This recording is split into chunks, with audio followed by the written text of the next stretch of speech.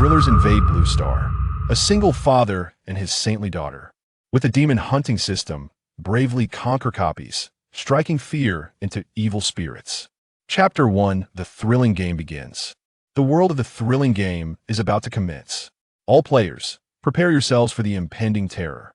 Until you acquire the ability to protect yourself, steer clear of those fearsome, malevolent spirits. In the realm, there exist items that may ensure your survival. Seek them out and preserve them. If fortune favors you and you endure until the game's conclusion, a remarkable opportunity awaits. 1 hour remains until the game begins. May good fortune be with you. A hollow, chilling voice echoed above Nanshan Amusement Park. Instantaneously, pandemonium erupted as all present hastily fled. Screams, cries, a cacophony of chaos. Today marks the 10th anniversary of the thrilling game's arrival on Blue Star. Whenever terror descends, it invariably incites panic. Upon a bench beside the amusement park, two figures, one large and one small, sat together. Song Qing occupied the bench, observing his daughter, Song Dudu, as she earnestly indulged in a cotton candy treat. A tender expression of affection gracing his face. That is the cotton candy delicious? Song Dudu beamed with a porcelain doll-like smile, her mouth wide open. Daddy, can I eat a cotton candy every day from now on? Consuming too much candy leads to cavities. However, I promise you, every visit to the amusement park will include cotton candy, all right? Upon hearing this, the little girl immediately leaned in and planted a sticky kiss on Song Qing's cheek, leaving a sugary mark. You're the best, Daddy. Yet, immediately after uttering those words, a shiver coursed through Song Dudu's small frame. Daddy Dudu feels so much pain. Seeing his daughter in such distress, Song Qing's heart ached, and he swiftly gathered her into his embrace. Hang in there, Daddy will get you some candy medicine soon. Just hold on a little longer. With that, Song Qing lifted his gaze to the heavens, filled with anxiety. Descend, please descend swiftly. The terrifying world, which others dreaded, was a place Song Qing yearned to enter. Years ago, while pregnant, his wife had been chosen by the horrifying realm, enduring a harrowing ordeal and returning nearly a year later to give birth to Dudu before passing away. Following this, Song Qing discovered that his daughter seemed to be afflicted by a curse since her birth. Her organs had been steadily deteriorating. Moreover, during every full moon, Dudu would suffer excruciating pain that penetrated to her very bones. Survivors of the terrifying world informed him that this was a curse placed upon the child by a malevolent spirit, and only the magical crystal within the spirit could lift it. Regrettably, such crystals were invaluable yet unavailable in the real world. Song Qing felt utterly helpless. Suddenly, at that moment, the previously clear sky transformed into a sea of crimson. What should have been a June day began to snow. Dudu gazed at the flurries cascading down, trembling as she extended her tiny hand. Daddy, look, it's snowing. Dudu wants to build a snowman. But Dudu truly hurts. With a heavy heart, Song Qing gently patted Dudu's back in comfort. He then reached out, softly catching a flake of ash, crushing it delicately. Yet his brow furrowed slightly. Something was amiss. It was not snow, but ash. The ashes of a crematorium, a familiar sight. Dudu, this is ash, not snow. Put on your hat, Daddy. We'll take you to find medicine right away. Dudu obediently adjusted her hat, her big eyes surveying the eerie world around her. Song Qing remained relatively unfazed after all. In his previous life, he had been a streamer of horror games, quite familiar with such scenes. At that moment, a group of people approached from the distance, their faces etched with fear. It's over. This horror world encompasses the South Mountain Amusement Park. We can't escape. What should we do? Who can help me survive? I'm willing to pay $1 million. No, $5 million. Everyone, don't panic. While the horror game hasn't begun yet, let's quickly gather supplies. Weapons for survival. And food and drink. Strength lies in numbers. Those malevolent spirits shouldn't attack a crowd, right? Together, we'll be safe. Also, gather all the wood and anything that can be ignited. We can build a fire to keep those spirits at bay. While my daughter is missing. Has anyone seen my daughter? Please, help me find her. Search the park for all the fire axes. They're essential for defense against those man-eating spirits. At that moment, a security guard in his 50s shone his flashlight towards Song Qing. Young man, it's too dangerous for you to be with a child. Come with us, perhaps we can all survive. Song Qing shook his head. What a joke. At a time like this, to suggest that strength lies in numbers? Please, those are spirits that kill without hesitation. Do you intend to open a buffet for those malevolent beings by clustering together? So he waved his hand dismissively. Sorry, I believe it's better not to stick together. Spreading out reduces the target size and increases the chances of survival. However, as soon as he finished speaking, a few women inside vehemently opposed him. What do you know? How can one survive alone? When the time comes, no one will heed your cries. If you don't want to join us, fine, but don't spread negativity. It affects others' decisions. Exactly. If you want to die, don't drag others down with you. Didu, observing the women's attitude towards Song Qing, pouted in discontent. They are so disobedient. Daddy, shall we not play with them? After speaking, Didu trembled slightly, as if that burning sensation was returning. Song Qing looked down at Dudu and immediately said, All right, Daddy will take Dudu to play elsewhere. With that, he lifted his daughter and headed towards the carousel. After walking for less than 10 minutes, Song Qing suddenly felt a mysterious power surge into his body. Then, an electronic synthesized voice echoed in his ears. Supernatural Demon Hunter system is binding. Binding successful. Receive Beginner's Gift Pack 1. Host, Song Qing level. Level 1 Demon Hunter experience points. 0 100 number of evil spirits slain. 0 current equipment. None. Upon hearing that familiar prompt, Song Qing was momentarily taken aback. The extraordinary Demon Hunter system? Has my golden finger finally arrived? Without hesitation, Song Qing chose to open the Novice Gift Pack. Ding! Opening the Novice Gift Pack. Ding! Acquire Hunter Apprentice Crossbow 1, Hunter Apprentice Cloak 1, Basic Antidote 1. Looks quite impressive, he mused, when suddenly a hollow, chilling voice echoed from above. The evil spirit is in position. Current game instance, Haunted Amusement Park. The game is about to commence. 3, 2, 1. No sooner had the countdown concluded than a cacophony of sinister roars erupted from the distance. In an instant, the amusement park was filled with screams and cries. Once again, the system's prompt rang in Song Qing's ears. Mission: prevent the Lady in Red from fulfilling her ultimate wish. Mission completion conditions: eliminate the Lady in Red and ensure that over 50% inclusive of the survivors in the amusement park remain unharmed. Chapter 2. Demon Hunter Equipment. As the system's notification resonated in his mind, Song Qing couldn't help but glance down at the little girl nestled in his arms. She lay there with her eyes closed, her small frame trembling slightly. With a gentle smile, Song Qing whispered into her ear, Dudu, if you're tired, go ahead and sleep. Daddy will fetch you some candy medicine.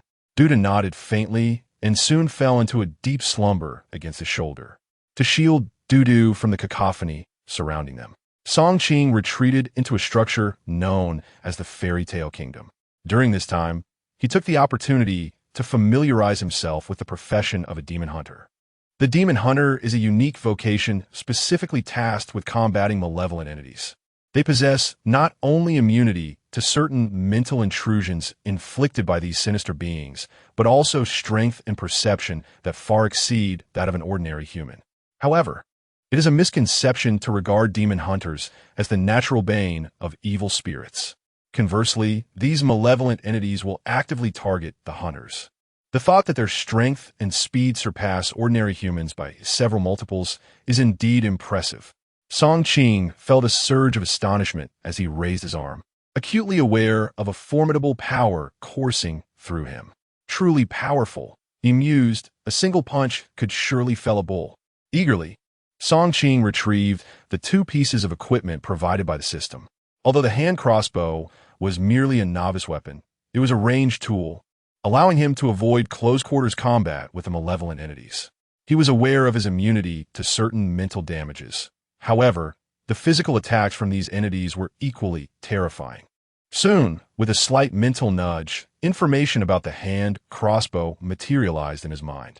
Demon Hunter Apprentice Hand Crossbow. Cannot be enhanced. A single target ranged weapon with substantial damage against malevolent beings. Each attack consumes 5 points of spiritual energy. Spiritual energy? This was the first time Song Qing had encountered such a concept. He promptly checked his status and discovered that he indeed possessed a spiritual energy bar. 100 points of spiritual energy? This meant he could fire the crossbow 20 times. Wasn't that a tad insufficient?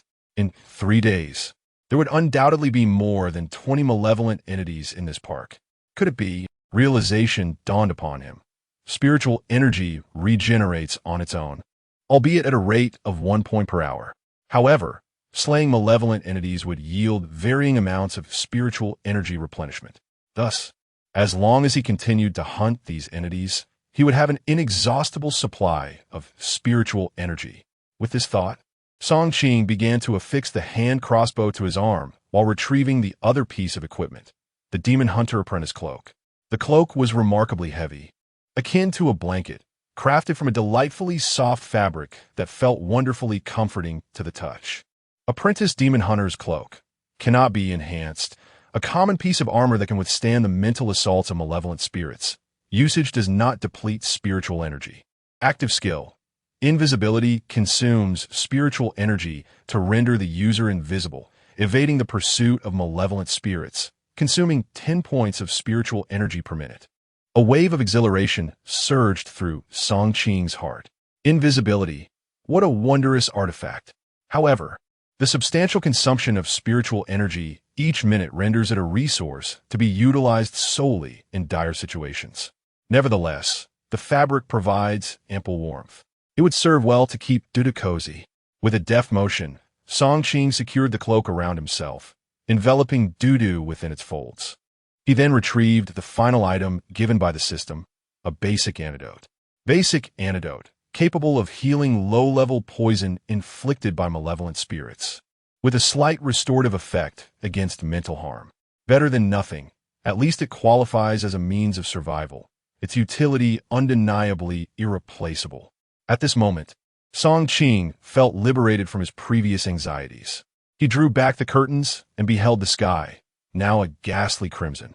Visibility was severely limited, rendering the distant square nearly invisible, save for a flicker of flames springing to life far away. In an instant, memories of prior encounters with those individuals flooded back. Alas, how stubborn they were. This blaze would not protect them. Rather, it would draw the attention of malevolent spirits. The system had just issued a new quest, requiring the number of survivors here to exceed 50% for success. Without delay, Song Qing accessed the system and navigated to the quest tab.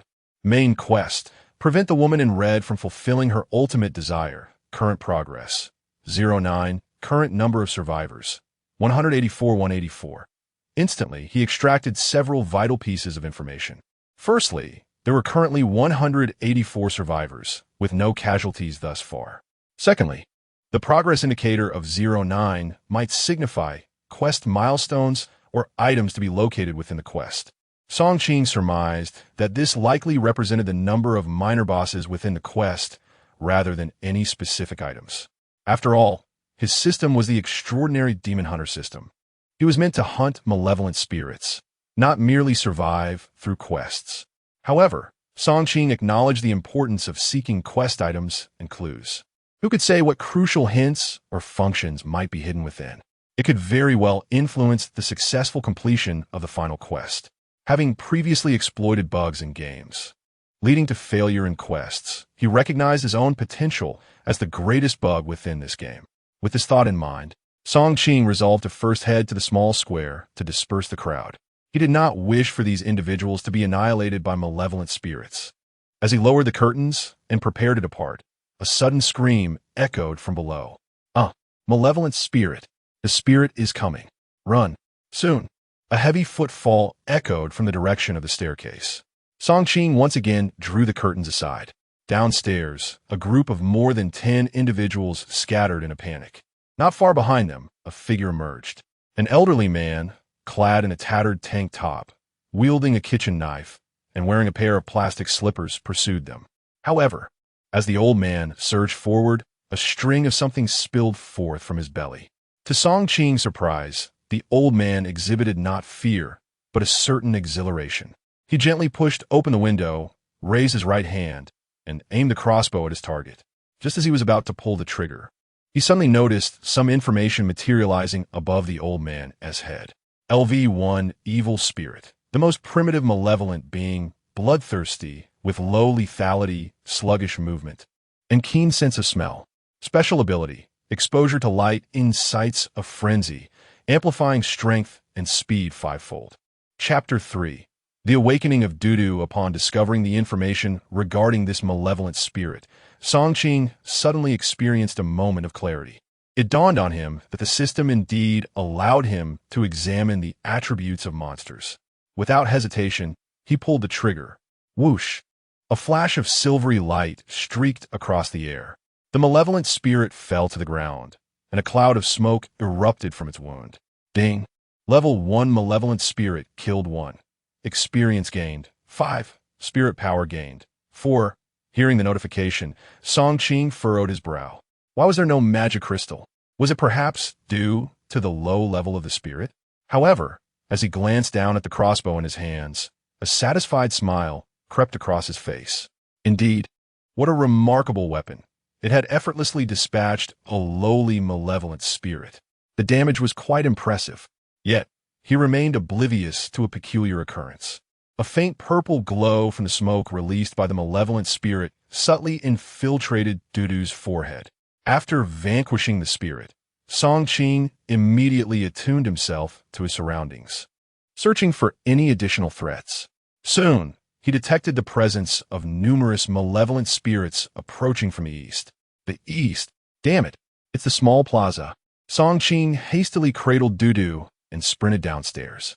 As he ran, he felt Dudu's head stir slightly, prompting him to remove the cloak draped over her. Daddy! Songqing paused momentarily. Dudu, you're awake?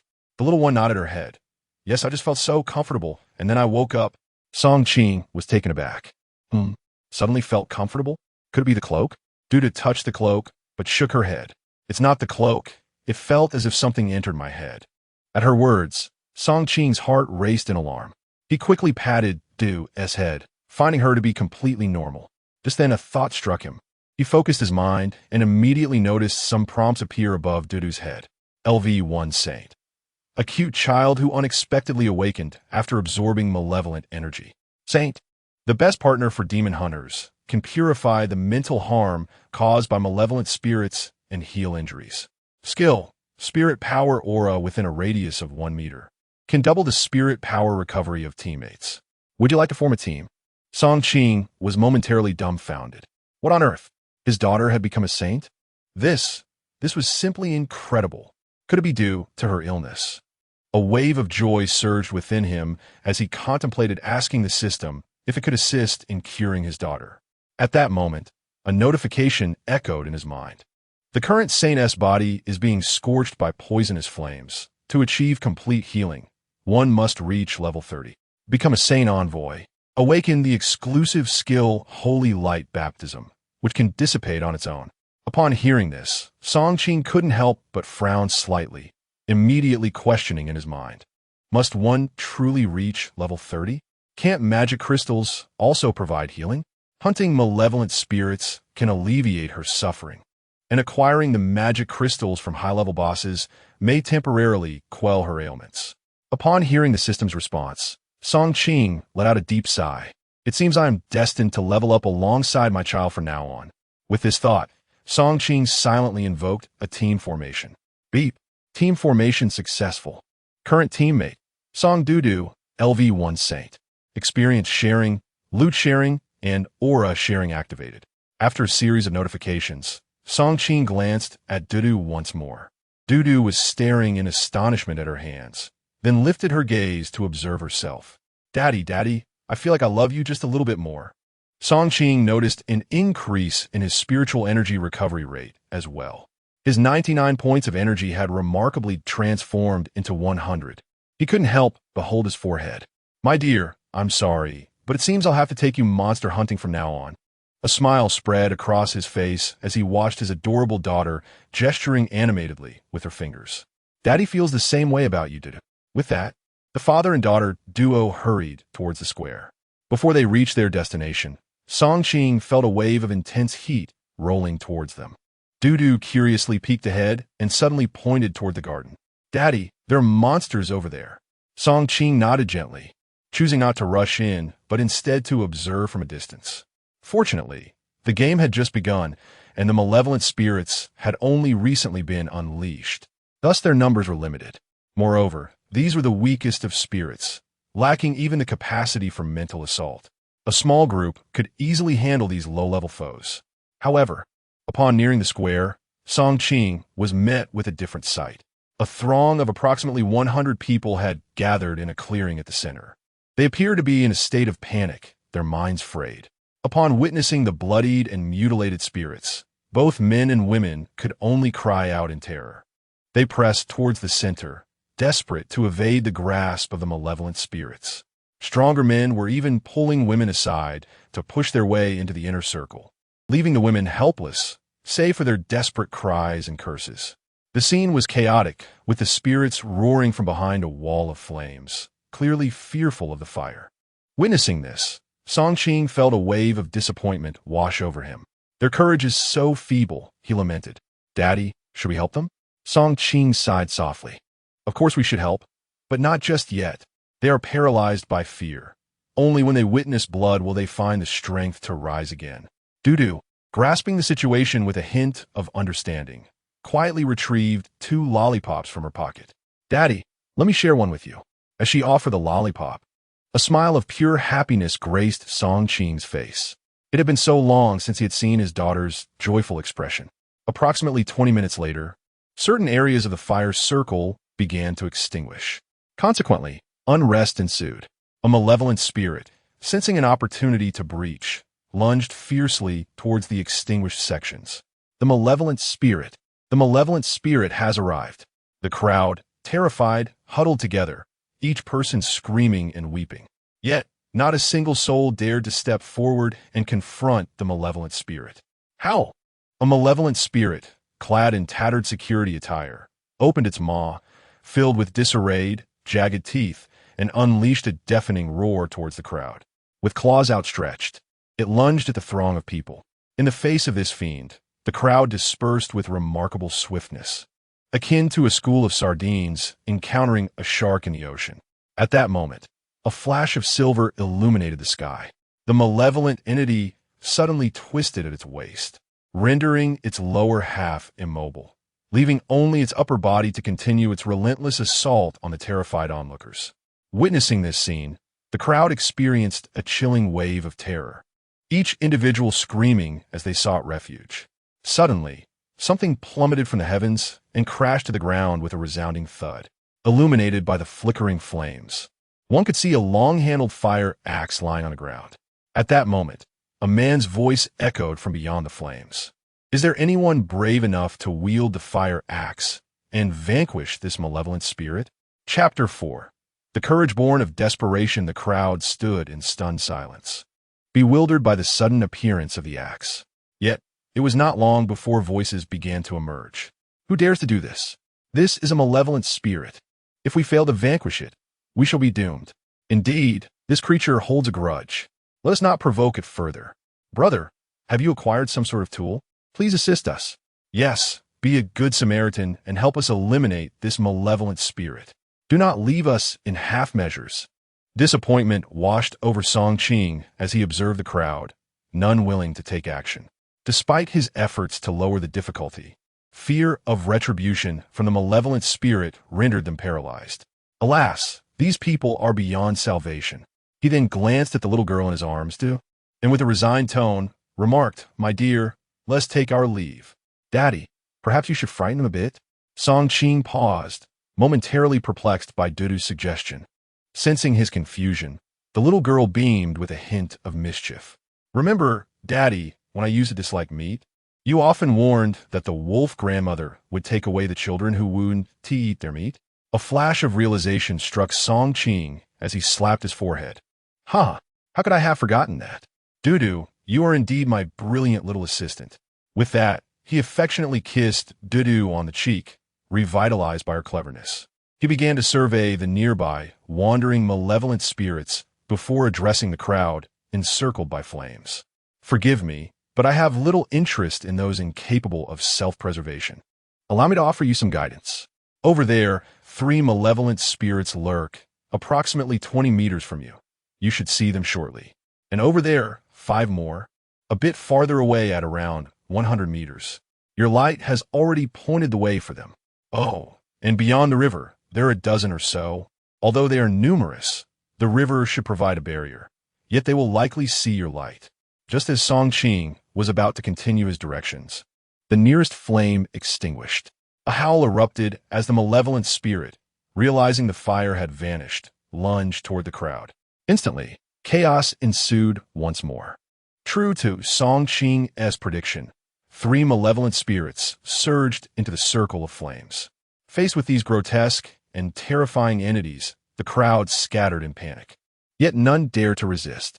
The confines of the fire circle were limited, and soon escape would be impossible. Among the throng, a woman stumbled and fell while fleeing from the clutches of the malevolent spirit. One of the spirits, spotting her, rushed forward. "Help! Please save me!" The woman scrambled to her feet, desperate to flee, but she was still a moment too late. A malevolent spirit extended its sharp claws and grasped her ankle, dragging her back down to the ground. "Ah, help me!" she cried out, her voice filled with terror as she struggled futilely against the grip of the malevolent spirit. The crowd was in disarray, each person retreating in trepidation. Amidst the chaos, Song Qing remained unfazed.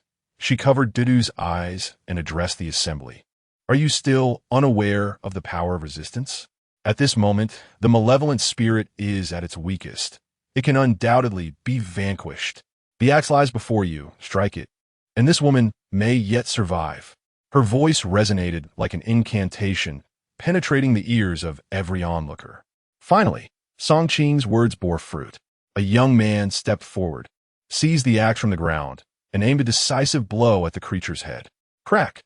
The malevolent spirit's skull fractured under the impact.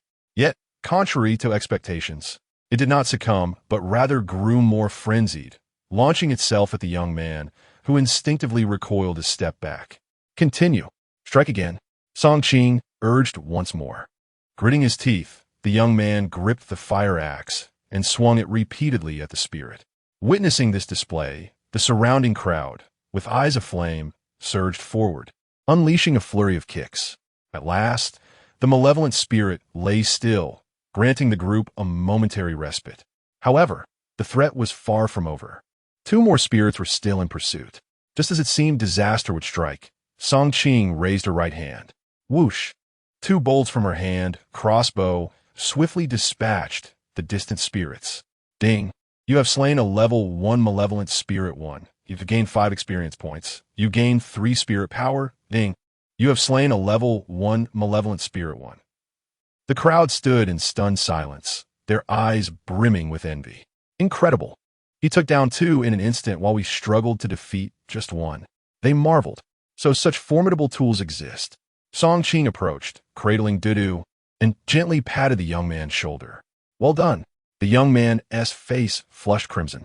Thank you, esteemed one." Meanwhile, the woman who had been paralyzed by fear repeatedly expressed her gratitude for her salvation. Song Qing waved her hand dismissively and surveyed the crowd. "Do you believe now?" "Indeed, we do. We had no idea you were so powerful. We were misled by the rumors circulating online," they exclaimed. "We thought it impossible to kill these spirits. How unexpectedly simple. Yes, we owe our thanks to you for stepping in. We were blind to your capabilities." Seeing the crowd's reaction, Song Qing recognized that she had garnered some respect among them. She gestured with her hand crossbow, stating, "Such tools are truly remarkable. If one can locate them, the hope of survival is significantly enhanced." The crowd's eyes lit up with newfound hope. "Where did you find such an item?" they inquired eagerly. A serene smile graced Song Qing's lips as she pointed towards the distant buildings. "Right within those structures. However, I advise you to enter in small groups to search. There's no need to worry about being left alone. Perhaps we might even discover some useful items." With a glimmer of hope for survival, the eyes of everyone sparkled with renewed desire. Song Qing retrieved the walkie-talkie he had prepared earlier from his backpack and handed it to the young man. "By the way, what is your name?" "Boss, my name is Chun Feng. My friends affectionately call me Madman." Song Qing nodded as he passed the walkie-talkie to him. "I have other matters to attend to. These individuals are in your hands. If you encounter any malevolent spirits that you cannot handle, or any insurmountable challenges. Just call for me. Chen Feng took the walkie-talkie and nodded vigorously. Subsequently, Song Qing provided a brief explanation on how to deal with malevolent spirits, directing everyone to form small groups and enter each building. As he watched the crowd disperse, leaving the square eerily empty, Song Qing finally breathed a sigh of relief. Come on, my girl. Let us venture forth to slay some monsters. Just as he was about to depart, Tutu suddenly tugged at his collar. Daddy, look over there. It seems there is something in the grass.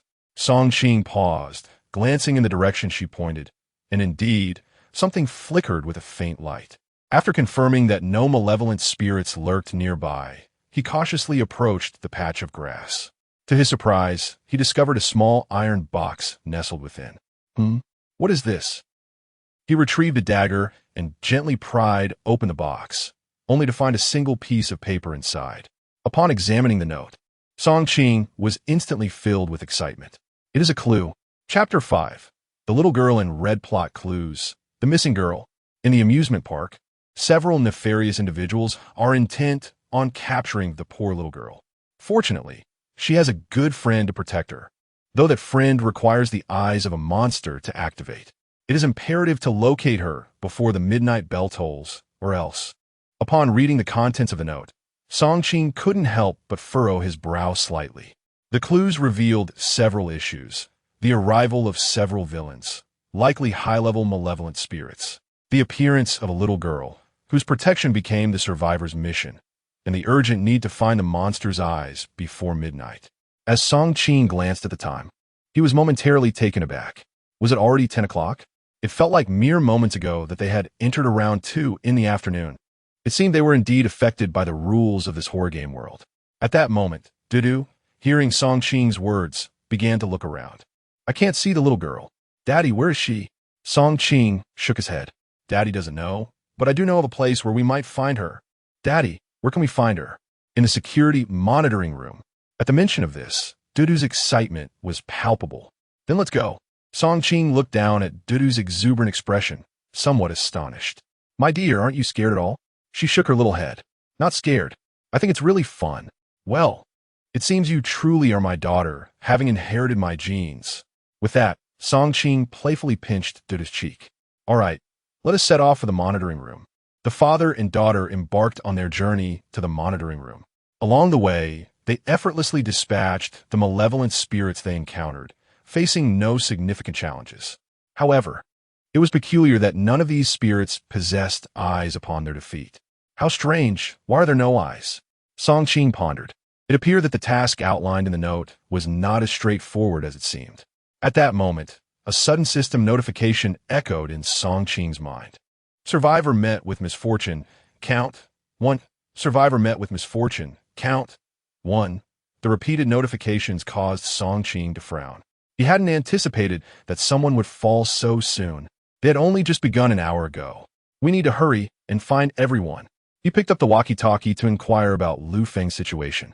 Learning that Lu Feng and his group had not encountered any malevolent spirits and had even discovered some life-saving tools, Song Qing felt a slight sense of relief. He could only hope that they would be able to find the locations of those who had perished in the monitoring room. As they proceeded, Song Qing felt a chilling aura closing in around them. The hunter's sixth sense warned him that a formidable malevolent spirit awaited them in the direction of the monitoring room. At long last, as Song Qing and his daughter Dudu arrived at the property management office building, an unsettling chill enveloped the atmosphere. Dudu cautiously peeked with her wide eyes at the distant office structure. Daddy, it looks so frightening inside. Song Qing glanced down at Dudu, only to discern an unmistakable thrill reflected in her eyes. Well then, let us see what transpires within. Bang, bang, bang. Before he could finish his thought, 3 gunshots reverberated from inside. Do the security guards at the amusement park carry firearms? I must be mistaken. Song Qing, taken aback, hastily sprinted towards the building. At that moment, his instincts heightened. He sensed an ominous presence lurking within the building. Fortunately, the corridor was illuminated, albeit flickering intermittently, casting a faint glow upon the ground. A roar echoed from the second floor. Don't come any closer. Another shriek pierced the air, followed by the sounds of objects crashing and footsteps racing above. Song Qing, cautious and alert, refrained from charging directly upstairs. Instead, he meticulously inspected each room. This approach was primarily to guard against a sudden ambush from any malevolent spirits. Relying on his keen perception, he made his way to the second floor. Upon turning a corner, Song Qing beheld a tall man wielding a dumbbell bar, engaging in combat with a sinister spirit. This apparition appeared significantly larger than the previous one, towering at least 2 meters high. Remarkably, the man held his ground against the towering entity. It seemed he had also discovered a useful tool. Thus, Song Qing activated the system to examine the colossal spirit. LV-1 Malevolent Spirit. Enraged, a low-level malevolent entity, bloodthirsty, with average lethality, sluggish movements, yet keen senses. Special ability, exposure to light incites rage, amplifying strength and speed 5-fold. Taken aback by the information, Song Qing mused, only a level 1 spirit, yet its rage truly enhances its ferocity. With that, he drew his bow and loosed an arrow. To his astonishment, the arrow did not vanquish the spirit, but instead redirected its attention towards him. Ah, this rage is indeed formidable. It even bolsters its capacity to withstand damage. Resolutely, Song Qing released another arrow. Thud! The spirit collapsed like a stone at his feet. The brawny man, having been saved, rushed over to Song Qing, profusely expressing his gratitude. Benefactor, thank you. I, Wang Dazhuang, owe you my life. Song Qing regarded the rugged man, admiring his valor. Why did you not join the others? The man sighed in resignation. I intended to follow, but today is my first day on the job, monitoring the surveillance. I feared the captain would reprimand me. Upon hearing this reason, Du could not help but chuckle. Wang Dazhuang finally realized that Song Qing was accompanied by a child, a flicker of astonishment crossing his face. Not wishing to squander any time, Song Qing directly addressed him. Take me to the monitoring room. I wish to ascertain the whereabouts of everyone in our compound. Without further ado, Wang Dazhuang led Song Qing to the monitoring room. Upon opening the door, Song Qing was taken aback to discover 2 lifeless bodies in the outer chamber. Wang Dazhuang promptly elucidated, those were originally our 3 shifts together. They went to join the main group, but encountered a malevolent spirit outside. It was only after Wang Dazhuang's explanation that Song Qing comprehended that the recent gunfire had not been from a handgun, but rather a distress signal from a flare gun. Although it was a signal device, its potency was not to be underestimated, possessing a certain degree of lethality. Song Qing was resolute in not wasting any more time on this matter. His priority was to locate the little girl as swiftly as possible. However, with the surveillance cameras in the entire compound exceeding 100, finding the child proved to be an arduous task. Wang Dazhuang, let us split up. The moment you spot a little girl in the footage, notify me immediately. Wang Dazhuang, perplexed as to why Song Qing sought the child, chose not to inquire further. Thus, the 2 began their search through each video feed for any trace of the girl. Half an hour elapsed without any leads. Just then, Du suddenly pointed at the large surveillance split screen in the room, exclaiming, Daddy, look, there's a little girl on the top screen. Song Qing was momentarily taken aback and swiftly turned to where Du was pointing. In the footage, by the riverside, a little girl in a red dress, clutching a teddy bear, was curiously staring at the camera. Strangely, she was the sole figure in the surveillance feed. More unnervingly, her clothes and hair were drenched, as if she had just been pulled from the water. It's her. Chapter 6. The Malevolent Nurse Without Uttering a Word. Song Qing inquired about the address and prepared to depart. At that moment, Wang Dazhuang appeared somewhat apprehensive. Benefactor, how about I accompany you? He suggested. However, Song Qing resolutely shook his head. No, I require someone to monitor the surveillance. Furthermore, at this juncture, Song Qing glanced at him. You possess the ability to protect yourself. There is no need to accompany me on this perilous venture. Wang Dazhuang awkwardly retrieved a box from his pocket. Actually, I was concerned you might take it from me, so... Song Qing chuckled, already aware of this matter. In fact, he even suspected that the 2 individuals on the ground might be connected to it. Nevertheless, this held no intrigue for Song Qing. He had his own objectives and plans. He understood, well, that in situations where one's life could be extinguished at any moment, individuals often resort to incomprehensible actions to survive. Enough with the explanations. I do not wish to hear them, nor is it necessary. He asserted, if you wish to live, heed my words. Remain here to monitor the surveillance and inform me of any developments. He added, oh, and stop calling me benefactor. Refer to me as Lao Song or Song Gu instead. Having said that, Song Qing handed over a tuned walkie-talkie to him once more. Wang Dazhuang accepted the device and nodded vigorously. Understood, benefactor. I will keep you updated on what I observe. With no further words exchanged, Song Qing cradled Dudu and descended the stairs.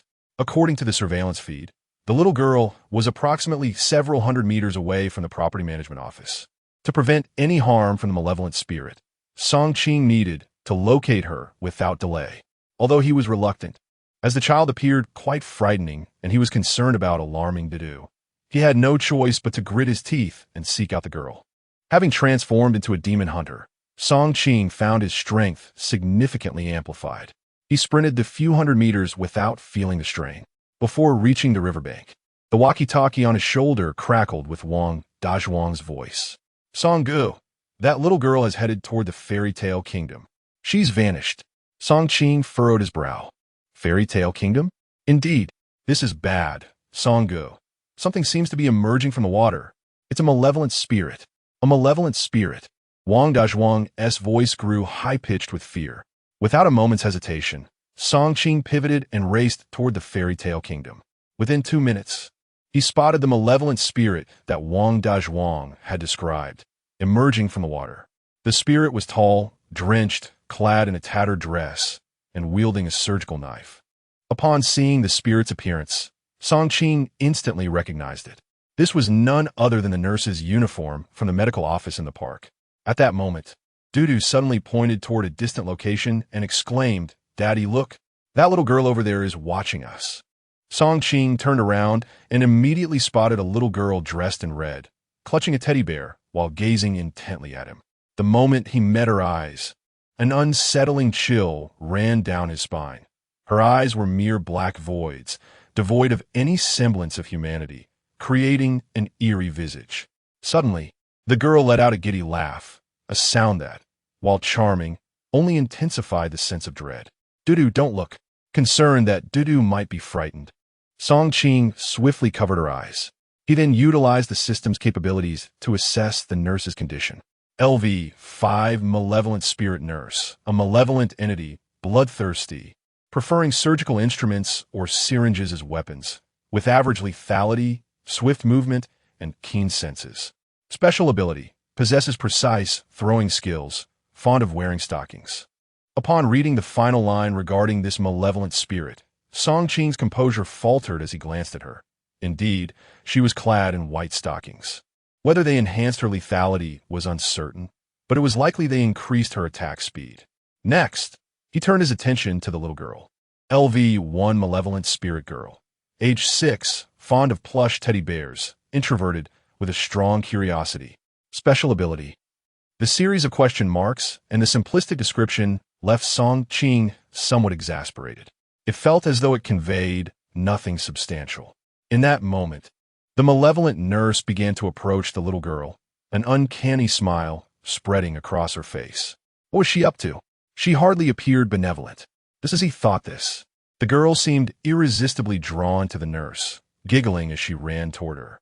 A knot tightened in Song Qing's stomach, and he swiftly raised his crossbow, aiming it at the malevolent spirit. Whoosh! 3 gleaming silver arrows shot forth. Upon being struck, the nurse's body convulsed violently, and she turned to face Song Qing. The sight of her ghastly face, with its jagged teeth, sent a shiver through him. Goodness, her face had ruined her otherwise appealing figure. With a terrifying roar, the nurse unveiled her gaping maw, large enough to swallow a human head whole, and lunged at Song Qing. He retreated while continuously firing the crossbow. Whoosh, whoosh, whoosh. The arrows pierced her body, visibly slowing her movements. Eventually, a flash of light flickered above the nurse's head, and purple mist enveloped her before re-entering Dudu's form. What a delightful sensation! Ding. Level 5 Malevolent Spirit eliminated X1. Experience gained. 100. Spirit power gained. 30. Ding. Host experience is now full. Leveling up to level 2. New skill unlocked. Shadow Arrow. Consumes double spirit power, inflicting considerable damage on foes, with a cooldown of 5 seconds. Upon receiving the news of his upgrade, a wave of joy surged through Song Qing. Had he leveled up so swiftly? However, he had no time to contemplate his new skills, for the little girl was already advancing toward him. It was not until the little girl approached him that Song Qing finally beheld her true visage. Her hair, long and unkempt, cascaded carelessly over her shoulders. Her face, undeniably charming, bore the softness of youthful roundness. However, her smile was somewhat unsettling. Her mouth gaped open, devoid of teeth, and even her tongue was absent. Uncle, could you take me to the kingdom of fairy tales? Chapter 7. Who consumed whom? Gazing at the peculiar little girl, Song Qing felt an innate resistance within him. However, the task demanded that he protect her. Failing to comply could lead to the utter collapse of the game's narrative. Although he was a demon hunter, he could not dictate the outcome of a failed story. He had witnessed others perish in the game due to their inability to complete tasks in a timely manner. Taking a deep breath, Song Qing looked into the little girl's hollow eye sockets.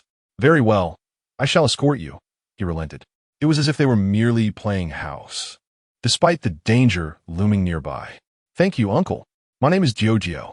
The little girl beamed at him with a wide smile. Any ordinary person would likely have been frightened to the point of losing their composure. While Song Qing felt a slight discomfort, fear eluded him. At least in his understanding, it was common knowledge that no formidable monsters would manifest at the outset of horror games.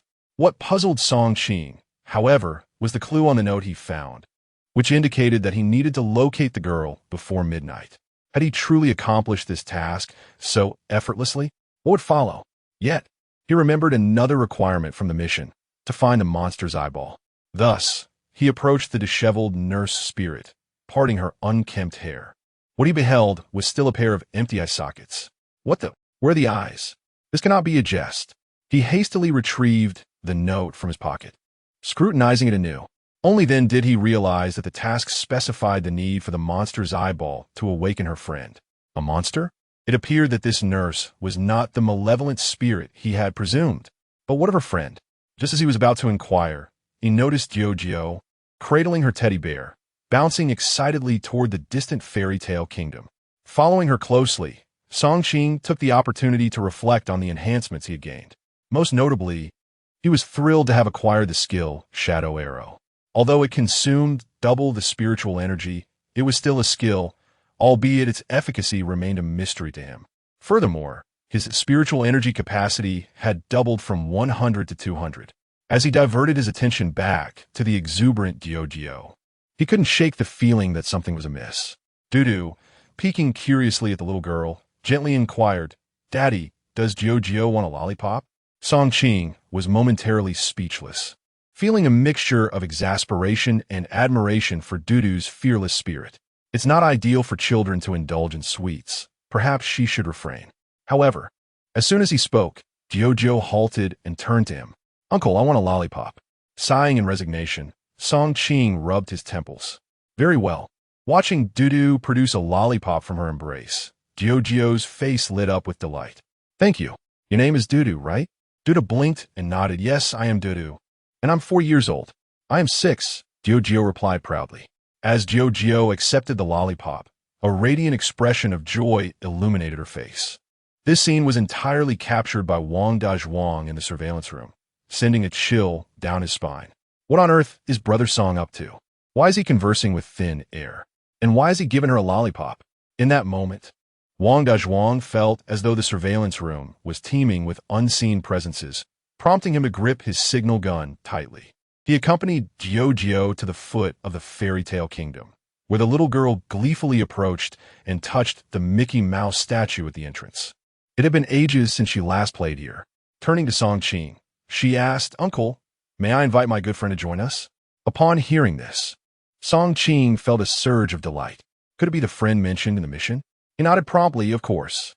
"Thank you, uncle." Giorgio politely bowed to Song Qing and retrieved a small whistle from her pocket. As the shrill sound echoed, Song Qing scanned the surroundings, eager to discover the identity of her friend. Just then, a series of footsteps resonated from the building behind them, followed by the sound of rocks cracking. To his astonishment, he observed a 3-meter-tall teddy bear statue beginning to fracture. Stones cascaded down, and moments later, a teddy bear lumbered towards them. Indeed, the teddy bear had come to life. Song Qing momentarily stared in disbelief before realizing that Jiao friend was, in fact, the teddy bear. Jiao joyfully dashed towards the teddy bear and embraced its leg. "Uncle, Duda's sister, let us go inside."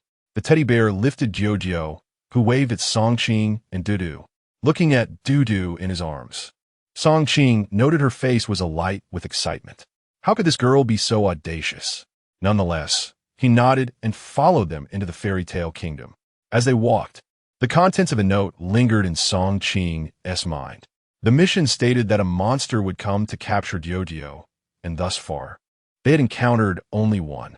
Moreover, Jiao's friend could only awaken with a monster's eyeball, yet the teddy bear was already animated. Was his task completed or not? At that moment, Jiao nestled on the teddy bear's shoulder, whispering a spine-chilling version of a fairy tale, punctuated by fits of eerie laughter. Suddenly, a thought struck Song Qing.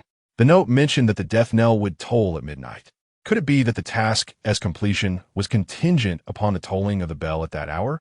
Just then, he sensed something gradually materializing nearby. Although the feeling was faint, he was certain something was concealed within the park, yet had not yet emerged. He glanced at the time, 10:40 p.m. In the surveillance room of the property building, Wang Dazhuang was oblivious to the number of cigarettes he had smoked, but his heart raced incessantly with unease. He dared not illuminate the room fully, fearing that the brightness might attract malevolent spirits. "Heavenly Father, please protect us. Let nothing untoward happen," he fervently prayed, making the sign of the cross repeatedly on his chest. Suddenly, he noticed the screens before him flicker and lose signal, followed by a complete blackout of all displays. Instantly, the room was bathed in an eerie blue light emanating from the screens. Terrified, Wang Dazhuang seized the signal gun and cried out, "Stay away! Please don't come near." Meanwhile, Chun Feng and his companions had nearly scoured the entire office building, uncovering numerous props and clues. "Xiao Chen, come here. I found a box that contained something." Upon hearing this, Chun Feng hurried over to retrieve the box. The others quickly distanced themselves, anxious that something unsavory might leap forth from within. Chun Feng cautiously opened the box and discovered a note inside. As he unfolded the paper, the message was clear. At 11 o'clock, the malevolent spirits will venture out to snatch children. A chill raced down Chun Feng's spine as he glanced at his phone. 10:50. Only 10 minutes left. Elsewhere, Song Qing cradled Dudu, listening with indifference as Jiao narrated a story. However, she had transformed the tale of Snow White and the Seven Dwarfs into a horror story, depicting a battle of wits between Snow White and 7 monstrous dwarfs. Dudu, curious, inquired, in the end, who devoured the princess, the dwarfs or the knight? Jiao blinked at Dudu. "I don't know. I didn't see the ending." "Uncle, do you?" Just then, the walkie-talkie on Song Qing's shoulder crackled with Wang Dazhuang's frantic voice. "Songgu, the surveillance just lost signal, and now it has returned. 7 monsters are heading towards the fairy tale kingdom. You must run." Following this, the channel was seized by Chun Feng. "Songgu, we've discovered some clues. At 11, 7 evil spirits will attempt to capture a little girl, and a malevolent knight will also appear. If the girl does not survive by midnight, we are doomed." Song Qing furrowed her brow, already sensing that the 7 evil spirits were approaching her direction. Chapter 8. It turns out to be a Samsung copy with a swift motion. The curtain was drawn aside, and Song Qing cast a glance out of the window. In the distance, he spotted an object resembling a potato slowly approaching across the artificial lake. The view was obscured by a crimson fog, rendering the details unclear. Yet it was evident that it was a malevolent spirit. The question lingered in his mind regarding its level of danger. Perhaps it was more formidable than a nurse spirit. Just as he pondered this, a commotion echoed from the hallway. Click, clack. Taken aback, Song Qing rose to peer downstairs. He saw a group of men clad in leather jackets, loading ammunition into a shotgun, approaching the staircase while smoking. Stunned by the sight, he froze momentarily. The men noticed him too, pausing briefly in their stride.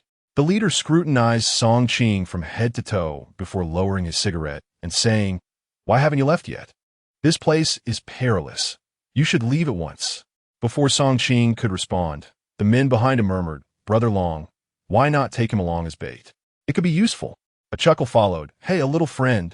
The fat one likes kids." However, Brother Long waved his hand dismissively. "No need for bait to deal with a few chubby ones. Let us move." With that, they did not wait for Song Qing's reply and turned to descend the stairs. Observing the armed group of over 10 men, Song Qing felt a twinge of surprise. When had they arrived? Why hadn't they come to assist during the earlier chaos? He was puzzled, having not noticed them during his previous observations.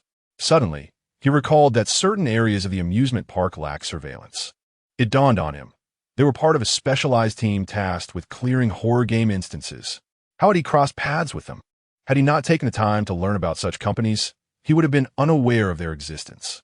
They possessed substantial financial resources and networks, scouting for skilled individuals to navigate the treacherous realms of horror games worldwide.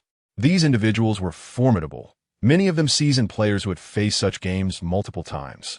They sought the magic crystals within the monsters of the game instances, as well as other treasures, particularly the final rewards after a quest conclusion. Yet, these individuals were notoriously ruthless, indifferent to the lives of others. Occasionally, to fulfill their missions, they would capture survivors to use as bait to lure malevolent spirits. Song Qing harbored no fondness for such people. He discreetly instructed Chun Feng and Wang Dazhuang to refrain from any rash actions and to keep him informed of the monsters' locations. "Dad, can't they see Daodu?" Daodu suddenly inquired. Song Qing was momentarily taken aback, glancing at Daodu, who was perched on the shoulder of a teddy bear, swaying and humming a tune. Should they? He mused. He recalled what Wang Dazhuang had just mentioned, that the little girl had vanished. Could it be that only demon hunters and malevolent spirits could perceive this child? Thus, Song Qing cast a glance towards the distant Jiao. However, at this moment, Jiao seemed to be waiting for something still. "Never mind. Let us not concern ourselves with this girl. We cannot allow her to hinder our progress in leveling up. I must not miss the opportunity to level up, especially with the imminent threat of others vying for the creature." With that thought, Song Qing called out to Jiao in the distance. "You enjoy yourself here. I must go out and confront the villains." Jiao ceased her melodic serenade and turned her gaze upon Song Qing. Is she embarking on a quest to capture the 7 dwarfs? Song Qing gazed outside and could faintly discern several burly figures resembling grotesque, oversized meatballs. It appeared that the diminutive girl was referring to these creatures as little dwarfs. "Indeed, let's pursue these little dwarfs." With a playful smile, Jiao remarked, "You ought to be cautious, for the little dwarfs are quite formidable." Song Qing nodded casually before leading Dudu outside. They had barely walked 200 meters when distant gunfire echoed through the air. "Damn it, the skin is tough. Everyone, be cautious, spread out, and make sure to draw its attention. Spill the plasma onto the ground, in the center, and ensure it does not flow towards us. Strike its head, avoiding all other areas." A group of individuals, tense yet orderly, is currently encircling the monstrous creature. "Father, shall we also join them?" Song Qing gently shook her head, a subtle smile gracing her lips. "Since others are working for us, let them engage with that creature for a while longer. We shall join them shortly." "Oh, Father, do you think they will simply slay that monster?" "Ha, not for the time being. This creature is quite formidable." Observing in astonishment as the grotesque creature's head was deformed yet showed no signs of collapsing, Song Qing felt an unexpected surprise. Consequently, he utilized the system to examine the details of the monster. LV-10 Flesh Mountain Evil Spirit, a flesh-clad malevolent entity, bloodthirsty, with low lethality, sluggish movements, and tough skin. Special ability, Flesh Explosion. Upon nearing death, it detonates its own body, inflicting harm upon those nearby. Upon reading this information, Song Qing was momentarily taken aback. This level seems rather high. A level 10 monster has emerged. However, upon observing the movements of the Flesh Mountain, Song Qing felt an immediate sense of relief, confident that it would not unexpectedly charge at him. After all, this creature was robust and resilient. Although he possessed the demon hunter's crossbow, its utilization would inevitably deplete his spiritual energy. It would be far more prudent to allow others to engage it first, reaping the rewards from their efforts. Thus, Song Qing, cradling Dudu, stood nearby, quietly observing the unfolding scene. It must be said, the coordination exhibited by these individuals was remarkably harmonious, exhibiting both offense and defense with a fluidity that bespoke their seasoned expertise. Fortunately, the Flesh Mountain, though not particularly agile, proved to be a formidable adversary, presenting them with considerable challenges. However, mere minutes later, the team began to sense an issue. Brother Long, something feels amiss. This hefty fellow's hide is exceptionally thick. I am running low on ammunition. What should I do? This cannot be an ordinary foe. Brother, is there misjudgment? The leader, Long Gu, wore a serious expression. Damn it, this cannot be a mere malevolent spirit. I shall inquire with the other teams about the situation. You all continue. The few individuals, wary of the situation, cautiously engaged with the malevolent entity. Long Gu stepped aside and, after consulting his radio, realized there was trouble. What the hell is going on? Wasn't it previously reported as a 1-star difficulty? Now you tell me it's 3 stars? Are you joking? No way. We are not taking this job. You can seek whoever you wish. How dare you threaten me? You brother! Hold on. I was merely anxious and my voice got a bit loud. Please do not trouble my wife. As for this task, we will accept it. After ending the call, Long Gu, exasperated, kicked a nearby tree. He then called out to the crowd, Lao Si, come here. A tall, slender man hurried over upon hearing the call. Long Gu, what is the matter? A glint of cold light flashed in Long Gu's eyes as he glanced towards Song Qing. I just checked with the boss, and this is not a 1-star instance. It's a 3-star. We stand no chance. Lao Si immediately panicked. What?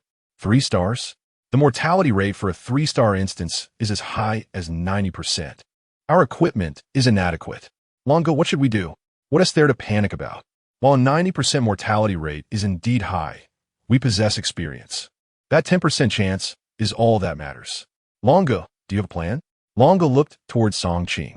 Take a few people and bring that father and daughter over. Let them help us buy some time.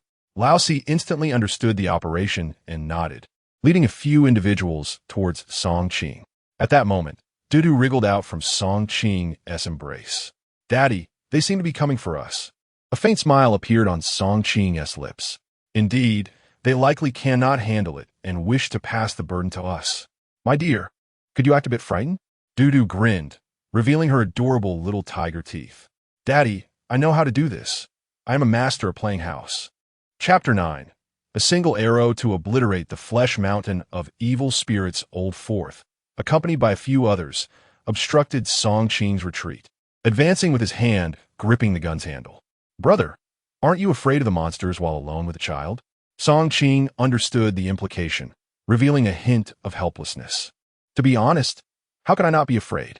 However, it is said that as long as one can find the right tools here, survival is possible. I merely intend to test my luck. Haha. Old Fourth, observing Song Qing's demeanor, approached and gently draped an arm around his shoulder. Brother, do you know what we are up to? Song Qing shook his head, expressing confusion. With a smug smile, the other replied, Have you heard of the Hunter Company? Upon hearing this, Song Qing's face registered astonishment. Could it be? Are you the ones who venture into the terrifying realms too? Old Fourth quickly shushed him, feigning mystery. Keep it down. Indeed, you are correct. Now you understand why we haven't joined you, right? He pointed to the distant figures engaged in battle. I know what you're after, brother. You wish to pick up something easy, correct? But do not forget what we are here for. How could we possibly leave anything for you? Song Qing gazed at him, admiring his capacity for inference. This individual had even concocted an excuse, leaving Song Qing with no choice but to nod in agreement. Then, the other spoke in a coaxing tone. Brother, we have encountered a bit of a dilemma. This monster seems to hold no value for us anymore, so we're simply giving it to you. Song Qing was momentarily taken aback. Giving it to me? You no longer want it? The other patted his chest boastfully. Of course. You don't believe me? Of course I believe you, but isn't it a bit too much of a loss for you to just abandon it? Ah, it is indeed a pity. But our boss just called, instructing us to support other teams. Therefore, brother, you are getting quite the bargain. A cold chuckle bubbled up within Song Qing. This person truly dared to speak so brazenly. It was evident that their firepower was insufficient to contend with the Flesh Mountain, and they sought to have him draw its attention while they made their escape. Yet, they clearly had no inkling that this seemingly harmless father-daughter pair was, in fact, a formidable demon hunter and a saint. Thus, Song Qing inquired then, "What do you require me to do?" The other pointed into the distance. "Do not worry. It is quite simple. Just follow me, and I will provide you with a gun. When the time comes, you will shoot to draw the monster's attention." Fearing that Song Qing might reconsider midway, he quickly added, "But fret not. This monster will never outrun you. You have seen enough to know that." Hearing such blatant lies from him, Song Qing chose not to expose the deception. The other was indeed correct. The Flesh Mountain could not match the speed of a fleeing normal human. However, there is one crucial point to consider.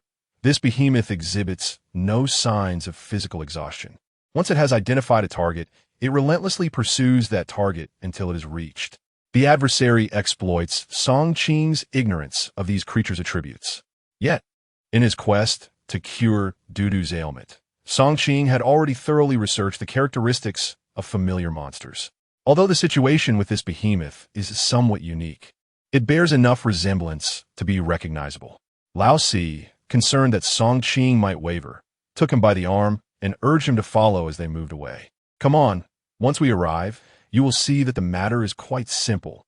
Thus, Lao Si, believing he had ensnared Song Qing, took him forward with a sense of triumph, handing him a firearm. "Here, brother, take this. When we meet again, you will owe us a significant favor."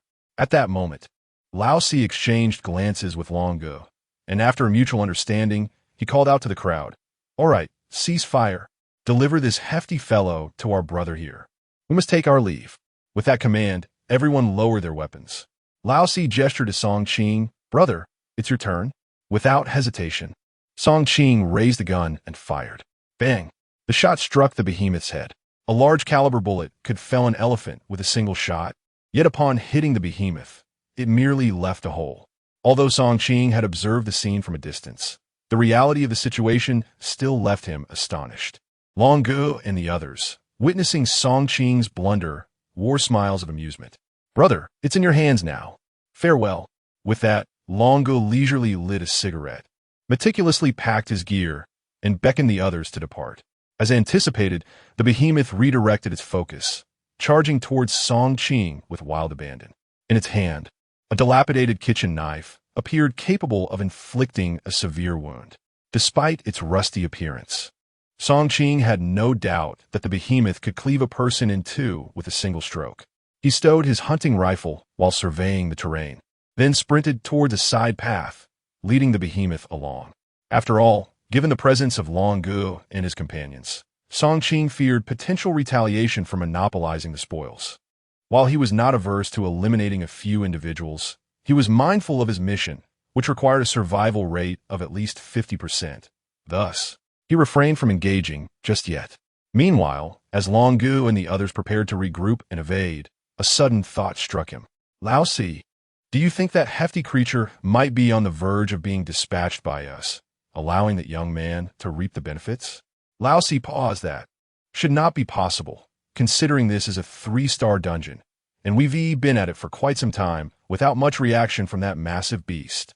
Nonetheless, Long Gu felt a twinge of regret and called out to the rear, "Xiao Fong, go check if that young man has managed to defeat the creature. If he has indeed taken advantage, we must reclaim what is ours." A young man behind promptly nodded, checked his walkie-talkie, and then turned back. As Song Qing led the massive figure of Meat Mountain down a narrow path behind the fairy tale kingdom, he finally came to a halt. Suddenly, Meat Mountain brandished a kitchen knife and lunged towards Song Qing. Without hesitation, Song Qing raised his hand and shot a shadow arrow, striking Meat Mountain squarely in the forehead. The once menacing Meat Mountain abruptly stopped, slowly crouching down as if gripped by a stomachache. Witnessing this scene, Song Qing exclaimed in astonishment. Incredible. Just a hair's breadth away. What a bargain. With that, he quickly ushered Dudu into the nearest small room for safety. Meanwhile, Xiao Feng, one of Long Ji's subordinates, followed the trail of blood into an alleyway. This kid can really run. I wonder if he's dead. Just as he pondered, he turned a corner and spotted a hefty figure squatting in a dead-end alley. What's going on? Why isn't this fatso moving? Cautiously, he approached Meat Mountain, and to be prudent, he picked up his walkie-talkie. Long Siga, I found Meat Mountain, but he's not moving. Long Ji's voice crackled through the device, filled with disbelief. What do you mean, not moving? Where's the kid? I don't know. I can't see him. Where are you? Behind the fairy tale kingdom. All right. Stay there and keep an eye on him. I'm coming over with the team. However, before the communication ended, Long Ge heard a series of violent explosions through the walkie-talkie, and then Xiao Feng's signal vanished. Damn, something's gone wrong. Move quickly. At that moment, hidden in the room, Song Qing was taken aback by the deafening sounds outside. Good heavens, Meat Mountain's self-detonation is truly powerful. The windows are shattered. Soon after, a notification chimed in Song Qing's mind. Ding. You have slain a level 10 Meat Mountain Evil Spirit 1. Experience gained 1,000. Spiritual power gained 30. Current spiritual power is full. Ding. Host experience is full. Leveling up to level 3. Ding. Host experience is full. Leveling up to level 4.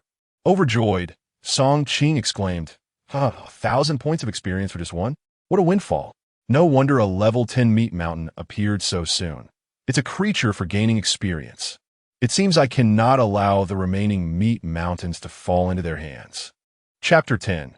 Deception. Song Qing cradled Dudu as he ventured outdoors to inspect whether the meat hill had yielded anything of value. Dudu tugged at Song Qing's collar. Daddy, you really don't have to hold me all the time. Looking down at Dudu's earnest expression, Song Qing nodded and replied, All right, how about you stay close to Daddy? Dudu will keep watch for Daddy.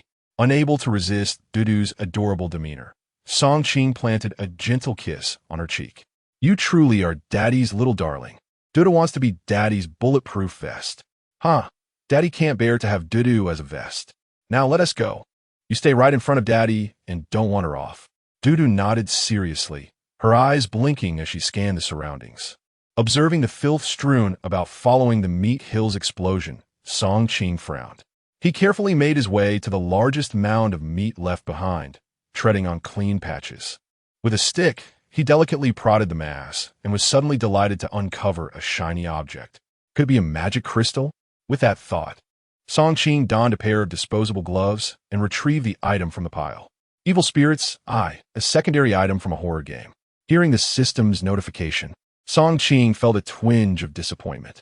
Well, it's not a magic crystal, but finding a quest item isn't too shabby. He continued to rummage through the meat mound, ready to give up when Dudu suddenly pointed at a black object on the ground. Daddy, look at that. Song Qing quickly glanced up and dashed to pick up the black stone. Magic crystal, infused with potent energy, refining it grants formidable abilities. Wow, a magic crystal. This is fantastic. Dudu, you're saved. After wiping the crystal clean, Song Qing placed it in Dudu's hands. Give it a try. Are you still feeling unwell? Dudu's delicate fingers clutched the black magic crystal, and she felt an extraordinary energy coursing through her, radiating from her arm to her very bones.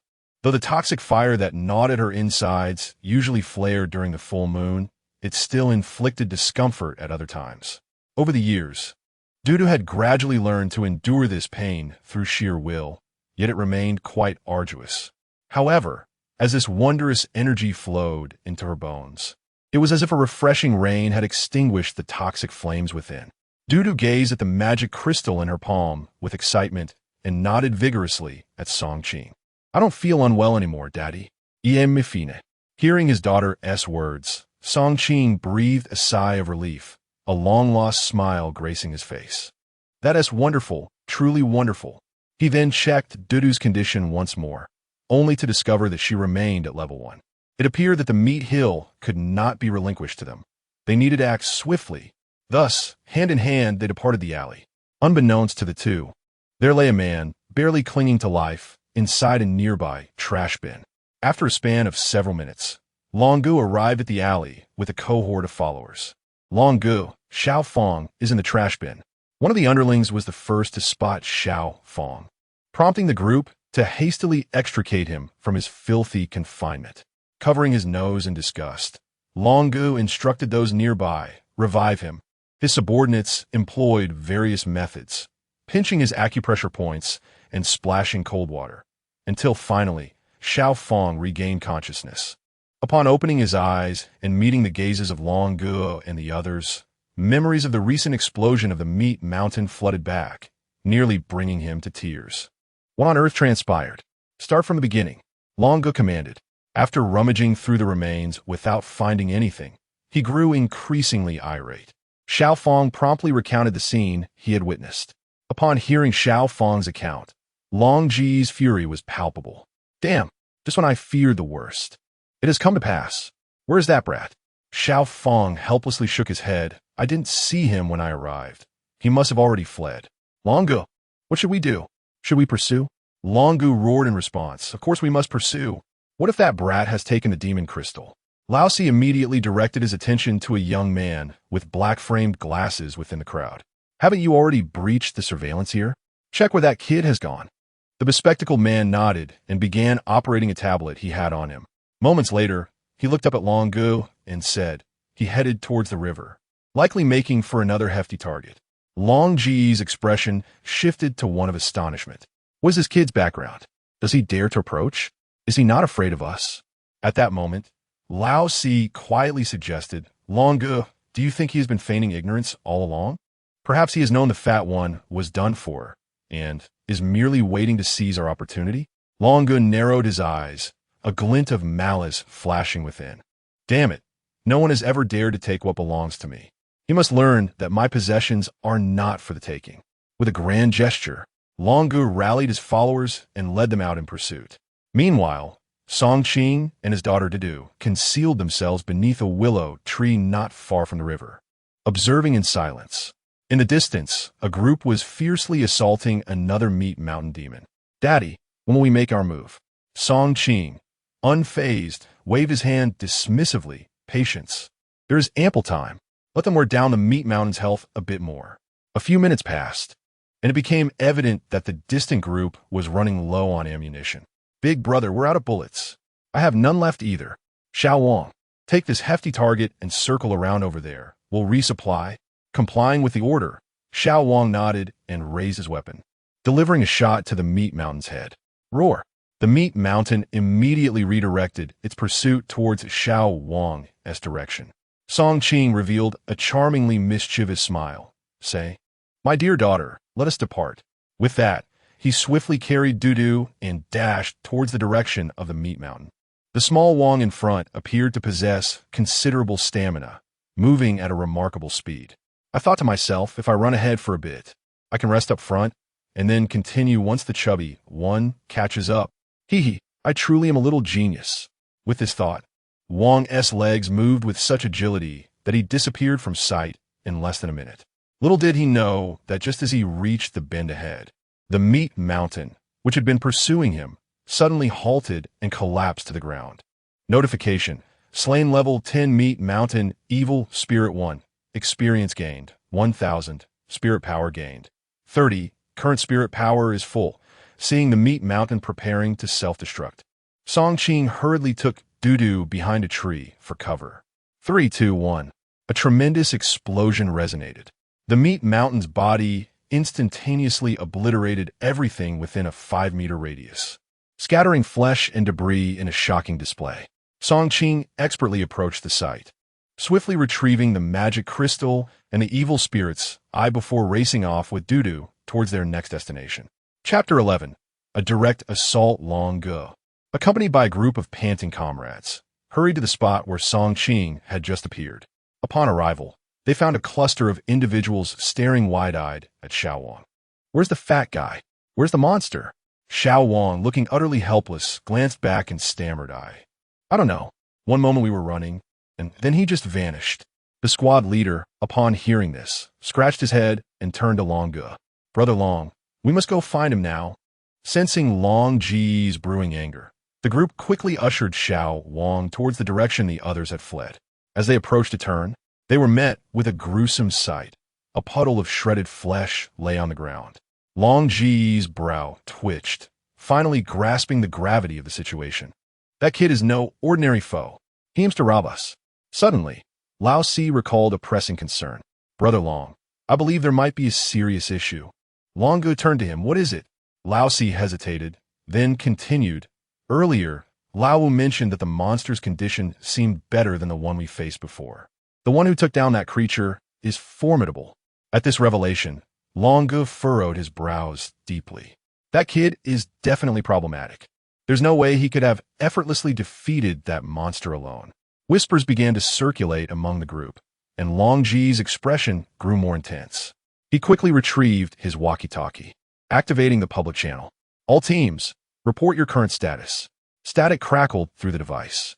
Brother Long, Team 3 is still engaged with the monster. Our ammunition is running low.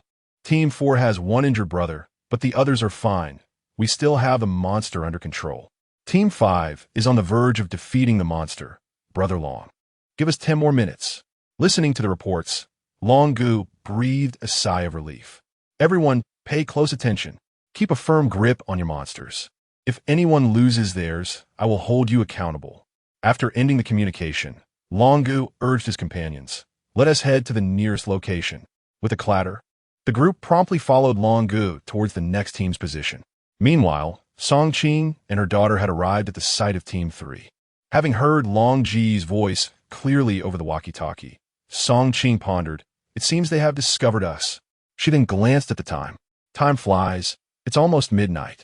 We cannot afford to delay any longer. Turning to Dudu, she declared, let us go, my dear. We no longer need to hide. Upon hearing this, Dudu's face lit up with joy. Wonderful. Can I speak first? Song Qing paused, slightly taken aback. What do you wish to say? Dudu pondered for a moment while pinching her fingers and said, isn't it common in television for villains to declare, from now on, this is mine? Observing Dudu's earnest expression, Song Qing couldn't help but rub his forehead. What kind of cartoons does our daughter usually watch? However, seeing her serious demeanor, Song Qing could only nod in agreement. All right, you shall be in charge of the announcement. Subsequently, Song Qing took Dudu's hand and walked towards the third team in the distance. Upon noticing Song Qing, the captain of the third team recalled some recent descriptions provided by Long Gu. A dashing man accompanied by a little girl, appearing harmless. Could this be the father and daughter duo?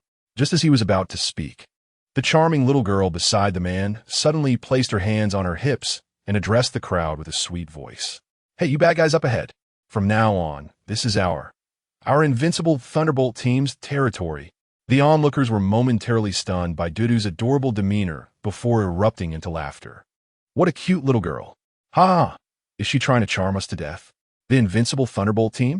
It's been ages since I've seen such a delightful little girl. But can you really rob us?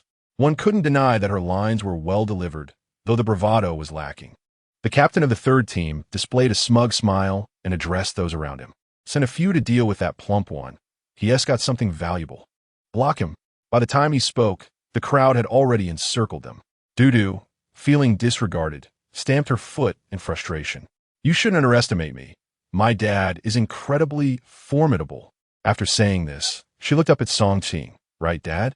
Song Qing, amused by Dudu's earnestness, nodded in agreement. Ladies and gentlemen, I apologize, but I have no desire to engage with you.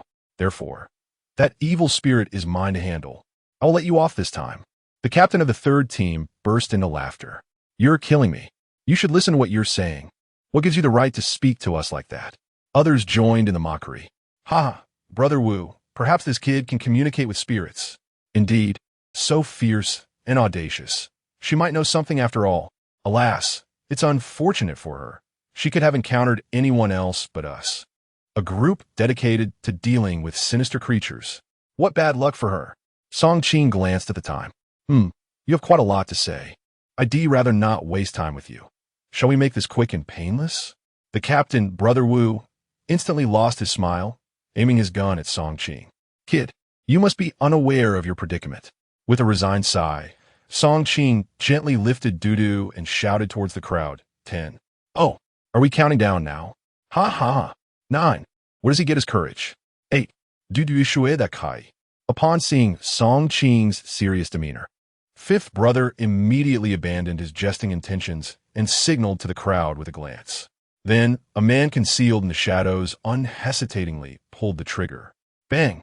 The sound of gunfire rang out. However, the anticipated sight of Song Qing collapsing to the ground did not materialize. Instead, the onlookers were met with a sudden blur before their eyes, revealing only an empty space. Where had he gone? A wave of tension swept through everyone's hearts. The man who had fired the shot suddenly felt a chill run down his spine. When he finally reacted, he was met with a familiar face. Crack! Without hesitation, Song Qing delivered a powerful kick, causing the man's knee to buckle grotesquely. A scream pierced the air as the crowd regained their composure. They realized that Song Qing had vanished once more. At that moment, utilizing his extraordinary strength and speed, Song Qing systematically brought each adversary to the ground. When the last foe fell, he turned to fifth brother, who stood frozen in shock, and smiled. Once more, it was reiterated fifth brother understood that he was no match for Song Qing and promptly tossed his gun to the ground. Brother, please feel free. That evil spirit is yours now. I promise I won't contest it. Du hast him. I told you, my dad is very powerful. A satisfied smile graced Song Qing's lips as he raised his hand and aimed at the distant mound of malevolent flesh, releasing a crossbow bolt. With a chime, a system prompt echoed in his mind. Following another explosion, Song Qing collected his experience and items, vanishing before the crowd. Meanwhile, Brother Long, who had arrived too late, gazed at his fallen comrades, his astonishment unmistakable. Brother, this lad, he must be one of those kinds of people. Upon hearing fourth brother's words, Brother Long furrowed his brow. Are you suggesting a superhuman? Chapter 12. Who is playing the game of deception when Long Gu uttered the term enhanced individuals? A sudden chill ran through him. Enhanced individuals is an exceedingly sensitive phrase. The general populace remains utterly unaware of their existence, yet they are undeniably real. The emergence of enhanced individuals is a direct consequence of the inception of terrifying game instances. Upon the completion of these instances, those who succeed are rewarded with various enhancements.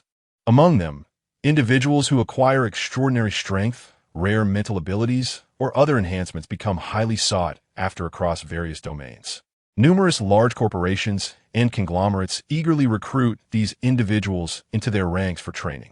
After undergoing rigorous professional training, these individuals possess capabilities far superior to those of someone like Long Gu. However, cultivating a competent, enhanced individual is an endeavor that demands substantial financial resources. Primarily, enhanced individuals require the consumption of vast amounts of magical crystals. These companies have developed a device capable of extracting energy from magical crystals to supply the enhanced individuals. With this refined energy, enhanced individuals face the terrifying instances with a significantly increased chance of survival. Moreover, these individuals are not only stronger but also more ruthless, resorting to any means necessary to achieve their goals. After a brief moment of contemplation, Long Gu gritted his teeth and said, "Well, this fellow cannot be stopped. However, it would not bode well for us to simply concede." Lao Si immediately grasped Long Ji's intention and whispered, "Then let us exchange some resources, perhaps magical crystals or items. At the very least, we should recoup the expenses we incurred on ammunition." Long Gu nodded in agreement. "Lao Si, your mind is sharp. I entrust this task to you." Without delay, Lao Si acknowledged and, accompanied by a few brothers, set off in pursuit of Song Qing. Following this, Long Gu pulled out a walkie-talkie. Pondering for a moment before a thought struck him. A nameless, enhanced individual causing me trouble and a company draining my resources. Humph, since they are beyond my capacity to handle. Let them contend with each other. With this in mind, Long Gu activated the walkie-talkie and spoke into it. "Boss, we've encountered a formidable adversary, stealing our prey. He is a young man." Whoosh! Song Qing released a shadow arrow, striking the fifth flesh mountain with precision. Ding! Killed level 10 evil spirit flesh mountain 1. Experience gained 1000. Spirit power gained 100. Current spirit power is full. Ding! Host experience is full, leveled up to level 5. Unlocked new skill. Multiple arrows consumes 3 times the spirit power, allowing simultaneous attacks on 3 enemies. Upon hearing the upgrade notification, Song Qing's heart leapt with joy. What a swift upgrade. He's already at level 5. The Flesh Mountain indeed proves to be an unparalleled source of experience. Moreover, unlocking the new skill, Multiple Arrows, signifies that he can eliminate multiple monsters in the shortest time possible. He firmly believes this skill is one of the best abilities for archers in the game. After extracting the Eye of the Evil Spirit and a magic crystal from the Flesh Mountain, Song Qing opened his personal panel to review his current status. Host, Song Qing's Spirit Power, 500 level 5 Demon Hunter, Experience Points, 4,405,000, Evil Spirit Slain, 15 current equipment. Apprentice Demon Hunter Crossbow, upgradable, LV5 Black Iron Crossbow. Apprentice Demon Hunter Cloak, upgradable, LV5 Black Iron Cloak. Current skills, Shadow Arrow, multi-arrow. Upon surveying the information, a wave of joy washed over Song Qing. He was pleasantly surprised by the commendable speed of his level up. I wonder what level Dudu is at now. He then proceeded to check Dudu's information. LV2 Saint, Song Dudu, an adorable little one, possesses immunity to mental attacks. Skill 1, Spirit Power Aura passive skill. Within a 1 meter radius, it can double the spirit power recovery of allies. Skill 2, Purification Active Release, capable of dispelling abnormal mental states within the target. Upon reading the information, Song Qing was initially taken aback. Despite his own advancement to level 5, Dudu remained at level 2, lagging considerably in progression. However, upon discovering that Dudu had awakened a second skill and a passive ability, his heart soared once more. The spirit power aura appeared somewhat trivial at present, primarily relying on the spirit power obtained from slaying evil spirits. Fortunately, the Flesh Mountain provided pure experience, ensuring he did not lack spirit power and remained in a fully charged state. Yet the new skill, Purification, was truly remarkable. The ability to dispel mental abnormalities was precisely what Song Qing desired. In such a harrowing dungeon, the most terrifying entities were not those blood-soaked monsters wielding various lethal weapons, but rather the malevolent spirits that inflicted psychological torment. They often appeared unpredictably, invading when human defenses were at their weakest, even possessing individuals. This insidious ability of the evil spirits, being invisible and intangible, was what troubled Song Qing the most.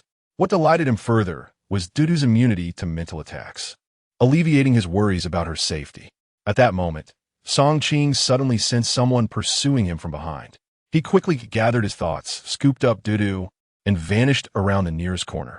When Lao Si and his companions caught up, they were startled by the cold barrel of a gun pressed against Lao Si's neck, causing his hair to stand on end. "Brother, don't shoot, it's me," Song Qing demanded coldly, gun in hand. "You've been following me stealthily for quite some time. What do you want?" Lao Si promptly raised his hands in surrender.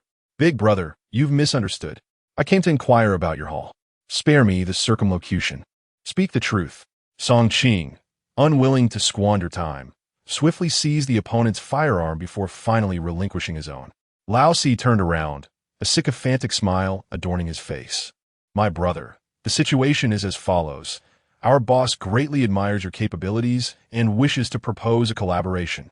And then we all join forces, and in return, we shall provide you with the locations of the malevolent spirits. You can simply share a portion of the spoils with us." Observing Lao Si's cunning demeanor, Song Qing couldn't help but chuckle. "Do you truly believe I require your partnership?" The other party suddenly found themselves in an awkward predicament. Well, as the saying goes, a good man is aided by 3 companions. We are genuinely sincere, and I am aware of the locations of 2 remaining malevolent spirits. Song Qing raised his hand, interrupting the flow of Lao Si's words.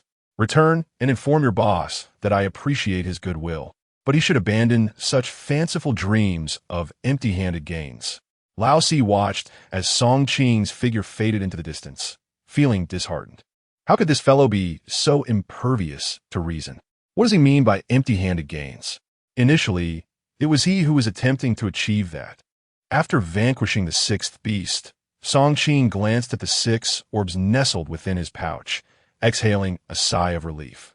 With only 10 minutes remaining until midnight, we should be able to return to the fairy kingdom with the 7 orbs before the tolling of the bell.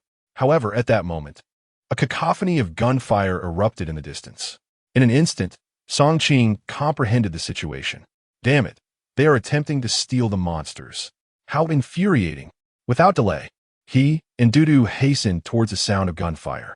Chapter 13. I hope you recognize good intentions, as Song Qing had yet to arrive at his destination. A violent explosion erupted at the location of the final meat mountain evil spirit. However, this sound was entirely different from the self-detonation of the meat mountain. It was evident that someone had employed a more lethal weapon.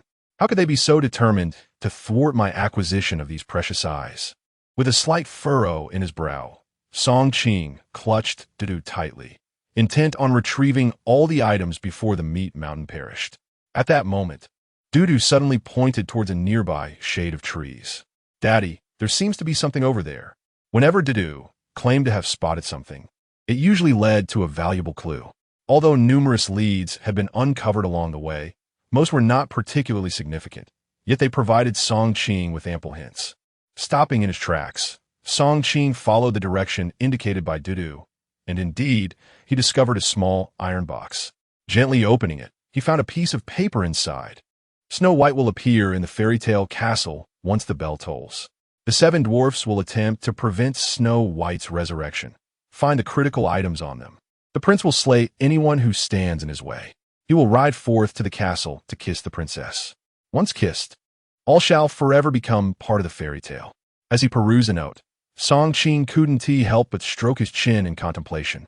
Once the death knell rings, Snow White will materialize in the kingdom of fairy tales. Could it be that Dudu is Snow White? The 7 dwarfs must represent the 7 meat mountains, and the eye of the evil spirit is undoubtedly the crucial item. The prince will eliminate anyone in possession of the eye of the evil spirit, signifying that whoever holds it is marked for death. The prince must be the evil knight, destined to ride to the kingdom to kiss Snow White. This implies that if Dudu fails to acquire the 7 eyes, she cannot protect herself, and the mission will be doomed. Upon concluding his analysis, a smile crept onto Song Qing's face. In that case, the items on the meat mountain will become hot potatoes. I need not worry anymore. Subsequently, he glanced towards the distant location where the final meat mountain was expected to appear. Since these individuals desire to seize it, let them have it. At that moment, Brother Long stood before a young man, observing as he directed a group to unleash a barrage of heavy firepower against the meat mountain evil spirit. How's my firepower? Is it sufficient? Brother Long's lips twitched. Strong, truly strong. Yet inwardly, he cursed the other man vehemently. Sun Wang, how could you possess such firepower and keep it hidden from me, causing the loss of several of my brothers? Then, Sun Wang lit a cigarette and inquired those around him, by the way, where's that kid? One of his subordinates hastily replied, it seems he left, probably frightened by our overwhelming firepower. Ha ha ha, he's really a coward. Qin Long, didn't you say that kid was some sort of enhanced individual? Is this all he is capable of? Qin Long forced a smile, perhaps. Perhaps we misjudged the situation. Sun Wang exhaled a plume of smoke. However, this fellow does possess some skills. He probably hasn't joined any company, which is why he dares not provoke us. He then turned to Qin Long. You interact with him more frequently. If you can recruit him to our company, I'll reward you handsomely. Qin Long paused in surprise, but Mr. Sun, didn't we agree not to venture into the realm of enhancers? Sun Wang chuckled with satisfaction. Our company currently has ample funds and a surplus of magic crystals. We can certainly afford to support an enhancer. Later, we can sell this enhancer to other companies. Just imagine the profit. Upon hearing Sun Wang's scheme, Qin Long felt a wave of astonishment. Although he was merely a minor leader in the Hunter Company, he had certainly heard tales of the formidable nature of enhancer firms. If they truly managed to recruit Song Qing and invested a considerable amount of magic crystals to cultivate him into a competent enhancer, selling him to those enhancer companies would undoubtedly propel their firm to the forefront of Nanshur City. This thought stirred a mix of emotions within Qin Long. After years of dedicated service to Sun Wang, risking life and limb, he found himself perpetually excluded from the core of the company. He had initially intended for Song Qing and Sun Wang to engage in mutual destruction, but Song Qing had not taken the bait. However, Sun Wang's suggestion had awakened a realization in him. Song Qing was an enhancer. Cultivating a good relationship with him could yield significant benefits. Since he was unworthy of being Song Qing's adversary, he might as well aspire to be a friend. Thus, Qin Long feigned interest in Sun Wang's plan while contemplating how to mend his relationship with Song Qing. Just then, a sudden cheer erupted from a distance. "Boss, the fat demon has perished." Upon hearing his subordinate shout, Sun Wang excitedly tossed his cigarette to the ground, abandoning his grandiose plans with Qin Long. "Get the magic crystals and the eyes. Right away, boss." However, at that moment, the massive figure of the fat demon suddenly exploded. With a deafening roar, those nearby were instantly obliterated. A rain of blood fell within the explosion's radius.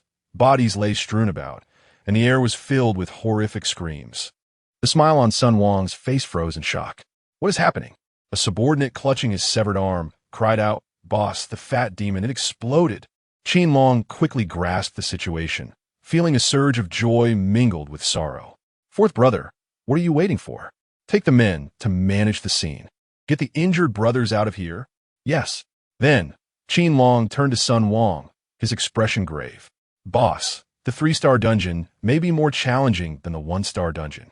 Enraged, Sun Wang erupted in curses, yet found himself utterly powerless. Fortunately, someone had obtained the eye of the evil spirit and the magic crystal, which brought him a slight sense of comfort. At this moment, Song Qing had arrived downstairs in the fairy tale kingdom with Dudu. Suddenly, a series of system notification sounds echoed in his mind. "Survivor 1, Survivor 1. The continuous alerts caused Song Qing to lose his composure instantly. 8 people had perished? How could this group be so careless? Although they were still far from the 50% mark, it was only the beginning, and already 10 lives had been lost in less than a night. Moreover, as time progressed, the challenges would escalate, leading to a dramatic rise in mortality rates. Song Qing was genuinely concerned that too many casualties would result in his mission's failure. It seemed that action was required. Thus, he took out the walkie-talkie, adjusted the frequency, pressed the button, and spoke. "Brother Long, I have some unfortunate news for you. At midnight, when the bell tolls, the night of the evil spirit will emerge, and it will slay all those who bear the eye of the evil spirit. Therefore, I hope you take heed and hand over the eye to me. Otherwise, you shall regret it." Chapter 14. The woman in red in the coffin. At this moment, Sun Wang stood beside Qin Long, clearly hearing Song Qing's voice emanating from the walkie-talkie. "Is this the voice of that brat?" Qin Long felt a tinge of embarrassment. He had intended to maintain a direct line of communication with Song Qing, only for the latter to approach him directly.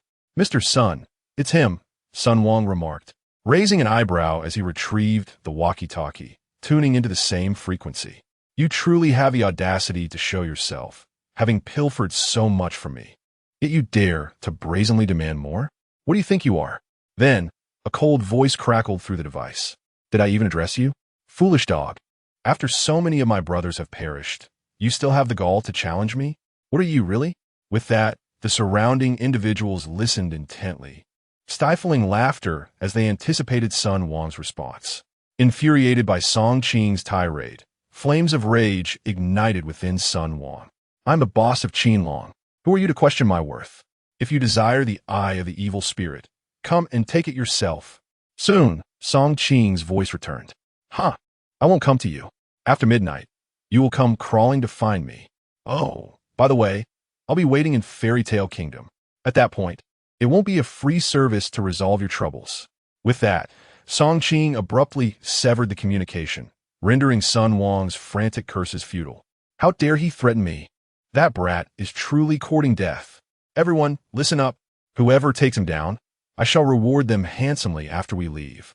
However, after this proclamation, the crowd collectively rolled their eyes. Here we go again, with his grandiose promises. Is this really effective? Though Sun Wang did not expect anyone to assist him in dealing with Song Qing at that moment. He is still inside, boasting that the midnight bell will toll. I believe him not. Qin Long, Lead your men to continue searching for any potential evil spirits nearby. Let none escape. Qin Long acknowledged, then called to the fourth brother. Gather the brothers. Despite his commanding tone, Qin Long harbored concerns about the truth behind Song Qing's words. Mr. Sun, do you really think that Brad is speaking the truth? Sun Wang looked at Qin Long as if he were a simpleton. Are you out of your mind? Can't you see through such childish play? But it's almost midnight. Qin Long expressed his apprehension, wanting to suggest they wait a moment. Yet, Sun Wang, brimming with impatience, retorted, Am I the boss, or are you? Spare me your chatter. Get on with exterminating the evil spirits. The more we eliminate, the more magical crystals we'll acquire. Don't waste my time in pursuit of wealth. Seeing Sun Wang obstinate and unyielding, Qin Long could only grit his teeth and depart. The fourth brother and his group huddled around Qin Long Brother Long. Where shall we go to slay monsters? Qin Long surveyed the surroundings, muttering under his breath, Slay what nonsense. We're all on the brink of death. Once this is relayed, no one is to move without my command. Old C was taken aback and, glancing around furtively, inquired Brother Long, Have you heard any rumors? Qin Long sighed, I fear that at midnight, danger may truly arise. There's not much time left. Everyone, be vigilant. Do you truly believe that fellows claim about the death knell ringing and the malevolent night coming to hunt those bearing the evil spirit's eye? Qin Long shook his head, uncertain of his own belief in Song Qing. At that very moment, Song Qing checked the time. It seemed these individuals would not shed tears until they faced the coffin. Very well, let them regret it later. Subsequently, Song Qing turned with Dudu and entered the castle. Jiao remained seated on the second floor, swinging her legs through the railing. However, the enormous teddy bear beside her had once again turned to stone. Upon seeing Song Qing and Dudu arrive, Jiao's face lit up with delight. Uncle, sister, you are here. Song Qing pressed his lips together, gently grasping Dudu's hand, and subtly shook his head. Be careful. Yet, Dudu appeared utterly unperturbed by Jiao's fearsome appearance, even eager to play with her for a while. Observing the longing in Dudu's eyes, Song Qing suddenly recalled that this little girl was a saint, having awakened a magical immunity skill. Very well, caution shall still prevail. Song Qing resolved to accompany Dudu, thus ensuring her protection. More importantly, he wished to discern whether Jiao was indeed the Snow White of this game. Initially unsure of how to broach the subject, Song Qing felt that Dudu would be the perfect interlocutor and quietly whispered in her ear, My dear, please help Daddy with a few questions shortly. Dudu lifted her cherubic face to meet Song Qing's gaze, nodding earnestly. Daddy, do not hesitate. Feel free to ask. With that, Song Qing no longer hesitated and whispered his inquiries into Dudu's ear. Rest assured, Daddy, I will fulfill the task, Dudu declared, then retrieved several white rabbit milk candies from her pocket and approached Jiao. Watching Dudu's retreating figure, Song Qing scratched his head. When did I buy her so many candies? Time ticked away, and midnight loomed ever closer. Before the clock struck 12, Song Qing spoke once more with Chun Feng and Wang Dazhuang, confirming that all was safe on their end, which alleviated his concerns.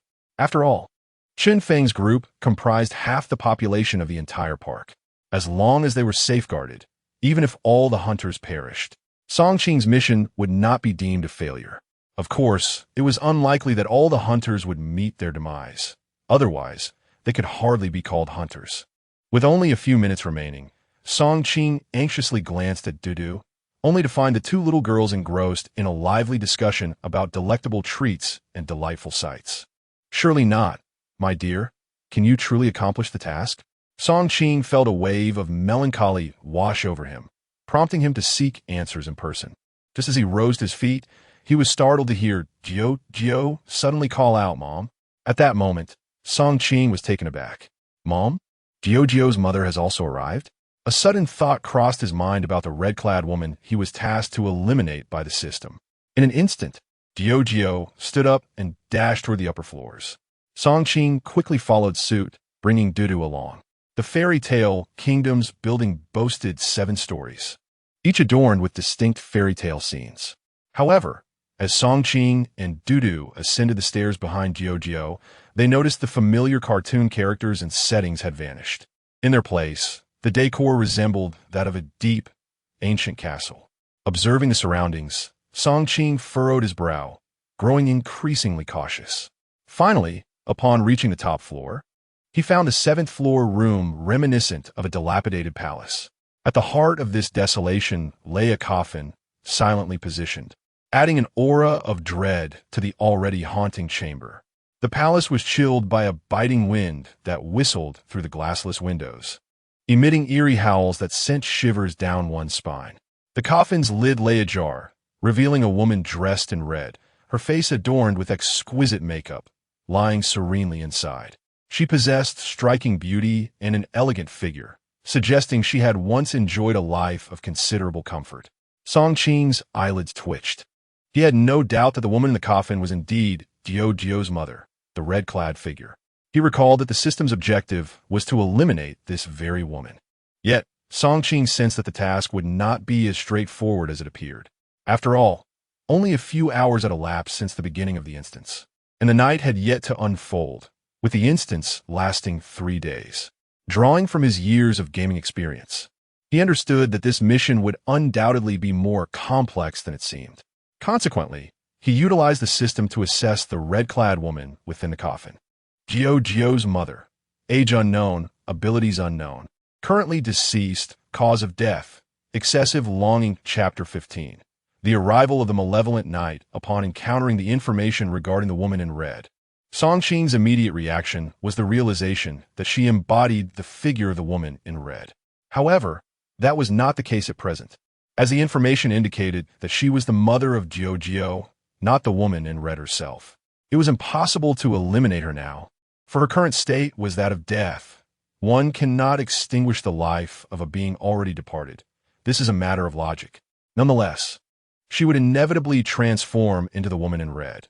It merely required a sequence of events to unfold. Thus, it became imperative to seek out clues and unravel the mystery at hand. Moreover, a crucial detail was mentioned in the introduction. The cause of the woman in red's demise was excessive longing. As a traveler well-versed in numerous horror games, Song Qing's mind instantly conjured several possibilities. Firstly, it was conceivable that the woman in red sought to celebrate her daughter's birthday through this particular quest, fulfilling some unachieved wishes. Secondly, Jiu's death might be intertwined with this amusement park, and the woman in red could have succumbed to despair following her daughter's passing, ultimately transforming into a vengeful spirit seeking retribution. Thirdly, the woman in red might desire assistance from others in uncovering the truth behind Jiu's death, seeking to clear her name or reveal the truth to the world. At that moment, Jiu knelt before the coffin, gently grasping the hand of the woman in red and pressing it against her cheek. Yet that pallid, slightly bluish hand felt chillingly cold. Just then, a melodious chime resonated from the heavens, instilling a profound sense of unease within Song Qing. Simultaneously, a blood moon rose ominously in the night sky, casting its crimson glow over the entirety of Nanshan Amusement Park.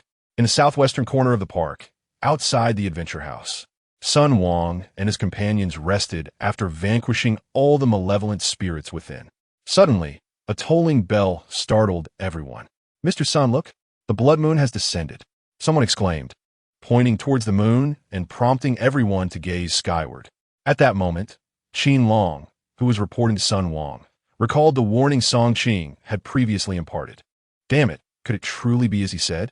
He pondered, casting a furtive glance at Sun Wang, speculating whether the latter had brought the eye of the malevolent spirit with him.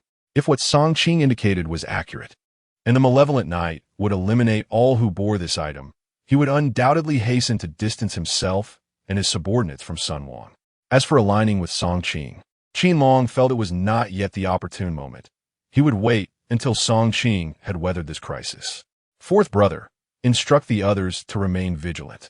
If they encounter any knights or similar malevolent spirits, retreat at once. Do not engage in combat, understood? Qin Long whispered into the walkie-talkie. Huh, what about Mr. Sun? Qin Long scoffed derisively. That fool can fend for himself. I refuse to attend to him any longer. Afterward, he glanced in Sun Wang's direction, noting that the latter was oblivious to his presence. and stealthily led a few subordinates away. As the blood moon descended, Song Qing meticulously inspected the entire fairy tale castle, primarily to familiarize himself with the locations of rooms and staircases. This knowledge would enable him to better anticipate where the malevolent spirits might strike. However, due to Sun Wang's lack of cooperation, the final task's essential item had been taken away, rendering Jiuzhou's friends unable to activate the castle's protective measures. Consequently, Song Qing had to assume the responsibility of safeguarding both the castle and Jiuzhou's mother. Should the evil knight ascend and kiss Jiuzhou's mother, the game would be irrevocably over. At that moment, a voice crackled through the intercom. Wang Dazhuang was on the line. Song Ge, we've made a discovery in the artificial lake. It appears to be the kind of evil knight you mentioned. A knight clad in armor has emerged from the water. Song Qing hastily seized the intercom, inquiring, "How many knights are there?"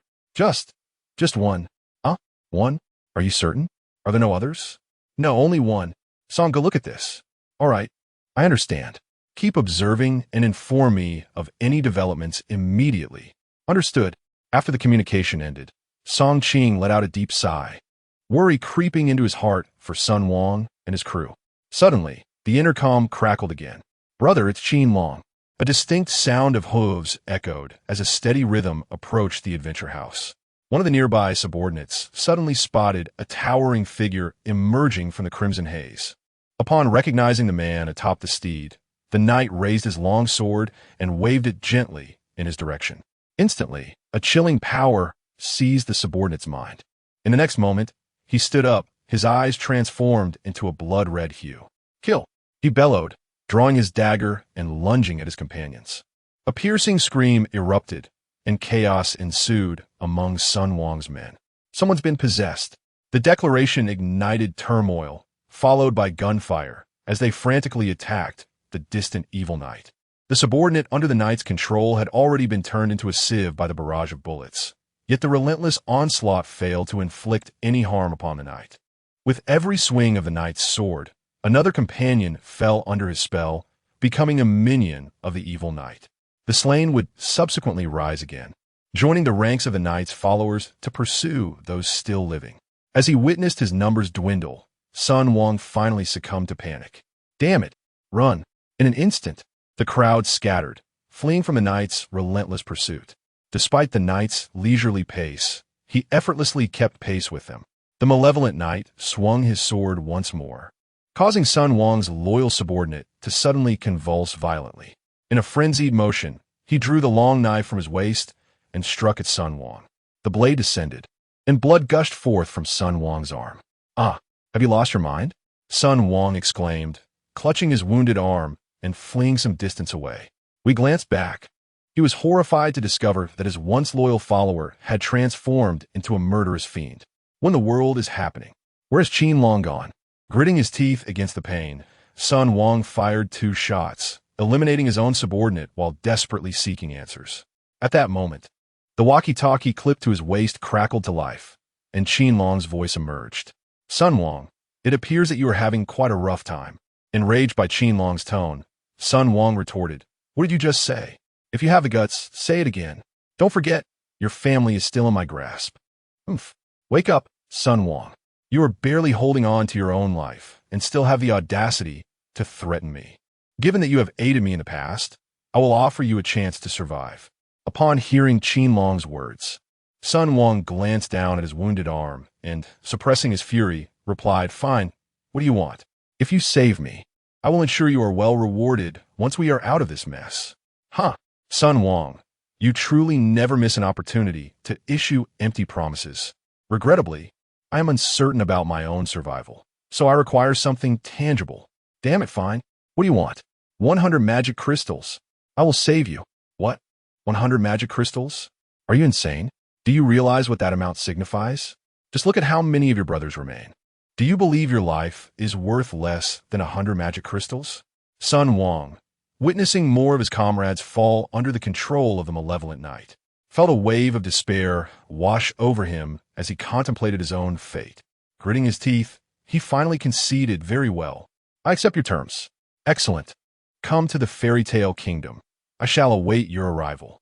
In the fairy tale kingdom, Qin Long severed the communication and turned to Song Qing. Boss Song, 100 magic crystals will be delivered by Sun Wang shortly. Are you satisfied with this arrangement? Song Qing smiled, a satisfied expression gracing his features. Not bad. Bring your people to the second floor. Chapter 16. How childish you are. The seventh floor of the fairy tale kingdom. After thoroughly inspecting his equipment, Song Qing could not help but glance over at Jiao. The little girl remained seated beside the coffin, gently holding the icy hand. Witnessing the scene, a surge of curiosity welled up within Song Qing, compelling him to wonder what had transpired with Jiao. Just as he was lost in thought, a sudden cacophony of gunfire erupted from below. Instantly, Song Qing snapped back to reality and peered out the window. To his alarm, a tide of monsters surged onto the platform below, not only comprising those humans controlled by the malevolent knights, but also the surrounding evil spirits they had summoned. The fairy tale kingdom appeared to teeter on the brink of collapse. Qin Long, save me. A frantic figure dashed toward the hall of the fairy tale kingdom. Qin Long abruptly appeared at the staircase leading to the second floor, blocking Sun Wang's path. Wait, where are the goods? Sun Wang barked, clutching his numbed arm in anger. What the hell does it matter now? Let me go up first. No, without the magic crystal, we're all going to be expelled. This magic crystal is meant for Brother Song Qing. Sun Wang suddenly recalled the unfamiliar name, memories of previous events flooding back. That kid seems to have uncovered some clue. But how can you be sure he will protect you? Qin Long coldly retorted, I don't know if he can protect me, but I do know for certain that you cannot. That's a valid reason, isn't it? You. Sun Wang fumed, yet felt utterly powerless. Fine, just remember this. You're a traitor. He then painfully handed over a card, an anonymous 100 magic crystal storage card. Any trading post will accept it. Qin Long unceremoniously took the card, inspected it, and once assured of its validity, allowed Sun Wang to ascend to the second floor. Casting a glance at the lurking evil spirits outside, Qin Long's expression turned grave. Shut the door. Several subordinates promptly secured the entrance, locking it and barricading the door with everything they could find within the room. Qin Long ascended to the top floor, presenting the magic crystal card and the evil spirit's eye to Song Qing. Everything is here. I can confirm this magic crystal card can indeed procure 100 magic crystals. Song Qing nodded, casually stowing the magic crystal card into his pocket. He then produced all the evil spirit's eyes. Phew, they're all gathered, but time has elapsed. I wonder if they will still be of use. After speaking, he approached the coffin with several evil spirits' eyes in hand. Upon hearing the footsteps, Jiao immediately turned to look at Song Qing. Uncle, you're a bit late with the delivery. Song Qing shrugged in resignation. Is it still of any use? Jiao pouted. It should be useful, but I can give it a try, though the knights outside are quite formidable. Uncle, you must also do your best. Hearing this, Song Qing let out a sigh of relief. Just as he was about to turn away, Jiao spoke up again. Uncle, if you can protect my mother, I will share a secret with you. Observing the earnestness in the other's expression, Song Qing had no doubt that she would indeed reveal a most astonishing secret. Thus, he nodded affirmatively. Very well, I shall. Hee. Little bear, I'm here to find you. Jiao seized 7 malevolent spirit eyes and stuffed them into the pockets of the little bear. Subsequently, she embraced the plush bear and began to hum a tune, though her melody resembled more of an incantation. Moments later, a cacophony of sounds echoed from downstairs, and the oversized teddy bear began to exhibit signs of revival. Jiao glanced downstairs, her face alight with joy. All right, my friend may take a while to awaken, but before he does, you must not allow that wicked knight to come up. Song Qing nodded and, accompanied by Du, made his way downstairs. At that moment, Qin Long and several others were struggling to restrain a teammate tainted by the malevolent knight. The contamination referred to being ensnared by the spirit's mental control. Once under its influence, these individuals would awaken a murderous intent, leading to a fate of inevitable demise.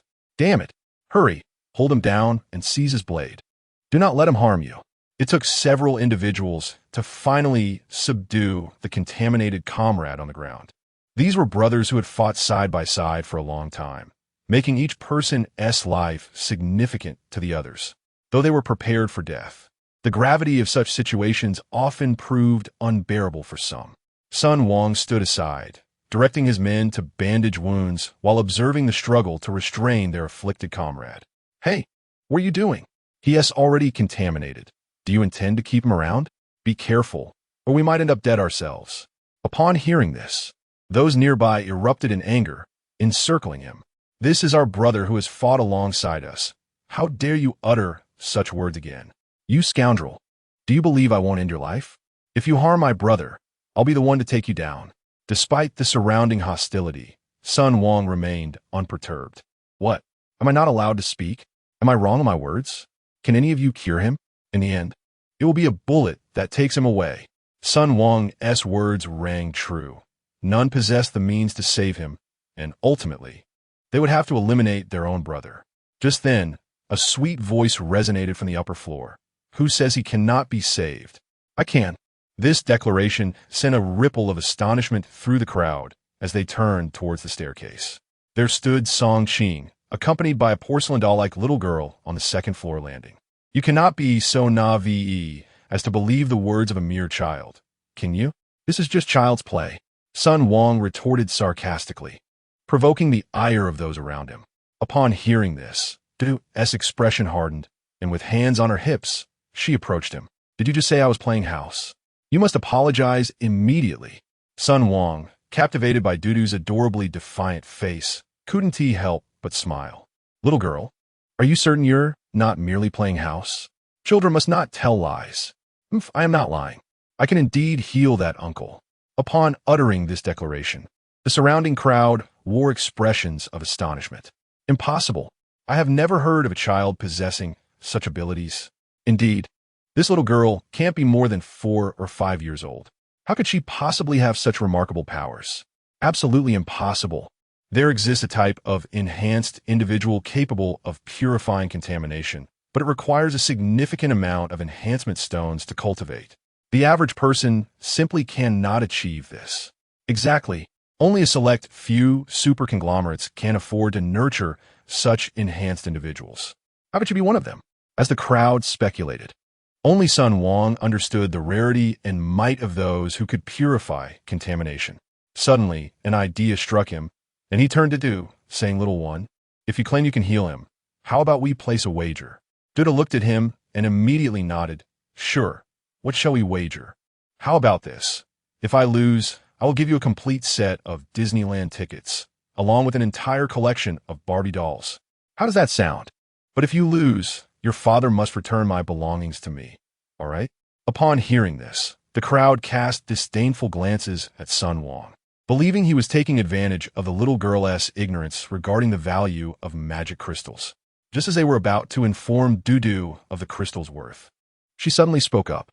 "You wicked man, your thoughts are quite fanciful. If you lose, you must give my father a complete set of those items as well. Is that agreeable?" Sun Wang twitched the corners of his mouth, but still found it hard to believe that a small girl possessed such capabilities. He nodded immediately. "Deal? Let us shake on it."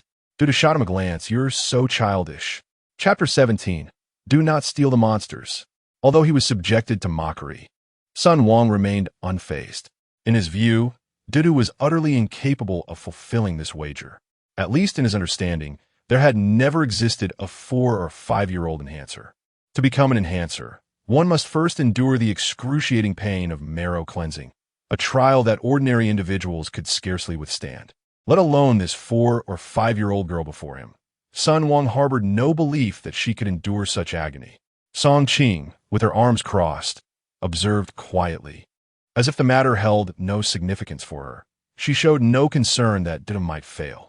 Although Qin Long felt that Dudu's earlier words could indeed be mere jest, Song Qing's demeanor instilled a sense of disbelief in him.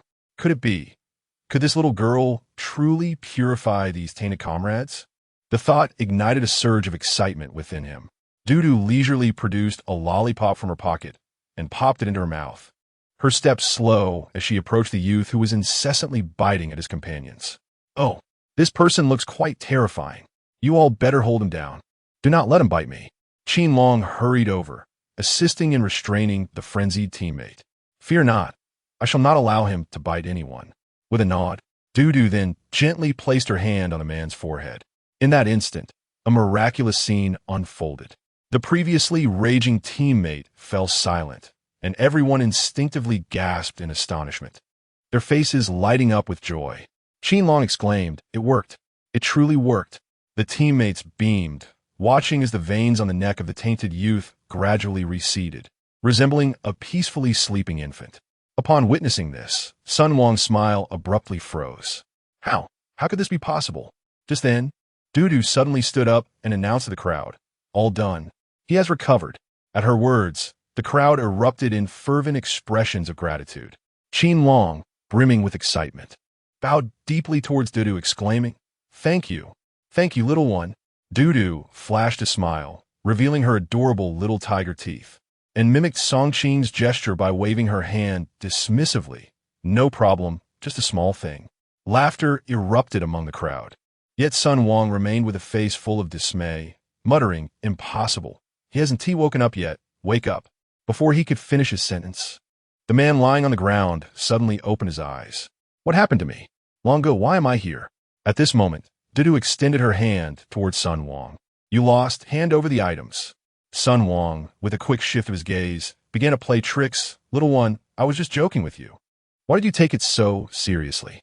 Just then, Qinlong strode forward, a glimmering dagger poised against Sun Wang's throat. "Bullying even child? Umph. If you do not comply today, I shall toss you out." Upon observing Qinlong's serious demeanor, Sun Wang, gritting his teeth, reluctantly handed over another magic crystal card, his heart aching at the loss. After the farce was resolved, Songqing stood by the window, gazing at the ever-increasing assembly of evil spirits outside. A grave expression etched on his face. "Qinlong, you must swiftly lead the others to rescue our tainted brethren." Qinlong had long desired Songqing's assistance, and with the latter's proactive suggestion, he felt a surge of gratitude. "Thank you, my brother." Songqing waved his hand dismissively, his concerns not for those individuals, but rather for the potential failure of his own mission. Thus, the group capitalized on the flaw that prevented the evil spirits from crossing the higher window ledges, successfully retrieving all team members. In an instant, Dudu's status among the group soared, gratifying the little girl's vanity. During this interval, Songqing continuously eliminated the evil spirits outside, diminishing their numbers. Yet he remained preoccupied with the escalating situation and the depleting spiritual energy. "There are quite a few monsters outside. I wonder if I can withstand this." Just then, a sudden crimson light pierced through the clouds, descending to the earth. In the vicinity of the red light, the evil spirit knight began to undergo a transformation. Its already towering stature grew even more imposing, 3 meters for meters, 5 meters. The height kept escalating, instilling an overwhelming sense of dread among all. Ultimately, the evil spirit knight reached a terrifying height of approximately 10 meters, equivalent to that of a 3-story building. My goodness, this evil spirit knight is far too large. How on earth are we supposed to combat it? Can we even defeat it? Defeat it? What a joke. At this size, our weapons might merely tickle it. Gasps of disbelief filled the air, and Songqing, his face laden with concern, activated the system's examination feature. LV-20 Evil Spirit Knight. Elite boss, formidable attack power, exceptionally swift movement, adept at utilizing skills. Special ability 1. Mental control. Inflicts chaos on the target through potent psychic abilities, allowing for control over the target. Special ability 2. Summon. Can summon 200 evil spirits to assist in battle at once. Special ability 3. Demonization. Rapidly increases in size, amplifying strength and defense, though significantly reducing mobility. Special ability 4. Death Decay. A powerful spell that, upon release, will eliminate all individuals within the dungeon. Casting requires a 10-minute incantation. Upon reviewing the details of the evil spirit knight, Songqing's composure shattered. Particularly concerning was the final skill, which evoked an overwhelming sense of helplessness. However, it was the latter statement that truly captured his attention. To kill everyone within the dungeon? At first glance, this seemed to render their situation utterly hopeless. Yet the crucial aspect was that the last skill required a 10-minute casting time. Moreover, It appears that the malevolent knight is adhering to a particular pattern, methodically unleashing its abilities, currently situated in a state of demonic transformation. At this rate, the malevolent knight is likely to charge forth with its dark minions, resorting to the death decay only when confronted with adversity. I wonder if attacking it now would yield any effect. With this thought, Song Qing redirected his aim towards the distant malevolent knight and released a shadow arrow. Whoosh! A silver gleam flashed by. To Song Qing's astonishment, the body of the malevolent knight appeared to be nothing more than an apparition, the arrow passing straight through. What? Could it be that the malevolent knight is temporarily incapable of retaliating? Pondering this, Song Qing cast another glance at the distant figure. He observed that the malevolent knight had ceased summoning dark minions. The square of the fairy tale kingdom was now teeming with various malevolent spirits. Just then, the malevolent knight abruptly raised its long sword towards the heavens. In that instant, all the aimless dark spirits in the square suddenly turned their gaze towards the fairy tale kingdom. Kill! The malevolent knight pointed its sword, and all the spirits surged forth like a tidal wave towards the fairy tale kingdom. Witnessing the overwhelming swarm of malevolent spirits, a tightness gripped the hearts of all within the kingdom. Qin Long instinctively tightened his grip on his weapon, filled with profound helplessness. Inform all the brothers to prepare. He then approached Song Qing and quietly inquired, "Brother, are we truly meant to stand our ground here? Is it not possible to retreat to other locations?" At this moment, Song Qing had already comprehended the situation, turning to face Qin Long. "You need not concern yourself with this matter. Instruct your men and Sun Wang's subordinates not to engage in combat." Qin Long, upon hearing this, thought he must have misheard. "Huh? What did you say, brother?"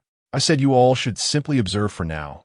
Do not interfere with my targets, and save your ammunition for that formidable adversary." Chapter 18. A level short, the subordinates were fully prepared for the impending battle. Hailing from a professional hunting company, they were well equipped to handle such scenarios. The only source of their unease was the towering figure of the 10-meter-tall evil knight. However, when Qin Long instructed everyone not to fire their weapons just yet, bewilderment washed over their faces. "What? No gunfire? But the evil spirits are approaching in droves," they exclaimed. "Indeed, Brother Long, what is going on? Please enlighten us. Are we really going to abandon this position? Is there perhaps an escape route we are unaware of? Surely, we are not abandoning our mission here, are we? Wasn't it agreed that we would come here?" Observing the growing anxiety among his comrades, Qin Long glanced towards Song Qing and then turned back to address the group. "Ahem, why all the questions? Do you doubt Brother Song Qing's abilities?" At these words, a wave of murmurs rippled through the crowd. Qin Long was acutely aware of their thoughts, yet Song Qing had already begun to speak, suggesting he had a strategy in mind. At that moment, Song Qing stood on the balcony of the second floor, his crossbow unleashing luminous arrows upon the approaching evil spirits. Ding! Level 3 evil spirit killed 1. Ding! Level 5 evil spirit killed 1. Ding! Level 1 evil spirit killed 1.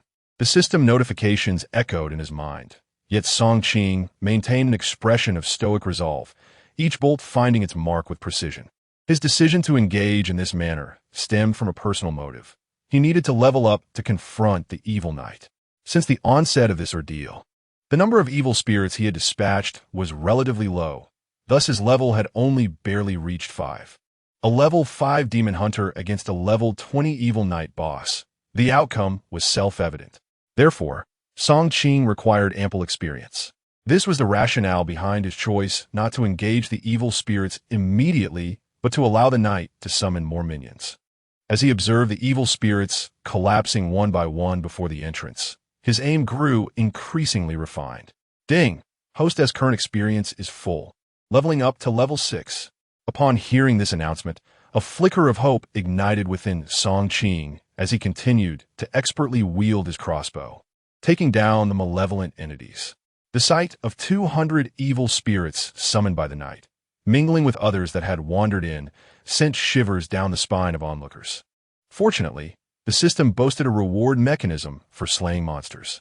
Each evil spirit vanquished not only granted experience, but also bestowed additional spiritual energy. This accounted for Song Qing's relentless capacity to hunt the evil spirits outside. Dudu stood at Song Qing's side, munching on a lollipop, persistently alerting him to the presence of evil spirits attempting to breach the fairy kingdom from various angles. Ding! Hostess current experience is full. Leveling up to level 7. Ding! Hostess current experience is full. Leveling up to level 8. As time progressed, the number of evil spirits below diminished at a visibly rapid pace. The individuals stationed on the first floor were utterly astonished. Goodness, it appears we are not needed after all. I fretted for nothing. My word, this augmented being is truly formidable. It surpasses our firearms in effectiveness. After all, it is specifically designed to combat malevolent spirits, wielding far greater lethality than any gun. Moreover, it is inherently powerful. I find myself envious. To become an augmented being would indeed render this lifetime worthwhile. Qin Long, cigarette in mouth, exhibited a glimmer of envy on his face. However, upon spotting the distant, dazed spirit knight, a profound unease surged within him. It seems he wished to spare us the expenditure of ammunition. Yet, I wonder if we are capable of confronting this behemoth. At that moment, Qin Long suddenly noticed a sneaky figure making its way into the room behind him. He scrutinized closely and immediately recognized the individual. What is that rascal Sun Wang up to? With that thought, he stealthily followed. Arriving at the door, Qin Long peered inside and observed a figure struggling to climb towards the window. So he intends to flee. Consequently, Qin Long prepared to push open the door and pursue him. Meanwhile, on the upper floor, Song Qing took advantage of the temporary retreat of the malevolent spirit below to check his level. Level 9, yet still no new skills? As he pondered, a system notification resonated in his mind. Host will unlock job change upon reaching level 10. A powerful specialized skill will be obtained post-transition. Upon hearing this, Song Qing was momentarily taken aback, followed by a surge of elation. Ha! I knew it. I was certain that reaching a certain level would yield rewards. Indeed, there's always a way out. This was the moment he had been anticipating, having utilized his skills for so long and gained a solid understanding of their damage potential. With his current 2 skills, it would be nearly impossible to contend with the distant spirit knight. Song Qing believed that the game designer would not introduce inconsistencies at such a critical juncture. There must be a solution embedded within the system. As expected, he was correct. Level 10. I must hasten to attain it. Without further hesitation, Song Qing raised his arms once more and began to shoot at the malevolent spirits below. One by one, they fell to the ground, and the spirits in the small square diminished at a visibly rapid pace. When the last spirit was eliminated, only a single spirit knight remained in the entire square. Song Qing was momentarily taken aback and immediately checked his status bar.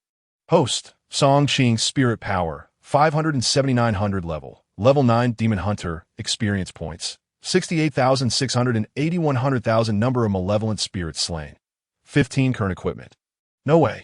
I still need 40,000 experience points. Don't jest with me. Just then, the distant spirit knight suddenly stirred slightly. Everyone bore witness to this scene, their hearts enveloped in a profound tension.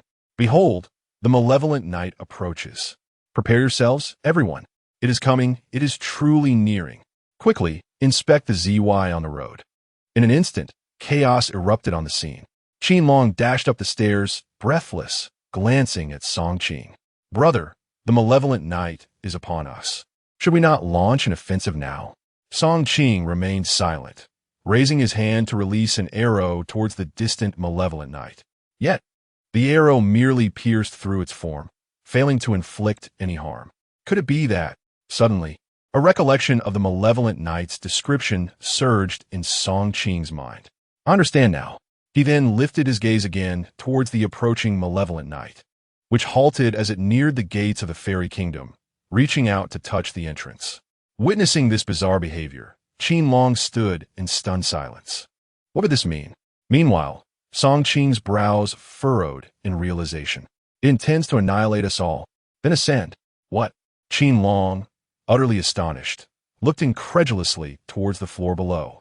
In a swift motion, Song Qing scooped up Dudu and turned to Qin Long, declaring, "Inform everyone, unleash all firepower.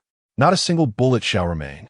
The other, momentarily taken aback, observed Song Qing leap from the windowsill, then quickly reacted, shouting downwards, "Open fire! Unleash all firepower!" Chapter 19. Transition to the night. Demon Hunter Song Qing sprinted towards the artificial lake, accompanied by Dudu. At that moment, the voice of Wang Dazhuang crackled through the intercom. "Brother Song, several malevolent spirits have emerged from the lake." "Understood," Song Qing responded, already reaching the shore of the lake. "Dudu, stay here and wait for Daddy, all right?" Dudu looked up at Song Qing with innocent eyes. "Daddy, are you going to slay many monsters?" "Indeed. Time is of the essence. I must hurry."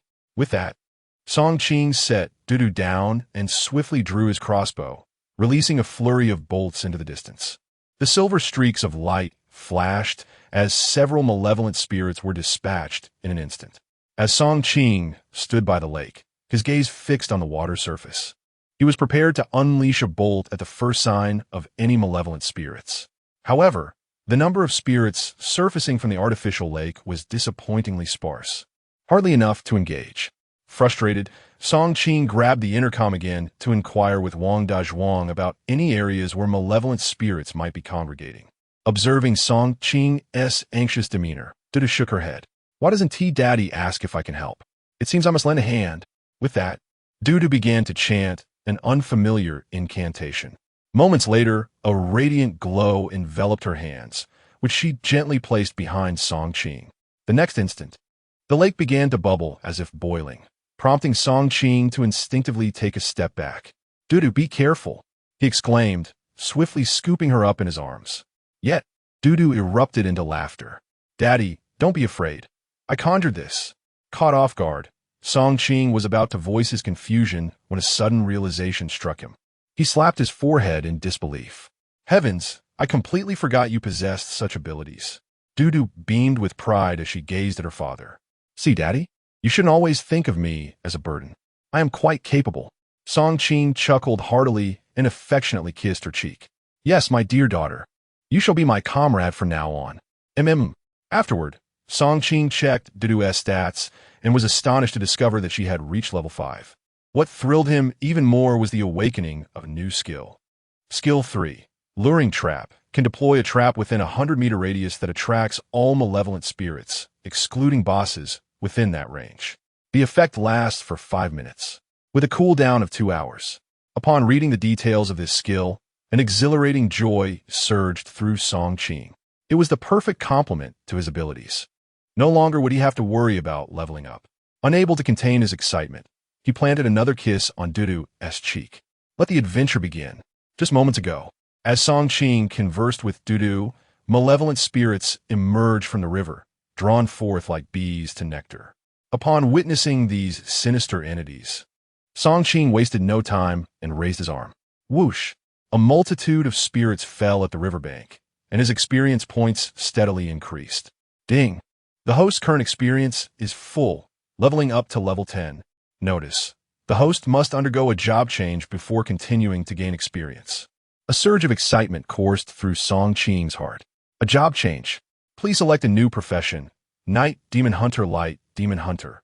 Song Qing paused momentarily, then perused the descriptions of the two professions. Night Demon Hunter, focused on stealth, single target burst damage, and high offensive capability, wielding melee weapons that deliver formidable attacks. Ideal for soloing bosses.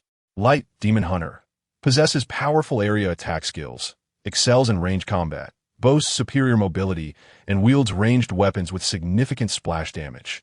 Perfect for farming experience for minor foes. After reviewing these options, a wave of disappointment washed over Song Qing. Alas, this job change seemed to shatter his aspirations. It appeared that he had but one viable choice. What a pity it was that he could not select both. Host. Upon reaching level 100, you may choose a secondary profession to enhance your abilities. Oh, so that is how it works? Understanding dawned upon Song Qing, and the slight disappointment in his heart was finally alleviated. I choose the Night Demon Hunter. Initiating job change. Please wait a moment. Moments later, Song Qing felt an overwhelming surge of power. His body became more agile, and his strength multiplied. Job change successful. Host primary profession is now Night Demon Hunter. Acquired primary weapon, Night Demon Blade 1. Acquired exclusive skill for Night Demon Hunter. Bloodstrike Ambush. Acquired a complete set of basic equipment for Night Demon Hunter. The series of notifications left Song Qing utterly exhilarated.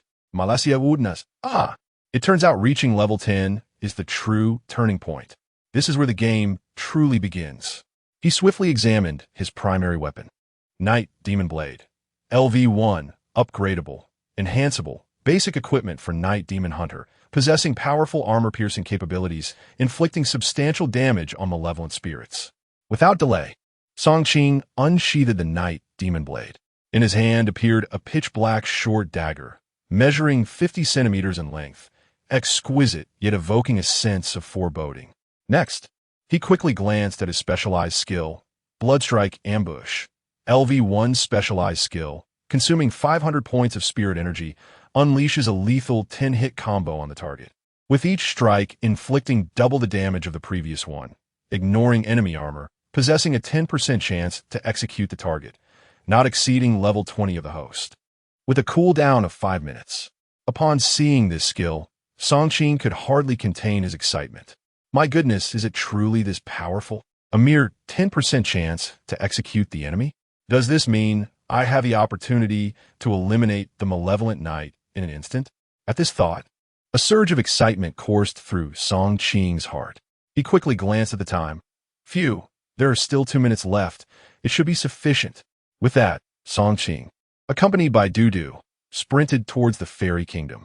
At that moment, the ammunition of everyone within the fairy kingdom had nearly been depleted. Dragon Brother, what shall we do with insufficient bullets? Indeed, Dragon Brother, I too have run out of ammunition. What are we to do? We cannot resort to blades, can we? Look, the crimson moon in the sky appears to shine even brighter. Surely, we won't face any dire consequences, will we? Having finished the last magazine in his hand, Qin Long displayed a look of resignation upon his face. As he gazed at the blood moon overhead, a wave of helplessness washed over him.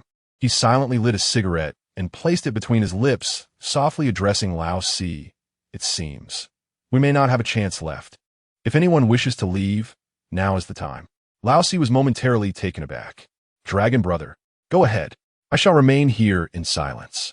A tumult of emotions swirled within Lao Si, leaving him distressed, yet utterly powerless. He notified the others to prepare for evacuation, but none moved. They all understood that escape was no longer an option. Qin Long sighed, casting his gaze into the distance, still failing to spot Song Qing. Just as he was about to turn away, a flicker of light caught his peripheral vision, seemingly a person. Upon closer inspection, he noticed that the individual appeared to be cradling a child in their left arm. Is it him? What would he possibly intend to do? Chapter 20. Slaying the boss before long. Song Qing, wielding a short dagger, stealthily positioned himself not far from the Abyssal Knight. However, the moment he revealed himself, all the latent power within him erupted. A surprise blood strike.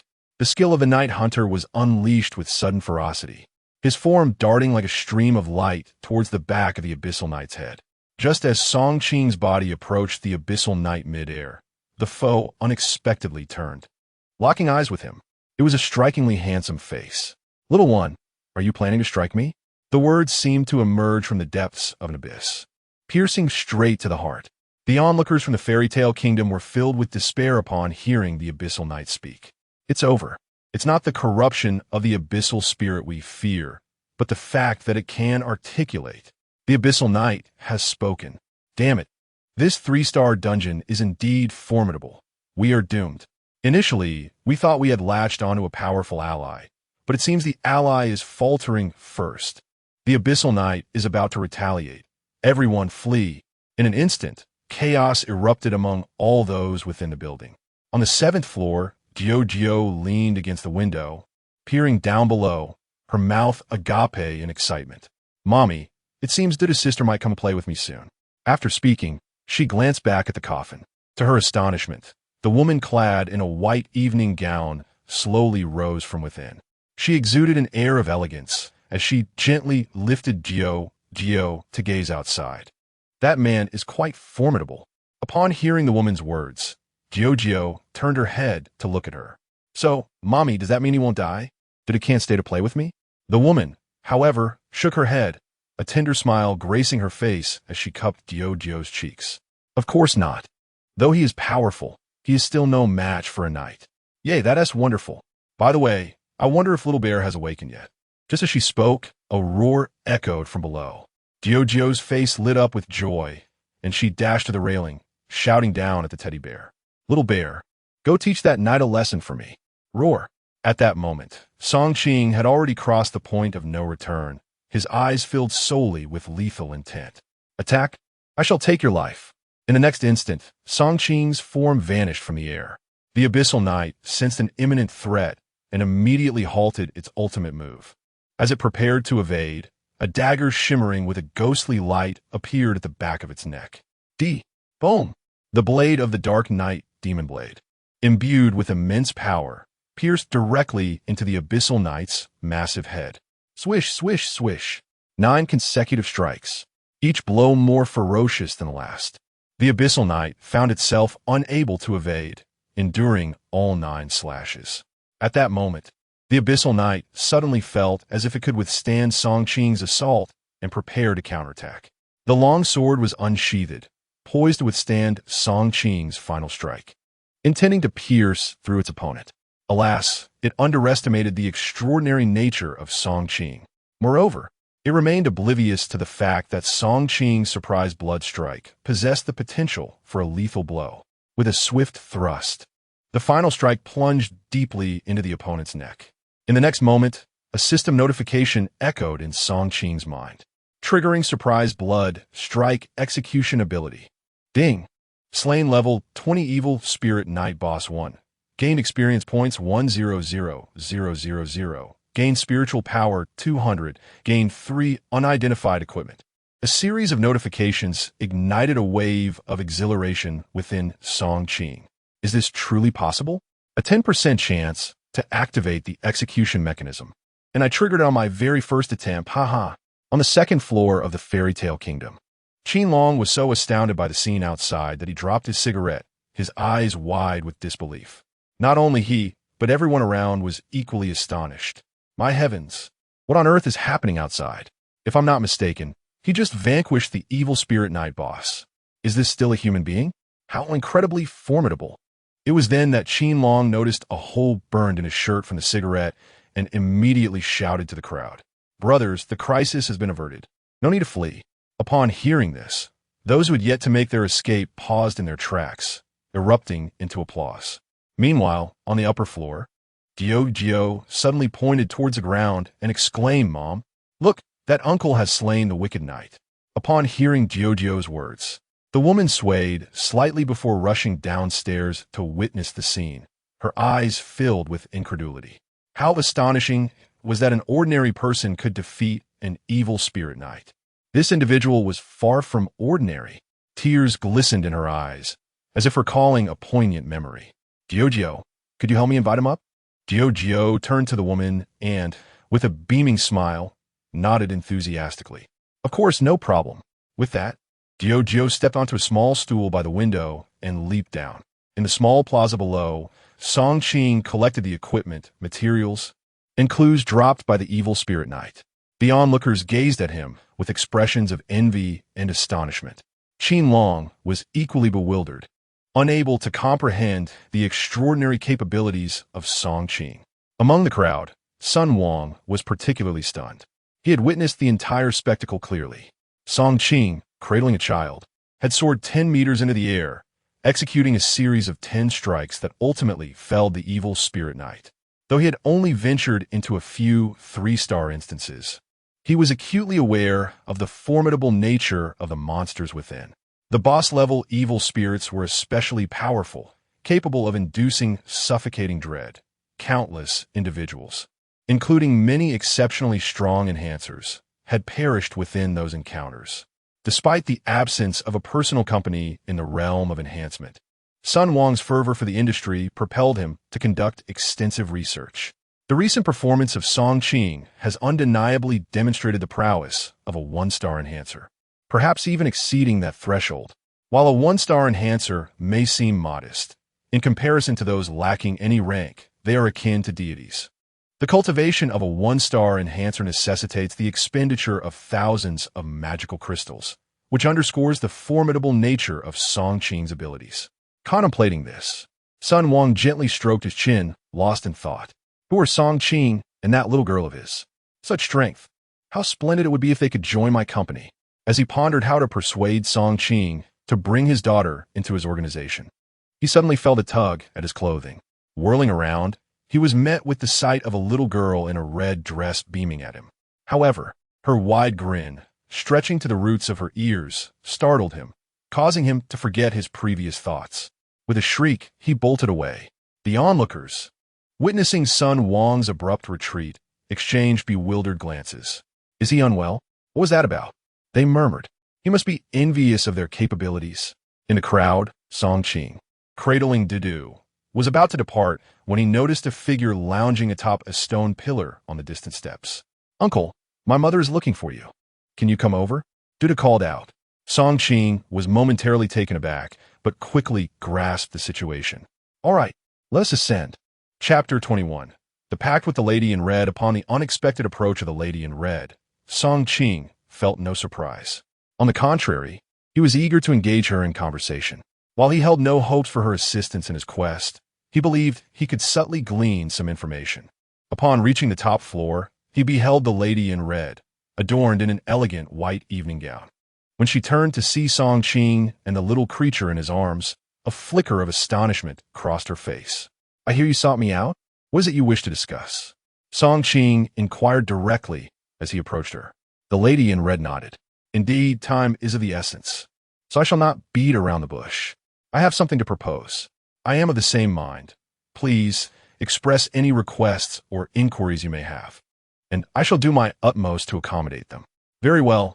I wish to collaborate with you. Taken aback by her words, Song Qing hesitated. Collaborate? How so? What could we possibly work on together? With a resigned sigh, the lady in red glanced towards the little creature beside him. I wish for you to end my life. Stunned, Song Qing responded, What do you mean? You want me to kill you? Given your current state, it seems impossible. The lady in red, surprised that he recognized her current invulnerability, explained, Indeed, you cannot kill me in my present form. However, I seek for you to end my life in my vengeful spirit state. Vengeful spirit? Yes. This tale is quite lengthy. Ever since the little creature met its tragic fate in this park, I have been searching tirelessly for resolution. Ultimately, my grief consumed me, leading to my demise. Yet, my overwhelming resentment tethered my spirit to this place, transforming me into a vengeful ghost.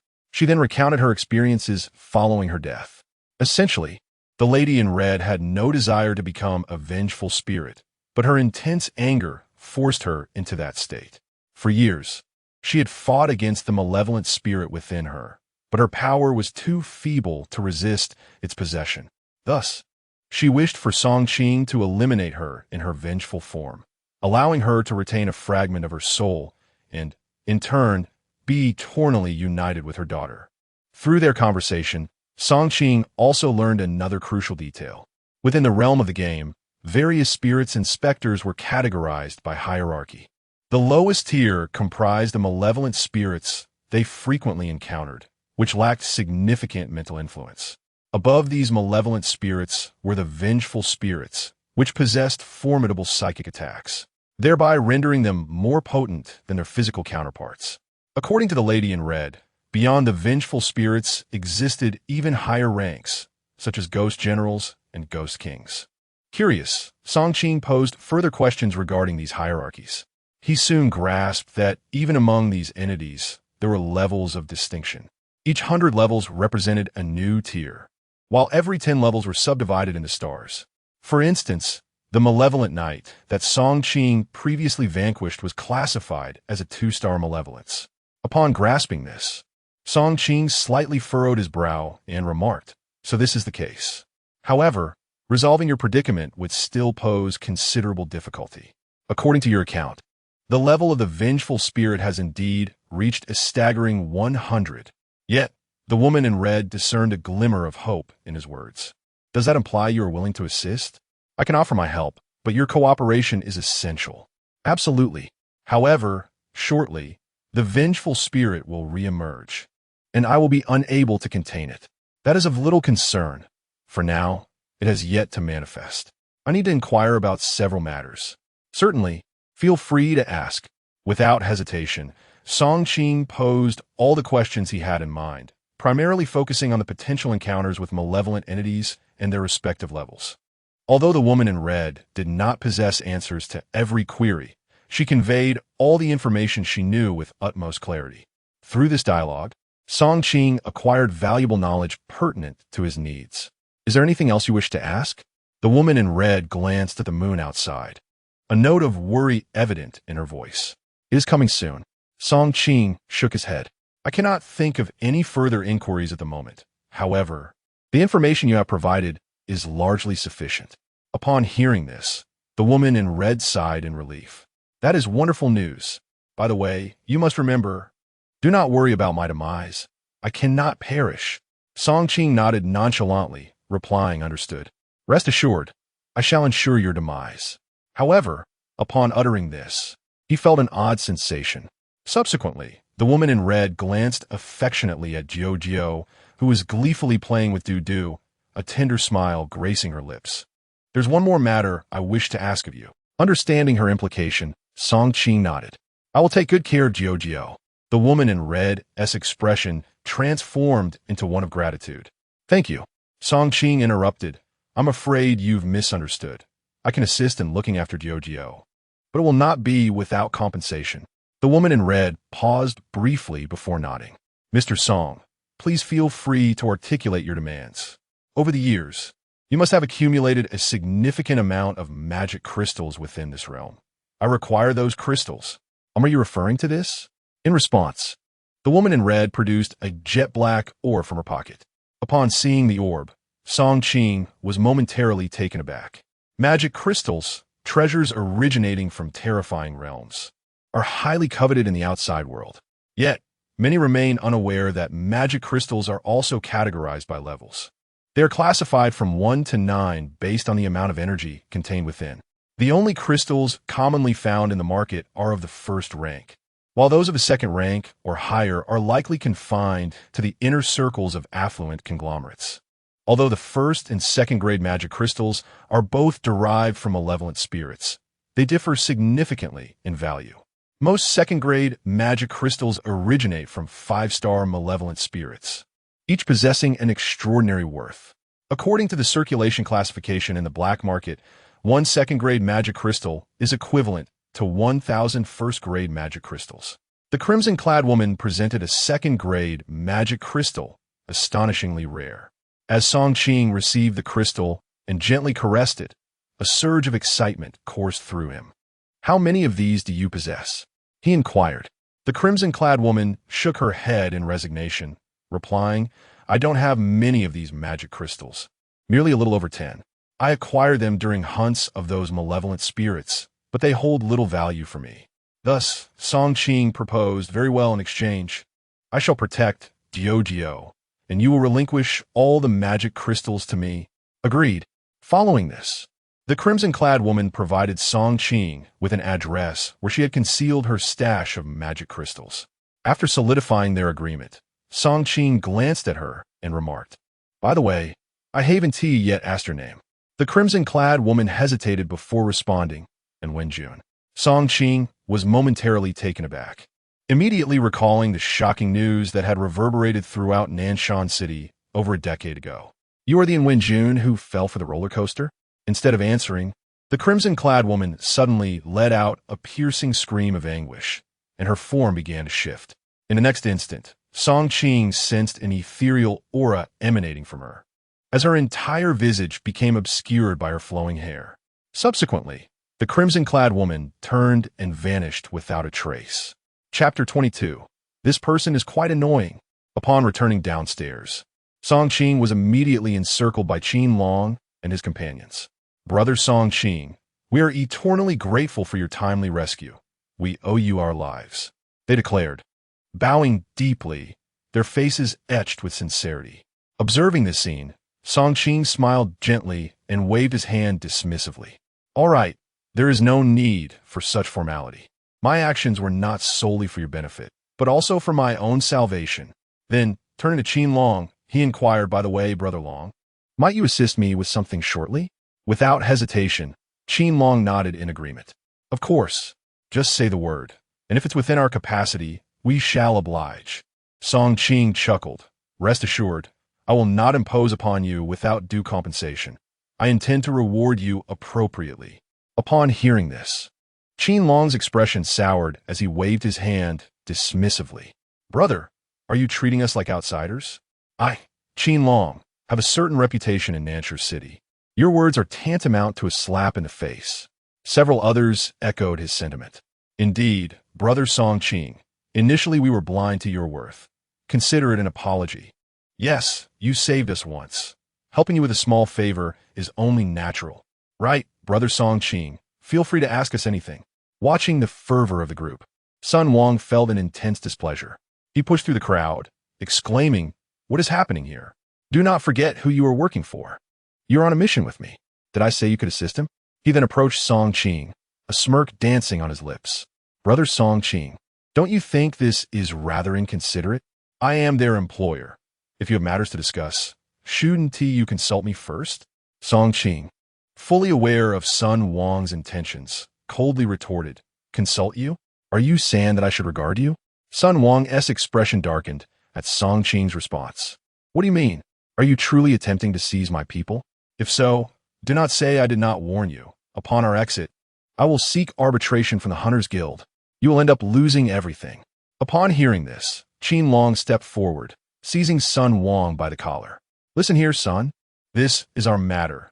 We will fulfill the tasks you requested, but why do you act in such a manner? Instead of being incensed by Qin Long's reaction, Sun Wang appeared pleased by it. What is this? Are you afraid? Heh, do not forget, it was you who approached our company. Your name is inscribed in the contract. Once we enter the instance, all actions are at my command. After his declaration, Qin Long's anger boiled over. Son, are you even human? Brother Song Qing just saved us. How can you act in this way? Sun Wang, however, remained utterly unconcerned. You can do as you please, regardless, if you refuse to heed my words. When we exit the dungeon, your possessions and wealth shall belong to me. Furthermore, you shall be expelled from the Hunters Guild and find yourselves devoid of employment.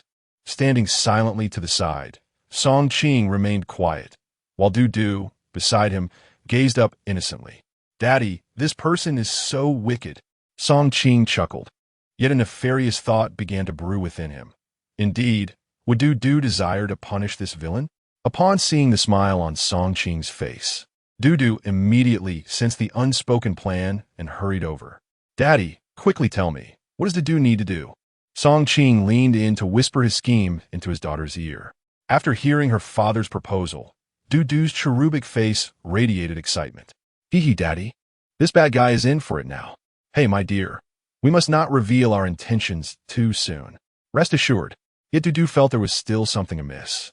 Song Qing raised an eyebrow in curiosity. Oh, do you have a better idea, Du?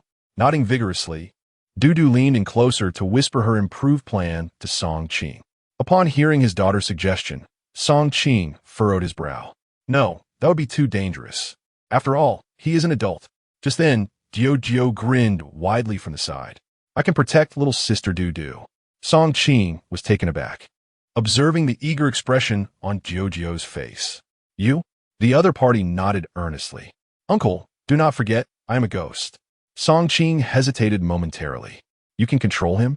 Yes, I can control him for a short time. Du tugged at Song Qing's arm, pleading, Daddy, please let me go. With no other option, Song Qing relented. All right, but you both must be extremely cautious. Haha, understood, Daddy. Subsequently, Song Qing rose and turned to Sun Wang. Mr. Sun, how about we collaborate? What do you say?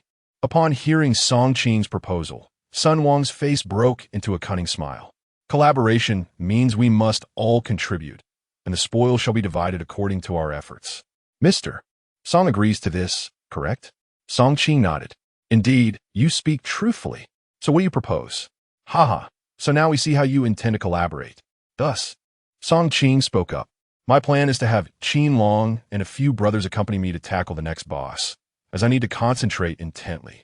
Therefore, I wish for my daughter to remain within your team." Upon hearing Song Qing's words, Sun Wang's heart swelled with elation. "Ha! Fortune has smiled upon me. Just as I was contemplating how to take this little girl away, you deliver her to me on a silver platter? You truly understand me. If this were to sell to the consortium, would that not grant me the capability to venture into the realm of enhancements?"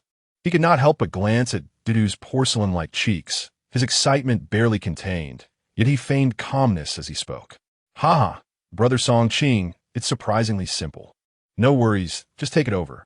Leave the child to us, and you can rest assured. As for the spoils, we shall discuss that later." Observing Sun Wang's demeanor, Qin Long could not help but lean closer to Song Qing and whisper, "Brother Song Qing, is this not a bit inappropriate? This fellow is aware of your daughter's abilities." Song Qing, however, waved his hand, speaking with conviction. "Since we are in a cooperative relationship, how could I harbor doubts about my partner? Let us not dwell on this." Seeing Song Qing's expression, Qin Long revealed a look of helplessness. He wished to say more, but then he noticed Song Qing gently patting Duda's arm. "Dear daughter, you'll accompany that uncle shortly, all right?" Chapter 23. Narrow Paths of Enmity after vanquishing the first boss. The malevolent night, a few hours of respite awaited. However, Song Qing had no intention of resting.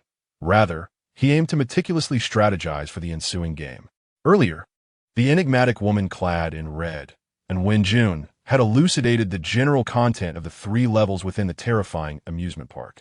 While she was uncertain about the final stage, she had already traversed the first level, thus offering insights into the second.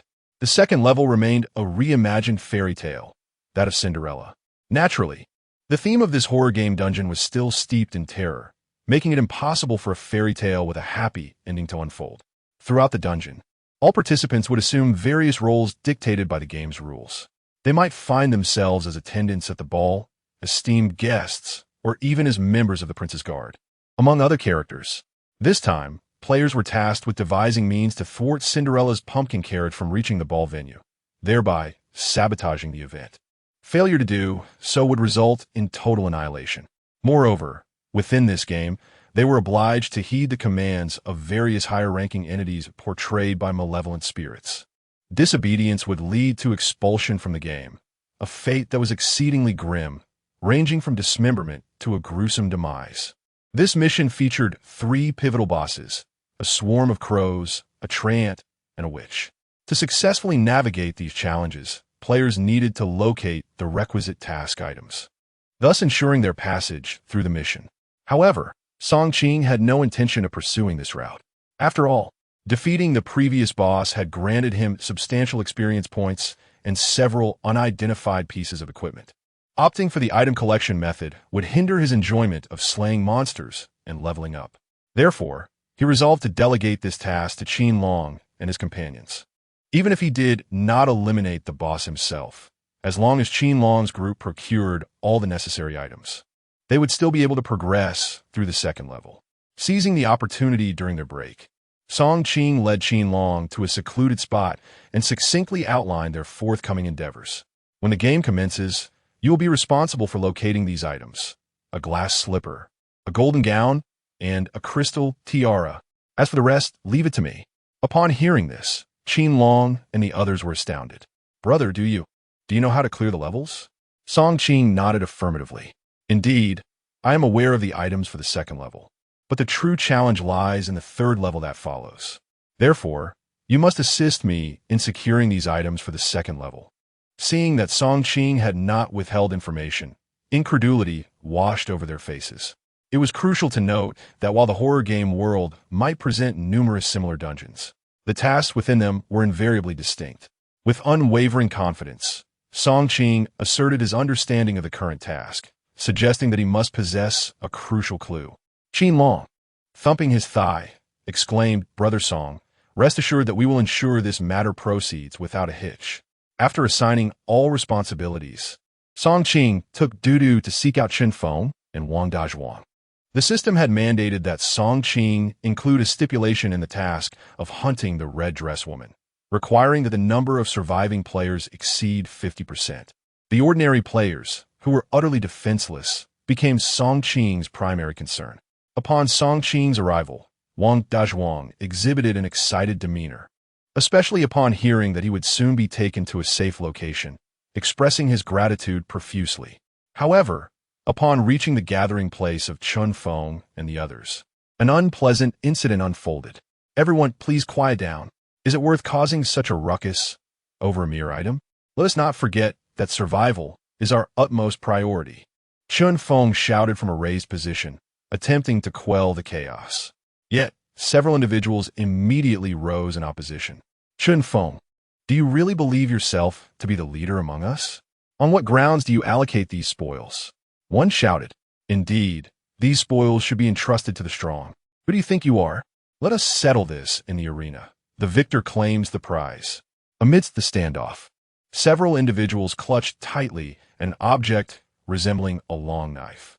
At that moment, a middle-aged man in a security uniform stepped forward, declaring, everyone, cease this commotion. We owe our survival through this crisis to that young brother's efforts. He entrusted Chun Feng to lead us. Is this behavior truly appropriate? As soon as he finished speaking, a burly man stepped forward and kicked him in the stomach. Who do you think you are to speak here? Just as the aggressor prepared to strike again, a powerful hand seized his wrist. Who dares to stop me? He spat, only to look up and find it was Song Qing, causing him to break into a cold sweat. What are you doing here? Song Qing regarded him with icy disdain. Why should I not be here? The man struggled to free himself from Song Qing's grip, but to no avail, panic setting in. Let go. What do you want? What do you think? At that moment, several others encircled them, their expressions menacing. Song Qing, I advise you to mind your own business. This does not concern you. A bespectacled man interjected. Song Qing immediately recognized him as Zhou Yang, his former company's manager. Upon seeing him, a wave of profound loathing surged within Song Qing. He had been poised to become the manager, only for this scoundrel to sabotage him by leaking his project proposal to a rival company. Unfortunately, Song Qing lacked any evidence to prove that Zhou Yang had stolen his plan. Ultimately, Song Qing was dismissed from the company, marking him as a traitor in the industry, rendering him unable to secure another job. It was at that juncture that Song Qing's life began its downward spiral. In order to make ends meet, he found himself delivering takeout for over 10 hours each day to afford treatment for doo-doo. Little did he anticipate that his adversary was also present in this grim scenario. Zhou Yang, so you are here as well. Sensing the unusual tone in Song Qing's voice and recognizing his formidable abilities, the opponent promptly issued a warning. Song Qing, although this is a horror game scenario, you must not resort to personal vendettas. The eyes of the public are discerning, and there are surveillance cameras all around. Do not presume that your possession of certain items grants you license to act recklessly. However, Song Qing merely scoffed. Personal vendetta? Huh? Do we share any enmity? Do not overestimate your significance. With that, he dismissed Zhou Yang and turned to Chun Feng. All right, since they are eager to have it, let us give them the item. Upon hearing this, Chun Feng hurriedly leaned closer and whispered, Brother Song, that's not wise. That item is a ghost artifact, worth a fortune. Yet, Song Qing remained unfazed. Ghost artifact? What grade is it? It's merely a beginner's ghost artifact, Chun Feng replied, scratching his head, perplexed by Song Qing's inquiry. After all, the rarity of ghost artifacts far surpassed that of magic crystals. Possessing one would bestow an ordinary person with the ability to combat malevolent spirits. Yet, Song Qing continued to express indifference. Such trash, and you still fight over it? Whoever performs well will receive something better from me. Upon hearing this, Zhou Yang couldn't help but sneer. Song Qing, you have not changed your boastful ways. Since you say you do not want it, we shall thank you. Song Qing addressed the crowd. Those willing to follow me may do so now. If you wish to remain here with them, I will not force you. No sooner had he spoken than a brief commotion erupted among the crowd. Some chose to stay, while the majority opted to follow Song Qing. Zhou Yang smiled at Song Qing, stating, see, not everyone is a fool. They know who is strong and who is weak. Is that so? We shall see. With a grand gesture, Song Qing led the group away. Before departing, He meticulously counted Zhou Yang's followers in his mind. 32 individuals. There was still a considerable distance to reach 50%. Chapter 24. The New Game. Cinderella at 6 o'clock in the morning, the color of the sky abruptly transformed. The vivid crimson sky vanished suddenly, replaced by a gray, overcast expanse, while ashes continued to drift down like snowflakes. The air around became damp and chilling, enveloped in a thin mist that cloaked the entire South Mountain amusement park. After a night of rest, all the survivors had also found a momentary reprieve. However, the survivors had now divided into two factions, one led by Song Qing and the other by Sun Wang. In a bid for self-preservation, Zhou Yang had aligned himself with Sun Wang's group that very night, bringing along more than 30 individuals he had previously swayed.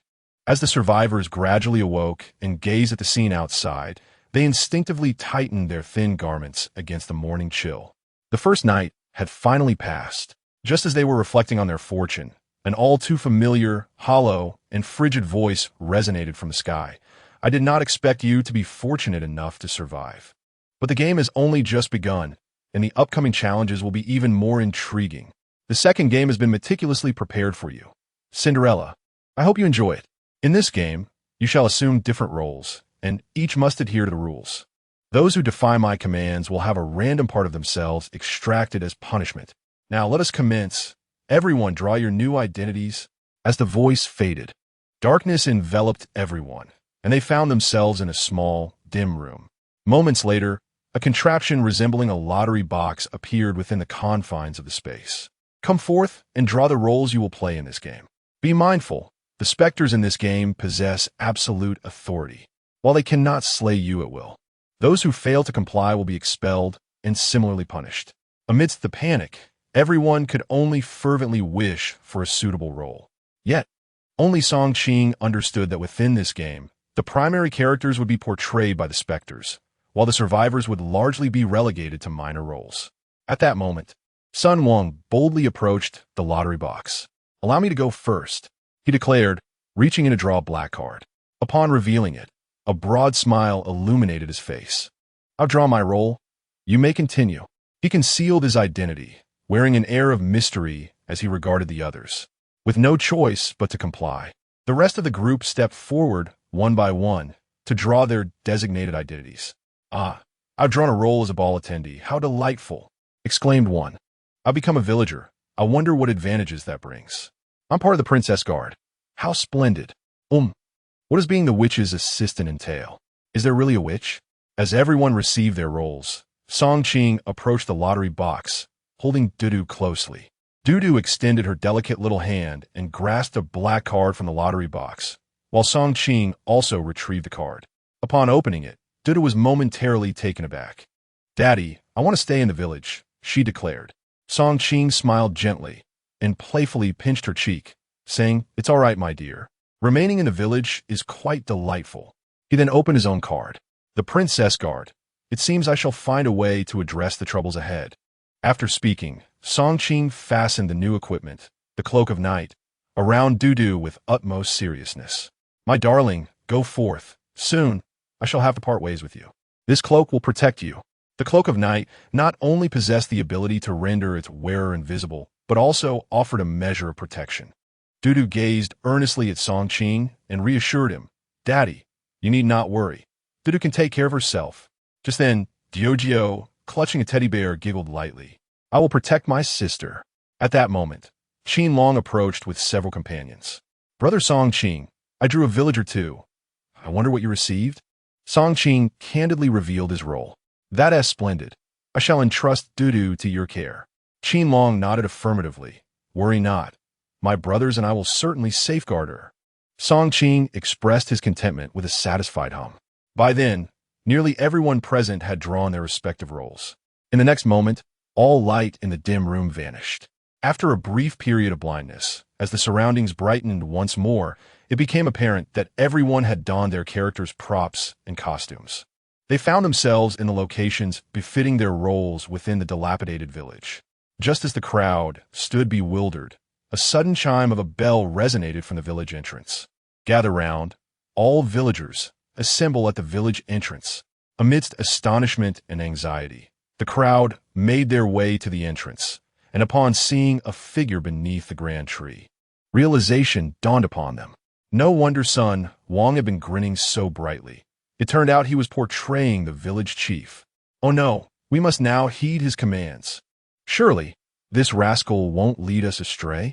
Qinlong arrived at the village entrance with Dudu and immediately spotted Sun Wang's smug expression. What is he doing here? Upon uttering this, Qinlong silently cursed his luck and glanced down at Dudu, stating, I will protect you. Do not worry too much. However, Dudu lifted her head and smiled. Shouldn't he be the one worrying? Witnessing Dudu's unwavering demeanor, Qinlong found himself at a loss for words and could only add helplessly, just be cautious. Having promised your father, I shall certainly keep you safe. Thank you, uncle. At that moment, Sun Wang, standing atop the platform, declared, Indeed, I am the village chief of this humble settlement. From this moment forth, everyone must obey my commands. His gaze then landed on Qinlong and Dudu. Dudu, your father entrusted you to me before he departed. From this moment on, you shall come to my home. Upon hearing these words, Qinlong was immediately alarmed, positioning himself protectively in front of Dudu. What do you intend to do, son? Sun Wang laughed heartily. What do you think I'm doing? I am the village chief. According to the rules of the game, you must heed my authority here. I doubt you are capable of looking after that little girl. Is there a problem with that? With that, Sun Wang gestured to his burly subordinates on either side. Go. Drag him away.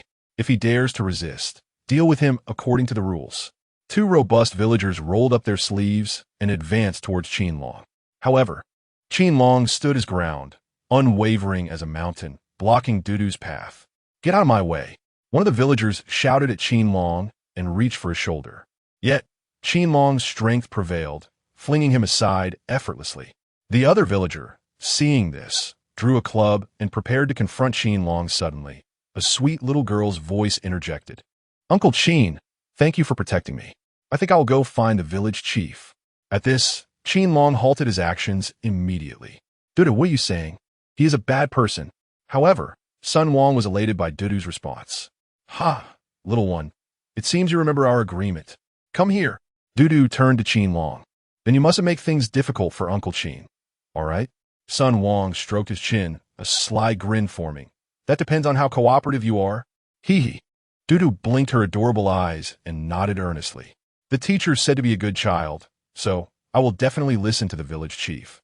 All right, if you come over, I want to make things hard for him. Sun Wang's face brimmed with smug satisfaction, while Qinlong and the others could do nothing but curse in frustration. Powerless against Sun Wang. Watching Dudu being taken away by Sun Wang filled Qinlong and the others with deep concern. This is disastrous. The little girl is in Sun Wang's hands, and it surely bodes ill for her. Who would have thought Sun Wang was the village chief? Can we kill him? Don't be ridiculous. He is the witch's confidant in the village. Opposing him could lead to dire consequences. Qinlong felt a chill in his heart. Sun Wang was clearly more interested in Dudu's abilities. If I'm not mistaken, he will surely have Dudu sign a contract. Old C, who was listening nearby, paused momentarily. But Dudu is just a 4-year-old girl. Even if she signs, it shouldn't hold any weight, right? Qinlong shook his head. Enhanced individuals regardless of age. Chapter 25. The quest for the crystal. Shu Qinlong's speculation proved to be accurate, as Dudu followed Sun Wang to his residence. The smile on Sun Wang's face vanished instantly, replaced by an expression of smug satisfaction. Little girl, come, please sign this document. Sun Wang exclaimed, presenting a pre-prepared contract before Dudu. Curious, Dudu examined the contract, her brow furrowing as she encountered numerous unfamiliar characters. Is there a dictionary? I wish to look it up, she implored. Sun Wang, growing impatient, snatched the contract back and placed it before her again. This contract is not for you to read, but for you to sign. Do you see the section at the bottom? Write your name there, and then affix your thumbprint. Observing Sun Wang's impatience, Dudu pouted in discontent and muttered under her breath. Why be so fierce? I never said I wouldn't sign. Resolutely, she retrieved a pen and bent over the contract, focusing intently on her writing. At last, Sun Wang breathed a sigh of relief, his heart swelling with joy. Yet a minute elapsed, and Dudu still had not finished. Sun Wang furrowed his brow. Hey, are you done yet? Dudu was so engrossed in her task that she completely obscured the contract from his view. With a serious tone, Dudu replied, Don't disturb me. I will finish soon. Sun Wang could only grumble in resignation. Children are truly bothersome. If only she would sign this contract quickly, then I could. Lost in his daydream of future entrepreneurial success, he was abruptly interrupted by Dudu's announcement. I'm done. Startled, Sun Wang snapped back to reality and snatched the contract. However, upon glancing at the signature at the bottom, his heart nearly stopped. What on earth have you written? Dudu lifted her adorable face to meet his gaze. A signature. What kind of signature is this? Sun Wang asked, studying the squiggles with a frown. Dudu, with utmost seriousness, responded, It's my exclusive signature. Sun Wang refrained from inquiring further about the nature of this exclusive signature and pointed to the ink pad beside them. Now, press your thumbprint here. It must be a clear fingerprint. What is a fingerprint? Dudu asked innocently. It's those circular patterns on your fingertip. But I don't have that on the back of my hand. I mean the tip of your finger, not the back. Oh, is that so? Didn't I just say the fingerprint must be clear? Don't you think this is cuter? Dudu replied with a grin. After conversing with Dudu for a few minutes, Sun Wang felt it a miracle that he had managed to maintain his composure. Gritting his teeth, he took her small hand and pressed it onto the new contract, leaving a fingerprint. All done. Now, I'll go play for a while. Gazing at the several contracts marred by signatures on the ground, Dudu's face broke into a smug smile. Sister Jiao, could you assist me with that contract? Jiao chuckled and waved her hand. All done. Sun Wang, lacking the time to indulge Dudu's antics, promptly seized the contract and headed to the witch to relay the message. Half an hour later, upon returning from the witch, Sun Wang's expression had lost its previous delight. Zhou Yang and a group of others immediately surrounded him. Brother Sun, why do you look so grim? What on earth happened? Sun Wang sat on a nearby chair and produced a parchment from his pocket, placing it on the table. Damn it. The witch ordered us to obtain the heroine's crystal shoe before noon. Zhou Yang was momentarily stunned, glancing at the parchment before becoming speechless. The crystal shoe is in Count Charles's castle? Sun Wang rubbed his temples and nodded. Indeed, this task is formidable. If we are to retrieve the crystal shoe by noon, we have no choice but to enter that cave. It harbors bloodthirsty bats. Sigh, it seems this time we may face casualties. Not to mention, Count Wells's castle poses an even greater challenge. Upon hearing this, the crowd displayed expressions of trepidation. Suddenly, a devious scheme sprouted in Zhou Yang's mind. Brother Sun, I know the capabilities of these bloodthirsty bats. They will swarm anyone who passes by. Upon hearing this, Sun Wang's gaze instinctively shifted to the people behind him. The others felt a chill run down their spines at his reaction. Brother Sun, you can't target your own brothers. Yes, we are all steadfast followers of yours. Such an action would be quite ungracious. Brother Sun, we can only direct our weapons outward. You can't. Sun Wang rolled his eyes. What are you thinking? Am I that kind of person? I was wondering whom to enlist. At that moment, Zhou Yang's mind immediately conjured the image of Song Qing, and a nefarious plan resurfaced. I believe Song Qing's daughter would be particularly suitable. At this proclamation, the surrounding individuals were momentarily taken aback, silently cursing Zhou Yang for his audacity, but refraining from speaking out. Sun Wang, upon hearing this, promptly interrupted him. You speak nonsense. That little girl is very important to me. However, Zhou Yang smiled and clarified. Brother Sun, you haven't heard me out yet. Once I finish, you'll understand. Observing Zhou Yang's confident demeanor, Sun Wang furrowed his brow. Go on then. As far as I know, bloodthirsty bats pose little danger to enhanced individuals, and they're particularly drawn to them. If that little girl goes, she can attract all the bloodthirsty bats, allowing us to reach the castle and complete the task. And don't forget, what matters more, life or wealth. Upon hearing Zhou Yang's words, Sun Wang hesitated momentarily, but soon grasped the implication. Indeed, you are correct. Just as I am uncertain whether this little girl is indeed a reinforced individual, this opportunity presents itself for an examination. The two of them reached a mutual understanding, and soon after, Sun Wang returned to his residence, where he found Dudu engrossed in her art. Come, I shall take you to a place. Dudu paused, her paintbrush in hand, glancing at him in confusion. Where are we going? To the Earl Charles Castle. Just as Dudu pondered, her companion Jiu's eyes sparkled with delight, and she erupted into laughter. It's that old man. I haven't been there in ages. Dudu, let us go. Upon hearing Jiu's words, Dudu hesitated no longer and promptly nodded at Sun Wang. All right, I do enjoy visiting castles. However, this conversation was overheard by the butler in Sun Wang's household. Seizing the moment of respite, he hurried to inform Qin Long, Brother Long. Trouble is brewing. Dudu has been taken to the castle by Sun Wang. Upon hearing this, Qin Long could no longer remain seated. What? He took Dudu to the castle? Damn it. This scoundrel must be intending to use her as bait. I must swiftly inform Brother Song Qing. In this Cinderella scenario, there are no telephones or intercoms available for communication. Thus, the only means of conveying messages is by horseback. Fortunately, one of Qin Long's subordinates is a stable man, making the journey to the city permissible under their rules. Thus, he set off with a message for the town. Chapter 26. Encounter in the bloodthirsty bat cave. After a long search, I finally found Song Qing and conveyed the news to him.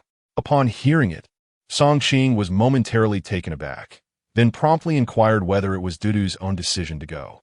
Indeed, Brother Long mentioned that it was that scoundrel Sun Wang who deceived her into agreeing. What do you think we should do now?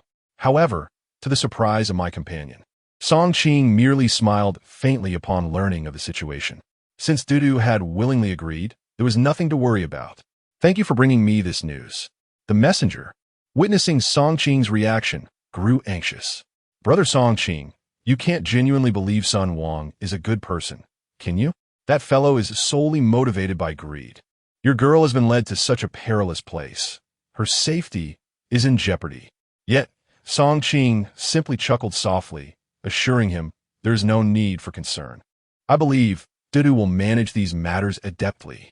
Frustrated by Song Qing's indifference, the messenger stamped his foot in anger. Fine, since I cannot convince you. Just remember this. If trouble arises, do not regret it. With that, he turned and departed. Watching the messenger leave in exasperation, Song Qing felt a twinge of helplessness. He was well aware of Dudu's abilities, and they had devised plans together. Although the current situation deviated slightly from their original scheme, he still had faith in Dudu's capacity to resolve it. Furthermore, Dudu was accompanied by Jiao, which would mitigate any significant issues. After all, Jiao was the daughter of the Lady in Red, a formidable entity within the entire realm. Thus, Song Qing harbored little concern about Dudu's ability to handle the unfolding events. At the moment Song Qing received the message, Sun Wang had already embarked towards Count Charles' castle with over 10 accomplices and Dudu. The carriage jolted through the dimly lit forest, creaking ominously, adding an air of terror to the already eerie atmosphere. Suddenly, the carriage came to a halt, and Sun Wang's eyes snapped open. Brother Sun, we have arrived at the Headless Cliff. Upon hearing this, Sun Wang glanced at Dudu, who sat across from him in the carriage. Hey, Dudu, let's get out. We've reached our destination. Dudu replied softly before leaping from the carriage. As she alighted, she beheld a dark mountain looming ahead, obstructing their path, with a bridge-like formation perched atop it. Ahem, Dudu, did your father instruct you to listen to me on this journey? Dudu tilted her head, scratching her cheek. Did he? When did my father say I should listen to you? Sun Wang cleared his throat. Your father asked me to take care of you, which means you should heed my words. It's the same thing. That is not true. My father never said that. Seeing Dudu's obstinate demeanor, Sun Wang furrowed his brow, unwilling to waste any more time. Regardless of that, the path ahead is blocked, so we must take a cave. To ensure your safety, you need to lead the way. Dudu paused for a moment, raising her gaze towards Sun Wang. Are you certain it is for my safety? Sun Wang coughed awkwardly, of course. Dudu could distinctly sense that he was being dishonest, yet she chose not to confront him. Instead, she turned to look at Jiu beside her. Jiu, clutching a teddy bear, pointed into the distance and exclaimed, I used to play in that cave all the time. There are so many bats inside, it's quite fun. Upon hearing Jiu's words, Dudu's playful spirit ignited. I want to see it too. However, as soon as she uttered this, Sun Wang felt an unsettling shift. Are you talking to me? Realizing her slip, Dudu simply nodded yes. So when do we set off? Observing Dudu's eager excitement, Sun Wang's brow furrowed. Aren't you afraid? Yet, Dudu had already begun to run ahead. Among the convoy were not only Sun Wang's people, but also a few subordinates of Qin Long. Seeing Dudu march forward, they immediately called out to halt her. Dudu, don't go. It's dangerous ahead. Nevertheless, Sun Wang tightened his belt, a hint of pride in his voice. I am now the village chief. Anyone who disrupts the order shall not blame me for exercising my authority. Upon hearing this, Qin Long's subordinates fell silent, for the rules concerning spirits were indeed quite daunting. Moreover, they were unarmed and could not even mount a basic resistance. As they watched Dudu venture into the dark cave, a sense of dread tightened in everyone's hearts. Oh no, how could such an adorable girl take such risks? It's simply inhumane. May the heavens take vengeance. Alas, the poor little girl. Those bloodthirsty bats will turn a person into jerky within minutes. One could only wonder what Brother Song Qing was thinking, to entrust his daughter to someone like Sun Wang. It was unavoidable. Even if the little girl wished to accompany them, the identities drawn were fixed and unchangeable. Amidst the collective sighs, Dudu had already entered the pitch-black cave. Fortunately, a kind-hearted individual from the convoy had given her a torch for illumination beforehand. Holding the torch, Dudu ventured slowly into the cave. As she entered, a series of shrill cries echoed, resembling the terrified wails of a woman. Had Dudu been alone, she might have been terrified. However, with a loquacious Jiao by her side, she felt no fear whatsoever. I used to come here often. Sometimes, those people are so foolish they can't even pass the first trial. I would simply stay here for the rest of the time. My mother often erupts in anger when she cannot locate me. The last time she found me was a month later, and her fury was such that she set the cave ablaze for an entire month. Behold, the remnants of the fire still linger here. Many bloodthirsty bats perished within, leaving behind a multitude of magical crystals that I have since collected. To my surprise, Dudu, introduced by Jiao, began to explore this place without a hint of fear. Suddenly, an eerie shriek echoed from within the cave, followed by a rush of sound emanating from its depths. The crowd outside, upon hearing the commotion, turned pale, their faces stricken with dread as they gazed into the cave.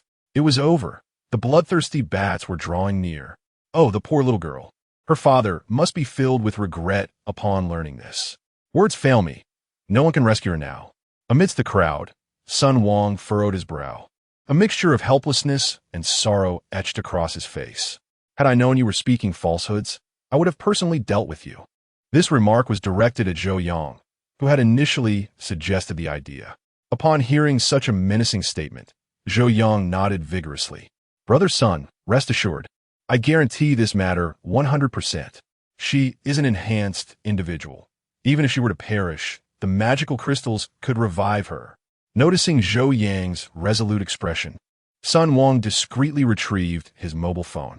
Opening a specific application, a live feed revealed the very location where Dudu was situated. Zhou Yang's eyes widened in astonishment. Brother Sun, you actually managed to bring something in here? Sun Wang scoffed. Do you truly believe I am foolish enough to take your word at face value? He adjusted the screen for clarity, revealing the situation inside the cave. Goodness, this girl possesses remarkable courage. She dares to venture in alone. Even Sun Wang could not help but admire her audacity. At that moment, within the cave, the feed displayed clusters of red light hurtling towards the camera. What was that? The bloodthirsty bats. Youyang exclaimed in sulk. Just as he spoke, the image showed a swarm of massive bats, their eyes glowing crimson, swooping towards Dudu. Witnessing the scene, Sun Wang helplessly shut his eyes. It was over. Chapter 27. The bloodthirsty bat with a misguided purpose at this moment. Many members of the cavalry had noticed that Sun Wang still clutched a mobile phone in his hand, and they all gravitated towards him. Their hearts sank when they beheld the crimson-eyed bats, which resembled hawks, swooping towards Dudu with their gaping maws. However, upon witnessing Dudu standing her ground without a hint of fear, extending her right hand, they were left astonished. What on earth was this little girl doing? Why did she appear utterly unafraid? Indeed, I share that sentiment. Does it not seem as if she is greeting those bats?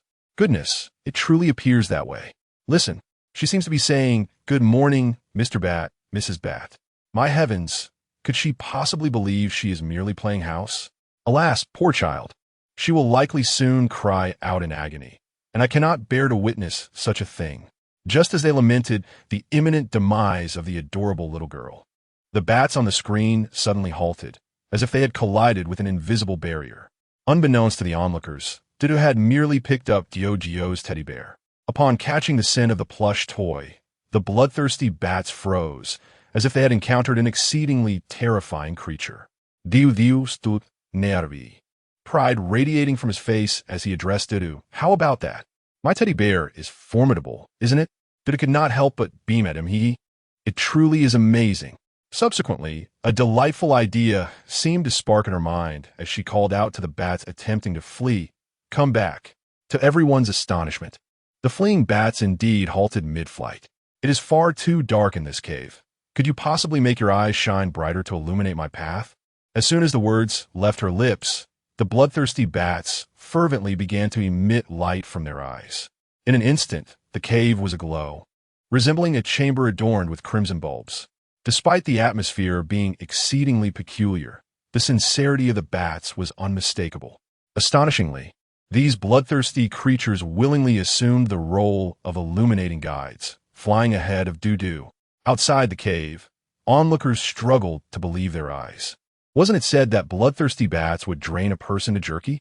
What on earth were they doing instead? Zhou Yang, in disbelief, raked his fingers through his hair. Impossible. Absolutely impossible. Those are bloodthirsty bats. How could they possibly heed the words of this little girl? However, before he could finish, a chorus of mocking laughter and derision arose from the crowd. Perhaps the little girl has discovered some sort of magic tool. Indeed, a grown man seeking revenge on a mere child. Are you even human? Rest assured, the spirits of this place will not spare such individuals. Upon hearing the ridicule and whispers of those around her, Zhou Yang let out a disgruntled snort. Suddenly, as if struck by a thought, she burst into laughter. "Ha ha! So what if I'm a villain?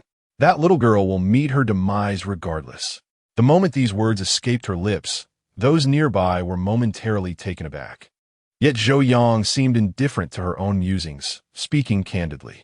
That little girl must be possessed by some high-ranking, malevolent spirit, which explains her peculiar behavior just now. Did you not notice? Her statement instantly jolted the others to recollect the odd actions of Dudu, from her seemingly solitary conversation as if addressing someone beside her, to her bizarre gesture of lifting her hands. All her actions served as a reminder that Dudu appeared to be under the control of a sinister force. Contemplating this possibility, the tension that had briefly eased in the group tightened once again. To further provoke their anxiety, Zhou Yang continued, "Do not be deceived by her current escape from the bloodthirsty bats. The true peril lies ahead. The reason these vile creatures did not slay her is that the higher malevolent spirit prefers to feast upon the tender flesh of children. That previous display was merely to safeguard its meal." At this proclamation, a chill ran through the hearts of the gathered crowd. Logically, within the confines of their game, aside from the witch and the woman in red, the most formidable malevolent spirit should be Count Charles. Seemingly attuned to their thoughts, Zhou Yang idly added, "Oh, by the way, Count Charles is a Western noble who favors the use of knives and forks. She is likely to be served in several portions." As Zhou Yang's description unfolded, vivid imagery began to form in the minds of the onlookers. The mere thought of such an adorable child facing such a fate filled each heart with sorrow. Not far off, Sun Wang began to grasp Dudu's impending doom, muttering to himself, "Damn it, she doesn't seem to be enhanced at all. Otherwise, she wouldn't so easily fall prey to a spirit." He then glanced at the time. "It's getting late. We should hurry before the bloodthirsty bats arrive." As the group ventured into the cave, a chilling breeze swept through, raising goosebumps on everyone's skin. Just moments ago, standing outside the cave, they sensed an eerie atmosphere through their phones. Yet upon entering, the uneven rocky walls and the menacing stalactites that could pierce a person left them shivering. They finally comprehended the immense courage Dudu had mustered to enter alone. Meanwhile, Dudu had arrived at the end of the cave, aided by the bloodthirsty bats. Upon exiting the cave, she was immediately captivated by a distant, shadowy castle. Wow, what a beautiful castle! Surely, It must be filled with many delightful wonders. Beside her, Giorgio clutched her teddy bear and nodded. Indeed, there are numerous toys inside, specially arranged for me by Charles. Let me take you there. Upon hearing Giorgio's words, Dudu immediately exclaimed with excitement. Then let us hurry over. With that, Dudu dashed towards the distant castle. However, the bloodthirsty bats were unable to leave their lair. Upon witnessing Dudu's departure, they promptly turned back towards the cavern. The leading bat caught a whiff of human scent, emitting a piercing shriek as it led the swarm back into the depths of the cave. Moments later, anguished cries echoed from within the cavern. Meanwhile, as Sun Wang and his companions were enduring the onslaught of the bloodthirsty bats, Dudu and Giorgio had already arrived at the entrance of Count Charles's ancient castle. Gazing at the towering wrought iron gate, Dudu scratched her head. It's too high. I can't reach it. I need to find a stone. Her eyes then fell upon a large blue stone nearby. That stone would do perfectly. Approaching the blue stone, Dudu gently grasped one side.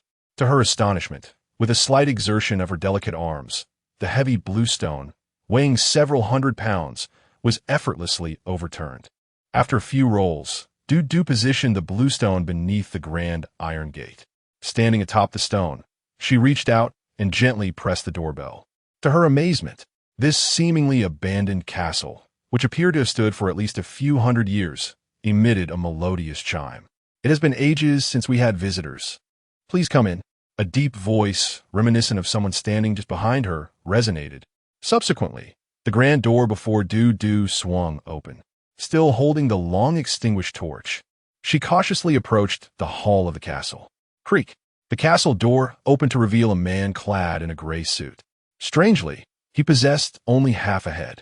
Upon seeing him, Dudu timidly inquired, "Are you Count Charles?" Yet, no sooner had her words escaped than a chilling gust swept past her. Bang!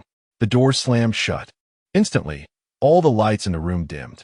To her horror, a pair of bat-like wings sprouted from the half-headed man, and his teeth became remarkably sharp. Ha ha ha! It has been ages since a child has come to visit. Such tender skin. Your blood must be exceedingly delightful. Chapter 28. The young lady of the copy, upon witnessing the peculiar appearance of the other party, Dudu felt an exhilarating thrill rather than fear. Wow, sister. You were telling the truth. It really does seem like a vampire. Look at those wings and those fangs. Dudu's reaction left the half-headed figure momentarily stunned. Little girl, cease your antics. There is no one here but you and me. With that, he extended his sharp claws towards Dudu's face. At that moment, a sudden and intense wave of pressure surged from behind. I see you have little regard for that half of your head. Who? The half-headed man in a suit was taken aback, swiftly turning around only to find himself kneeling, pleading, "My lord, I did not expect you to awaken. I was merely jesting with this young lady." Upon uttering these words, he retreated a step, wary of approaching Dudu again. Dudu then noticed the imposing figure of a gentleman clad in a grand high-collared suit. His stature was tall, and his demeanor exuded elegance, though his skin was pallid and his teeth unnaturally sharp. He held a goblet in his hand and addressed the half-headed man with a chilling tone, "You wretched steward, should I catch you indulging in my delicacies again, you should be well aware of your fate. Begone." "Why, yes, my lord." The half-headed steward hastily fled the grand hall of the castle. Count Charles then turned his attention to Dudu, a faint smile gracing his lips. "My dear young one, I hear you seek me." At this moment, Dudu's playful spirit had waned, for Gio had inexplicably vanished. Alone, Dudu felt a tinge of fear creeping in. After all, she had understood the conversation between the count and the steward. The suave count had referred to her as a delicacy. I heard there's an amusement park here, and I wanted to play for a while, but perhaps it's best I don't now. Ha ha ha. One adorable little girl. Charles set down his goblet and scrutinized Dudu with a mixture of pity and amusement. Alas, the castle has its own rules. Since you have entered, you must abide by them. Dudu gazed up at the count with a forlorn expression, murmuring, if I leave now, will I still make it?"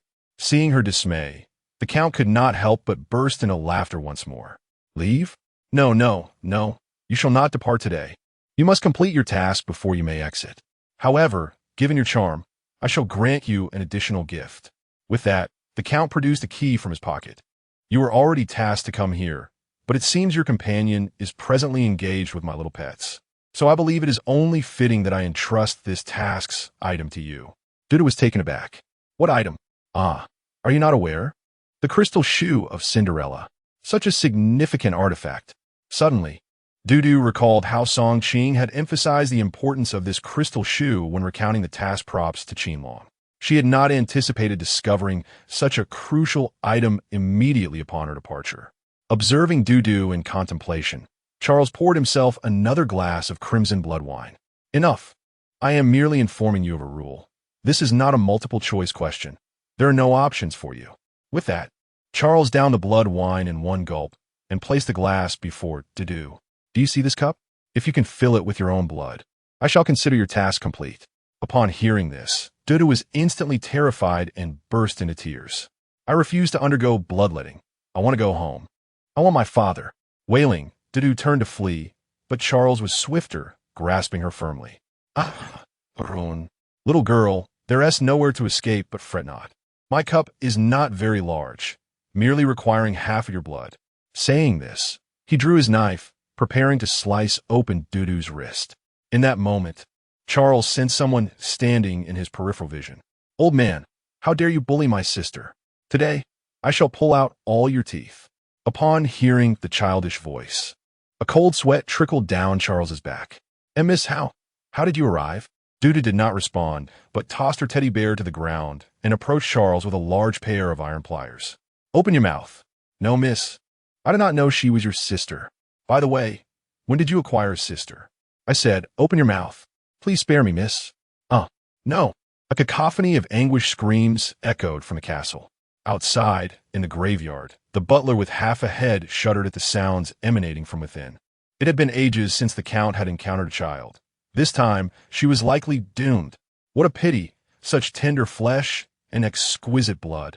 He sighed and continued digging graves. Eventually, the screams within the castle ceased, plunging the entire structure back into silence. Charles clutched his mouth, writhing in agony.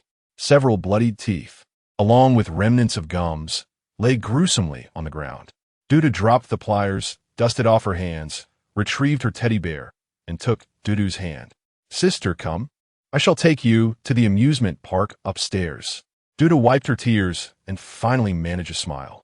In the amusement park, Dudu played with unrestrained joy. Meanwhile, in the cave of the Headless Cliff, Sun Wang clutched his arm, now stripped of all flesh, nearly fainting from the pain. "Zhou I will kill you. This is your dreadful suggestion." At this moment, Zhou Yang's condition was utterly miserable. He had lost all the flesh from one of his thighs and most of the skin on his back due to the recent attack by the bloodthirsty bats. Hearing Sun Wang scolding, he let out a bitter laugh. "Son, is this really the time for such discussions? We should focus on how to complete our task. Otherwise, we might all perish." Upon hearing Zhou Yang's words, Sun Wang was reminded of the mission assigned to them by the witch. Should they fail, only punishment awaited them. They were already in such a dire state. If they were to lose another part of their bodies, what would be the meaning of survival? The instinct for survival reignited a powerful force within him. "All those still alive and able to move, follow me." Summoning every ounce of strength, Sun Wang and the others finally reached the ancient castle. The butler, observing Sun Wang and his companions, who were covered in wounds, immediately lost all appetite for them. "The task items have been taken. You may leave." With that, the butler slammed the door shut. Sun Wang and the others stood frozen in place. "What? The items have been taken? Who took them?" Soon, someone in the crowd gasped. "Could it be that little girl who took the items?" Dudu and Yudiu sat atop the back of Count Charles, a hint of melancholy on their faces. They had already found the first item, but what about their father? Was he in danger? After speaking, she quietly asked Daiudiu, "Can we fly even faster?" Daiudiu immediately plunged a dagger into Count Charles's back. "My sister wants to go faster. Can't you hear her?" At that moment, Count Charles was at a loss for tears. Daiudiu was truly his nemesis. "Is it really appropriate for you to violate the game rules like this? I will be the one punished." However, the thought of Daiudiu's claw made his mouth ache, so he could only fly towards the city with his two young companions. Chapter 29. Dudu captured within the city. Song Qing had just completed a patrol with a group of individuals, ensuring that the prince's ball would proceed without any mishaps. This step was imperative, as Song Qing needed to ascertain the prince's whereabouts to prevent any potential ambushes by the sorceress. After attending to all matters, Song Qing returned to the palace to report to the captain of the guards. The captain, a formidable entity disguised as a high-ranking malevolent spirit, towered over others. It was clad in a rather ill-fitting tailcoat. He raised his glass, a smug expression gracing his face as he regarded Song Qing. "Have all inspections been completed?" Song Qing nodded, responding with composed confidence. "Indeed, all has been thoroughly checked. Should any trouble befall the prince, the primary responsibility shall rest upon your shoulders. Rest assured, I shall bear all responsibility." The spirit let out a hearty laugh, setting his glass aside and leaning closer. "I hear you are quite the fighter?" Song Qing narrowed his eyes, a hint of defiance in his gaze. "Indeed, so brash. Very well, I have a task for you. Retrieve something for me." Upon hearing the spirit's request, Song Qing felt a surge of excitement. He feared not the challenge, but the lack of one. "No problem. Just tell me where to go." The spirit produced a map from his garments and laid it before Song Qing. "According to our intelligence, Count Charles in the Cliffs of Decapitation possesses a pair of crystal shoes. To prevent them from falling into the hands of others, I need you to procure them." Taken aback by the task content, Song Qing realized that Dudu had gone in that very direction. "Very well, I shall see how Dudu fares." With that, Song Qing took the map and set off. As Song Qing galloped swiftly out of the city, Dudu, under the auspices of Count Charles, had reached the outskirts. "Esteemed young ladies, we have arrived at the royal city. May this old servant take his leave?" Observing the count's obsequious demeanor, Dudu found it quite amusing. "Sister Jiao Jiao, I believe we can manage entering the city on our own. Let him return." Jiao Jiao nodded in agreement. "Very well.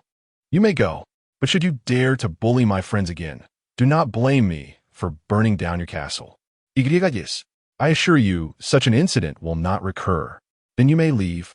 Jiao Jiao waved her hand dismissively, her focus predominantly on the opulent architecture of the royal city. Upon hearing this, Count Charles turned and fled, devoid of any grace. Dudu, with a small bear backpack slung over her shoulder and a candy box in hand, wore an expression of anticipation. "Yay, I can finally see Daddy. Let us go." Jiao Jiao acknowledged with a hum and promptly followed suit. However, upon reaching the gates of the royal city, a tall guard wielding a spear blocked Dudu's path. "Little one, this is the royal city. You cannot enter." Dudu halted, gazing up at the guard. "Why not?" "Hee. The rules of the game dictate that to enter the royal city, one must don splendid attire. Your simple cloth garments are insufficient for entry." The guard, a subordinate of Zhou Yang, instantly recognized the little girl before him as Song Qing's daughter and decided to make things difficult for her. Faced with the obstruction, Dudu immediately felt distressed. But I have no other clothes, uncle. Could you make an exception? I just want to see my father for a moment. I promise I will leave right after. Would you consider it?" The guard scrutinized Dudu from head to toe and suddenly recalled that Song Qing was no ordinary character within the realm. Thus he smiled and replied, "It's not impossible, but you must pay an entrance fee." Upon hearing this, Dudu scratched her head and murmured, I have no money. Could you allow my father to pay you later?" The guard promptly adopted a stern demeanor. "No money? What do you expect me to do with that?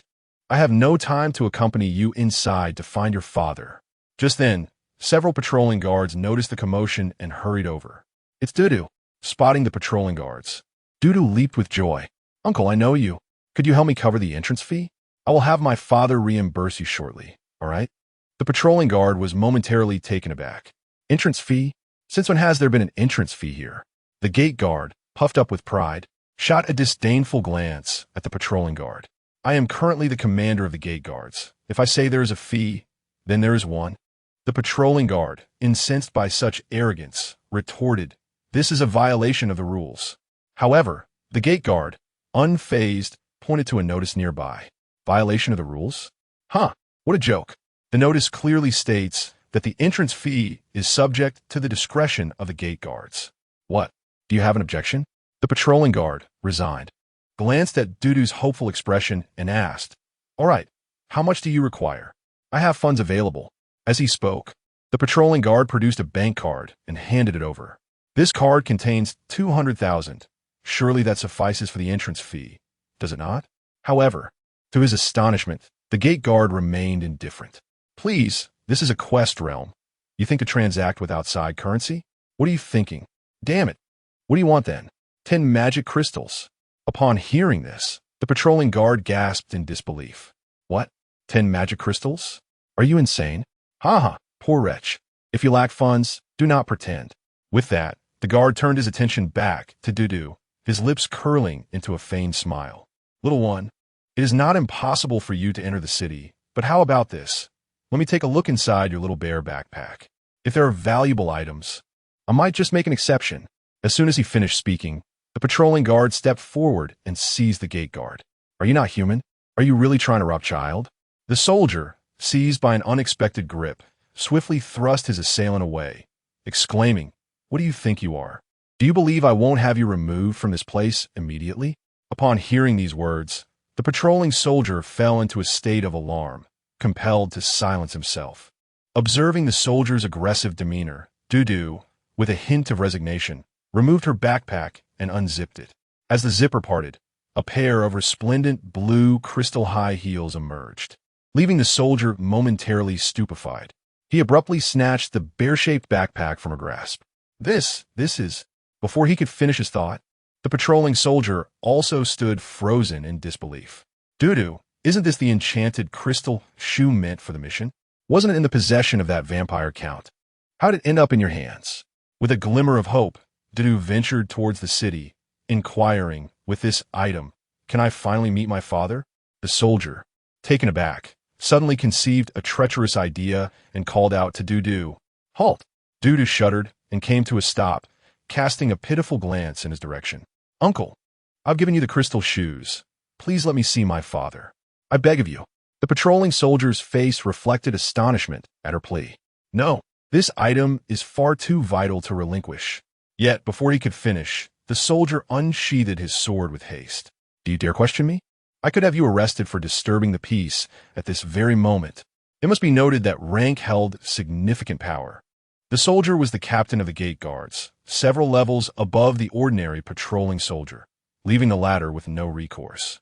Seeing the patrolling soldier fall silent, the captain turned to his fellow guards and commanded, Seize this young girl. I suspect she has stolen valuable property and intends to jeopardize the royal city.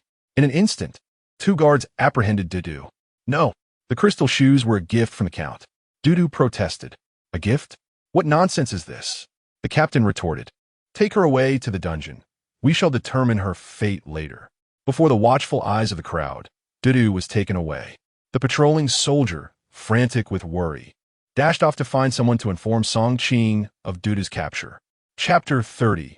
Leveling up in the bloodthirsty bat cave in the Count's castle. Count Charles gazed sorrowfully at the broken fong in his palm, tears threatening to spill from his eyes. Among our vampire kin, teeth symbolize our identity, representing our greatest emblem of status. Although it is an old tradition, the growth of these fangs is agonizingly slow, and it may take many years for them to return to their former glory.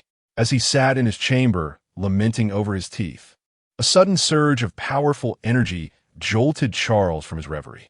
What brings the crow here? He pondered. Carefully, he tucked the fong away and descended the stairs. There, he beheld a man clad in a long black robe, quietly seated and awaiting his arrival. Charles furrowed his brow, curious thoughts swirling in his mind. This individual rarely visits without purpose. Surely, today, as matter pertains to the evening banquet, particularly concerning the crystal shoe. With this in mind, Charles rubbed his temples, striving to maintain an air of nobility. What brings you here? The man at the table slowly rose, a hint of reverence gracing his expression. Greetings, Count Charles. However, upon noticing Charles's appearance, the crow paused momentarily. Count, your teeth. Charles instinctively touched his teeth, visibly reluctant to discuss the subject. Enough. I encountered a minor issue.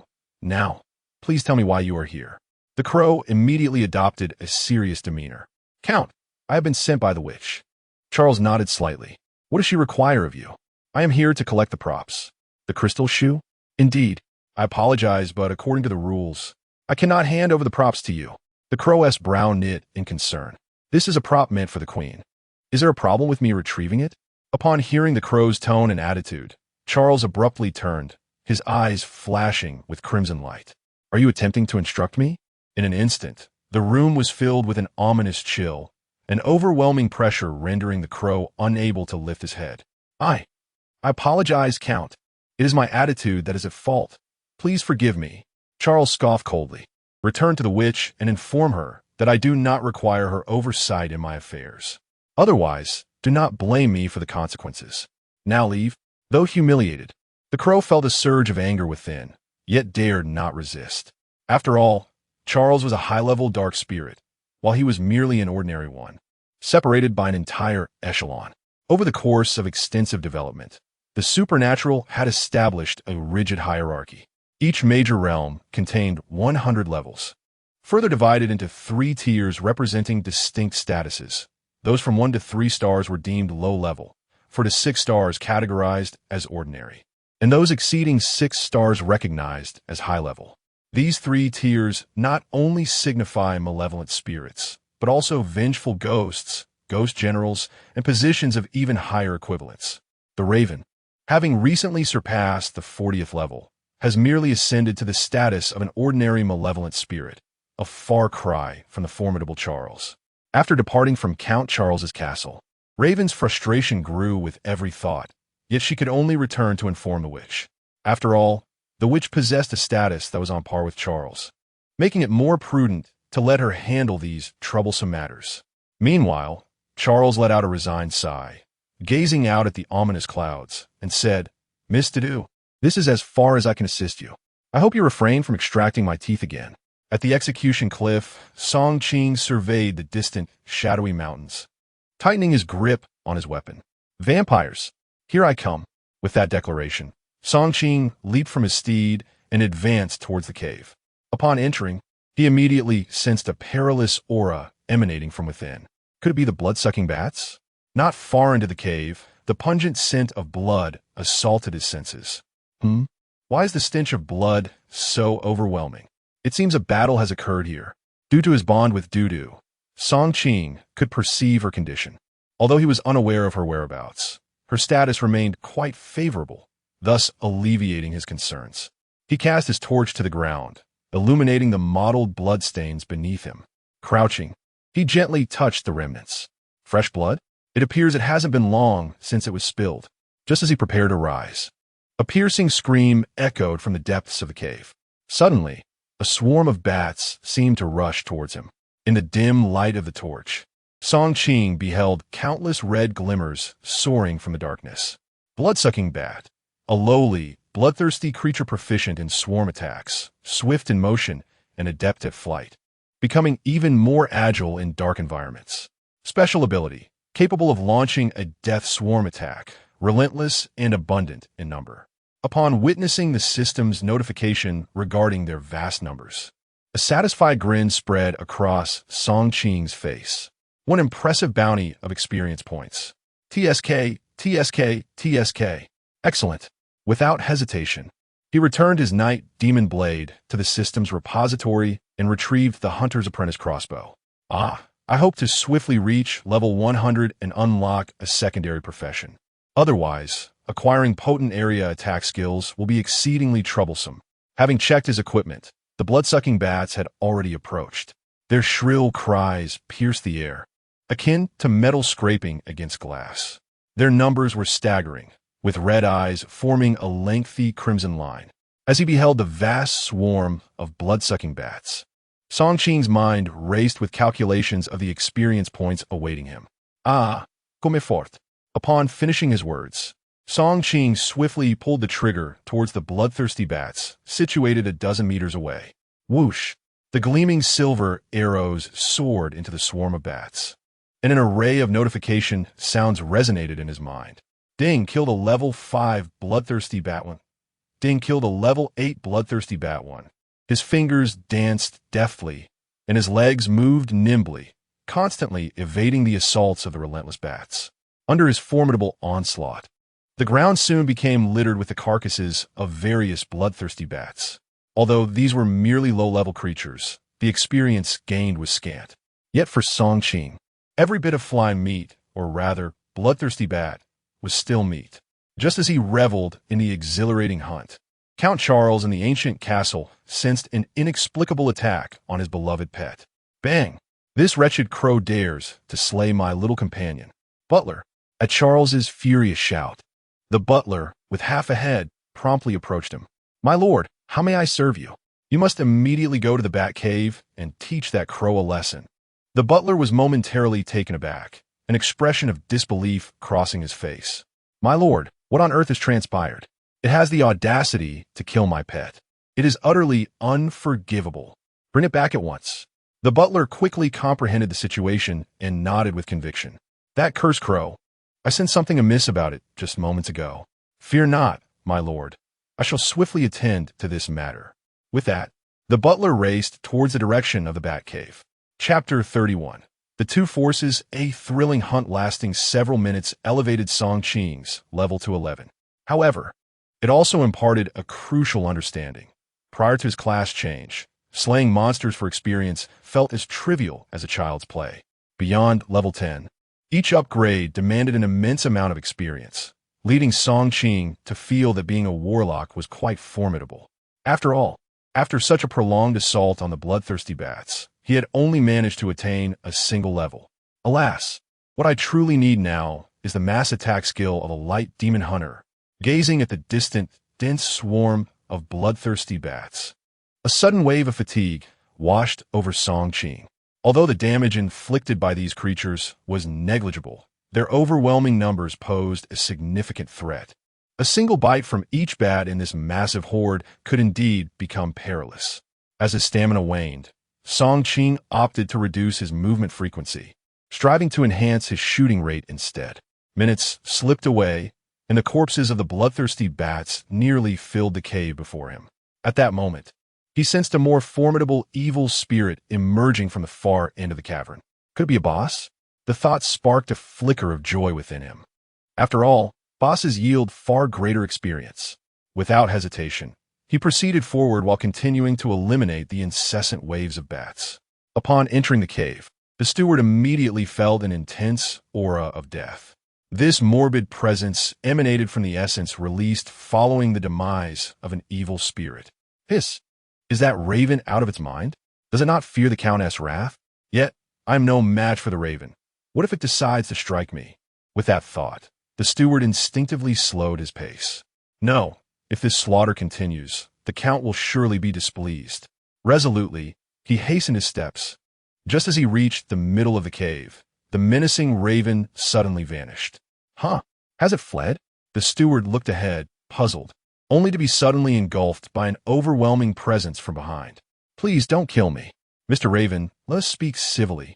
In an instant, he felt an intense, murderous intent, compelling him to kneel. Song Qing had his knife poised at the steward's neck, yet he was taken aback when a man knelt and referred to him as the Raven. You know the Raven? Instead of delivering a fatal blow, Song Qing opted to inquire softly. The steward was momentarily stunned. Why, you are not Mr. Raven. Who are you? Unable to move, with the dagger pressed against his throat, he could not discern Song Qing's appearance. However, he was certain that this individual was undeniably more formidable than himself, as evidenced by the heaps of bloodthirsty bat corpses nearby. A testament to his strength. Song Qing did not respond to the other's words, but tightened his grip slightly. I am the one asking you. The steward felt the dagger slicing into the skin of his neck, and in a panic he quickly replied, I know the crow. Then why do you think I am the crow? The steward, fearing for his life, recounted his reasons for being there. As Song Qing single-handedly dispatched the bloodthirsty bats, he listened to the steward's account, feeling somewhat astonished. Are you saying that the Count did not give the props to the crow? Why? The steward, unaware that the Count had entrusted the crucial crystal shoe to Dudu, pondered for a moment before speaking. In truth, the relationship between the Count and the witch is not very good. They are both subordinates of the Red Queen. I believe it is due to their poor relationship that he is unwilling to give it. Song Qing nodded slightly, and then addressed the steward. Since you're the Count's steward, you must be able to control these bats as well. Igdiagis. Send these troublesome creatures away. I will continue my hunt upon my return. Upon hearing this, the steward wasted no time and pinched his fingers together. Instantly, a plume of blue smoke billowed from his hand, gradually filling the cave. The blood-red eyes of the bats began to dim as they caught the scent of the smoke, and soon they fled the area. With the disturbance of the bloodthirsty bats now absent, Songqing finally had the opportunity to rest. Seizing this moment, he continued his conversation with the steward regarding the relationship between Count Charles and the witch. Through the steward's narration and his own understanding of the characters in this scenario, he gleaned some previously unknown information.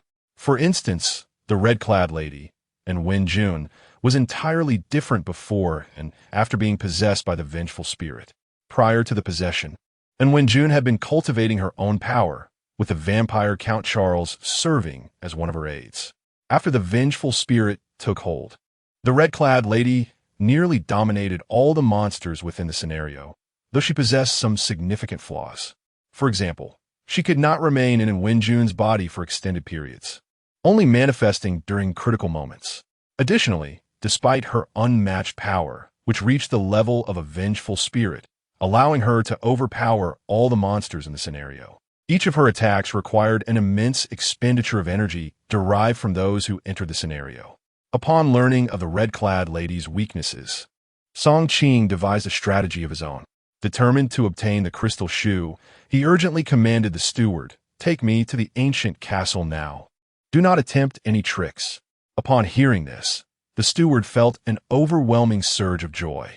He was elated that he still held some value to the other, and once they reached the castle, the Count would surely protect him.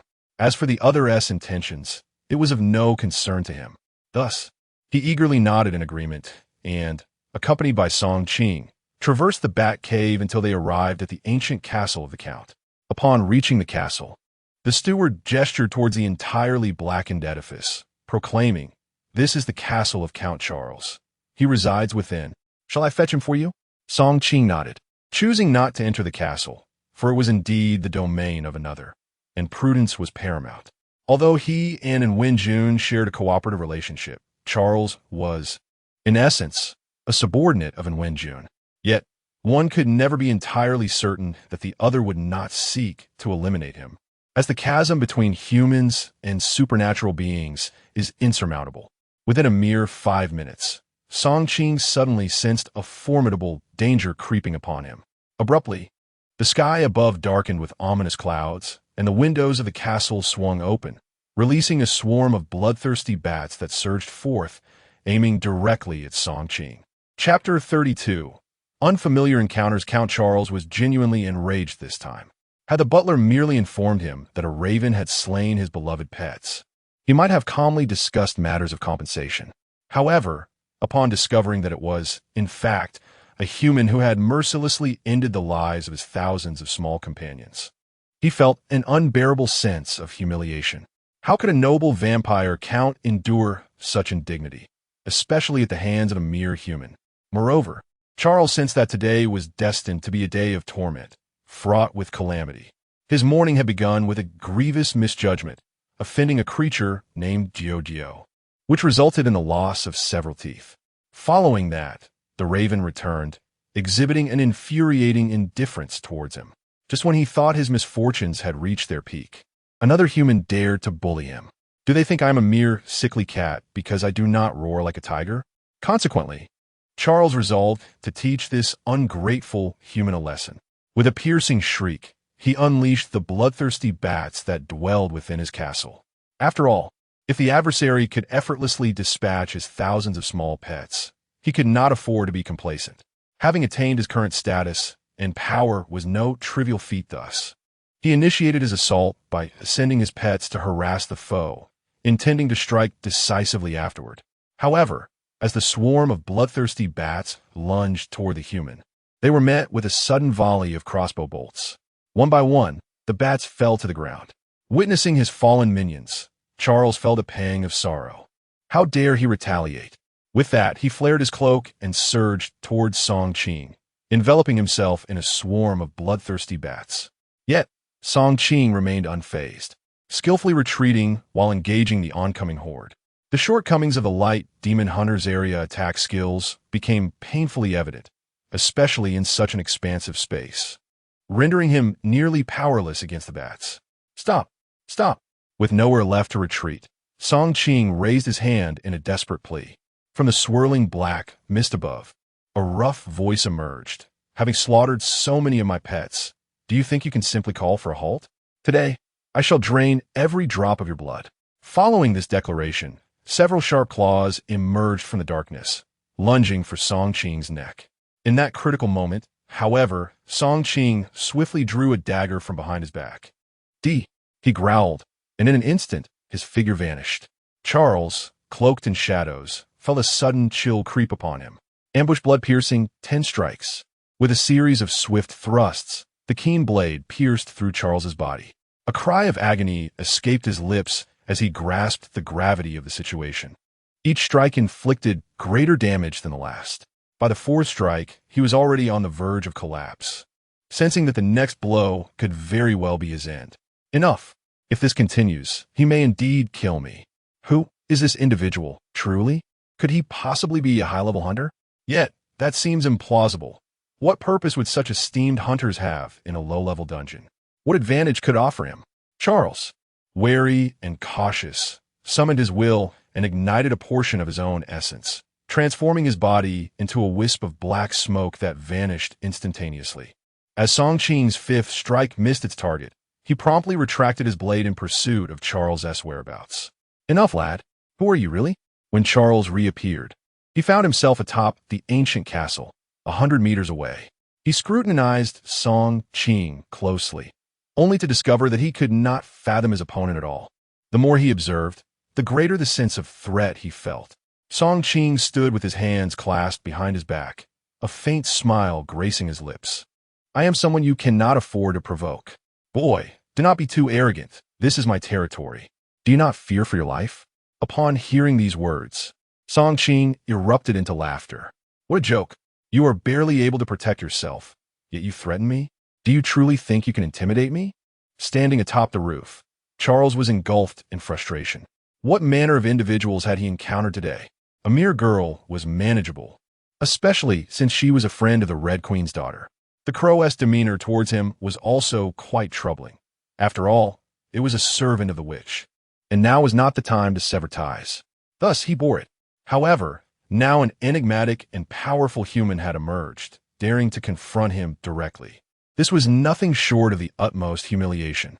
What troubled him further was the fact that this individual seemed unafraid of him. From their brief confrontation, he sensed that this opponent was formidable. Indeed, as a high-level evil spirit, he had the means to eliminate this threat, albeit at a significant cost. Yet, that cost was steep. It could leave him in a profoundly weakened state after vanquishing his foe. Given his understanding of the witch, she would undoubtedly seize the opportunity to eliminate him thereafter. Thus, he could not afford to engage in a battle, as he was not in a position to contend. With a swift mental pivot, Charles sought to regain control of the situation.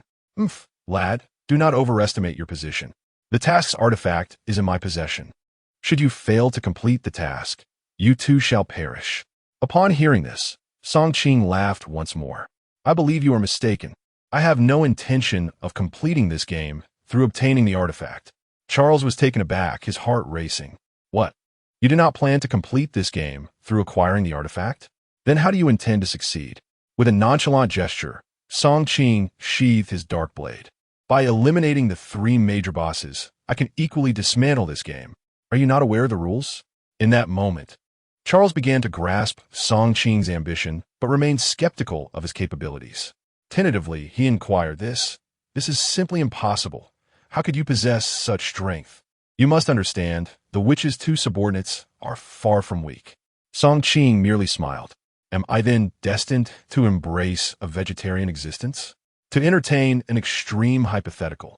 Even if I lack the capacity to vanquish them, I could still eliminate you and seize the coveted item.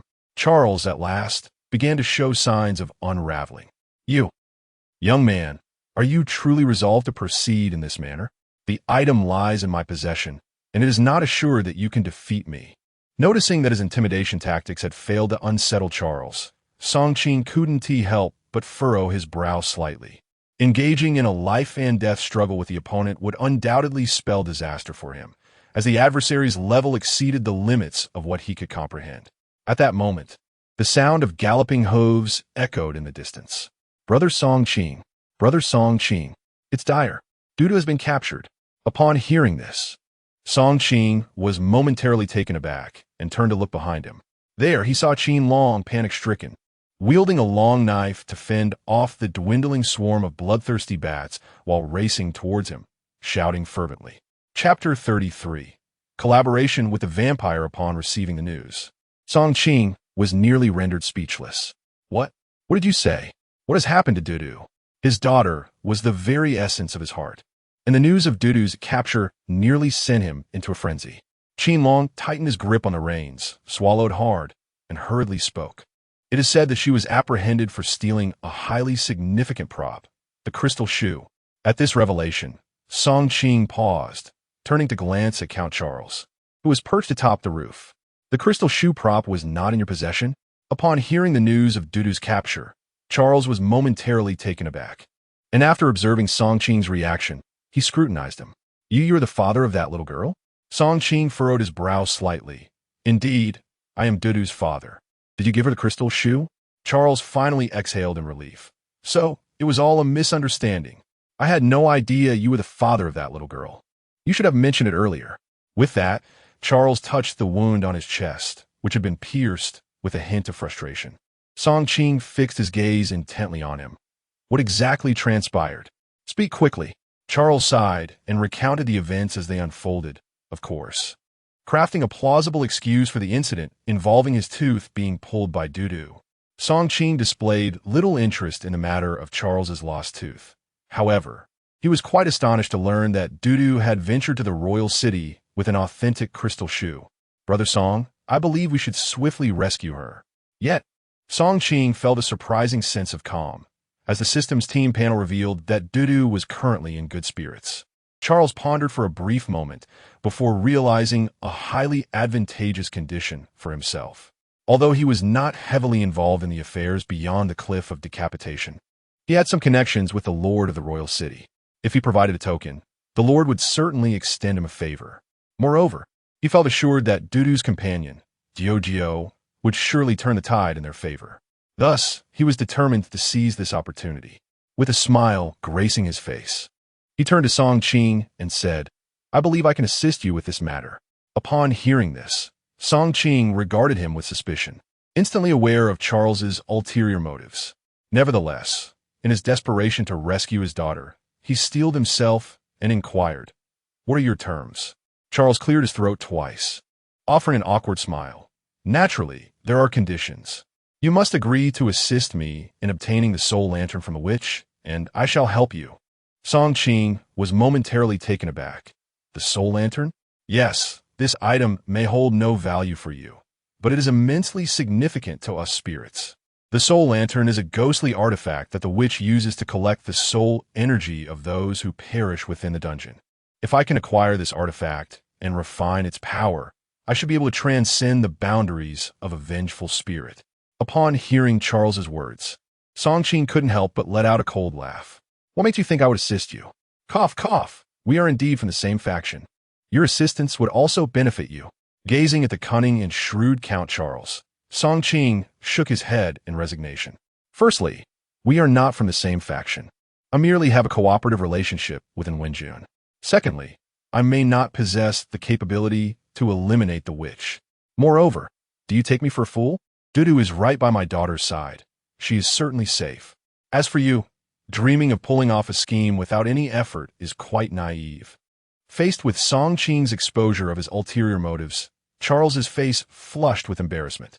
Song Qing continued, However, I would be willing to collaborate with you, provided you cooperate with me. I may consider assisting you in obtaining the soul lantern. Upon hearing this, Charles became instantly excited. Yes, of course. What do you propose for our collaboration? Not wishing to squander time, Song Qing replied directly, First, show me some sincerity, and I will inform you how we can work together to eliminate the witch. Charles's eyes gleamed with determination as he nodded eagerly. All right, with that, He removed a ruby ring from his finger and handed it to Song Qing. The Lord of the Royal City owes me a favor. This ring will undoubtedly aid in rescuing Dudu. Furthermore, you can use this ring to communicate with me. As Song Qing accepted the ring and slipped it onto his finger, he immediately felt a connection, allowing mental communication with Charles. Very well, await my message. Just as Charles was about to say more, he realized Song Qing had already turned to leave. I hope this partner will not disappoint me. In the secluded mountains behind the nameless village, a crow gazed gloomily at the witch's retreating figure. Is it truly unfeasible? If we do not restrain Charles, he will undoubtedly pose a threat to us in the future. With her long black hair cascading down to her waist, the witch turned her back to the crow and spoke slowly. Charles? He is merely a minor player. We cannot act against him yet, but he disregards our commands. Should we simply swallow this indignation? Certainly not, since he behaves in such a manner. You must teach him a lesson. With that, the witch raised her hand, and a black torch slowly floated before the crow. Take this with you and set fire to his bat cave. Let him feel some pain. The crow accepted the torch-like artifact, excitement evident on his face. Rest assured, my lady, I shall complete the task. The witch nodded slightly before her figure gradually faded into the air. With the intermediate, ghostly artifact in hand, the crow couldn't help but test its power, raising his hand and unleashing a torrent of flames. What a powerful artifact. It is far more effective than my little knife. After stowing away the ghostly torch, the raven leapt into the air, transforming into a pitch-black crow that soared towards the direction of the execution cliff. In a bid to reach the royal city swiftly, Song Qing informed Qin Long of his steed's location and mounted his companion's mount, galloping towards the city.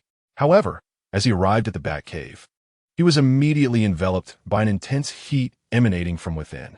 What was happening? No sooner had he uttered these words than bloodthirsty bats erupted from the cave, screeching as they flew towards the outside. Following this, Song Qing spotted a man clad in black, brandishing a torch, hot on his heels. Instinctively, he assessed the opponent's strength. LV-41 Crow, evil spirit boss, possesses formidable attack capabilities, capable of high-speed flight, adept at concealing presence, specializes in ambush tactics. Special abilities, stealthy ambush flight. Song Qing paused momentarily. The crow? Wasn't this one of the 3 pivotal bosses? Yet, upon observing his level information, a grave expression crossed Song Qing's face. The level was rather daunting. His blood strike could eliminate opponents up to 20 levels higher than himself. However, this adversary surpassed him by a considerable margin.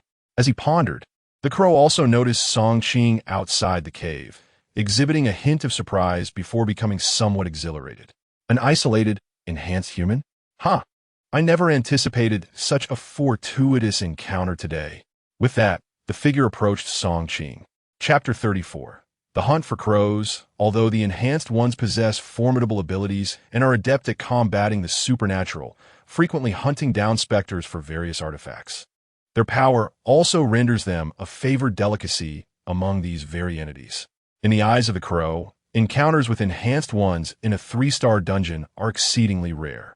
Thus, he naturally dismissed Song Qing as a significant threat, especially considering that his own rank was that of a notably powerful evil spirit within the dungeon. With a torch in hand, he approached Song Qing without a shred of concern for the latter's potential escape. Song Qing wore a cautious expression.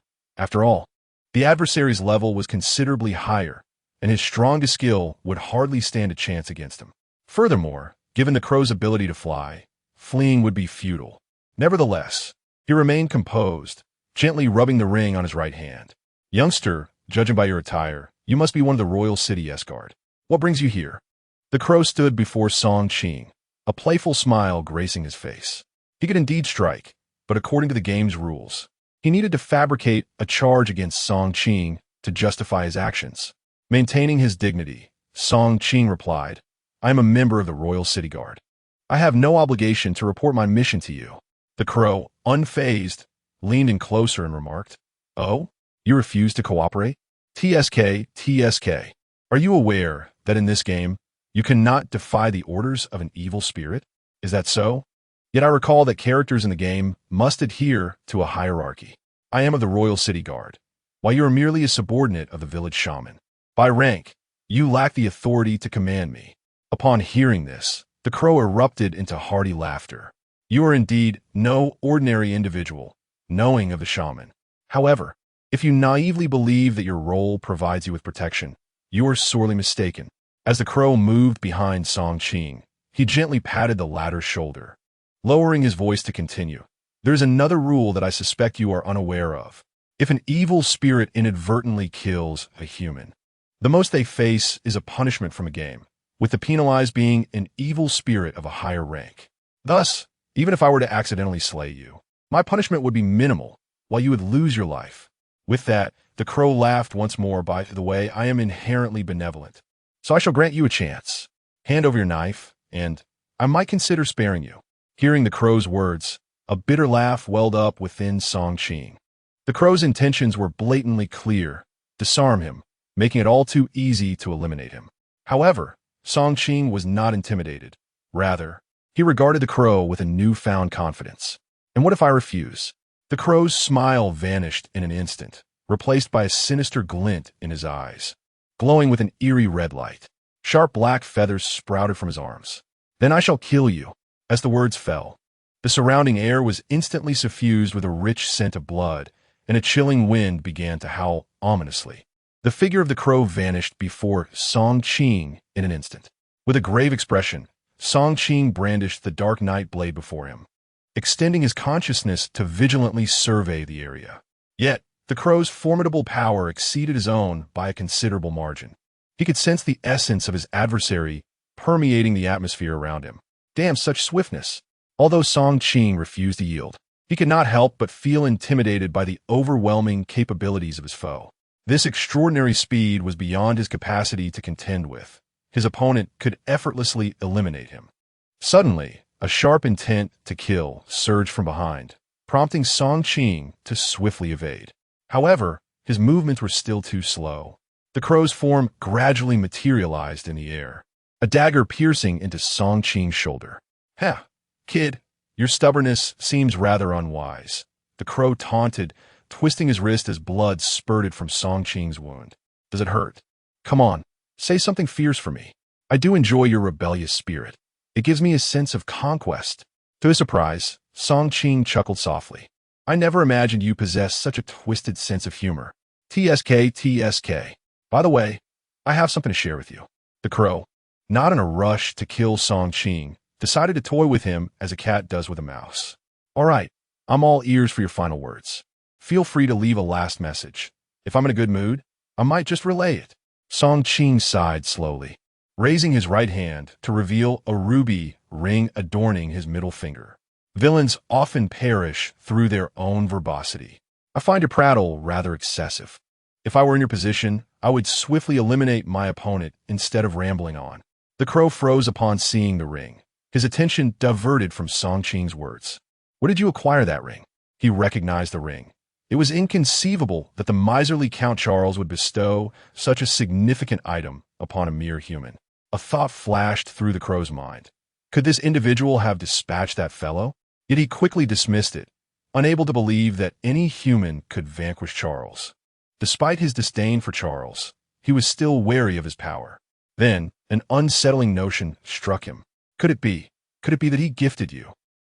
Before he could finish his thought, his body suddenly convulsed, and a hand erupted from his chest. The crow turned in disbelief, his eyes wide. A swirl of black mist began to materialize behind him, and from the gloom emerged Charles, clad in a black evening suit. "You guessed correctly. He's my partner. Crow, you truly deserve to perish." Upon finishing his words, Charles waved his hand at the butler behind him, who promptly presented him with a pristine white towel. As Charles wiped the grime from his hands, he lamented, "Moreover, I've already instructed you not to meddle with my pet.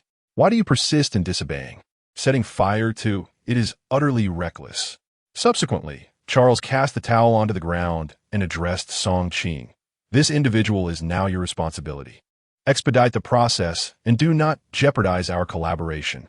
Observing Charles's retreating figure, Song Qing sighed in resignation. "He certainly knows how to put on a facade better than I do." At that moment, the crow was filled with regret, realizing it had fallen into Song Qing's grasp, and hastily pleaded for mercy. "I am sorry, I was wrong. Please spare me." Song Qing touched the wound on his shoulder and replied, "Spare you? First, elucidate where you erred." The crow was taken aback, surprised that Song Qing genuinely sought an answer. Thus, he quickly began to ponder and articulate his mistakes. I was wrong to trouble you. And what else? Additionally, I should have shown you more respect. I promised to amend my ways. And what else? The crow was at a loss, racking his brain for further transgressions. Song Qing sighed in exasperation. "Fine, let me enlighten you. Your mistake lies in wasting so much breath on me. In your next life, don't chatter so much as a ghost." With that, he raised the dark night dagger and plunged it into the crow's chest. "You." The crow's eyes widened in disbelief as he stared at Song Qing. "And remember, in your next life, don't be so naive as to think your enemies will spare you. Enough now, move on." Ding. Hunted level 41, Evil Spirit 1. Gained experience points, 150,000. Ding. Host current experience points are full, leveling up to level 12. Ding. Host current experience points are full, leveling up to level 13. Ding. Host current experience points are full, leveling up to level 15. Ding. Gain skill point 1. The continuous chimes resonated in Song Qing's mind. Chapter 35. Dudu's imprisonment. The immense experience points bestowed upon Song Qing by a level 40 evil spirit boss were a considerable boon.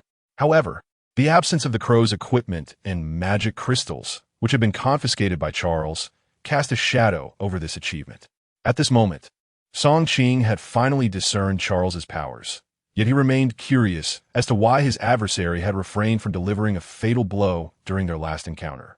With this minor episode concluded, Song Qing mounted his steed and galloped fervently towards the Royal City Prison.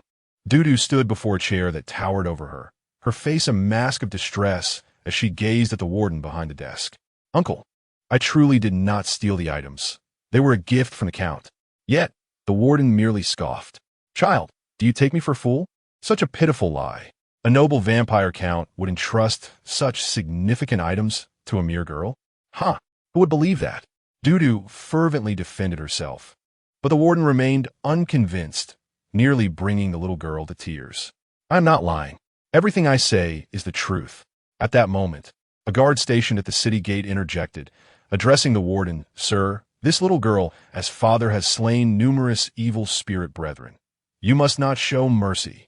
The warden paused, startled by this revelation, as the guard recounted Song Qing's exploits in detail. Upon hearing the guard's words, astonishment washed over the warden's face. Is there truly such a formidable human? Could it be that a high-level hunter has arrived? The guard quickly shook his head. Not quite. It is merely a stroke of good fortune that he acquired potent items. The warden then relaxed somewhat, a hint of mockery emerging as he regarded Dudu.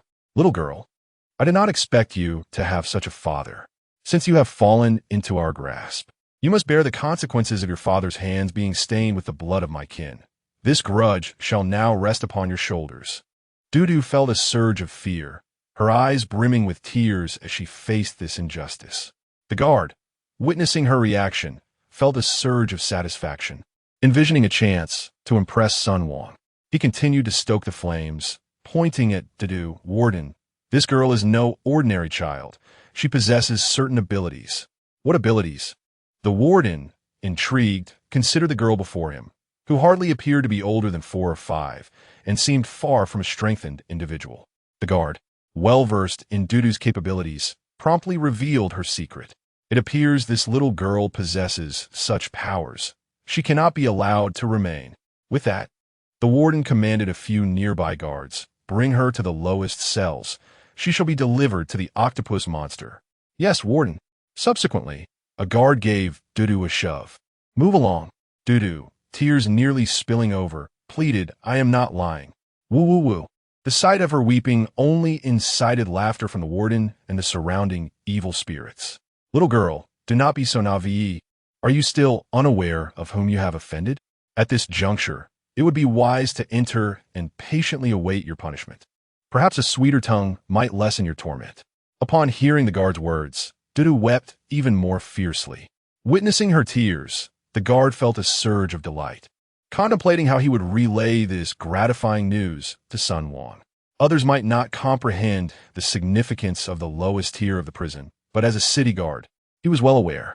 Those incarcerated in the depths of the prison were the most ferocious of malevolent spirits, long deprived of sunlight and belonging to a particularly savage breed of evil. Though their ranks were not high, they were among the most vicious entities, reveling in the torment of humans. They were confined here out of fear that their presence would disrupt the integrity of the game within the dungeon. The guard understood that once Dudu was locked away, her chances of survival would vanish entirely. As he led her down the dim, damp path toward the cell's depths, the temperature plummeted with each step. Countless cells lined the way, each harboring various malevolent spirits. Whenever they caught a whiff of Dudu's scent, they would uncontrollably slam against the iron bars, their roars and the cacophony of their assaults sending chills down one's spine. Bazida Dudu, diu, faling sumawad di Shertanat, patted the small bear in her hands. How frustrating. My powers are suppressed in the royal city. But do not fear, dear sister. I shall find a way to rescue you. With that declaration, Jiao suddenly opened her mouth wide and expelled a dark, opaque orb. With this, those malevolent spirits will be unable to harm you. Dudu's hands were bound by ropes, leaving her no choice but to allow Jiao to place the orb in her pocket. Jiao continued, I will devise a plan to save you. Consider it a game for now. Dudu felt a wave of fear wash over her just as Jiao vanished from sight. Alone, Dudu's trepidation intensified. After what felt like an eternity, the path ahead abruptly ceased. Before her loomed a pitch-black cell, devoid of any discernible features. In you go.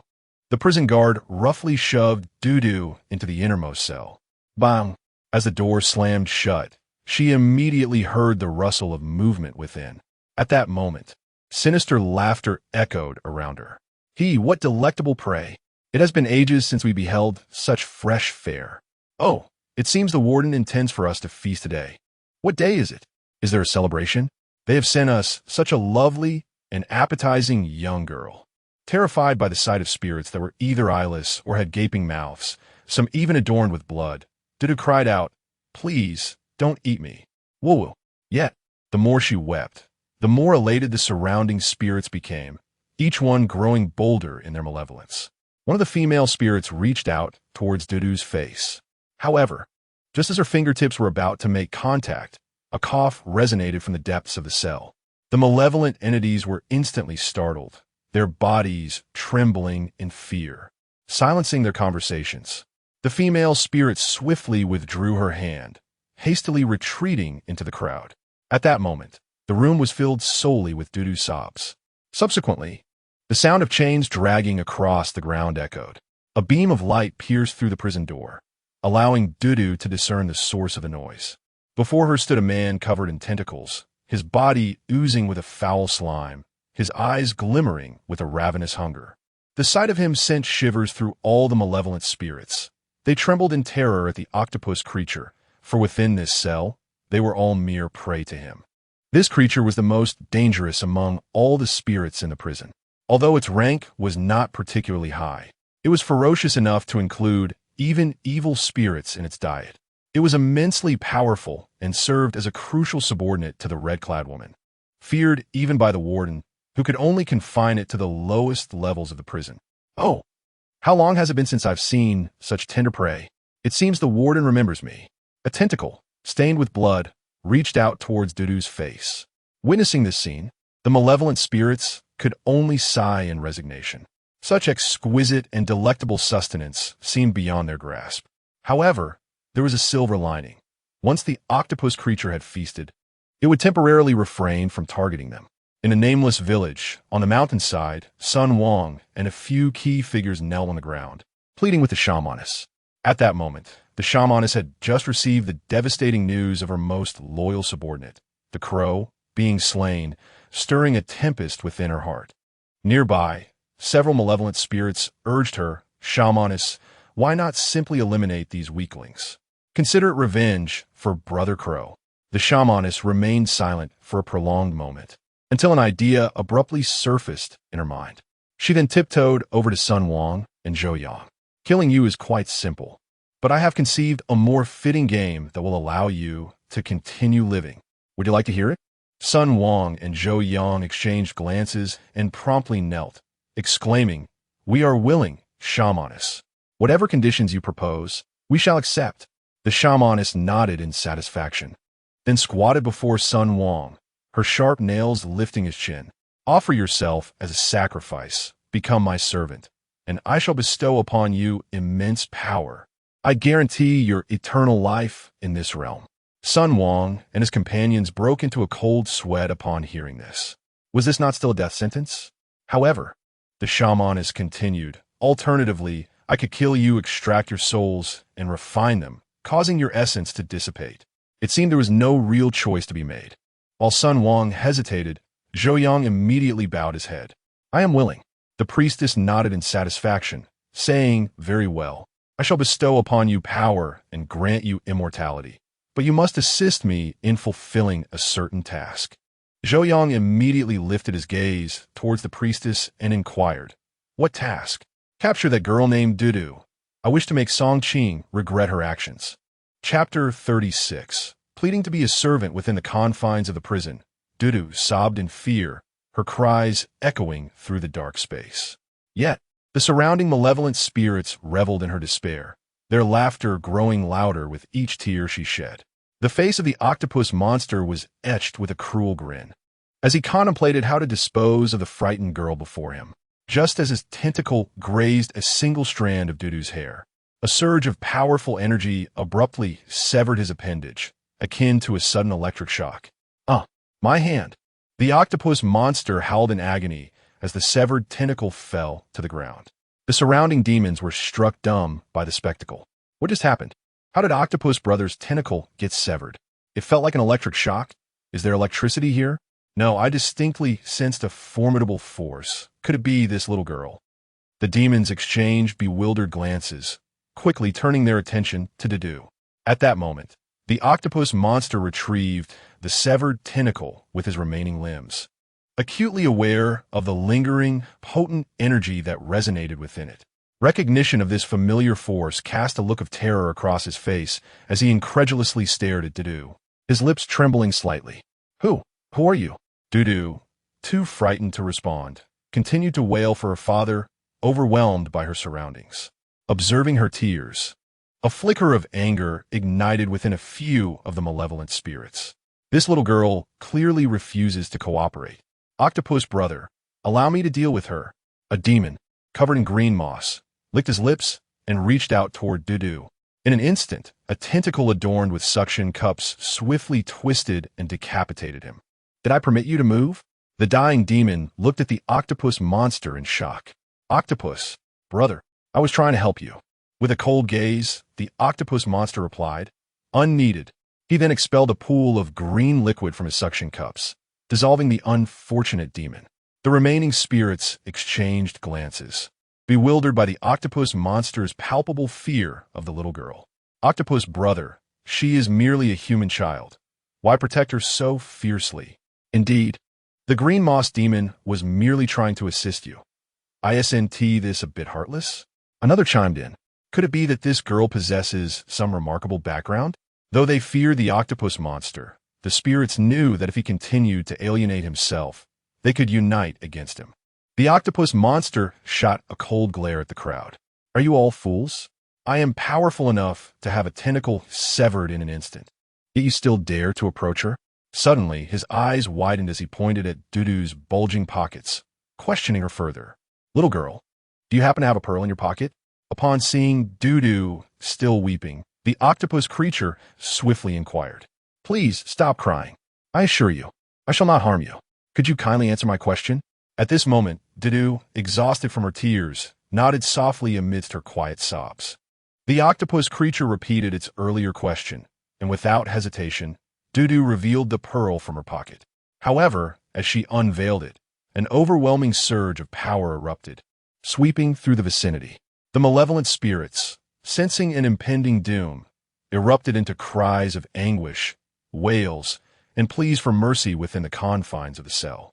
Even the mightiest among them, the octopus, felt a heart-stopping force upon gazing at the pearl. He knelt before Dudu, prostrating himself, his tentacles trembling uncontrollably as he summoned all his strength to resist the oppressive energy. It appears you are the daughter of the Red Queen. I beg your forgiveness. I was wrong. Could you retract the magic pearl and grant us a chance at life? Dudu, astonished, observed the spirits bowing before her. What is happening to you? She inquired, her curiosity piqued. The octopus, trembling, implored once more, I beseech you, put away your magic pearl, we have erred. The other spirits echoed his pleas, their terror palpable, as if they were the mortals and Dudu the true fiend. Glancing at the pearl in her hand, Dudu recalled the words of Giorgio from earlier. She then addressed the malevolent spirits in the cell. Then, you must promise not to consume me again. The spirits, bowing fervently, nodded in agreement. And only then did Dudu stow the pearl away, a look of delight illuminating her face. As the magic pearl was retracted, the spirits, akin to those freed from nooses, collapsed within the cell, gasping for breath. When the octopus creature gazed at Dudu again, his expression was fraught with complexity. Subsequently, he knelt before her, exclaiming, My lady, I, the octopus, willingly offer myself as your eternal servant. Please accept this humble servant of yours. I shall guard you for all eternity. Witnessing the octopus's submission, the other spirits promptly followed suit, each vying to kneel before Dudu. My lady, we wish to be your most loyal servants, never betraying you for all time. My lady, accept me. I vow to shield you with my very being. My lady, have mercy upon us. We pledge to protect you through countless lifetimes. Overwhelmed by the spirit's fervent responses, Dudu found herself at a loss. I do not require servants. Perhaps you should wait for my father to arrive before you speak. Upon hearing her words, the multitude of spirits fell into a stupor. What, young lady, your father is also coming? Dudu nodded earnestly. Indeed, I have come with my father. The malevolent spirits began to murmur among themselves. A father? Impossible. The husband of the woman in red never entered. It was said he had perished long ago. Could it be? She is an impostor? The octopus monster, upon hearing Dudu's words, initially thought the same. However, upon further reflection, he concluded that even if Dudu were not the young lady, that magical orb was undeniably authentic. Regardless of her status, she must possess considerable nobility. Thus, he firmly addressed the remaining malevolent spirits. Whether she is the young lady or not, as long as I, the octopus monster, am present, no one, be they human or spirit, shall dare to harm her. The spirits then realized the gravity of the situation and promptly reined in their thoughts. Indeed, regardless of her status, we have just sworn our eternal loyalty to you. In the warden's office, Sun Wang and Zhou Yang, clad in black robes, had fully become subordinates of the witch. Warden, we heard you recently captured a young girl. Please hand her over to us. With that, Sun Wang placed a red hairpin on the opponent's desk. The warden was momentarily taken aback. Why didn't you mention this sooner? She has already been sent to the lowest level. By now, she is likely nothing but bones. Upon hearing this, Sun Wang and Zhou Yang exchanged glances. What? Sent to the lowest level? When did this happen? The warden helplessly shrugged. It has been about an hour. I suppose. The octopus monster is likely savoring the moment and might even describe the taste of that little girl to you. Upon hearing the warden's words, Sun Wang erupted into laughter. If that is the case, Song Qing will surely be furious. Zhou Yang, however, stroked his chin thoughtfully. I believe we must see her alive or dead. Even a single bone should be inspected. Sun Wang wholeheartedly agreed, nodding in affirmation. Indeed, we must confirm this for proper reporting. Subsequently, the two rose and addressed the warden. We would appreciate your assistance in allowing us to verify this matter. The warden, unable to confront those higher-ranking evil spirits, could only nod in resignation and led them toward the depths of the prison. Chapter 37. My daughter is still in the Lord's tower under the guidance of the sinister sentinels. Song Qing arrived at the door of the Lord's office. The Lord of the city was a formidable level 70 advanced evil spirit, renowned for his prowess throughout the realm. upon hearing that a human sought his audience. He was momentarily taken aback. A human seeks me? Isn't this game supposed to be unrelated to me? Why would a human come to me? Could it be that someone is plotting mischief again? Oof. So self-important. Let him in. The door creaked open, and the sentinels ushered in Song Qing, who was clad in similar garb. What brings you to me? The Lord inquired. Without hesitation, Song Qing extended his right hand, revealing the glimmering ruby ring on his middle finger. You must recognize this ring. The Lord's expression shifted to one of intrigue. How do you possess Charles' ring? Where did you acquire it? With a faint smile, Song Qing replied, of course, he gifted it to me. Otherwise, how could I possibly obtain his belongings? The Lord nodded slightly, dismissing the implausible thoughts from his mind. He then turned his gaze back to Song Qing and asked, speak, what do you desire? Song Qing recounted the tale of Dudu's capture in detail, expressing his earnest plea for assistance in rescuing her. Upon hearing this, the Lord furrowed his brow. Human, do you comprehend the significance of a favor from me? You request that I aid you in rescuing a child? I would have considered it reasonable had you asked for my help in navigating this instance of the game. Does Count Charles know you seek me for such a trivial matter? Song Qing gazed intently at the Lord. Firstly, I wish to convey that the little girl is my daughter. She is the most precious person in my world. Secondly, could you refrain from your delays? Count Charles has bestowed the ring upon me, which, in turn, means you owe me this favor. Do you understand? At Song Qing's brazen demeanor, the Lord's aide was inclined to reprimand this impolite individual. Yet the Lord erupted into hearty laughter. Young man, as you wish, I shall accompany you. However, know that should this opportunity slip away, you shall forfeit this favor. Understood. Can we depart now? Let's go. With that, the Lord promptly led Song Qing toward the direction of the prison. In the depths of the prison, Dudu was in fits of laughter, thoroughly entertained by the jokes shared by the spirits. Was it truly that the donkey finally got the carrot? Amidst the merriment, the warden swung open the heavy door of the cell, addressing Zhou Yang and Sun Wang behind him. I told you, that little girl is undoubtedly gone. The stench is overwhelming, and I shan't accompany you. You may proceed on your own. I shall await your return above. Exchanging glances, Sun Wang and Zhou Yang could only nod in agreement before stepping down toward the cells. As they ventured halfway down, the cacophony of wails from the malevolent spirits surrounding them sent shivers down the spines of the two companions. Sun Wang swallowed hard, struggling to suppress the urge to relieve himself. Should we continue? Zhou Yang, though equally terrified, was reluctant to appear cowardly in front of Sun Wang, thus stifling his own fear. What are we afraid of? After all, we are now spirits ourselves, and as subordinates of the witch, these entities wouldn't dare to harm us. Upon hearing Zhou Yang's words, Sun Wang could only tighten his grip and proceed further down. With each step deeper, the temperature plummeted. Sun Wang whispered, what if that little girl is devoured completely, leaving no bones behind? Zhou Yang pursed his lips. At least if we make the journey, we can claim to have completed our task and have something to report back. All right, Fine. I have a feeling that little girl must be dead. Indeed, these evil spirits are so starved that they would consider us as a meal, let alone that little girl. Just as they spoke, a melodious laughter, reminiscent of silver bells, echoed from below the prison cells. Sun Wang froze, momentarily doubting his own hearing. Upon listening intently, he nudged Zhou Yang. Did you hear that sound?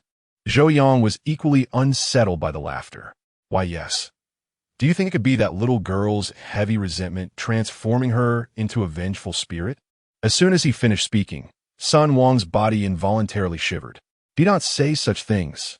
How could a mere child possess such intense resentment? Perhaps it's just other little spirits laughing.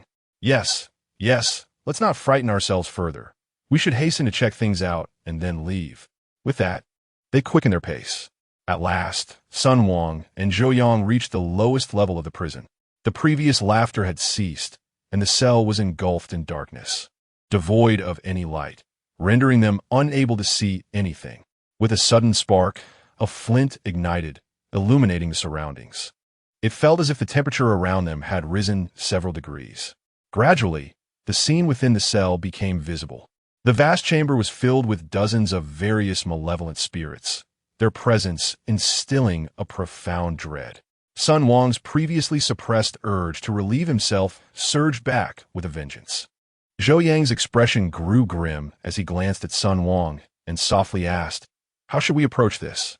"You should ask." Sun Wang, already paralyzed by fear, retorted angrily, "Why should I go? You go. Otherwise, I won't share any of my assets with you." Reluctantly, Zhou Yang stepped forward to inquire, I'd like to ask if there's a little girl here, about 4 or 5 years old." He stood at a distance, too terrified to approach, fearing the spirits might reach through the bars and seize him. Yet, the spirits paid no heed to his question, instead gazing hungrily at him. Zhou Yang swallowed hard, a wave of dread washing over him. "Excuse me, I heard from the warden that a little girl was brought down. Is she still here?" At that moment, a female spirit gently brushed aside her disheveled hair and extended a tongue measuring 20 to 30 centimeters to lick the bars. "Why don't you step closer to find out?" Upon hearing this, Zhou Yang hesitated, taking a half step back. I don't need to. I'll head back now." With that, Zhou Yang turned to leave, when a deep voice echoed from the depths of the cell. "Miss, someone is looking for you." Sun Wang and Zhou Yang were momentarily stunned, then glanced into the cell. There stood Didu, a little girl with a backpack, holding a lollipop. "Were you looking for me?" Outside the prison, the warden yawned. "Why are these two taking so long? Will they come out or not?" He then handed the keys to a nearby guard. "If they come out, close the door and return the keys to my office. I need a rest for a while." "Yes, warden." The warden walked outside with his hands behind his back, and upon reaching his office, he noticed 2 individuals seated inside. One was human, while the other, facing away from the door, revealed only half of their head. "Who are you? Do you not know where this is?" "Guards." Just as he finished speaking, the man in the chair turned around. Upon seeing him, the warden felt his legs weaken. "Mayor, what brings you here?" The mayor, adorned in splendid attire, spoke with impatience. "I heard that a little girl is imprisoned here. Bring her out now." The warden immediately broke into a cold sweat. He had sent Dudu to the lowest level, fearing she had already been devoured. I. Noticing the warden's stammering, the mayor frowned. "What? Is there a problem? Must I go through such trouble for a mere girl?" "No, the child was sent to the lowest level." "What?" The mayor, filled with rage, slammed the table and stood up. "What is your status to carelessly send someone to the depths of the prison? It seems you no longer wish to be warden." The warden, uncertain as to why the mayor sought dared not inquire further and immediately knelt in supplication.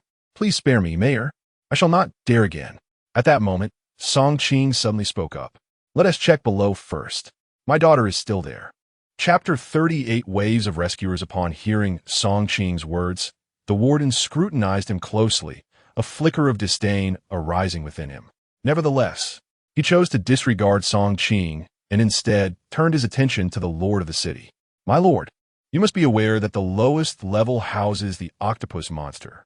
As he spoke, the warden's eyes remained fixed on the lord's expression, subtly reminding him that he was not alone in this matter. The lord's countenance darkened as he glanced at Song Qing. "I understand that you may find it difficult to accept this reality, but I must inform you that being confined to the lowest level of this prison signifies death. Do you comprehend this? Especially for a young girl." The lord then directed his gaze back to the warden, his expression tinged with dissatisfaction. "Should I hear of you carelessly consigning individuals to the lowest level again, you shall face the consequences." The warden exhaled in relief. Yes, I understand. I assure you there will be no next time." The lord nodded slightly and addressed Song Qing. "I extend my condolences. I have been unable to assist you. Thus, I still owe you a favor. Perhaps you could contemplate something more beneficial, like ensuring your successful navigation through this ordeal." However, Song Qing turned to the warden and requested, "If you do not believe me, may I at least have a moment to look inside?" The lord furrowed his brow at Song Qing's insistence. "I have already stated that your daughter has no chance of survival. The horrors of the lowest level are beyond your imagination." Song Qing regarded the earnest lord with a hint of frustration. "I have already asserted that my daughter is indeed safe. Why won't you permit me to enter?" The warden, glancing at Song Qing, chuckled softly and explained, "The lord is merely concerned for your well-being, fearing that the sights within may be too much for you to bear." I advise against it. You truly cannot endure it. The wretched souls confined below are merciless killers, long deprived of sustenance. Upon seeing your daughter, they would undoubtedly be unable to restrain themselves. Realizing he may have misspoken, the warden promptly fell silent. The Lord then turned to him. By the way, why would you send a young girl to prison, especially to the lowest level? Were you instructed to do so? Upon hearing this, the warden immediately began to deflect blame, attributing the decision to the guards at the city gate. Thus, the Lord addressed Song Qing. There are debts to be settled with those responsible. Seek out that individual, and when you confront them, consider this matter resolved. Were it not for Song Qing's systematic team-building capabilities, he might have been swayed by their words. He gazed at the Lord and the warden with a sense of resignation. How about this? Grant me 5 minutes to look inside. If my daughter is not there, I shall remain silent, and you may address the matter as you see fit. Does that sound acceptable? We can consider this favor settled. The Lord sighed in resignation. Very well, I shall accompany you. With that, the Lord led Song Qing towards the depths of the prison. The warden had initially intended to follow, but upon seeing the Lord of the city, he felt a wave of annoyance wash over him. The Lord commanded him to wait above for further instructions, leaving the warden with no choice but to reluctantly comply. As he watched the figures of the Lord and Song Qing vanish into the darkened corridors of the prison, a sense of calculation began to stir within him. If only he had refrained from involving himself in this matter. Who exactly was this man, that even the Lord owed him a favor? Should that girl perish, it seemed likely that someone would accompany her to the grave today. Thankfully, this situation was not of his making. What a close call! While he pondered how to navigate the unfolding events, an overwhelming pressure suddenly enveloped him. He turned sharply, catching sight of a white horse galloping towards him, bearing a strikingly handsome man clad in a white suit. The sight of this man sent a chill of terror down the warden's spine, and he promptly knelt, bowing deeply to the distant figure. I greet your highness, the prince. Long live your highness. The man dismounted with grace, his commanding presence evoking an instinctive reverence in those who beheld him. He was none other than Prince Joseph, the pivotal male protagonist of the entire narrative. Though he was but a character in the game, his influence was formidable, particularly as he shared the stage with the red-clad woman, a character of immense power. Within the realm of this quest, his abilities were on par with the Witch and Count Charles, oscillating between levels 90 and 100. All three possessed the potential to breach the 100-level threshold, becoming the second formidable specter after the red-clad woman. Word has it you have captured a young girl. The warden, still kneeling, was taken aback by the prince's inquiry, beads of sweat trickling down his forehead. Was this some kind of cursed fate? Why was everyone seeking this girl today? What could her and her father's identities possibly be? Were they elite hunters? That seemed improbable. If they were, they would have met their doom long ago. How could they still be alive? First, the witch's people came, then the Lord brought others to search, and now even the prince had come in person. Unbeknownst to the warden, perched upon the prince's shoulder was an invisible girl named Dudu. She tugged at the prince's ear, commanding, "My friend is in danger. Why aren't you hurrying? If anything happens to my dear friend, I shall pluck every last hair from your head." The prince, startled, nodded vigorously and, with a swift kick towards the stammering warden, ordered, "Stop wasting time. Open the door." The warden, daunted into silence, scrambled to his feet and promptly unlocked the prison door, allowing the prince to enter. Meanwhile, in the depths of the dungeon, Song Qing was astonished to find Sun Wang and Zhou Yang before him. To his greater surprise, these two now bore the identities of malevolent spirits. Upon seeing Song Qing, both Sun Wang and Zhou Yang were engulfed in fury. Were it not for Dudu, they would not have found themselves in their current predicament, and were it not for Song Qing, Dudu would never have existed. Thus, they inevitably attributed their animosity to Song Qing. What a twist of fate! Who would have thought you would dare to come to this place? An enemy delivered to us. Mr. Sun, today you need not hold back. Had Song Qing arrived just a few minutes earlier, perhaps Sun Wang and Zhou Yang would not have been so audacious. The reason they felt emboldened to speak so defiantly to Song Qing now was that they realized the malevolent spirits within the prison could not harm them. Although the evil entity inside was exceedingly powerful and willing to protect Dudu, they were a loss. However, the very design of this dungeon's lowest level was to prevent them from going on a rampage, enhancing the ceiling capabilities. Consequently, upon seeing Song Qing, their delight only intensified. If they could eliminate Song Qing upon returning and reporting to the sorceress, they might garner even greater rewards. Song Qing furrowed his brow as he regarded these two individuals who had willingly succumbed to becoming evil spirits, finding the situation somewhat amusing. I spared you previously out of consideration, yet here you are, eager to become malevolent spirits. It seems you are intent on compelling me to end your lives. Upon hearing Song Qing's words, Sun Wang and Zhou Yang were momentarily taken aback before bursting into laughter. You wish to kill us? Song Qing, have you lost your senses, or are your eyes deceiving you? We are no longer mere lowly spirits. We have ascended to the esteemed rank of intermediate evil spirits.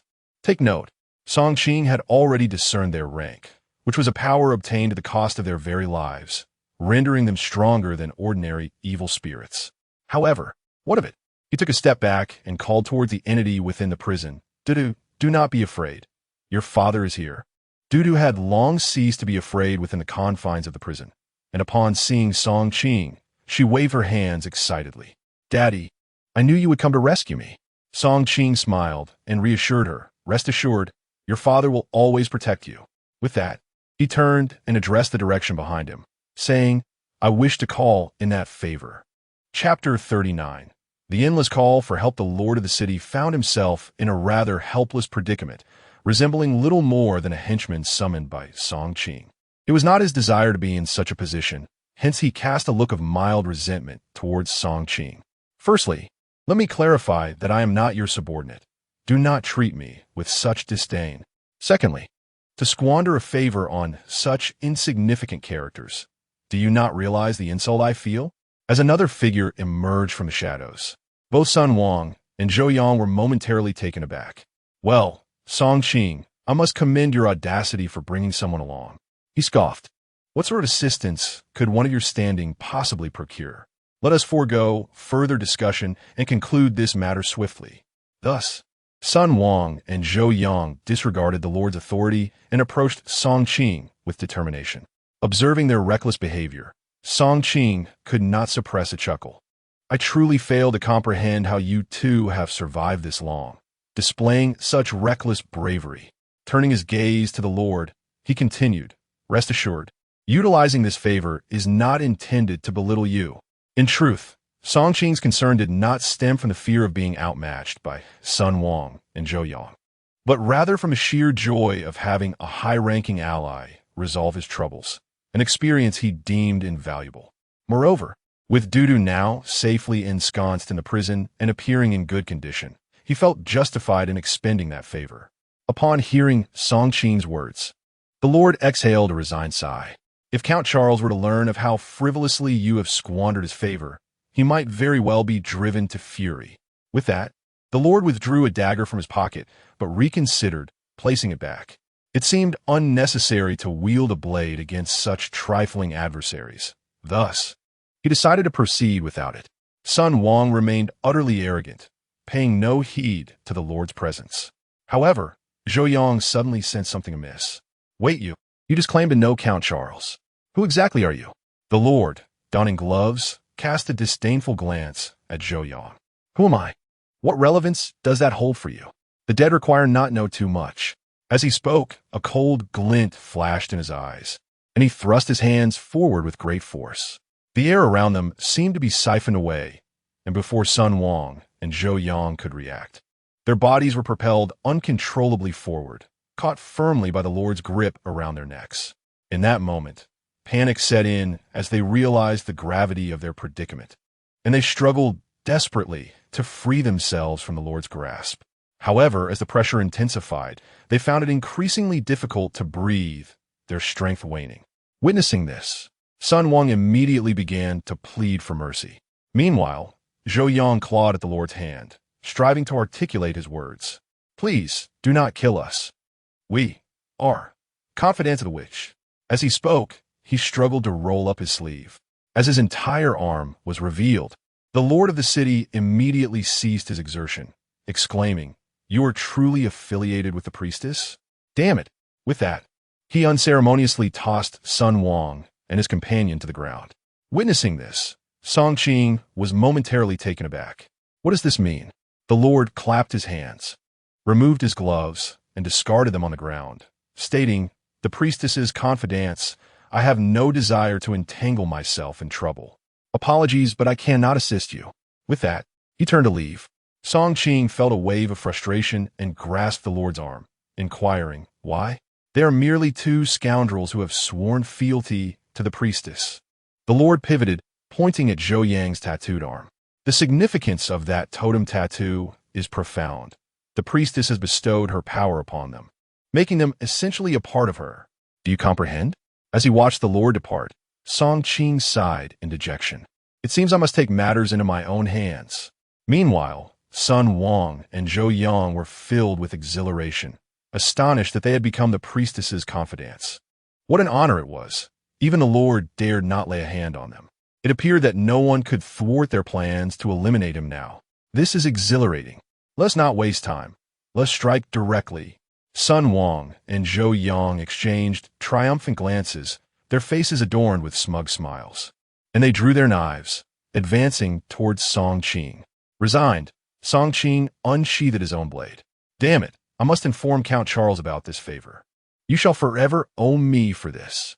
In the prison, Dudu observed the rapidly deteriorating situation and urgently implored the other malevolent spirits, uncles and aunties. "Could you assist my father?" Although the spirits yearned to help upon hearing Dudu's plea, they were powerless against the formidable iron cage, which bore seals of confinement. "We apologize, young lady, but we truly cannot aid Mr. Song," one spirit lamented. "Indeed, if someone could unlock the door of the cage, we would not stand idly by." Another echoed, "Yes, once the door is open, I assure you, your father will not need to lift a finger." Within the confines of the prison, all the malevolent spirits were acutely aware of the cage's formidable nature, directing their longing gazes toward the door. They had been trapped for far too long, each spirit yearning for freedom. Hearing their words, Sun Wang suddenly felt a twinge of anxiety and discreetly asked Zhou Yang, "Is the prison door sturdy enough?" Zhou Yang let out a cold laugh. "What do you think? Do you not understand the cost should these malevolent spirits be released? Fear not, they shall not be freed." Clang! Before he could finish his sentence, a set of ancient keys clattered down from above. "Though I cannot directly assist you in vanquishing them, the spirits inside are unafraid. Unlock the door and let them aid you," came the voice of the Lord from above. In an instant, Zhou Yang and Sun Wang were left dumbfounded. This is an unexpected turn of events. Song Qing could not help but glance at Zhou Yang. "The 1T be released? Are you certain?" Upon finishing his words, he immediately reached for the key. Sun Wang and Zhou Yang, their pupils constricting in alarm, swiftly extended their hands to seize the key as well. Although Song Qing intended to divert the attention of the two with his words, he was still a fraction too slow.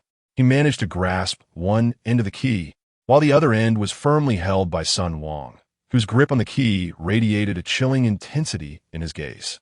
"Zhou Yang, eliminate him!" Zhou Yang wasted no time, drawing a dagger and thrusting it towards Song Qing's neck. "Di Song Qing." The dagger glinted ominously as it lunged towards Song Qing's throat. With a slight furrow of his brow, Song Qing quickly released his hold and stepped back. Zhou Yang's dagger met with empty air, while Sun Wang, despite tumbling to the ground, was filled with exhilaration as he clutched the key. "Ha ha, I have the key. There's nothing to fear now." Zhou Yang, his face alight with excitement, looked at Song Qing with a mocking grin, tightening his grip on the dagger. "You think you can contend with us? You're still too inexperienced." D. With that, he lunged forward again with the dagger aimed at Song Qing. Suddenly, a voice resonated through the corridor. "Your Highness, what brings you here?" Chapter 40. A complete break upon hearing the voice of the city lord. Everyone inside and outside the prison cell was momentarily taken aback. Song Qing was the first to regain his composure, his gaze fixated on the key in Sun Wang's hand as he lunged for it. However, Sun Wang's reflexes were astonishingly swift, and Song Qing failed to seize the key. Damn it. So you want to snatch the key, huh? Quite impressive. Song Qing sighed helplessly, never anticipating that the witch would grant them such formidable abilities. In a one-on-one confrontation, perhaps he stood a chance of defeating either Sun Wang or Zhou Yang. But against the two of them, he feared his strength was insufficient. Was this truly the moment he would let his adversaries prevail? A wave of frustration washed over Song Qing. His plans had been unfolding meticulously, only to be thwarted by this unexpected turn of events. If he chose to flee now, the duo would undoubtedly be unable to apprehend him. Moreover, Dudu remained in the cell, currently shielded by those malevolent spirits, posing no immediate threat to her life. Nevertheless, if he did not neutralize the two of them, it would inevitably hinder the progress of his upcoming tasks. How he wished for a master to swiftly eliminate them both. With a soft sigh, he murmured, then assumed a defensive stance. Come on, let us not waste any time. Zhou Yang, anxious about potential complications arising from prolonged encounters, resolved to join forces with Sun Wang to eliminate Song Qing immediately. Sun Wang nodded, pocketing the key, and together with Zhou Yang, they cautiously advanced towards Song Qing. Everyone seemed to treat the city lord's words as mere jest. After all, what status did a prince hold? How could he possibly arrive here? Song Qing's expression grew serious as his eyes darted between Sun Wang and Zhou Yang. Attack! At Zhou Yang's command, the two sprang into action. Song Qing, refusing to underestimate them, prepared to evade and counterattack. At that moment, he suddenly sensed a powerful surge of energy approaching. With a resounding thud, Sun Wang and Zhou Yang seemed to collide with an invisible barrier. Ouch! My nose! My face! What on earth is happening? Song Qing was momentarily stunned, glancing back to see a man clad in a white suit standing behind him, his eyes reflecting a mixture of helplessness. Perched on the man's shoulder was a petite girl, Jiao, with a grin that revealed her oversized mouth yet somehow appeared more endearing. Jiao exclaimed, "Uncle, I brought help to rescue my sister." Song Qing nodded, but inwardly mused, this wish is astonishingly precise. However, he also recognized a crucial truth. He was woefully weak and desperately needed a train. Sun Wang and Zhou Yang were left dumbfounded, utterly unable to comprehend the situation. What on earth was happening? How had another ally appeared? Damn it, what kind of item had Song Qing obtained to attract so many helpers? Subsequently, Zhou Yang directed his gaze towards the prince opposite him, a hint of flattery adorning his countenance. Your Highness, we are both malevolent spirits. Is it not rather inappropriate for you to assist him? Sun Wang, realizing the gravity of the situation, immediately rolled up his sleeves to reveal the totem tattoos on his arms, nodding in agreement. Indeed, we are both servants of the witch. In terms of lineage, we stand united. However, before they could finish their discourse, the prince abruptly interrupted. Impudent! Do you presume to discuss relations with me? Moreover, let us not forget that we currently stand on opposing sides. How dare you witches venture into the royal city? It is tantamount to courting death. With that, the prince raised his hand and unleashed a surge of black energy. Sun Wang and Zhou Yang, caught off guard, inhaled the dark mist, and their bodies instantly became stiff. Damn, this! Sun Wang muttered in indignation, but before he could complete his sentence, he transformed into a stone statue. Song Qing exhaled a sigh of relief and bowed towards the prince. Thank you for your timely intervention, Your Highness. The prince waved his hand dismissively, a trace of arrogance in his demeanor. No need for thanks. I acted out of respect for the young lady. Furthermore, as a guard of the royal city, I have now irrevocably offended the witch. She will not acquiesce to defeat so readily. The difficulty of the game is likely to escalate. I hope you can withstand it.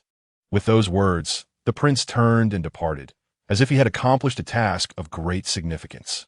Song Qing glanced at the city lord, then proceeded to Sun Wang, producing the key to the prison.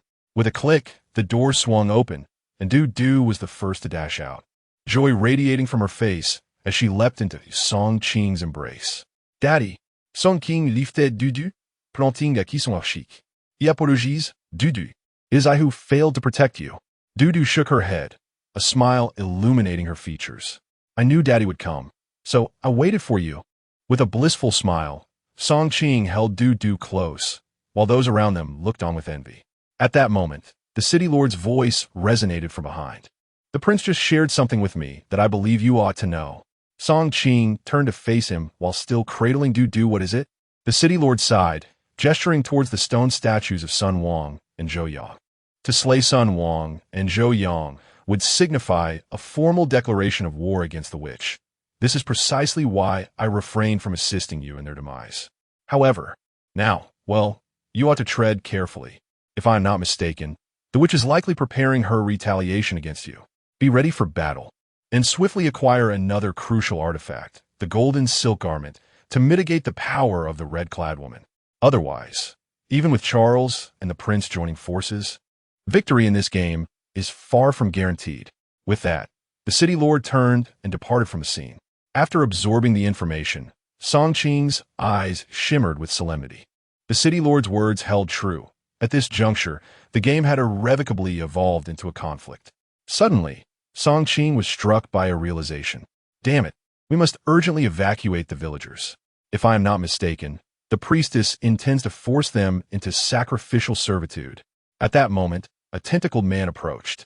Song Qing felt a flicker of wariness, but the stranger promptly introduced himself, allowing Song Qing to relax. Daddy Dudu, we can assist you in delivering the message. After a moment's contemplation, Song Qing nodded slightly. Then it will be hard work. Please be cautious on your journey. Rest assured, you have granted us our freedom. This small task is certainly manageable. At the rear mountain of the nameless village, the priestess furiously shattered a magic crystal in her hand. Bastards! It seems they have no intention of playing by the rules anymore. In that case, we are no longer bound by these regulations. Rising, she addressed a large water vat behind her. It is your turn now. Go and capture everyone in the village. I want them to be sacrificed and become mine. As her words echoed, ripples broke the surface of the calm water. Soon, a damp, moss-covered hand emerged from within. Finally, I can come out and feel at ease. Subsequently, vines began to surge forth from the vat, spreading rapidly and causing all surrounding vegetation to wither at a visible pace. Chapter 41. Redemption. In the nameless village, Qin Long gazed upon the octopus creature before him, its body completely adorned with writhing tentacles, and a shiver of dread coursed through him. Esteemed sir, do you have any instructions? The octopus creature surveyed its surroundings, then lifted the teacup from the table and drained it in one gulp. Notify everyone in the village to assemble. Qin Long was momentarily taken aback. Why? Faced with this fearsome entity, whose terrifying visage suggested a potential massacre, Qin Long's mind raced with dark thoughts of impending doom. The octopus creature, growing impatient, shot Qin Long an annoyed glance. What is with all this chatter? Hurry up, unless you wish to meet your demise. Despite the creature's brazen arrogance, Qin Long fought to suppress the rising tide of fear within him. No, the rules of the game are clear. I cannot proceed in this manner. The octopus creature suddenly burst into laughter. So, you desire death, then? With that, a swift whoosh echoed through the air. Qin Long screamed as a tentacle coiled around his neck, yanking him to the ground. You are violating the rules of the game. I will report you.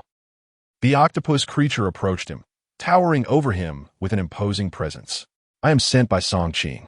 If you wish to survive, come with me now. After watching the video, Qin Long finally accepted that the octopus creature truly hailed from Song Qing. The creature also discerned that Qin Long was trustworthy enough. Thank you. Qin Long expressed his gratitude towards the octopus creature. The creature waved dismissively, indifferent. No need for pleasantries. Hurry and gather the villagers. I shall lead you to the royal city. Understood. Moments later, Qin Long assembled all the villagers and delivered a brief address, which immediately incited a wave of panic among them. The octopus creature rose and pointed towards the village entrance. We must leave at once. They are coming. At the octopus creature's words, the villagers were taken aback, then swiftly scrambled towards the village entrance. Yet, their speed proved inadequate. The trees at the village's edge rapidly withered before their eyes. Suddenly, countless vines erupted from the ground ahead, obstructing their path. The crowd halted, astonishment etched upon their faces. Witnessing this, the octopus creature's expression shifted to one of grave concern. "We are too late. Everyone, prepare for battle." With a commanding voice, the octopus creature assembled all the malevolent spirits from the depths of the prison, forming a line to shield the villagers. Meanwhile, a narrow path gradually parted among the vines. A man, cloaked in a blanket of green moss, emerged. "Octopus creature, it has been a long time. I never imagined you would escape from prison." The octopus creature's eyes gleamed with a chilling intensity as it regarded the man before him. "Tree spirit, I once saved you. Today, you shall repay that debt." To his surprise, the tree spirit erupted into laughter. "Octopus creature, do you still believe you are the formidable being who once ruled the royal city? A debt of gratitude? Huh, how utterly amusing." After being mocked by the other party, the face of the octopus creature suddenly displayed a hint of embarrassment.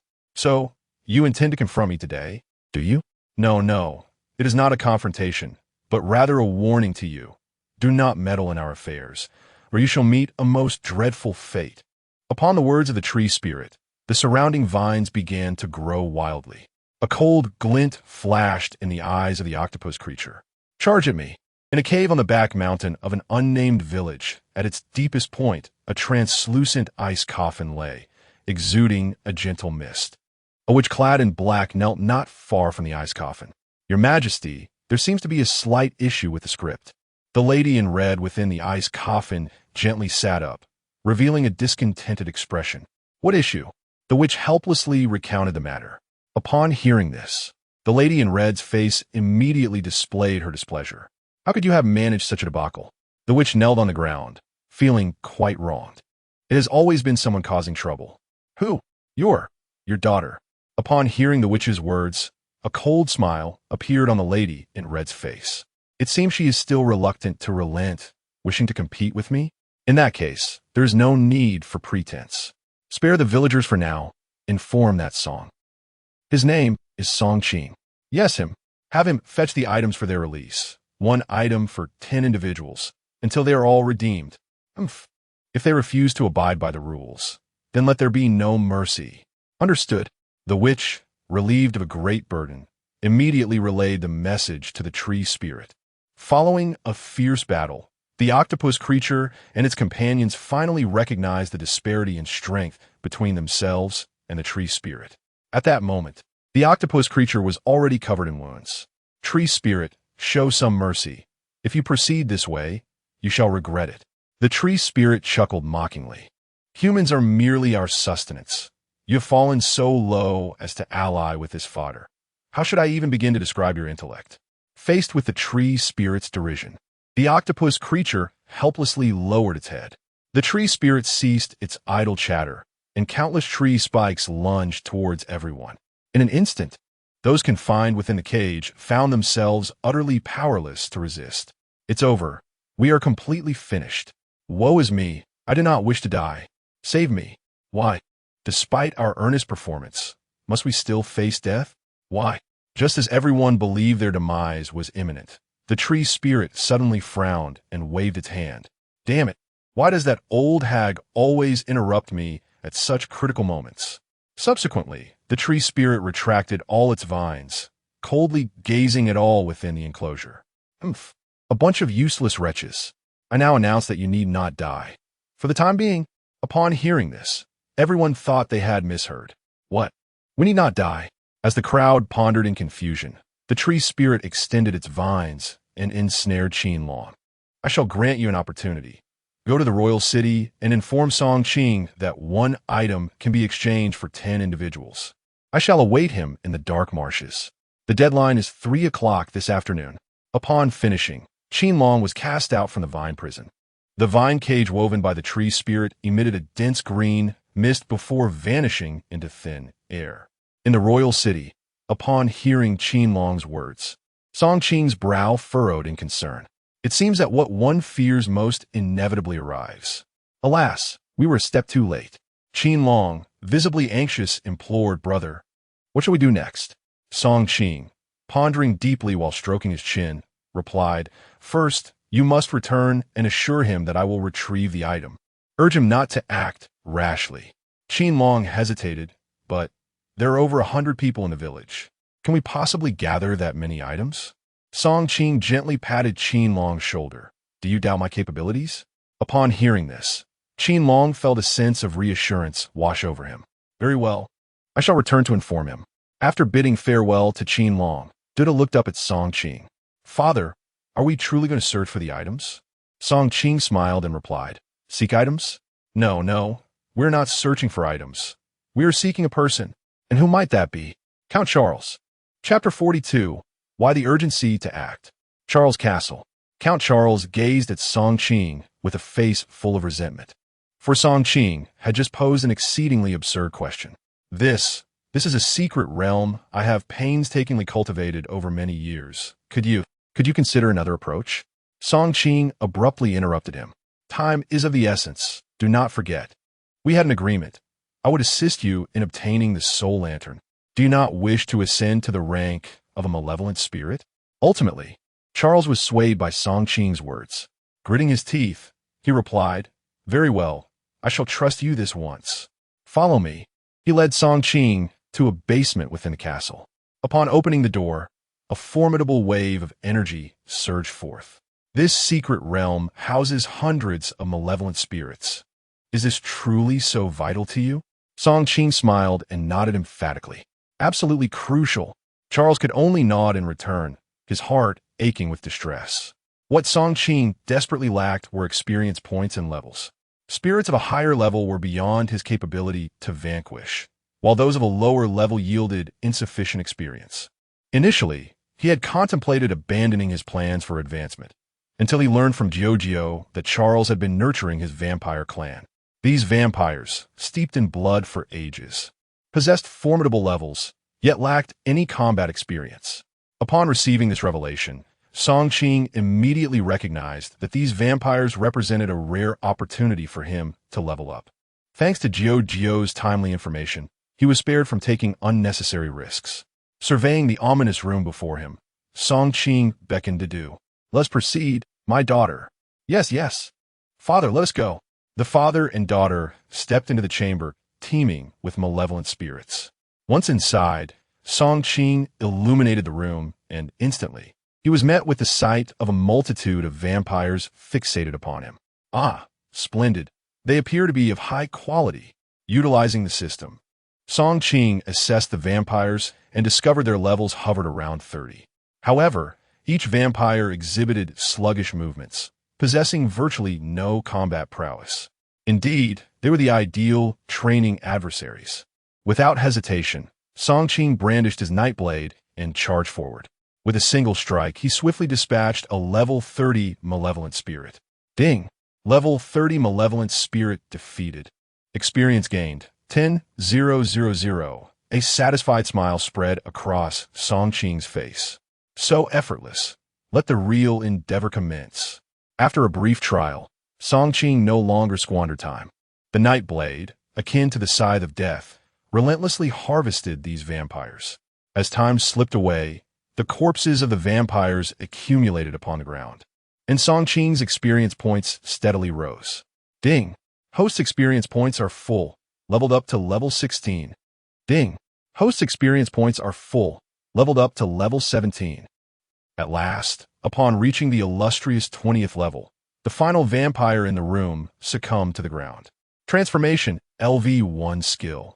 An auxiliary technique that allows one to refine and absorb the essence of defeated specters, enabling the user to unleash a substantial amount of damage once accumulated to a certain extent. A new skill has been acquired. Transformation sounds promising, allowing for the absorption of energy from the slain spirits, which can be preserved for self-preservation. Quite commendable.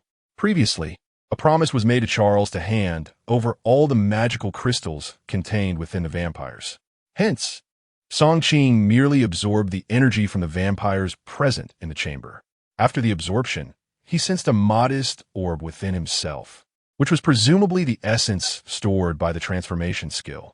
However, it appeared he could not yet unleash it. Subsequently, Song Qing accessed the system to review his status and decisively upgraded his Ambush Blood Spike to level 2. Notification: Ambush Blood Spike upgraded to LV2. Ambush Blood Spike, LV2 specialized skill, consuming 1,000 spiritual power with each release, launching a lethal 10-hit combo against the target. With each subsequent hit inflicting double the damage of the previous one, ignoring the enemy's armor, and possessing a 10% chance to execute the target, not exceeding the host's level 20, with a 3-minute cooldown. The skill continues to present itself in its unadorned simplicity, reiterating the 10% chance to execute the target. It appears that the damage has indeed increased. The consumption has risen, yet the cooldown has been reduced to 3 minutes, which is acceptable. After completing the skill upgrade, Song Qing turned his attention to his equipment. The gear had not been upgraded for some time, primarily due to the scarcity of magical crystals at the outset. Additionally, he had not undergone a job change previously, leaving him uncertain about the upgrade process. He then checked the quantity of magical crystals required for the upgrade. LV1 Dark Nightblade, currently eligible for upgrade to LV20 Dark Nightblade, requiring a total of 600 first-grade magical crystals. Next, Song Qing examined the 5 other pieces of equipment, noting that each upgrade necessitated 600 first-grade magical crystals. In total, this amounted to 3,600 first-grade crystals, considering the conversion ratio between first and second-grade magical crystals. He would require 3 second-grade crystals along with 600 first-grade crystals. Fortunately, Song Qing had an ample supply of magical crystals. During his previous collaboration with the enigmatic Redclad in Wanjun, he had been gifted 13 second-grade magical crystals, more than sufficient for his needs. Without hesitation, he pressed the upgrade option. Notification: Dark Knight Blade upgraded to LV20 Dark Knight Blade. Notification: Dark Knight Cloak upgraded to LV20 Dark Knight Cloak. Notification: Dark Knight.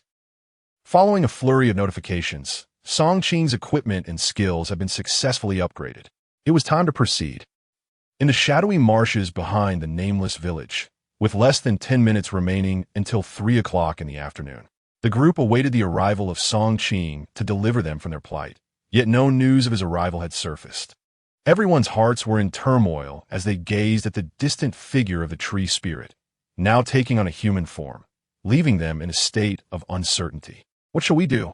Surely, Song Qing will not abandon us.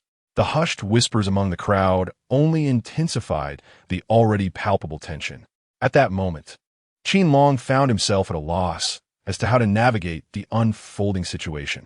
Just 5 more minutes. However, it appeared that the lad was unlikely to arrive. Everyone should line up properly, lest chaos ensue, for I am averse to complications. As the voice of the tree spirit echoed, the crowd was instantly paralyzed with fear. A few women among them were so frightened that they broke down in tears.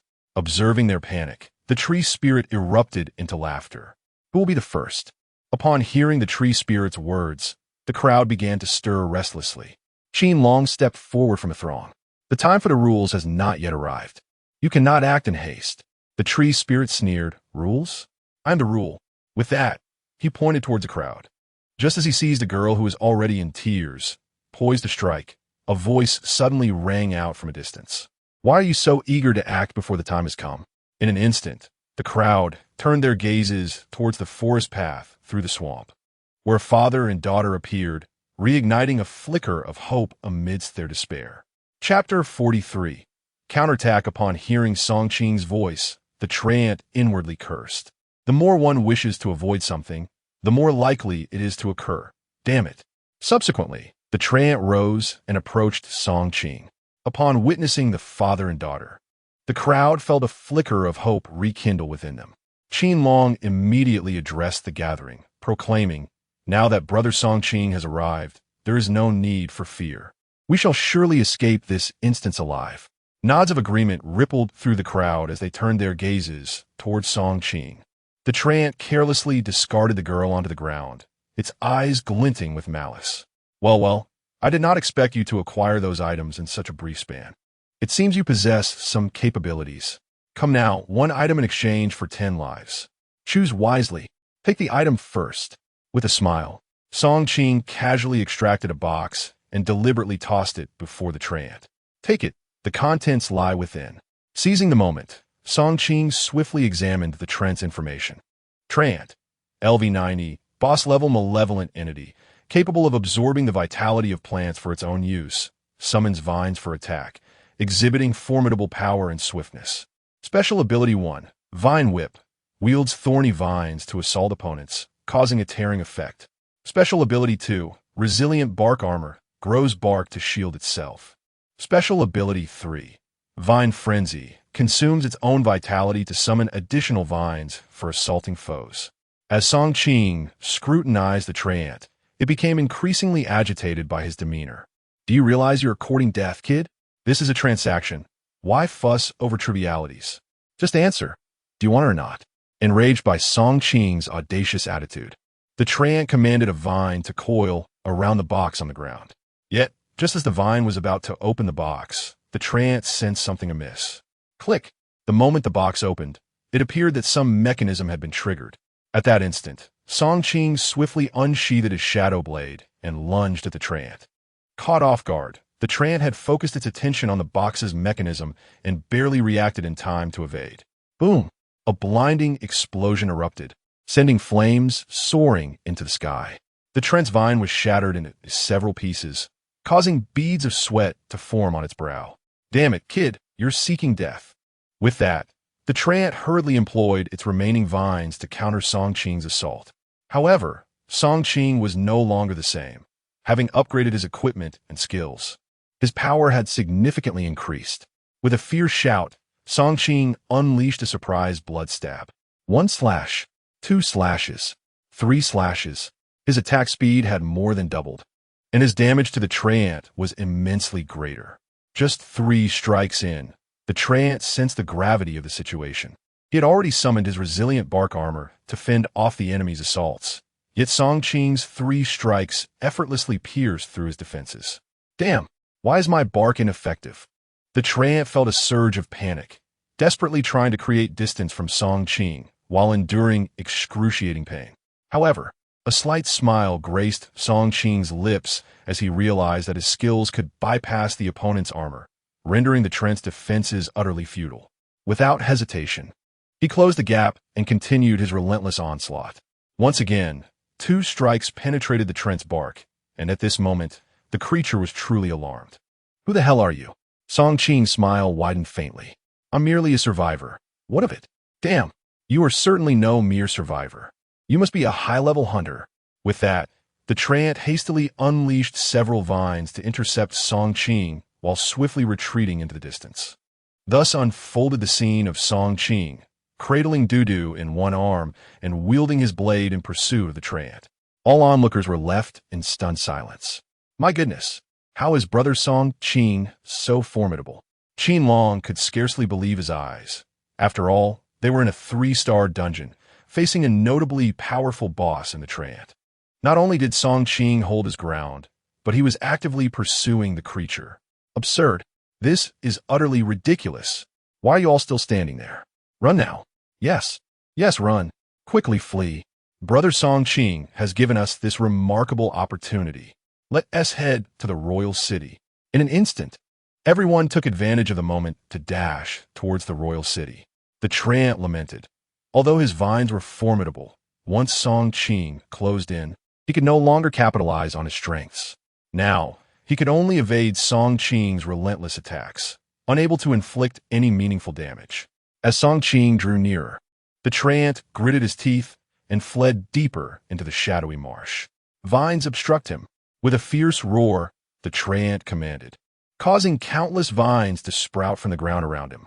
Facing these vines, Song Qing wielded his blade with precision, slicing through them as effortlessly as one would cut through octopus tentacles. In the cave on the rear mountain, the woman in red and the priestess, relying on their formidable spiritual awareness, witnessed the clash between Song Qing and the treant. Observing the treant's frantic retreat, the woman in red's expression turned grave. It seems the treant is not his match. Damn, why is this human so powerful? The priestess was at a loss for words. Yet she sensed a chilling intent gradually spreading. My queen, may I assist the treant? However, the next moment, she felt her body stiffen slightly. The woman in red had appeared behind her without her noticing, gently placing her icy hand on the priestess's shoulder. You can't even handle such a trivial matter. You have wasted so much of my time. Do you not possess any sense of awareness? The priestess, momentarily seized by terror, nearly collapsed to the ground in supplication. Yet her body was slipping beyond her control. My queen, spare me, she implored. In the next instant, her form convulsed violently as the red-clad woman plunged her fingertips into the priestess's lower back. A stream of pure, malevolent energy was relentlessly siphoned away, and the priestess's physique visibly withered, ultimately reduced to a mere hide. The woman in red savored her fingertips, as if she had just indulged in an exquisite feast. What a bunch of inept fools. It seems I must take matters into my own hands, she declared. And when June, I never imagined your fortune would lead you to encounter such a gifted hunter. Alas, the rules of the game are mine to dictate. Prepare yourself, as I leisurely feast upon your soul. Ha ha! With that, the woman in red exited the cavern and snapped her fingers toward the sky. Shortly thereafter, an ornate carriage materialized outside the cave. She waved her hand, and her attire transformed into a stunning white evening gown. With poise, she ascended the carriage to attend a grand banquet in the royal city. Chapter 44. The final 3 hours in the dimly lit marsh, Song Qing, accompanied by Dudu, relentlessly pursued the Treant. The Treant's formidable defense relied predominantly on its bark armor, which fortuitously was rendered ineffective against Song Qing's skills. Thus, upon encountering a suitable adversary, a powerful malevolent spirit, Song Qing seized the opportunity without hesitation. Do not flee. Let's sit and converse, he called out. However, the disparity in their levels presented a challenge, compounded by the Treant's choice of the marsh as its battleground. As the Treant dashed forward, it nearly stumbled upon hearing Song Qing's voice behind it. Turning abruptly, it bellowed, "If you have the ability, catch up to me. You shall not make me stop." In exasperation, Song Qing implored, "Oh, do not be like this. Our meeting is serendipitous. Let us have a proper discussion. If I catch up to you in anger, I may not be able to restrain my strength. Halt now, and we can negotiate amicably." The Treant felt a profound sense of humiliation. "You insolent brat, do not be so arrogant. Once I have caught my breath, I shall deal with you." With that proclamation, the Treant resumed its flight, cursing as it ran. "Cursed be this day. I have never faced such disgrace. To be pursued by a mere human is an utter humiliation." As it spoke, the Treant extended its hand toward Song Qing, commanding vines hinder him. The released vines surged toward Song Qing, yet he was no longer the inexperienced novice he once was. With a swift strike, he dispatched the vines, gaining a modicum of experience with each severed tendril. However, each vine's destruction took a toll on the Treant, gradually exhausting its strength. "I cannot continue like this. If I do, I shall be worn down." During a brief respite, the Treant glanced back at Song Qing, who remained in relentless pursuit. "This cannot persist. I must retreat to the cave and seek the Queen's assistance." Resolutely, the Treant altered its course and sped toward the cave. Meanwhile, Song Qing felt a substantial drain on his spiritual energy, worrying that he might soon falter. Although Dudu possessed a spiritual energy aura that could enhance recovery, its low level rendered the effect rather minimal. The energy consumed to combat the dense onslaught of vines far exceeded the restorative capabilities of the aura. Just as Song Qing dispatched the last wave of vines, he suddenly noticed the Treant had vanished from sight. Where has it gone? He wondered, quickly assessing the Treant's position. Thanks to his exceptional perception as a demon hunter, he quickly located the creature. It was heading toward the village. It seemed intent on seeking the shaman or the woman in red. He could not allow it to succeed. Thus, Song Qing quickened his pace to catch up. Upon entering the royal city, Qin Long and his companions, following the tentacled creature, found the city gate abruptly shut behind them. The scene left everyone astonished. What was happening? Why had the gate been closed so suddenly? Was something amiss? Indeed, look, the malevolent spirits had already ascended the city walls. A grave incident was surely at hand. An ominous premonition loomed. Could it be that the tree spirit had caught up with them?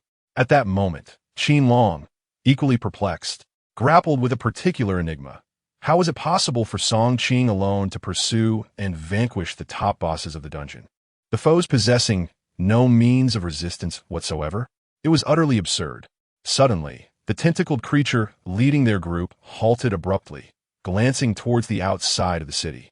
Something was amiss. The queen was approaching. This proclamation bewildered the others, who turned to the octopus-like monster for clarification. What did it mean that the queen was coming? Wasn't this dungeon themed around Cinderella? There didn't seem to be a queen involved. Qinlong could not help but inquire. The tentacled creature sighed and shook its head. The queen I refer to is the malevolent spirit portraying Cinderella. No, not merely a spirit, but a vengeful ghost. She is the most formidable entity within this dungeon. At her peak, the combined might of all the malevolent spirits could not contend with her. The surrounding individuals widened their eyes in disbelief. What? The entirety of the dungeon's inhabitants combined could not rival her. Was she truly that formidable? Indeed, if she were to arrive in the royal city, who could possibly withstand her? This is dire. She wouldn't unleash a massacre in the city, would she? Suddenly, Qinlong grasped a crucial point. Wait, it seems the Red Queen has not acquired sufficient items. Is she not contravening the rules? No sooner had he uttered these words than another malevolent spirit beside him scoffed. Rules? Preposterous. In this entire dungeon, the rules are dictated by her. Who is there to hold her accountable? Upon hearing this, the crowd fell silent. Indeed, the Red Queen was the most powerful figure in the dungeon. None could rival her. Yet, the tentacled creature shook its head. Although the Red Queen possesses immense strength, she must still adhere to the rules. These are not her rules, but the laws of the heavens. None can transgress them. At this revelation, Qinlong's eyes flickered as he pondered another question. If that is the case, how did she arrive without the necessary items? That seems to breach the rules, does it not? The others nodded in agreement. The octopus creature's countenance darkened. For her to have come to the royal city, aside from obtaining items, there exists another possibility. She may have slain a slightly weaker malevolent spirit to seize its powers. Qinlong smacked his thigh. Are you suggesting she has killed one of her own subordinates? The octopus creature affirmed. Indeed, if my assumptions are correct, the witch must already be deceased. At that moment, the sky abruptly shifted hues. The once murky atmosphere transformed into a vivid crimson. A chilling laughter echoed from the heavens above. Indeed, you have proven yourselves quite capable to accompany me to this juncture. However, the ensuing challenges shall not be so straightforward. According to the rules of the game, there remain 3 hours until the ball commences, yet I lack the appropriate dance shoes and evening gown. Therefore, the responsibility falls upon you. Should the appointed time arrive and I have not procured these items, I shall enter the city and eliminate each one of you. Ha ha ha. The game begins. Chapter 45. Journey to the Abyss. At this moment, the royal city was shrouded in a thick veil of dread. It was not merely the humans who felt the weight of terror. Even the malevolent spirits within were engulfed in fear. The oppressive aura exuded by the crimson-clad woman was overwhelming, leaving no room for resistance. After all, she was the only entity in this realm whose power surpassed that of the evil spirits, reaching the level of a vengeful specter. Who could possibly remain unafraid? This time, aside from the father and daughter, Song Qing, all humans who had entered the realm were gathered within the royal city. What shall we do? We can only place our hopes on Song Qing and his daughter. But how could they possibly accomplish this task? I fear we are doomed. It's over. Last time, when the trance sought the artifact, he failed to produce it and was pursued to an unknown location. This time, the queen will surely not grant him another opportunity. Oh, I do not wish to die. Another 3 hours have passed. What are we to do? Surely there must be some artifacts within the city. Let's search for them, hoping to survive a little longer. What are you thinking? The queen has entered the city, and the aura she carries transforms people into evil spirits. Do you truly believe her entrance is merely for a ball? What? Is that so? No wonder everyone is so terrified of the queen. It turns out she possesses the power to turn people into evil spirits. The crowd murmured in panic, their fear palpable. And even the malevolent spirits within the city were deeply troubled. The prince, equally anxious, observed the chaos among his courtiers. Your Highness, I believe our urgent priority is to resolve our predicament swiftly. We cannot accompany these humans to their doom. Indeed, Your Highness, If the Crimson Queen wishes to play, we shall indulge her, but there is no need for us to be her companions in death. I propose we negotiate with the Queen, surrender these humans, and plead for her mercy." Upon hearing their suggestions, the prince could not help but scoff. "You appear to lack a comprehensive understanding of the Queen. She is a madwoman for games, strictly adhering to their rules. Otherwise, we would have perished long ago. Thus, to defy her rules is to invite death." At the prince's words, the great hall fell into an uneasy silence. "Does that mean we're trapped here, left to rely solely on that human outside?" The prince sighed and approached the window to gaze outside. "Indeed, we can only place our trust in him now." In the cave on a mountainside behind the nameless village, the Treant fled in a state of utter disarray, his condition dire. Gazing at the wounds upon his body, a surge of rage welled within him. "I shall kill you one day." After uttering this vow, the Treant leaned against the cave's rocky walls and ventured deeper inside. However, upon reaching the innermost part of the cave, he found nothing but an empty crystal coffin. "Where is she?" As his thought crossed his mind, he scanned the vicinity and suddenly spotted a desiccated corpse by a nearby pool. The Treant hurried over to lift the lifeless body, only to discover with shock that it was the remains of the priestess. How could this be? The tree spirit examined the body of the priestess and was astonished to find not a single trace of injury upon her. In that fleeting moment, clarity dawned upon the tree spirit. He understood who the true murderer was. It seemed that reaching the royal city was no longer an option for him. At that instant, a box on the ground caught his attention. The tree spirit reached down, picked it up, and upon opening it, discovered a slip of paper inside. After reading its contents, his heart raced with unease. He pressed his lips together, ready to flee the cave, when suddenly a familiar presence enveloped him. Song Qing stood before the small palace within the cave, observing the tree spirit. "Run, keep running." The tree spirit's lips twitched slightly as he cursed Song Qing inwardly. Yet his words betrayed him. Wait. I believe it's time for us to sit down and discuss things. Wouldn't you agree?" Song Qing placed it down, a playful smile gracing his features. At this moment, suggesting a conversation made the tree spirit wonder if he was being regarded as a fool or if Song Qing himself was the simpleton. With that thought, Song Qing drew forth his nightblade. "Enough with the chatter. I have matters to attend to, so I shall send you on your way." The tree spirit's heart constricted in fear. "Wait. You cannot kill me." Song Qing paused. "And why is that?" "Because I possess a crucial piece of information. If you take my life, you will never learn it." The tree spirit asserted, his tone earnest. However, Song Qing merely scoffed. "Apologies, but I have no interest in your tidings. Thus, it is time for you to depart." With that, Song Qing lunged forward, his blade aimed at the tree spirit. The latter screamed in terror. "No, stop. I will tell you. The queen has slain the priestess, and she is now waiting outside the royal city. She has made a demand. Within 3 hours, you must gather all the artifacts to meet her, or she will slaughter everyone in the city. I know where those artifacts are. Just spare my life, and I shall reveal their locations to you. I swear." With that, the tree spirit presented a box to Song Qing. "A golden silk evening gown. Can you trust me on this?" Song Qing glanced at the tree spirit, sensing his sincerity, and accepted the box, opening it to reveal an exquisite gown woven from golden threads. It was indeed a magnificent artifact. Yet, what shocked him more was the revelation that the Red Queen had murdered the priestess, her most trusted subordinate and the second strongest being in the entire scenario. A chill crept into Song Qing's heart at the realization of her ruthlessness. The Red Queen was no ordinary foe. However, he pondered whether he could possibly gather all the artifacts within such a brief time frame. Just as he was lost in thought, the tree spirit spoke again. "I can assist you in obtaining the other artifacts. In exchange for my life, what do you say?" Song Qing smiled slightly, intrigued by the proposition. "Then you must bring forth something genuine. There are indeed numerous props at our disposal." Upon hearing this, the tree spirit eagerly interjected.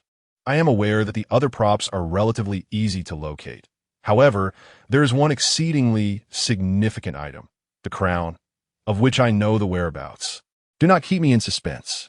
Speak." "The final prop resides within the enchanted cavern. I am certain it lies within The tree spirit unabashedly revealed the location of the last prop and proceeded to share all that it knew about it.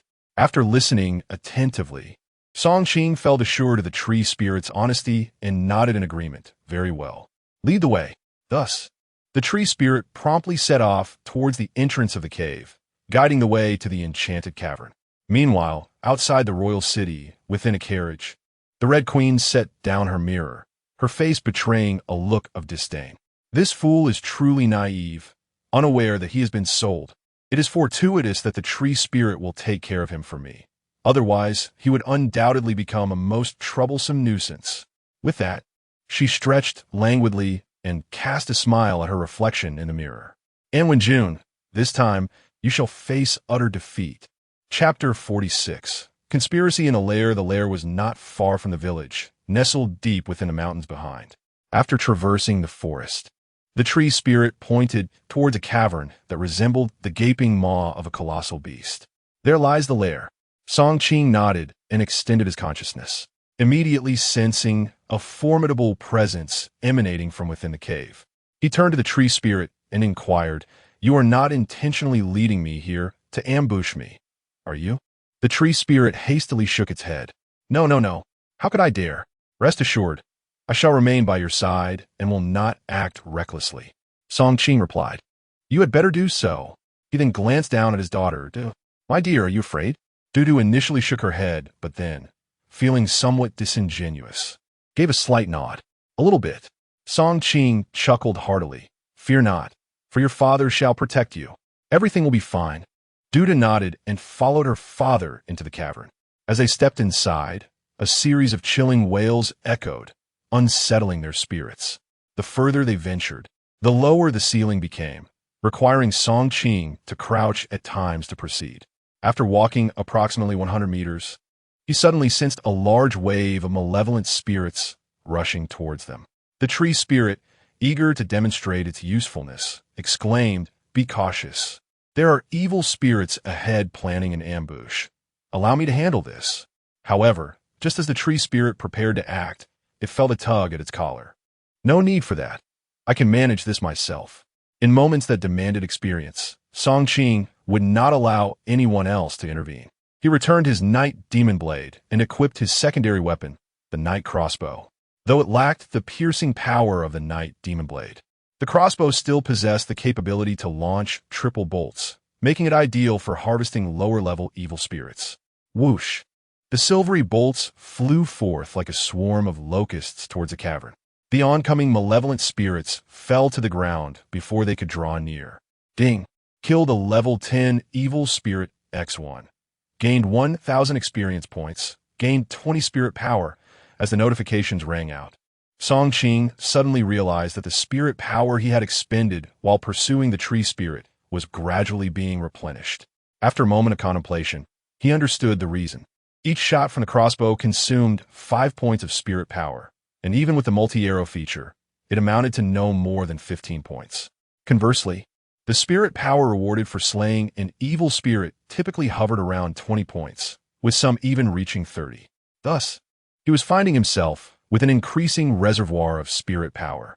Upon discovering this rule, Songqing felt he had unearthed a swift method to replenish his spirit power. Encouraged, he continued to slay more spirits, quickly advancing to the midpoint of the lair. Upon reaching this location, the number of malevolent spirits had evidently diminished, yet their levels had considerably increased. As they approached a fork in the path, the treant suddenly spoke. Ahead lies a junction.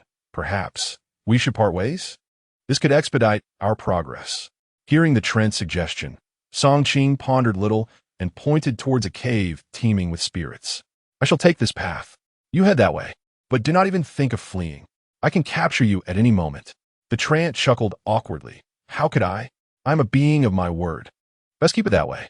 With that, Songqing turned and proceeded towards the left cave. Observing him depart, the treant swiftly made its way to the right cave. After an indeterminate time of running, the treant suddenly felt itself surrounded. Treant, long time no see. A voice echoed, causing the treant to shudder and look up. There, at the cave's apex, a massive head revealed a sinister grin. The Trant quickly forced a smile. I did not expect to find you here, Ghost King. I have been searching high and low for you. The Ghost King's demeanor shifted instantly, his smile vanishing and his expression turning ghastly. You seek to lead the human to me and eliminate me, do you? Upon hearing the Ghost King's words, the Trant hastily waved its hands. No, no, Ghost King. You misunderstand. I too have been coerced. I have come to enlist your aid in vanquishing him. The Ghost King scoffed at this. Only a mere human, and yet you wish to seek my assistance? This is not characteristic of you. With no other option, the Trant recounted the peculiarities surrounding Song Qing. The Ghost King's brow furrowed slightly. Is he truly that formidable? Indeed, if you do not believe me, see for yourself. The Trant, anxious that the Ghost King might doubt its words, revealed its still healing wounds. The Ghost King leaned closer, inspecting the injuries, and nodded slightly. This individual is no ordinary foe. He managed to bypass your bark armor, which is your most vital defense. Precisely. Thus, for our survival, we must unite to eliminate him. Otherwise, your brethren within this infernal lair may be slaughtered. The Ghost King licked his lips and distanced his head from the repulsive flesh clinging to the cave ceiling. He is indeed powerful. I have no desire to provoke him. However, I do possess a strategy to contend with him. With that, the Ghost King divulged his entire plan. This task must be entrusted to you. Taken aback, the Trant hesitated and expressed, however, he is exceedingly vigilant. I believe we should present something tangible to ensnare him. The Ghost King regarded the Trant with a cold smirk. Very well, I shall grant you an opportunity. Should you fail, do not blame me if I decide to spare you no mercy. With that, the Ghost King opened his mouth and expelled a small box. The Trant eagerly opened it, revealing a meticulously crafted crown within. Very well, I shall proceed at once. I assure you, the task will be accomplished. The Trant, not daring to waste time, turned and headed in another direction, clutching the box tightly. Meanwhile, Song Qing, accompanied by Dudu, was on the verge of penetrating the left cave, having advanced from level 20 to level 24. Yet, Dudu's progress remained exceedingly slow, still languishing at level 9. Inquiring with the system, Song Qing discovered that he was the captain, primarily responsible for hunting the malevolent spirits, while Dudu, as a teammate, merely accumulated experience at a sluggish pace. With this explanation, Song Qing found no further cause for concern. He felt a sense of joy knowing that Dudu was at least leveling up. Although he had advanced 4 levels without any upgrade rewards, it was apparent that his damage output had significantly increased. The malevolent spirits they encountered scarcely lasted more than 3 strikes against him. Having grown weary, Song Qing sought a spacious area to rest with Dudu. At that moment, a sudden flurry of footsteps echoed from behind. The Trant rushed over, exclaiming, "Brother, brother, I made a new discovery." Startled, Song Qing noticed the Trant's anxious yet excited demeanor. "What discovery?" he inquired. "In the right cave, I found clues regarding the crown. Look." The Trant then handed a box to Song Qing. Upon inspecting the box, he indeed sensed traces of the item within, though something felt amiss. Why are the box and the item separated? The Trant, having anticipated this question, replied, "Oh, if I am not mistaken, the item must be guarded by one of the malevolent spirits within. Without further ado, we should hasten there." Song Qing checked the time and realized they were short on it. He certainly did not wish to jeopardize his mission by allowing the number of survivors in the dungeon to fall below 50%. Without a moment's hesitation, he followed the Trant towards another cave.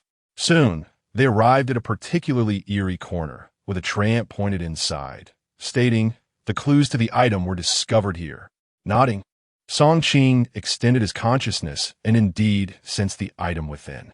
"It's ahead," he declared, leading Dudu forward, where they discovered the crown beneath a stone platform. Just as he picked up the crown, a loud clanging echoed from the entrance, followed by the Trant's laughter. "Ha ha! Did you not expect this? I save a little surprise for you. By the way, I forgot to mention that this cave is inhabited by a vengeful spirit. Hope you enjoy yourselves." Ha ha ha! As the Trant's laughter faded, Song Qing immediately sensed something was amiss within the cave. "Fresh food. It's been so long since I've seen any." A chilling voice emanated from the depths of the cave, followed by the approach of a bloodied man in white, who advanced towards Song Qing and Dudu. Chapter 47. Desperation. Upon glimpsing the blood-soaked figure deep within the cave, Dudu was so terrified that she instinctively hid behind Song Qing, cursing under his breath. Song Qing furrowed his brow and retreated with Dudu, utilizing the system to assess the entity's capabilities. LV-101 Malevolent Spirit. Blood Demon, sealed, bloodthirsty, possessing formidable lethality. Revels in slaughtering targets, boasts robust physical defenses, and while sealed, its powers are significantly diminished, yet it harbors a fear of light. Special Ability 1. Bloodthirsty Pursuit. Can track targets through the scent of their blood. Special Ability 2. Merciless Strangulation. A passive ability that employs its overwhelming attack power to strangle targets. Special Ability 3. Immortal Body. In the face of powerful adversaries, it can sacrifice parts of its body to achieve rebirth. Special Ability 4. Pool of Flesh and Blood. Concentrates the slain targets to create a breeding pool, absorbing their flesh and blood for its own use. After reading this series of descriptions, Song Qing felt a chill creep down his spine. This creature was absurdly powerful. Despite being sealed, its level could easily overpower his own. He couldn't fathom any capability he possessed that could counter it. Flee. With that thought, Song Qing urged Dudu to seek an alternative escape route. The blood demon let out a chilling laugh, its voice echoing far behind them. Little ones, you cannot escape. Come to me. I can grant you a swift end. Casting a glance over his shoulder, Song Qing noticed that the malevolent spirit's speed was not particularly swift. Just as he thought he could maintain the distance, the demon suddenly opened its gaping maw. A feral roar pierced the air. In that instant, Song Qing felt a profound disturbance in his psyche. Fortunately, Dudu possessed purifying abilities and effortlessly alleviated the effects on him. We cannot waste time here. With that, Song Qing and Dudu bolted in the opposite direction within the cavern. As he ran, he pondered strategies, but the thought of the blood demon's capabilities washed over him with a wave of helplessness. After all, this was no ordinary foe. It was a first-tier malevolent spirit, a full tier above him. At that moment, Dudu suddenly spoke up. Daddy, I feel like I'm about to become stronger again.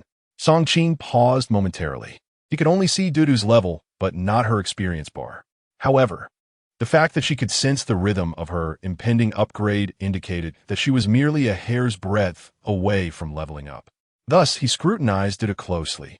Sweetheart, are you saying you feel that urge to grow stronger? Like your body has suddenly gained superpowers? Dudu nodded vigorously. Yes, Daddy, that is precisely it. I believe if I defeat just a few more monsters, I'll become even stronger. All right, Daddy will take you to slay some monsters. At that moment, Song Qing could think of no other method to confront the malevolent spirit, so he resolved to escape while helping Dudu level up. What delightful surprises might Dudu bring upon its upgrade? One cannot say. In the cavern, the tree spirit and the ghost king observed the disheveled appearance of Song Qing in the ghostly mirror, and they erupted into hearty laughter. Brother Ghost King, you truly are remarkable. By the way, how is it that you have a fierce ghost here? I have never heard you mention it. The Ghost King reached into a platter and grabbed a handful of unknown entrails, stuffing them into his mouth. As he chewed, blood dribbled from the corners of his mouth onto the ground. You could hardly know of this fierce ghost. It was originally meant to vie for the position of dungeon leader against the Crimson Queen. However, due to its insufficient power, it was injured by the Crimson Queen and sealed here. It has been a long time. Ah, I see. It appears that the Crimson Queen possesses formidable strength. The Ghost King wiped the corner of his mouth, a flicker of trepidation gleaming in his eyes. Indeed, the Crimson Queen is the most powerful ghost I have encountered thus far. Without exception, suddenly, the Ghost King noticed in the ghostly mirror that Song Qing, accompanied by Dudu, had ventured into another cavern, prompting another round of hearty laughter. Ha ha! This lad has certainly wandered into the wrong place. Unfamiliar with the locations of the caverns within this infernal domain, the tree spirit inquired. Wandered into the wrong place? Could be a dead end? The Ghost King nodded, anticipation gleaming on his face. Yes, it is indeed a dead end. Upon reaching this point, there will be no escape for him. Ha ha! The blood demon will surely tear him to shreds and devour him bit by bit. Upon hearing this, the tree spirit finally felt a sense of relief. That is good. That is good. As long as this lad is eliminated, everything will be manageable. This way, I can return to report to the queen. The Ghost King patted the tree spirit on the shoulder. Rest assured, this lad will undoubtedly not escape alive. The blood demon is no ordinary ghost. Having been sealed for so long, it will not spare either of them. Come, let me take you for a delightful meal. Unable to refuse the Ghost King's kind offer, the tree spirit followed him away. Meanwhile, Song-Ching and Dudu continued to slay monsters within the cavern. Unfortunately, Dudu still showed no signs of leveling up. Dudu, how are you feeling? Have you gained any superpowers? Dudu pouted slightly. It should be soon. Wiping the sweat from his forehead, Song-Ching surveyed the cavern strewn with corpses. I have nearly vanquished all the malevolent spirits here. I am on the verge of leveling up. My dear daughter, you must not let your father down. Dudu nodded vigorously. Father, I assure you, I'm being honest. I would never deceive you. Well then, Song-Ching glanced around and pointed ahead. It seems there are still a few malevolent spirits over there. Let us proceed. Just as they moved forward, a rustling sound emerged from the ground behind them. The blood demon, having had many of its powers sealed, moved with significant slowness. His primary prowess lies in his formidable offensive capability. Thus, upon witnessing Song-Ching enter this dead end, he felt a sense of relief and did not pursue too hastily. Run on, young one. Let us see how far you can flee. The voice of the blood demon bore a hint of fatigue, as the chase had drained a considerable amount of his stamina. Today, I shall savor you bit by bit. With that, he continued to move, leaving behind a long trail of blood, an ominous sight indeed. At that moment, within the depths of the cave, a sound emerged from a crevice. Daddy, I feel as though I have acquired superpowers. Shortly thereafter, Song-Ching's delighted voice echoed. Really? That's wonderful. What powers do you possess? Do good and try. All right, father. Allow me to test them. Be careful. Do not harm yourself. Understood, Daddy. Upon hearing the voices from within, the blood demon let out a derisive laugh. A mere trick. Mia posturing. I am eager to see what you can. Before he could finish his taunt, a blinding golden light suddenly illuminated his form. It was as if a potent laser had struck flesh, causing the blood demon's body to emit a plume of smoke. His skin began to dissolve and peel away. What is this? It hurts. Stop. Seeing this effect, Song-Ching felt a surge of joy. Daughter, the holy flame is truly powerful. It has not disappointed me. Keep it trained on him while I handle the remainder. Yes, yes. Be careful, Daddy. With a nod, Song-Ching brandished his night demon blade and charged toward the blood demon. Ambush blood thrust. The 10 consecutive strikes pierced into the blood demon's body. However, despite being sealed, this blood demon had reached the level of a fierce spirit and was not easily vanquished by Song-Ching. Stab after stab rang out. Song-Ching lost count of how many times he had executed the ambush blood thrust until his spiritual energy was utterly depleted. At last, he heard the eagerly awaited notification chime in his ears. Ding! Slain level 101 blood demon 1. Experience gained. 500,000. Spiritual energy gained. 2,000. Current host experience full. Level up to 25. Current host experience full. Level up to 26. Current host experience full. Level up to 30. Chapter 48. Slaying the blood demon. Gazing upon the lifeless form of the blood demon, as well as the bountiful rewards presented by the system, Song-Ching's heart swelled with delight. Through the recent process of leveling up, he had gleaned several insights. For instance, after every 5 levels attained, the system would bestow upon him a skill point. After every 10 levels, he would receive a special upgrade package.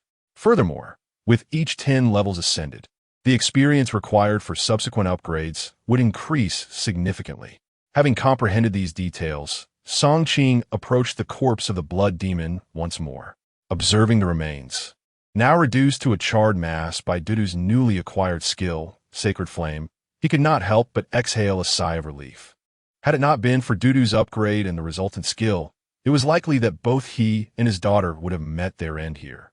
Contemplating this, Song-Ching felt a surge of resentment toward that scoundrel the Treant. This enmity must be avenged. With that thought, Song Qing rummaged through the blood demon's body, extracting a second-tier magic crystal. Was it truly the case that only a single second-tier magic crystal dropped from such a formidable foe? How disappointing. He looked at the magic crystal in his hand and, feeling somewhat disheartened, placed it into his pocket. Better than nothing, he supposed. Subsequently, Song Qing, accompanied by De, began to seek an escape route, while also contemplating the distribution of his skill points. Upon reaching level 30, he acquired yet another new skill, Soul Ignite Arrow, a secondary equipment skill. Opening the skill details, he examined the information regarding Soul Ignite Arrow. Soul Ignite Arrow, LV1 secondary equipment skill. Each use consumes 100 points of spiritual power. When this skill successfully strikes a target, it inflicts a lasting burning damage effect. Damage value is low, slightly reducing the target's movement speed, and cannot be dispelled, lasting for 10 seconds. Upon reviewing the details of this skill, Song Qing felt a surge of joy. This skill was indeed advantageous, capable of slowing down adversaries with an effect that could not be dispelled.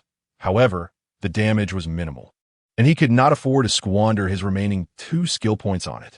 Thus, he decisively allocated the remaining points once more into the skill Blood Strike, for he had experienced the thrill of overcoming formidable bosses through this variability. Without it, he feared he might not even escape the Royal City. Notification: Blood Strike level has increased to LV4. Blood Strike, LV4 specialized skill. Each release consumes 2,000 points of spiritual power, unleashing a fatal 10-hit combo on the target, with each subsequent hit inflicting double the damage of the previous one, ignoring enemy armor, and possessing a 15% chance to execute the target, not exceeding the host's level 30, with a 3-minute cooldown. Upon reading the skill information, excitement coursed through Song Qing. The execution probability had risen from 10% to 15%. This was indeed promising. However, the consumption of 2,000 points was rather exorbitant. Glancing at his current spiritual power, which stood at merely 3,000, he realized that he could only unleash Blood Strike once before being forced to flee. Was this not rather awkward? System, is there no resolution to this predicament? The host can enhance equipment to gain an augmentation of spiritual power. Oh, such an ability exists? It was only after reaching level 30 that Song Qing noticed certain attributes had emerged in his equipment. Dark Knight Necklace, LV20, current level cannot be upgraded, can be enhanced. Spiritual Resistance 0, Spiritual Power Enhancement 0, Special Ability, none. The current equipment LV20 Dark Knight Necklace can be enhanced to level 3. Each enhancement consumes 10 first-grade magic crystals, with a risk of failure. Would you like to proceed with the enhancement? Upon reading this information, Song Qing was momentarily taken aback. A risk of failure? How high could that be? Before the first transformation, the failure rate for enhancing equipment from levels 1 to 3 is 10. Upon seeing this information, Song Qing let out a sigh of relief. That's manageable. A 10% failure rate is not excessively high. Let's commence. Fortunately, Song Qing still possessed 11 second-grade magic crystals, equivalent to 11,000 first-grade magic crystals, ample for his endeavors. Enhance. Ding. The Dark Knight Necklace has been successfully enhanced to level 1. Let us continue. Ding. Enhancement of the Dark Knight Necklace failed. Please keep trying. Seeing the failed enhancement, Song Qing was incensed to discover that the necklace had lost even its first-level enhancement attributes. He was on the verge of an outburst. Really? Failing in enhancement results in a loss of enhancement level? Failure in enhancing equipment will cause the enhancement level to drop. Please proceed with caution. Upon upgrading equipment, the enhancement level will be reset. Please enhance with care. Upon receiving these belated notifications, Song Qing felt utterly speechless. There was no choice. Enhancement was still necessary, as his current level only allowed for enhancements up to level 3. Thus, after a series of enhancements, he finally succeeded in elevating the necklace to level 3. Dark Knight Necklace 3.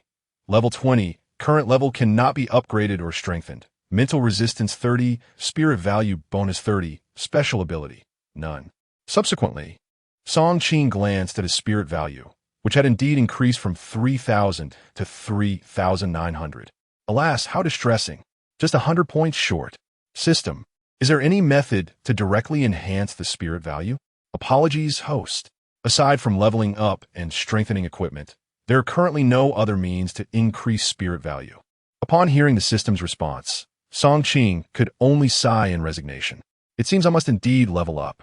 He looked around and discovered that this secluded cave was entirely devoid of any presence, or rather, entirely devoid of any specter. Then, he turned his gaze to Dudu and recalled that after Dudu reached level 10, he had acquired the new skill, Holy Flame, but had yet to examine it. Thus, he navigated to the team options and found Dudu's personal information. Holy Flame released the skill to scorch enemies, inflicting a potent burning effect, dealing increased damage to dark creatures. Upon seeing this prompt, Song Qing was enlightened, realizing why Dudu's Holy Flame skill left the blood demon utterly defenseless. It was a complete counter. With that, Song Qing picked up Dudu and declared, "All right, we have resolved the battle here. It is time to venture out." Dudu nodded and inquired, "Are we going out to teach that liar lesson?" A faint smile graced Song Qing's lips. Indeed, liars are the most despicable of beings. Within a palace of the demon lair, the tree spirit and the ghost king were inebriated. Suddenly, a piercing scream echoed from outside, jolting the tree spirit into a semblance of sobriety. "What is happening?" The ghost king, with his eyes barely open, chuckled softly. "Do not worry, my brother. How can anything go awry? Soon, we shall await the collection of that boy's corpse." Reassured by the ghost king's words, the tree spirit could only nod. After all, entering the blood demon's territory and emerging alive was akin to ascending to the heavens. Thus, the tree spirit raised his cup once more, preparing to indulge. Abruptly, a tremendous crash resounded from outside, followed by the body of an evil spirit flying into the hall, crashing onto the table before the tree spirit. "Tree spirit, come out!" The tree spirit trembled, nearly losing control of himself. How is this boy still alive? Chapter 49. Song Qing. He is late again upon seeing Song Qing. The tree spirit was instantly jolted awake from his inebriated stupor.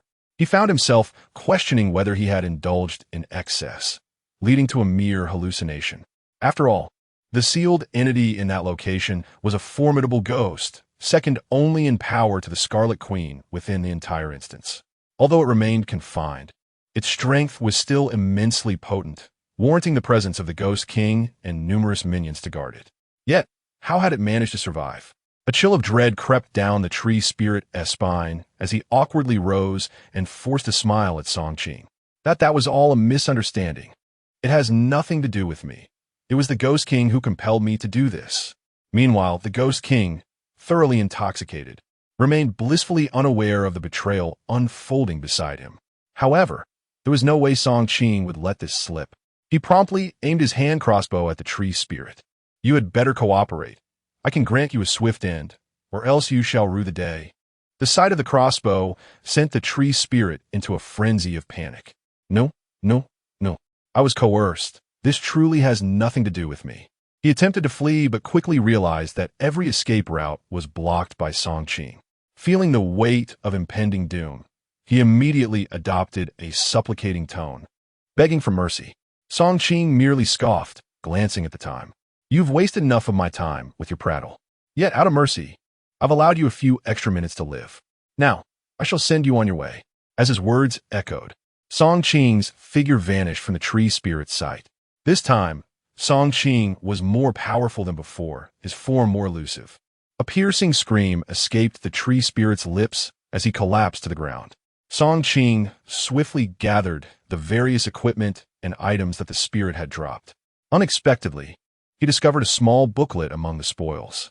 Upon viewing the booklet, regret washed over him for not having dealt with the spirit sooner, as it contained records of the locations of all the items. So that is how the tree spirit knew where those items were hidden. It had found a crucial artifact. I must hasten to retrieve them. Consequently, Song Qing proceeded to cleanse the remaining malevolent spirits within the lair before making his way to the locations of the other items. Outside the royal city, the Scarlet Queen sat leisurely in her carriage, gazing out at the cityscape with a hint of disdain. It seems I have overestimated this fellow. He is merely a weakling, foolishly aspiring to collaborate with Wenjun. What a laughable notion. Yet, a sliver of concern crept into her thoughts. He did possess a modicum of skill, but he is nothing more than a paper tiger, reliant too heavily on fortune. This time, she was eager to observe how he would extricate himself from his predicament. This game is becoming increasingly intriguing. After a moment, she checked the time, shaking her head lightly. Still out there slaying monsters, huh? A mere butcher, indeed, but only a butcher. With that, she disembarked from the carriage, directing her gaze toward the royal city. Time is running short. I hope you have already penned your final letters, for perhaps your descendants may one day discover the farewells you have left behind. Upon hearing the words of the woman in red, an overwhelming sense of despair enveloped the hearts of all present in the city. In the Lord's mansion, the prince occupied a prominent position, surveying the assembly below. Ladies and gentlemen, the woman in red has spoken. It is time for you to make a choice. Will you side with her or with Giorgio's mother? As these words escaped his lips, a murmur of uncertainty rippled through the crowd. This is an excruciating decision. A wrong choice could cost us our lives. One lamented, even if we side with the woman in red, Giorgio will surely seek vengeance upon us in the future. The distinction between an early death and a late one is merely a matter of timing. Indeed, Princess Giorgio has already warned us. Disobedience will lead to our demise once she matures. Another added, this little girl is formidable. At such a young age, her power surpasses that of the city lord. If we wait a few more years, she will undoubtedly eclipse the woman in red. Let's not dwell on that. How do you choose? I lean towards supporting the woman in red. It is better to live, even in hardship, than to perish outright. Surviving now gives us a chance for the future. Yes, I concur. Living presents opportunities, while death offers none, they echoed in agreement. Just then, a deep voice interrupted the discourse. I believe Song Qing will arrive promptly. Let's wait a little longer. At this proclamation, the crowd turned their gaze towards the city lord, expressions of intrigue etched upon their faces. The prince's countenance grew solemn. Do you comprehend the gravity of your words? He inquired. The lord nodded. I am fully aware. However, I believe Song Qing is currently engaged in battle, intent on enhancing his strength. Upon hearing this, the prince could not suppress a wry smile. Enhancing strength? You think such a last-minute effort holds promise? We have spent years honing our skills to reach our current state. The assembly nodded in unison, their agreement palpable. The city lord pressed his lips together, harboring doubts about Song Qing's ability to contend with the woman in red at this juncture. Yet, from their first interaction, he sensed an extraordinary quality in Song Qing. Despite his unwavering faith in him, the harsh reality loomed large, prompting him to acquiesce with a resigned nod. At that moment, the prince approached the window, gazing at the survivors within the city. We cannot sacrifice our lives for theirs, he declared. This statement realigned the wavering hearts of the crowd. Indeed, we must not jeopardize our future for these humans. Absolutely. The factions of humans and demons have always been at odds. How can we assist them? They rallied. Let us seek out the woman in red and declare our allegiance to her. Instantly, the atmosphere within the meeting ignited with fervor. The assembly rose in unison, preparing to exit the city in search of the woman in red to convey their decision, hoping for leniency. Meanwhile, the inhabitants of the city stood frozen, akin to chickens in a coop, utterly powerless to influence their own fates. In an instant, the expressions of the crowd were marked by sheer panic. A small group of women huddled together, weeping silently. It is over. We are utterly doomed. Song Qing must be fleeing for his life. He deceived us. We should never have trusted Song Qing. He has led us to our demise. Yes, it is indeed Song Qing who has betrayed us. Upon hearing the disarray, Qin Long sensed something amiss and immediately scanned the crowd, recognizing that these individuals were none other than a few subordinates of Zhou Yang. He swiftly approached them and admonished, "What are you doing at a time like this, spreading such negativity? Is it not chaotic enough here already?" The group cast displeased glances at Qin Long. How can you still defend him at this stage? Are you a dog, incessantly licking? Others joined in with harsh words. Enraged, Qinglong found support from several individuals who had previously been saved by Song Qing. The opposing group, undaunted, stepped forward to confront them. Just as a confrontation seemed imminent, a shout echoed from afar atop the city tower. "Look, he has arrived." At these words, both the survivors and the malevolent spirits within the royal city were momentarily taken aback. "He truly has come." Chapter 50. Dudu called mother outside the city. In front of the carriage, the woman in red caught sight of Song Qing in the distance and couldn't help but smile. "Who would have thought she would actually dare to come? I admire your courage." Song Qing, holding Dudu with one hand and a box with the other, beamed a radiant smile. "Of course, I had to come. Such an entertaining game. It would be a great loss not to participate." The woman in red glanced at the time, a playful look in her eyes as she regarded Song Qing. "Why do you enjoy cutting it so close?" "Oh, it's a habit I developed back in school. I never entered the classroom until the bell rang. And the same goes for work. I never clock in until the last second, just like certain authors." Well, I'll concede this time. You certainly timed it well. Do you have any idea how terrified the people in the city are right now?" Song Qing looked towards the royal city and shook his head, exasperated. "It's fine. After all, it's just a game. Engagement is crucial. Otherwise, if I were to venture out alone to farm for gear, they would hardly feel involved." The woman in red let out a cold laugh.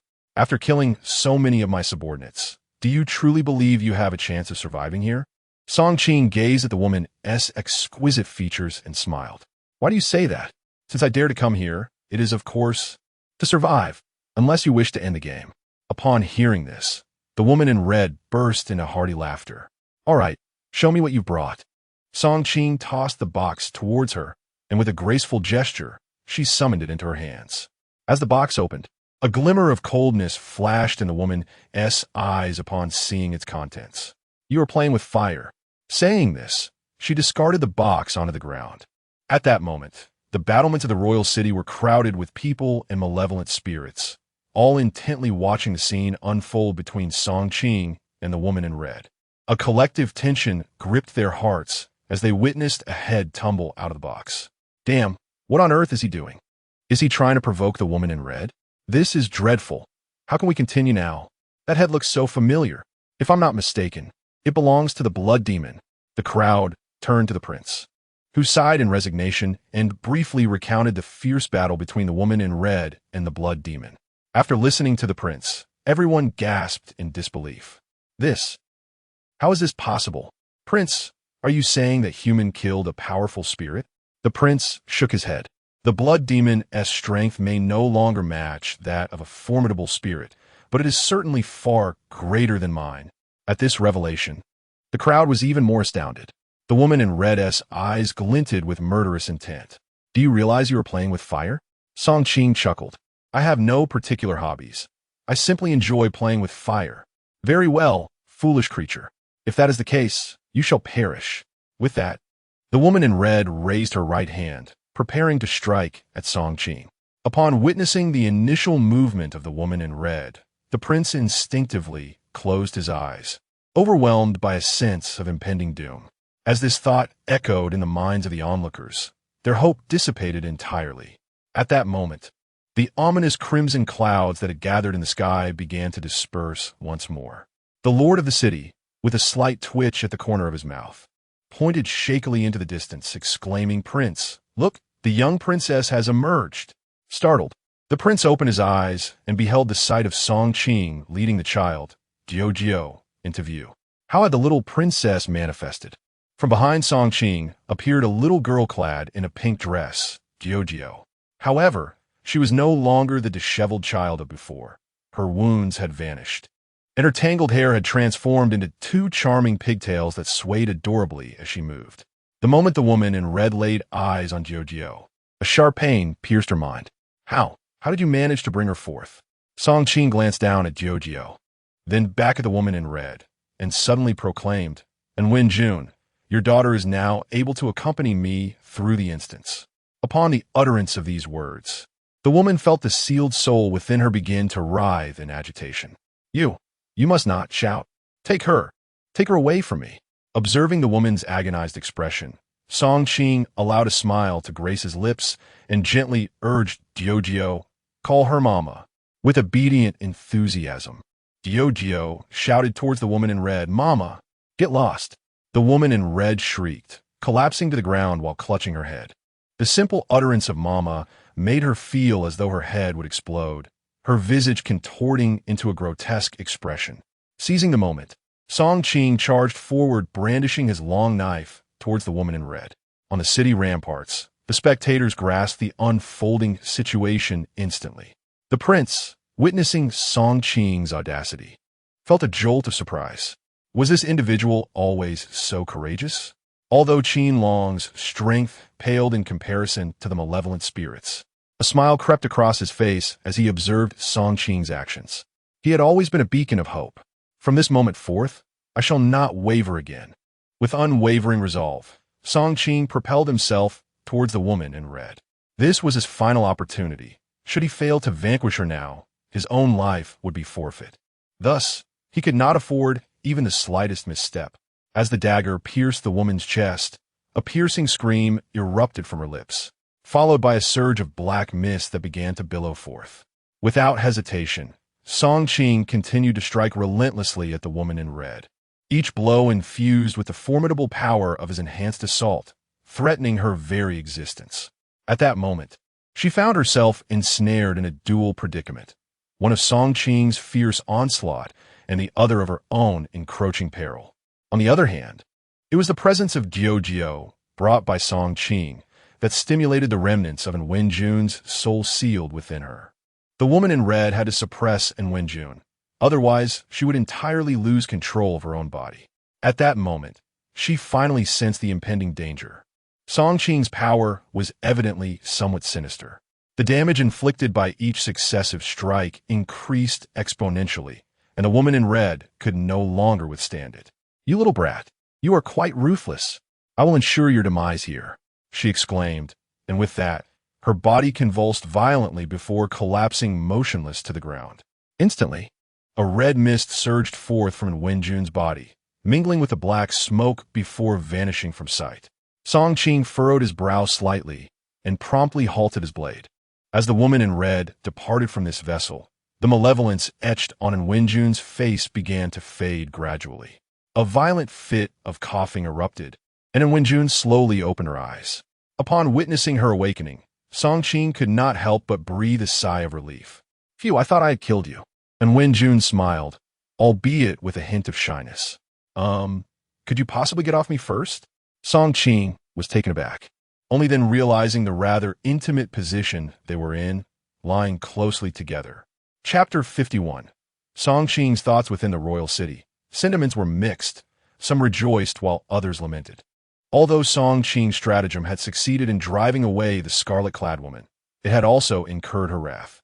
Given their understanding of her, it was certain that she would not let them off lightly. When the scarlet-clad woman succumbed to fury, she would show no mercy, even to the malevolent spirits. Nevertheless, a greater number of people expressed their gratitude towards Song Qing for rescuing them once more. More importantly, Wenjun had returned. Although much of her strength was derived from the scarlet-clad woman, she remained formidable. In the conference room of the city lord's residence, Wenjun took her seat at the head of the table, accompanied by Gio, her gaze sweeping over all present, including the malevolent spirits.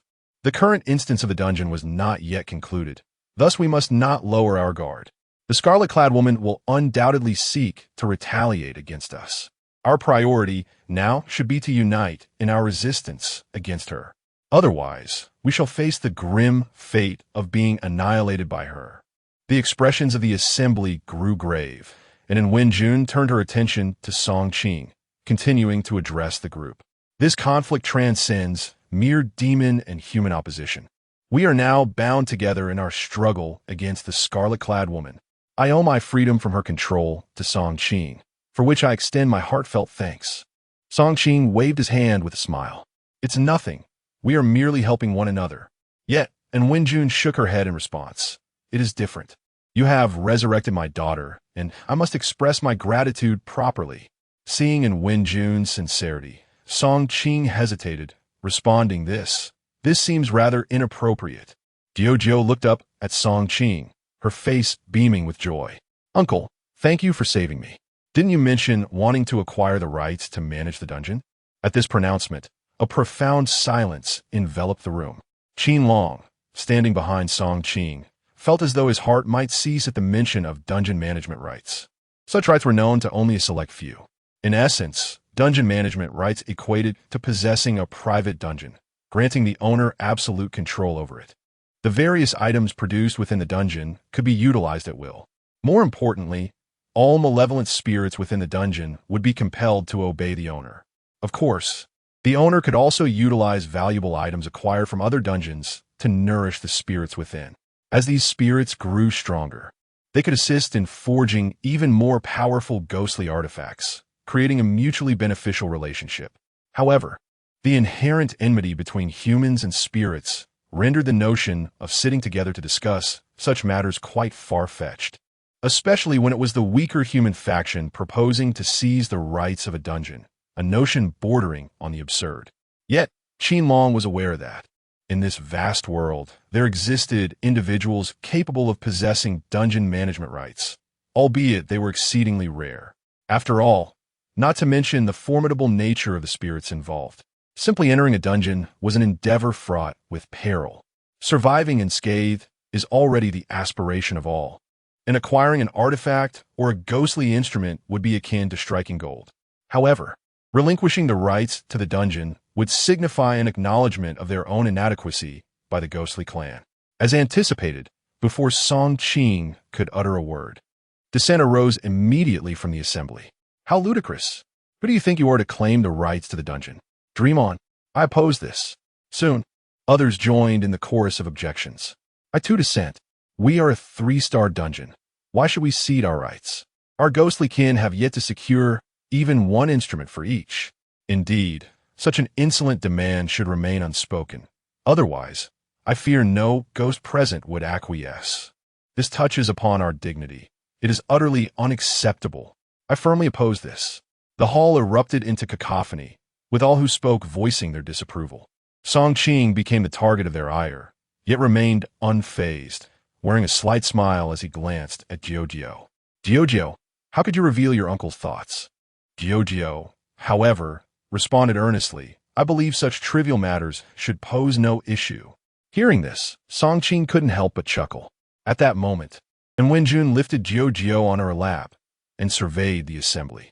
Is there anyone else with differing opinions? As these words left her lips, an eerie silence enveloped the room. Just as everyone assumed no ghost would endorse such a loss of dignity, a voice rang out from the doorway. I believe a collaboration with Mr. Song Qing could be beneficial. The assembly was momentarily taken aback, their gazes shifting towards the entrance. There stood Count Charles, adorned in an exquisite evening gown, stepping into the room. Long time no see, everyone.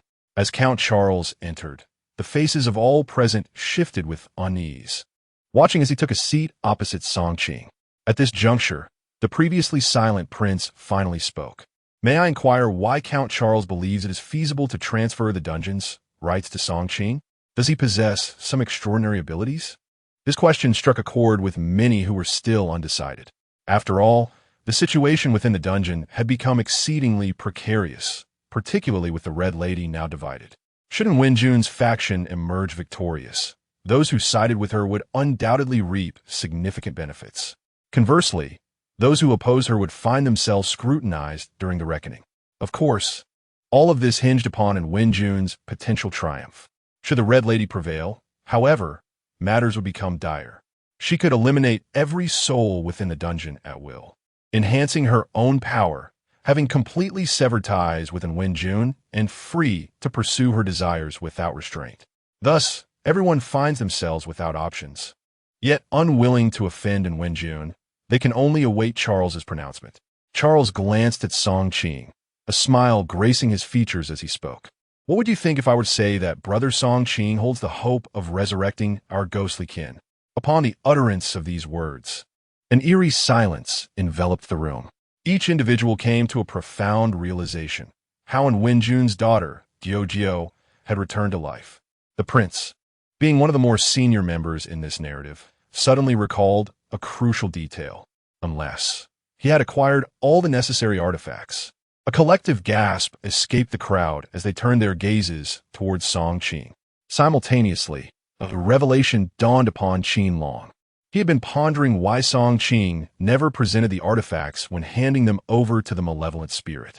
It dawned on him that it was not due to a lack of possessions, but rather a strategy to gather all the artifacts for alternative purposes. Just as this possibility lingered in the minds of the onlookers, Song Qing rose and softly declared, "Indeed, I have acquired all the artifacts, specifically to resurrect Jiao." Chapter 52. As night falls, the corpse beetles descend. As Song Qing concluded his remarks, an eerie silence enveloped the conference hall. Each individual's gaze was imbued with a mixture of shock and disbelief. However, Wenjun revealed a slight smile, gently grasping Jiao's hand before addressing the assembly. "I have long been aware of this matter, so I wish to inquire once more. Are you willing to collaborate with Mr. Song Qing?" No sooner had her words left her lips than the prince interjected. "Collaboration is not out of the question, but how can Mr. Song Qing assure us of our resurrection?" Song Qing regarded the prince with a smile. "Let me clarify. Should this dungeon be entrusted to me, I will arrange for individuals to undertake trials within it. As long as the tasks are completed according to the dungeon's rules and all necessary items are acquired, an opportunity for resurrection will be granted. Of course, not everyone desires resurrection. Some may find being a malevolent spirit more comfortable. Thus, I will also introduce items acquired from other dungeons to enhance the overall capabilities of this one. I assure you, each of you who collaborates with me will emerge stronger." Had it not been for Wenjun's prior mention of this matter, Song Qing would not have pressed the issue so fervently. To his surprise, his efforts bore fruit, and he felt as though he had claimed this dungeon as his own, sensing its potential for growth. Securing the rights to manage a dungeon would allow him to continually fortify himself. Upon hearing Song Qing's response, a flicker of excitement crossed the prince's face. "If Mr. Song Qing speaks the truth, I consent to relinquish the management rights of the dungeon to him."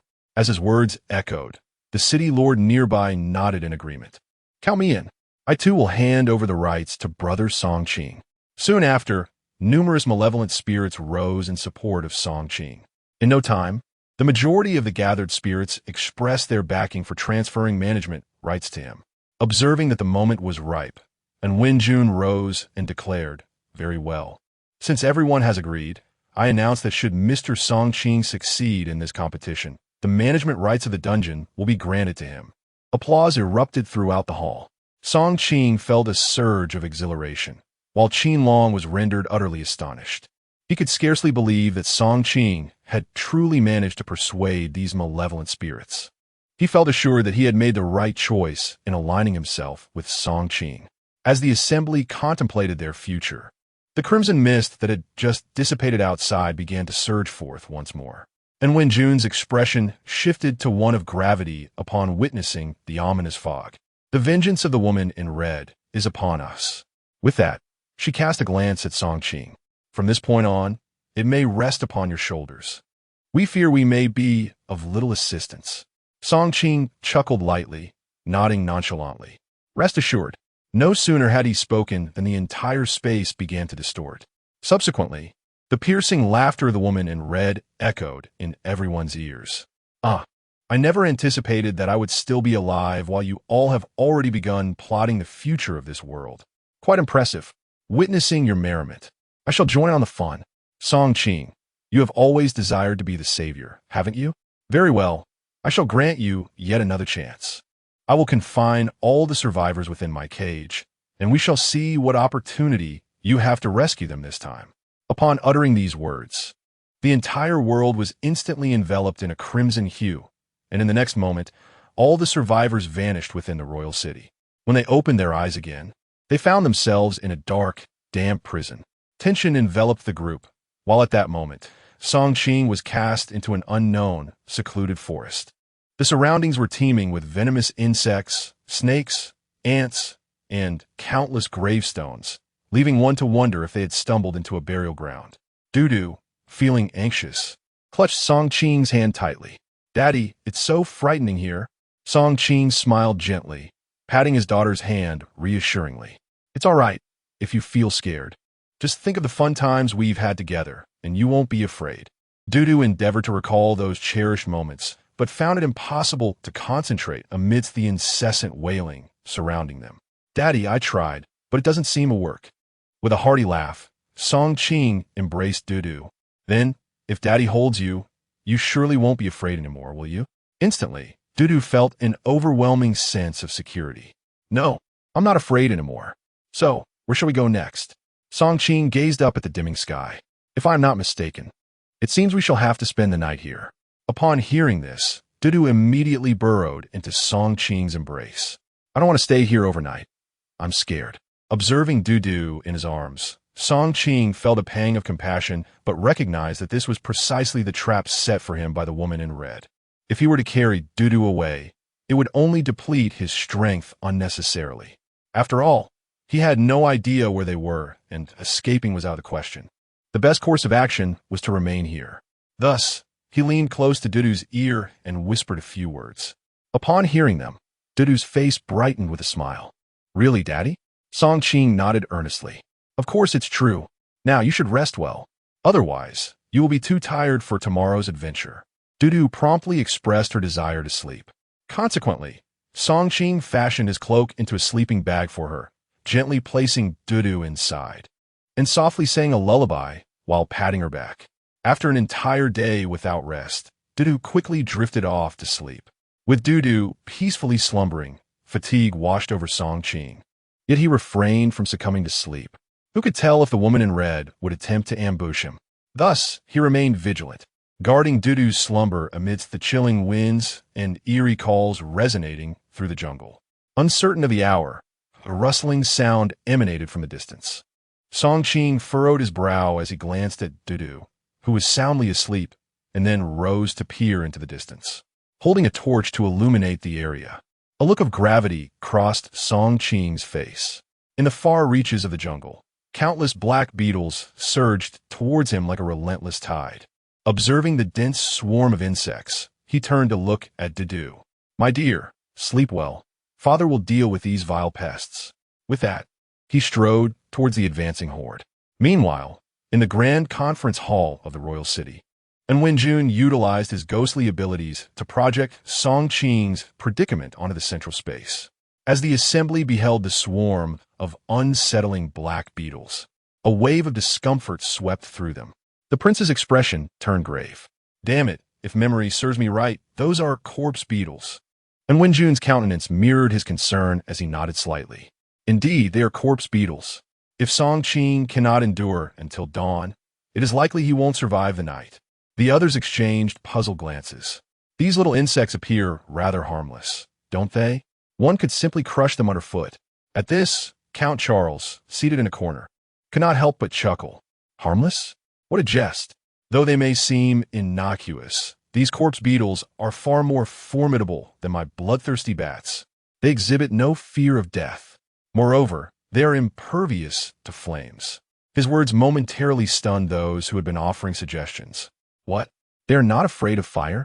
How then can Song Qing eliminate these creatures? Count Charles shook his head in resignation. Unless he possesses some form of explosive material. Of course, it cannot be ordinary. It must be specifically designed to combat the ghostly tribe. Upon hearing Charles's remarks, the onlookers exchanged glances. Previously, it seemed that when Song Qing had contended with us, he had not utilized any explosives, had he? The assembly collectively shook their heads, then turned their gaze back to the projection of Song Qing. If that is the case, will he not be able to endure the night? Chapter 53. Taking care of the child. Nighttime in the woods with corpse bugs as Song Qing gazed upon the densely packed swarm of insects before him. A grave expression settled upon his face. LV-1 corpse bug, a lowly creature unafraid of death, relying on corpses for sustenance, possessing formidable attack power, fearless of flames, and feasting on blood and flesh. Upon reading the information regarding the distant black beetles in the system, Song Qing could not help but furrow his brows. Goodness, a level 1 corpse bug? Does that mean defeating one yields less than 10 experience points? No way. Could it be that the woman in red discovered my ability to level up by slaying monsters and deliberately summoned these repulsive insects to assault me? unfazed by fire. It seemed that flames would not suffice as a countermeasure. A different strategy was imperative. Suddenly, Song Qing recalled the myriad of items gifted by the system during his upgrades. Nestled within his storage space, after a brief search, he retrieved a small box from the system. This object appeared to have been awarded upon reaching level 20, though its purpose remained a mystery. Yet, it bore a striking resemblance to a firecracker. With a glance at Dudu, he murmured, "I hope my dear daughter does not awaken from the noise." With a decisive click, Song Qing opened the box and extracted a black orb. Explosion Spirit Orb, a small area destructive device. The user expends 5 points of spiritual power to infuse it. Throwing it will produce an explosion that damages targets within a 5-meter radius. Exercise caution. Song Qing pressed his lips together, contemplating the orb within the box. With this many, it should last a considerable while. Thus, he infused the orb with spiritual power and hurled it toward the swarm of corpse bugs.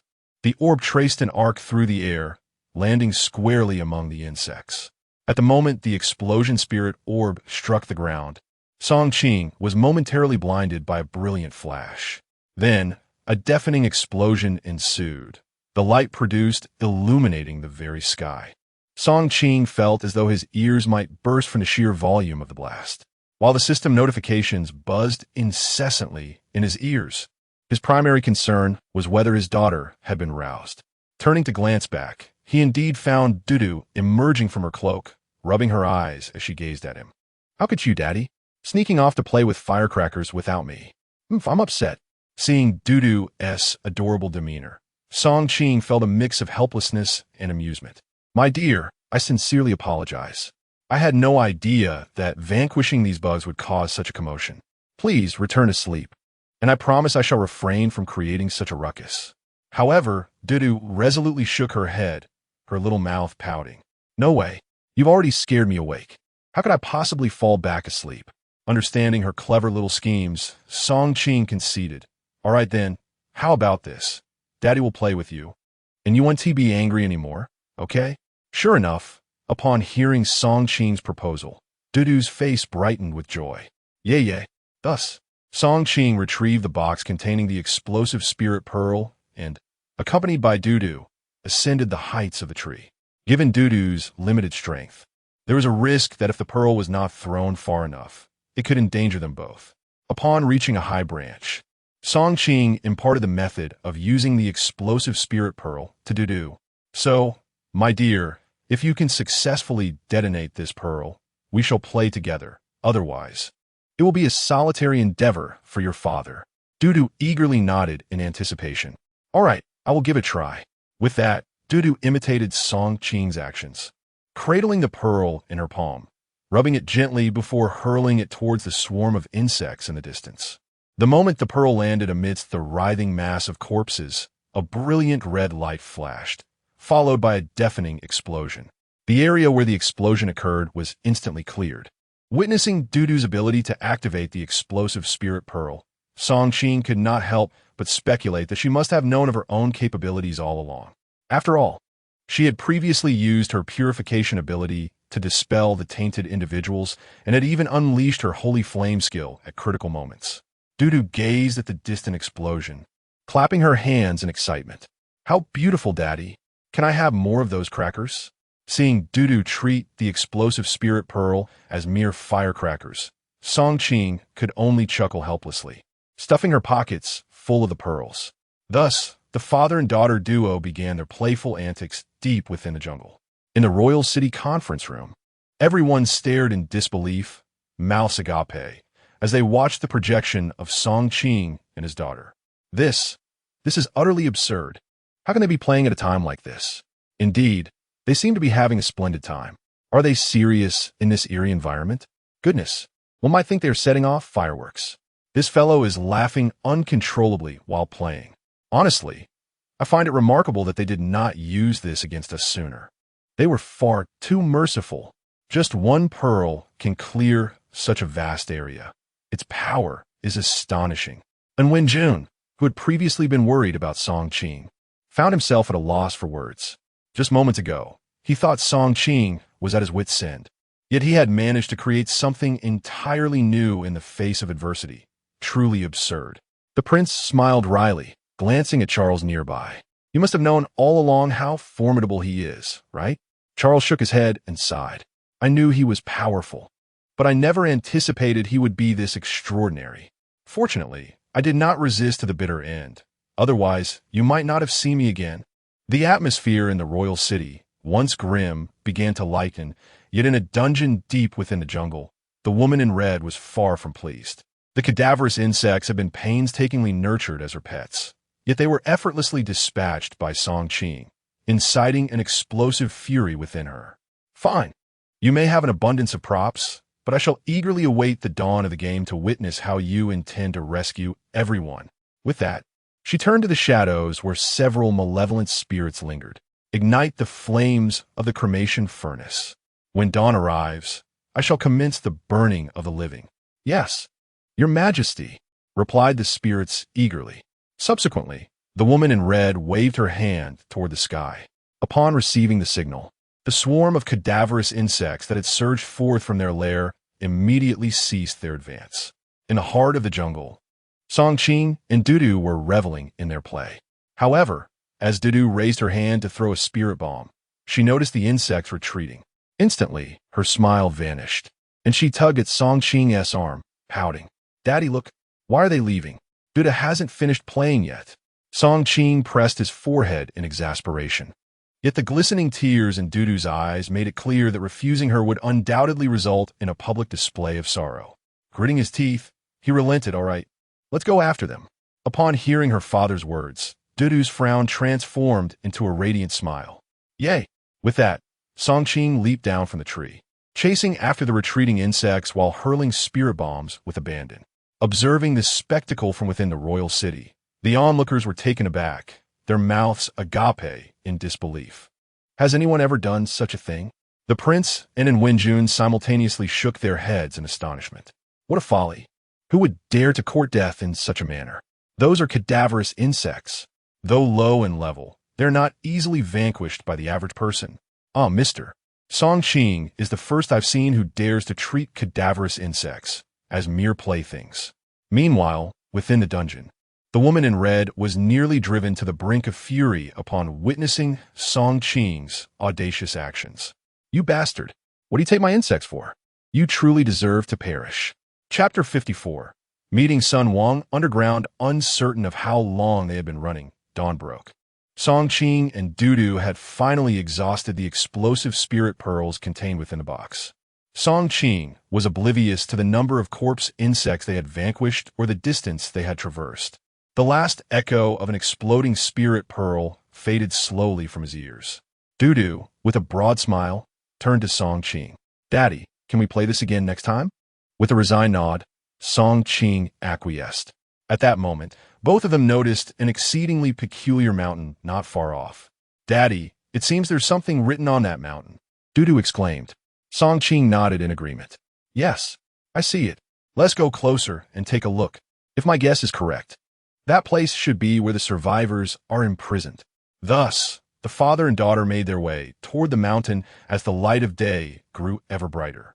Standing at the base of the mountain, Dudu gazed up at the inscription, carefully reading it aloud. Wuxing Dungeon. Daddy, there are some smaller characters below. Can you read them to me? There are many words I don't recognize. Song Qing nodded and meticulously read each character. It turned out that these inscriptions detailed the game rules established by the woman in red. The Wuxing Dungeon was divided into 9 levels, each housing a few survivors who were subjected to inhumane torment.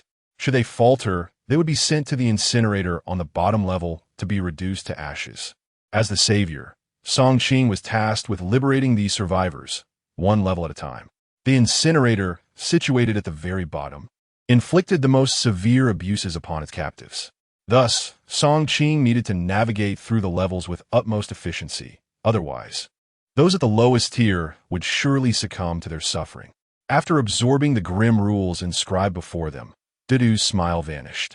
Daddy, shouldn't we waste no time? Is Jia imprisoned on the lowest level? Song Qing nodded solemnly. Indeed, we cannot afford a delay. Let's enter swiftly, otherwise, Jia will not endure. With that, Song Qing took Dudu's hand, guiding her toward the entrance. Pushing open the heavy doors, a foul, decaying odor wafted out, reminiscent of a millennia-old tomb, suffocating and unbearable. As the door creaked open, a chorus of anguished screams echoed forth. Startled by the cacophony, Dudu quickly hid behind Song Qing, fearful to gaze within. Gently, Song Qing took hold of Dudu's hand and descended into the dungeon. As they proceeded, Song Qing sensed the approach of malevolent spirits. He could now discern their strength through the aura they exuded. The spirits on the uppermost level were the weakest. Without hesitation, Song Qing raised his crossbow and pulled the trigger into the darkness. Whoosh, whoosh, whoosh. Several gleaming arrows flew forth, and the malevolent spirits fell lifelessly to the ground. Song Qing continued onward, leading Dudu into the depths. The walls of the dungeon were adorned with flickering torches, their dim light illuminating a mere 10 meters. After vanquishing numerous malevolent spirits, Song Qing finally arrived at the interrogation chamber. As he swung open the heavy door, two sinister apparitions lunged at him. With a swift motion, he dispatched them, and the stench of blood assailed his senses. Against the chamber walls, several survivors hung, each drenched in their own crimson. Upon witnessing their plight, Dudu wasted no time and cast a dispelling spell, liberating the tainted souls. Observing their condition, Song Qing pursed his lips and retrieved some healing potions from his system, tossing them to the rescued individuals. Hurry, rise and flee this place. The grateful survivors knelt before him and Dudu in thanks. However, they had no time to accept their gratitude, swiftly turning to descend further into the depths. The initial floors posed little challenge, as dealing with the spirits felt akin to slicing through vegetables. Song Qing wasted not a moment, continuing his descent. Upon reaching the 5th level, he was met with chilling screams echoing through the corridors, laced with desperate pleas. Song Qing, why aren't you here to save us? Please stop. I possess vital information. Your daughter is a rare enhancer, young and tender. Spare me, and I shall lure her here, and we can eliminate her together. Please don't kill me. At this, Song Qing could only shake his head in resignation, taken aback by the betrayal. Suddenly, an idea sparked within him as he surveyed the door before him. If this traitor was so eager to betray him, it was clear he had grown fond of the malevolent spirits. Dudu, shall we grant them their wish? Dudu nodded, her disdain for wrongdoers evident. Without hesitation, Song Qing pushed open the door and several spirits surged forth. This time, however, he discarded his dagger, opting instead to confront them with his bare hands. Though these spirits were also of similar level, they were no match for Song Qing's formidable strength. A single punch sent one spiraling, its head askew, while a swift kick shattered the leg of another. After a brief but intense skirmish, the spirits were incapacitated, yet still fierce. Meanwhile, the survivors within the interrogation chamber heard the commotion outside, igniting a flicker of hope. It's Song Qing. He is here to rescue us. Thank the heavens. Hurry, we are here. Please save us. We can't hold on much longer. If we are not rescued soon, we may perish. Amidst the clamoring voices, the door to the interrogation chamber swung open.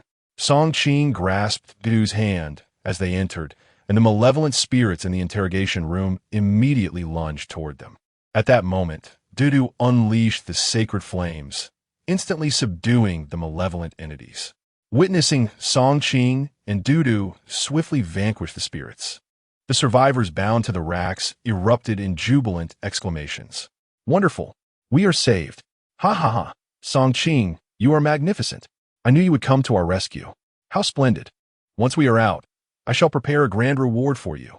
Hearing their enthusiastic voices, Song Qing smiled, surprised that they still remembered his kindness. By the way, you were with Zhou Yang, weren't you?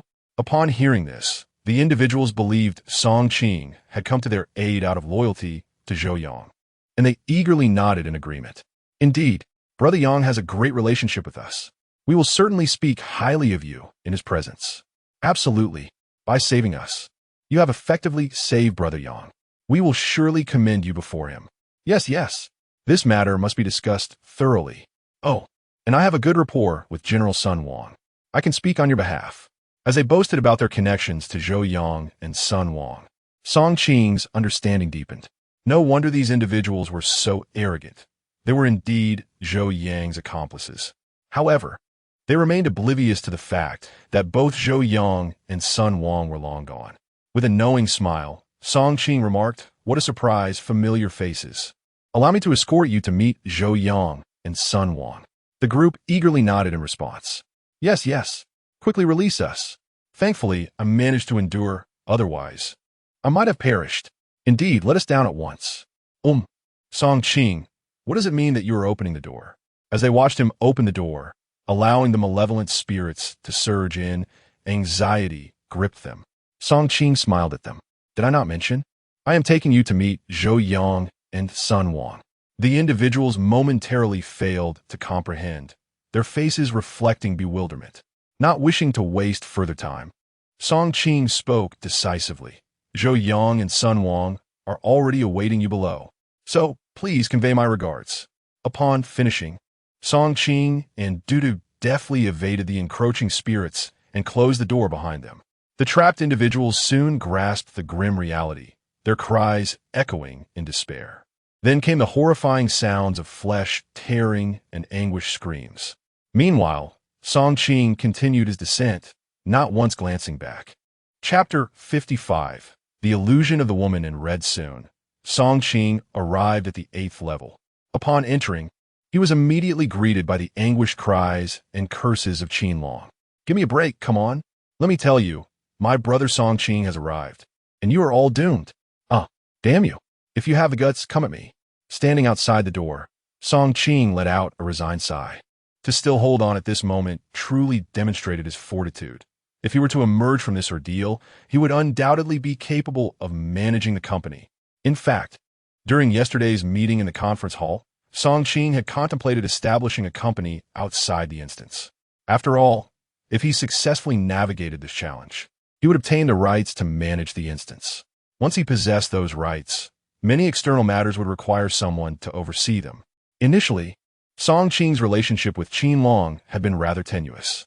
However, after a few days of interaction, he had come to recognize Qin Long's loyalty. More importantly, Qin Long was well versed in the intricacies of the instance and had been entrenched in this milieu for quite some time, possessing a solid network in Nanshan City. Thus, Song Qing pushed the door open, swiftly dispatching the malevolent spirits within, and made his way directly to the interrogation room, where Qin Long and several others were being tortured. Qin Long lifted his battered face, and upon seeing Song Qing, managed to muster a pained smile. Mr. Song Qing, thank you. Thank you for coming. To save us. Song Qing nodded, glancing at the malevolent spirits lunging toward him. He then looked at Dudu, who immediately understood and raised his hand to unleash the holy flame. Empowered by the holy flame, the spirits faltered momentarily, emitting anguished cries. Without hesitation, Song Qing charged forward, swiftly eliminating several of the malevolent entities. Subsequently, he rescued the individuals from the rack, raising a hand to interrupt their expressions of gratitude. Enough with the thanks for now. Qin Long, quickly take this healing potion and go upstairs to bring everyone out, except for those on the 5th floor. Qin Long promptly nodded, swallowing the healing potion as he declared, Mr. Song Qing, don't worry about us. I promise to complete the task. I will go now. Yes. Survive. You will be of great use once we are outside. Hearing Song Qing's words, Qin Long felt a surge of emotion and called out to Song Qing's retreating figure, yes. Boss. A faint smile graced Song Qing's lips as he reached the final level. This last level housed the most prisoners, including Diogeo. The atmosphere of the 9th underground floor starkly contrasted with the upper levels. A massive furnace blazed with fierce flames. The stench emanating from it was nauseating.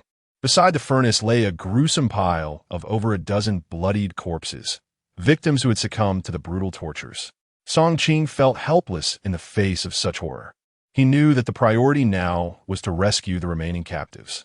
Only then could he ensure the completion of the system's task. At that moment, a chilling scream pierced the air. Song Qing immediately sensed a tremor in Dudu's small hand, and he promptly grasped it tightly. It's all right, Daddy is here.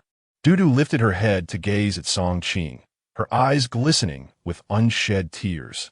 Daddy, it's the voice of Sister Diogio. Song Qing recognized it as the voice of a little girl. Yes, letus urasqua diudiu. Thus, the father and daughter made their way towards the distant furnace. The further they ventured, the more oppressive the heat from the furnace became, and Song Qing felt beads of sweat forming on his brow. Just then, Diogio's anguished cries ceased, followed by the voice of a woman in red emanating from behind the furnace. Song Qing, I've heard you are quite formidable. Everyone admires you, calling you their savior. It's been a long time since I've encountered someone as impressive as you. Song Qing halted, holding Dudu's hand as he called out towards the furnace. If you recognize my prowess, then surrender. I have already arrived here, and it seems there is no challenge at all. At that moment, the woman in red emerged from behind the furnace, holding a child who appeared to be in a precarious state. Upon seeing the child, Dudu nearly burst into tears. Siste diu. Song Qing tightened his grip on Dudu's hand and continued to gaze at the woman in red. What do you intend to do? The woman in red glanced down at the nearly lifeless Diogio and erupted into laughter. What do you think? Ha ha ha. I intend to make you pay a price. Song Qing scoffed coldly. Those who spoke to me in such a manner before have already perished. Are you certain you can make me pay a price in your current state? The woman in red shook Diogio, chuckling. Why do you say that? Are you not afraid that I might kill her? Song Qing smiled in return. I am not particularly acquainted with this little girl. Do as you please. Hearing this, the woman in red clearly did not believe him. Enough with the theatrics. If I were in your position, I wouldn't waste time like this. With his hands in his pockets, Song Qing pointed towards the sky and declared, Indeed, let's dispense with the trivialities. I will strive to end your life swiftly and depart this place. There are still clothes at home that need to be collected. Ha ha ha. You certainly have a sharp tongue. The woman in red was not at all provoked by Song Qing. Rather, she found the situation amusing. Very well, since you have entered my realm, let's indulge in something thrilling. How shall we play? Hee hee. Do you not sense that this place is different? Song Qing glanced around and nodded slowly. Indeed, it is different. I have noticed it. What of it? Ha ha ha. Kid, it seems you're still a bit too naive. Have you not realized that you have entered the illusion I have crafted? Upon hearing this, Song Qing's brow furrowed. The woman in red carelessly tossed Diogio in front of him as if discarding refuse. Look for yourself. Once you do, you will understand the situation. Song Qing furrowed her brow as she turned Diogio's body over, only to discover that what had once been Diogio had transformed into a tattered sack. Ha ha ha. Isn't it amusing? Song Qing rose to her feet and gazed at the woman in red before her. So, you are but a fabrication as well? The woman in red suddenly swept her hair aside, revealing a face mangled and bloodied. Give a try. Without hesitation, Song Qing drew her blade and struck. As anticipated, the woman in red dissipated into a cloud of smoke. Ha ha ha. Isn't it delightful? Do take heed in your next life. A wave of dread washed over Song Qing as she glanced down at Dudu, only to find that he had inexplicably transformed into a strange child. Suddenly, the child opened his mouth, revealing a mouthful of sharp fangs, and lunged at Song Qing's leg. Meanwhile, within the royal city, and Wenjun observed the projection of Song Qing, her expression turning grave. Damn it, trouble has arisen once more. I have released the illusion. If Song Qing cannot extricate herself within the hour, we may be in dire straits. This revelation sent the gathering into uproar. The prince then turned to Wenjun and inquired, You are most familiar with the woman in red. Do you know how one might escape such an illusion? And Wenjun shook her head in resignation. I do not know. She deliberately guards against me, and the only clues I gleaned were fragmented memories. However, one thing I can assert is that within this hour, the woman in red will exploit various vulnerabilities to seize control of Song Qing's body. The prince was taken aback and immediately directed his gaze at Wenjun. Is it akin to when she occupied your body? And Wenjun nodded. Indeed, from here on, it is solely up to her. Chapter 56. Well played. But do not perform again at this moment. Although Song Qing had already entered the illusion created by the woman in red, he remained remarkably composed. He first surveyed his surroundings, committing the positions of all the objects to memory before aimlessly wandering about. Upon arriving at the edge of a cliff, a sudden, refreshing breeze swept past him from behind. Turning around, he was astonished to find that the scenery had entirely transformed. Song Qing furrowed his brow, glancing down at the ground beneath him. Concrete? Wasn't this just a mountain path? He crouched down, gently touching the surface, which indeed felt like solid ground. As he looked around, he was taken aback by a sense of familiarity. This place, yes, it was the bus stop near my university. Just as he was thinking this, a bus across the street began to slowly approach, stopping right in front of him. The window at the back rolled down, and a beautiful girl with flowing black hair leaned out, waving at him. Song Qing. Upon seeing the girl, Song Qing was momentarily stunned. Wife indeed. The girl waving at him was none other than Du's mother, Dongman. This scene mirrored the moment he first met her when he had just begun university. Hearing Song Qing refer to her as wife, Dongman's cheeks flushed crimson. You naughty boy, what are you talking about? This is the last bus of the day. Are you coming or not? Realizing the urgency, Song Qing hurried towards the bus. Meanwhile, in the conference hall outside the illusion, the onlookers watched in tension as Song Qing actually boarded the vehicle. Concern etched on their faces, they pondered, what has happened to him? Didn't he already recognize this as an illusion? Why is he getting on the bus? Indeed, this is clearly a trap. How could he fall for it after successfully completing his previous tasks? Noticing the grave expression on Wenjun's face, the prince addressed the others. As the saying goes, the bystander sees clearly. You cannot fathom the intricacies of this illusion since you are not within it. The power of the woman in red is formidable, and the illusions she conjures are not easily resisted.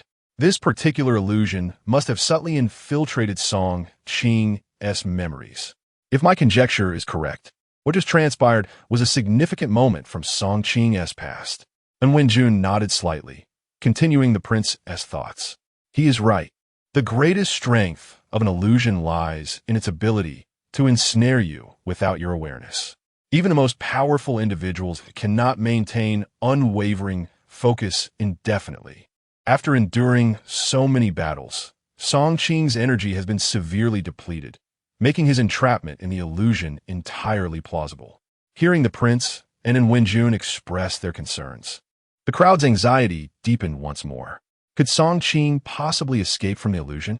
The prince glanced at Wenjun, yet refrained from speaking, for he too was uncertain whether Song Qing could emerge. As the disparity in power levels between Song Qing and the woman in red was so vast that survival seemed utterly implausible. After a brief silence, Wenjun asserted, "There's a chance to break free, but only if one seizes the critical moment to escape the illusion." Upon hearing her words, the prince let out a deep sigh. Breaking free from the illusion? How exceedingly arduous. Once ensnared within the illusion, it is akin to sinking into a quagmire, becoming increasingly trapped. Moreover, the woman in red would seize his body at his most vulnerable psychological moment. As he finished speaking, a profound silence enveloped the room, with everyone's gaze fixated on Wenjun. After all, she was the only one present who had previously been possessed by the woman in red, making her the most knowledgeable in this regard. And Wenjun remained silent, seemingly acquiescing to the prince's assessment. Previously, the atmosphere in the conference room had been relatively pleasant, but following this conversation, it had turned decidedly oppressive. Meanwhile, within the illusion, Song Qing and Dongman had disembarked from their vehicle, walking side by side along the shaded path of the campus. The evening had set in, and Dongman glanced at Song Qing, a hint of shyness gracing her features. With exams approaching, how confident are you? Song Qing, unfazed, chuckled lightly. Oh, my grades have always been stable. There's no need for concern. Yet, as soon as he spoke, Dongman playfully pinched his arm in discontent. You rascal, speak properly. What do you mean by stable? Stable at the bottom, perhaps? Song Qing looked at Dongman, then shrugged. Well, there have been recent events in the game, so I thought I might take advantage of this time to gather some gear and earn some money. Upon hearing this, Dongman's irritation flared. Do you truly believe that university is merely a casual endeavor? If that is the case, we need not be together anymore. With that, she turned to leave, but Song Qing quickly grasped her arm. Wait, I will study, I promise. It's just, I haven't studied much. so cramming at the last minute might be a bit challenging. Observing Song Qing's reaction, Dong Man let out a relieved sigh and pondered for a moment before saying, "How about this? I'll help you review your lessons over the next few days." Instantly, Song Qing's spirits lifted. "Really? Of course. But you must pay attention. I'll be testing you. Hee. I guarantee I will complete the task." Stop grinning. Hurry back to get your books. I'll fetch my notes. We'll head to the study room shortly. At this moment, Song Qing suddenly remembered something. If we go to the study room at this hour, there probably won't be any seats available. Hearing this, Dong Man's expression shifted to one of dismay. Indeed, it's too late. It seems there are no study rooms available at all. What shall we do? Song Qing's eyes flickered, and a smug smile appeared on her face. "I know just the place." "Where?" "The city library." "Ah, won't it be closed at this hour?" "The main entrance will indeed be shut, but the CAF on the third floor remains open until midnight. Perfect timing for me to treat you to coffee." Upon hearing this, Dong Man hesitated briefly before glancing at Song Qing. "You better focus on studying." "Of course, I am quite the diligent student." After agreeing, the two hurried back to their respective dormitories to gather their books and notes before heading to the CAF on the third floor of the city library together. The CAF featured small booths, and Song Qing and Dong Man settled into one to begin their studies. Song Qing leaned forward, inhaling the fragrance of Dong Man's hair, feeling a sense of romantic allure. As time ticked by, they completed the final unit of their lesson, and Dong Man wearily checked the time. "Oh no, it's 11 o'clock. We can't go back." Song Qing was momentarily taken aback, then looked at Dong Man. "Can't go back?" Dong Man nodded. "Yes. The dormitory supervisor will close the doors after 10:30. If we go in then, we'll definitely get reported." After a moment's contemplation, Song Qing suggested, "The nearby hotel is offering a promotion. Shall we check if the beds are comfortable?" Hearing this, Dong Man's face flushed, and she playfully retorted, "What are you saying? If you keep this up, I won't talk to you anymore." Song Qing chuckled and playfully draped his arm over her shoulder. "Come on, we've already established our relationship, so what is there to fear? Besides, I assure you, I am a gentleman and I vow not to overstep." After much hesitation, Dong Man finally nodded. "All right, but we each get our own room." Song Qing laughed heartily and agreed, "No problem. Let us go. If we delay, there might not be any rooms left." With that, they stood up and made their way downstairs to the hotel across the street. "We need 2 rooms." The attendant glanced at Song Qing and Dong Man, shaking her head in resignation. "I'm sorry, but we only have 1 single room available tonight." Looking at the blushing Dong Man, Song Qing quietly said, "Well, it seems we only have 1 room. How about you compromise and share with me? I can sleep on the floor?" Dong Man fidgeted with her hands, subtly nodding in agreement. Song Qing waved his hand, producing his ID to hand to the attendant.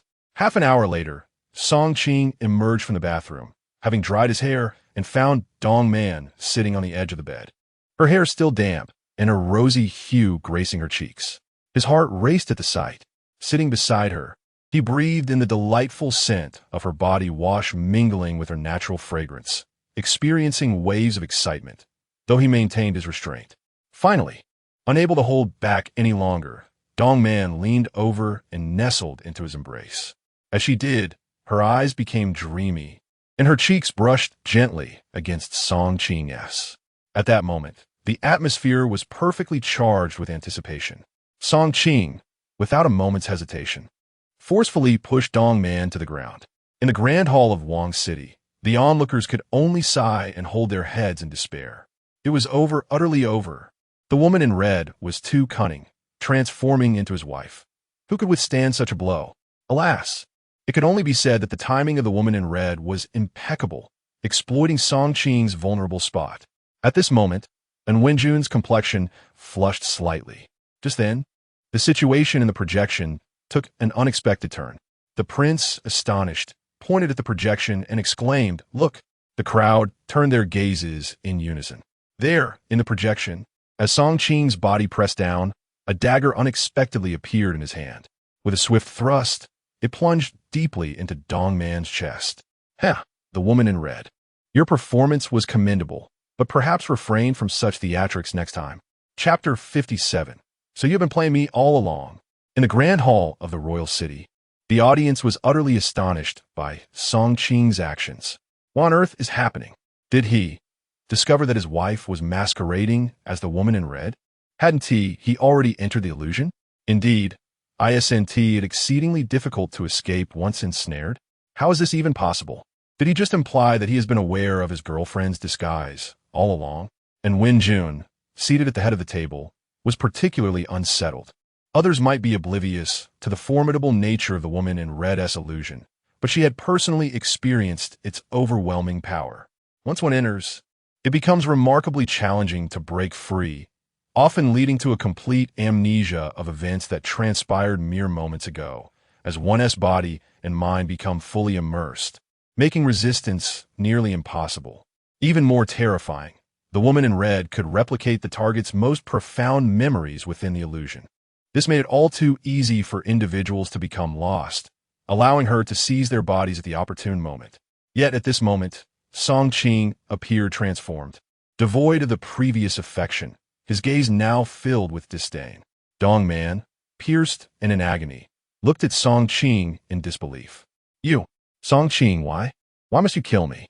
The dagger in Song Qing's hand twisted slightly, intensifying Dong Man's suffering. Ha, keep pretending. Blood trickled from the corner of Dong Man's mouth as she gazed at Song Qing, her face contorted in pain. Dongman, Song Qing, why are you doing this?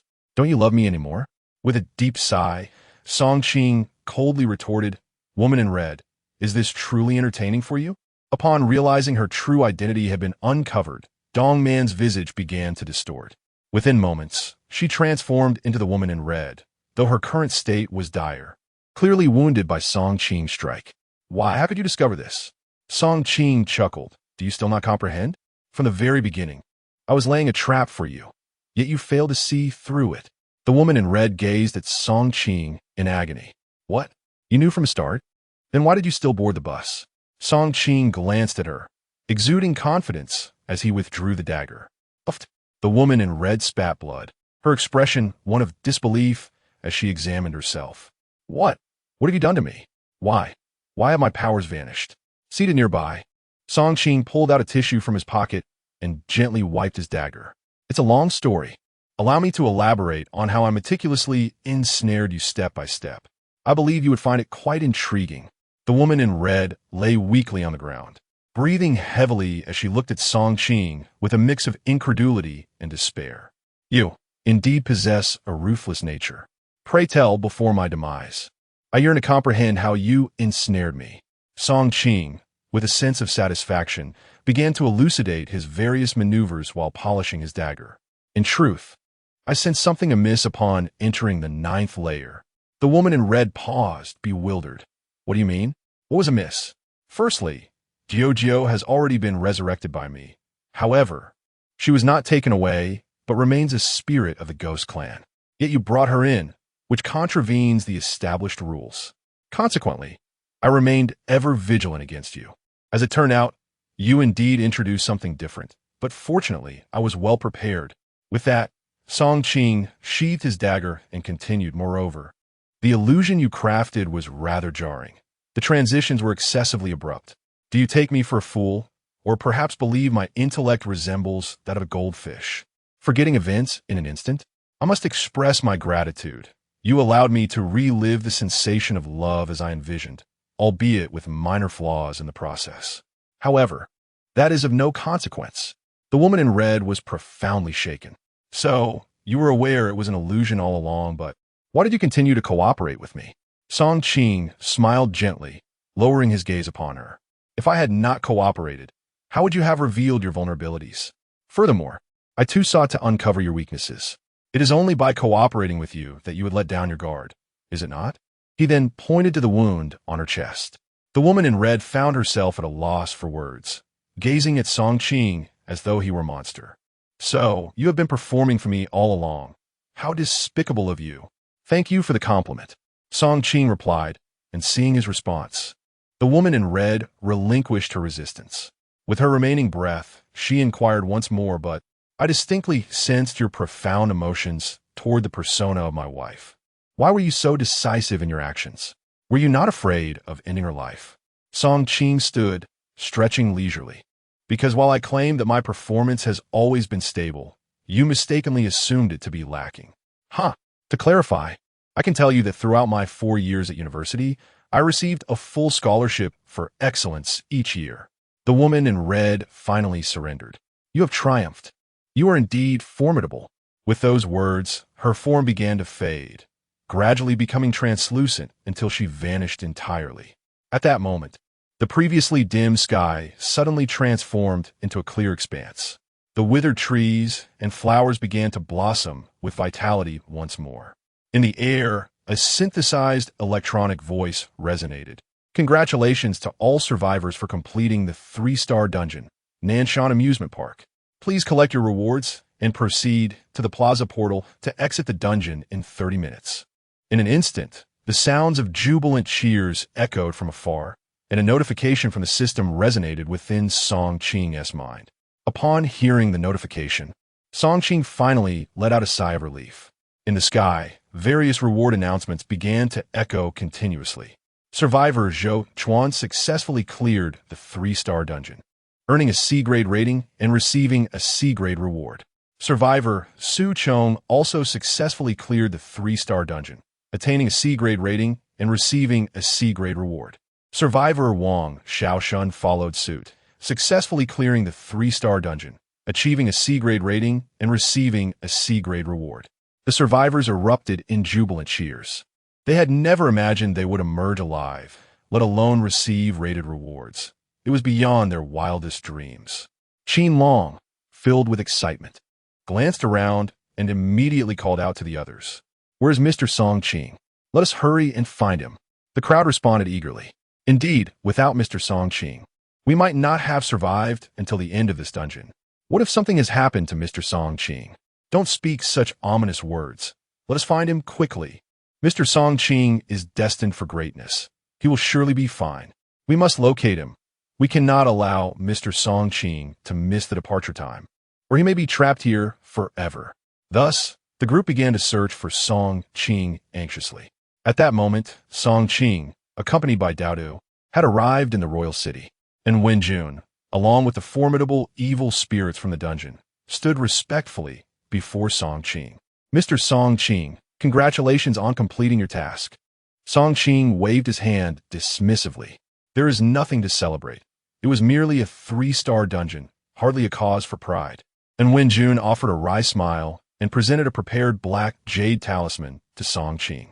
"With this talisman, you shall be the master of this dungeon. Please take care of it.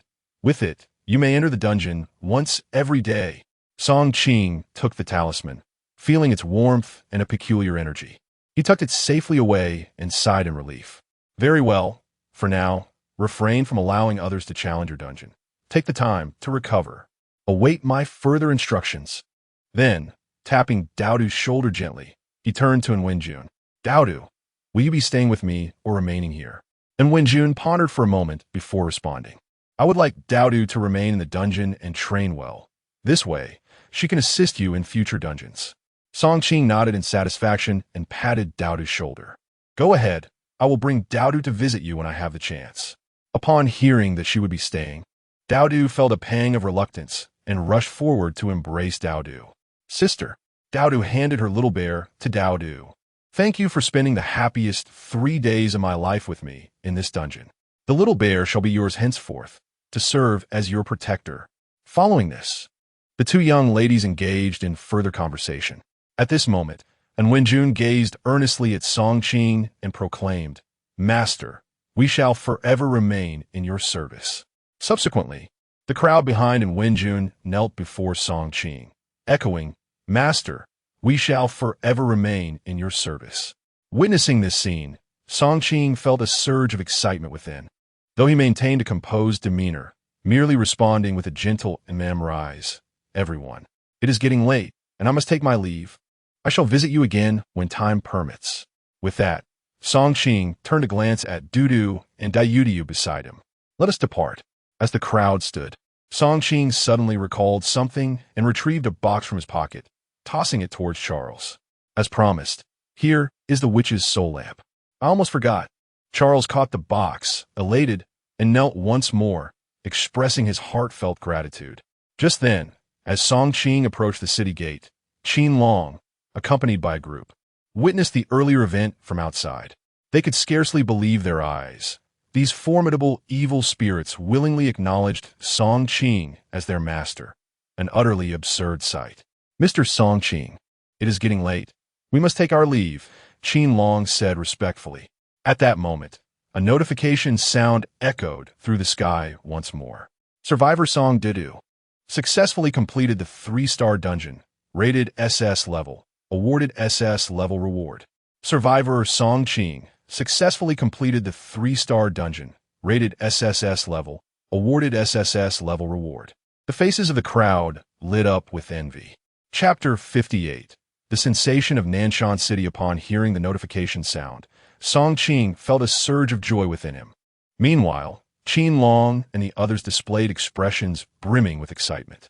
An SS rating and an SSS rating were simply astonishing. It is noteworthy that even for an ordinary 1-star instance, achieving a rating above S is exceedingly challenging. Yet, Song Qing and Duda managed to obtain an SSS and an SS rating, respectively, provoking envy that was almost palpable. "Congratulations, Mr. Song and little Dudu." Qin Long was the first to react, promptly showering praise. Following suit, others came forth to extend their congratulations. Just as Song Qing was about to speak, Duda looked up at him and inquired, "Daddy's SS and SSS the worst rating?" Startled for a moment, Song Qing gazed at Dudu in confusion. Why do you ask that? Our kindergarten teacher said that A is the best, and the further you go, the worse it gets.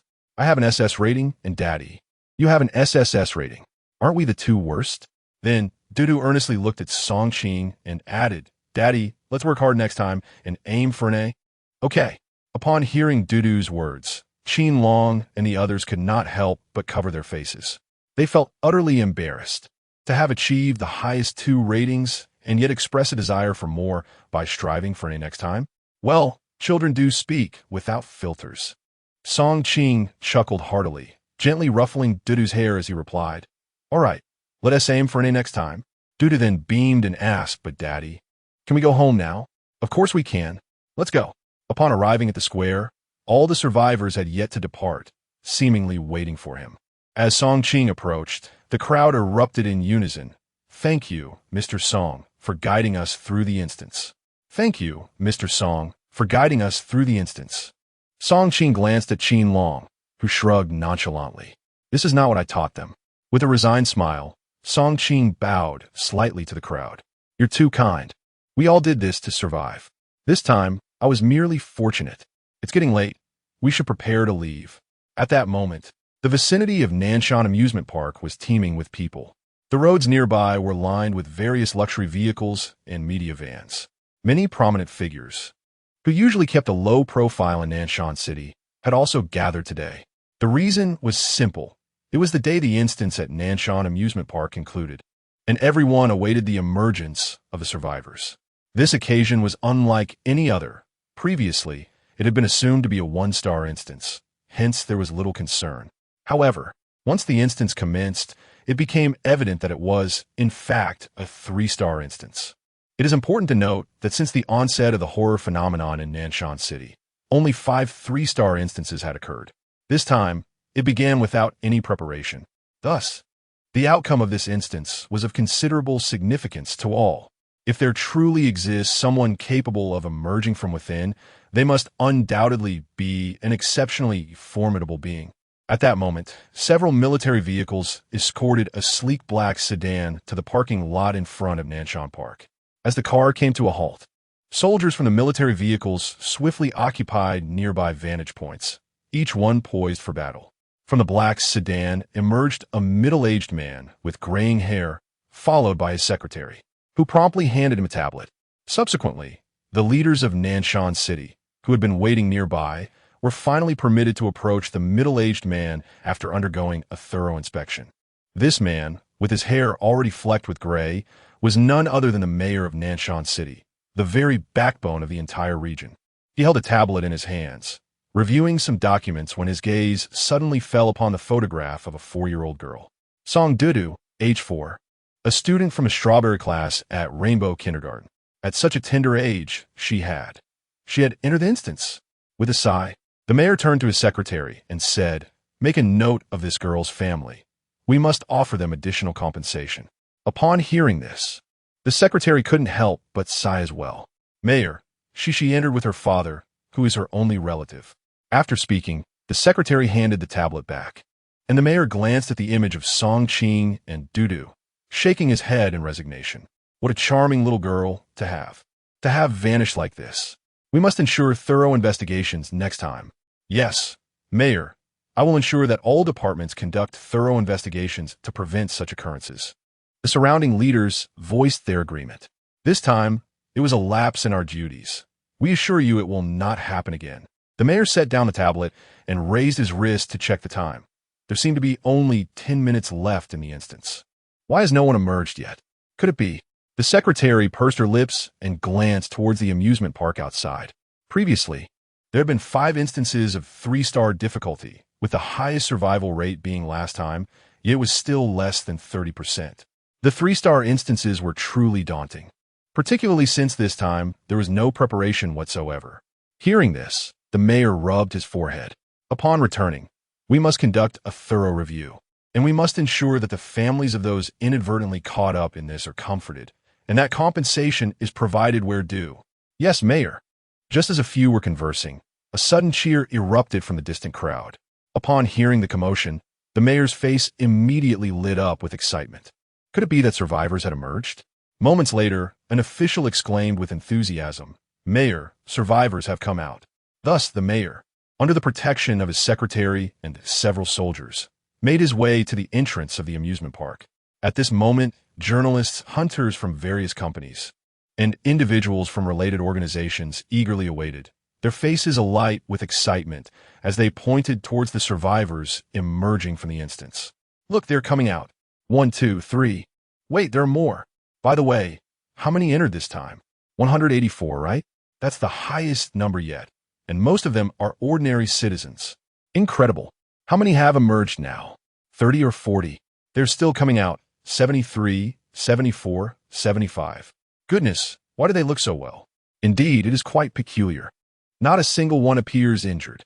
As the survivors reached the entrance, a throng surged forward, eager to conduct interviews, exchange business cards, and extend lucrative job offers.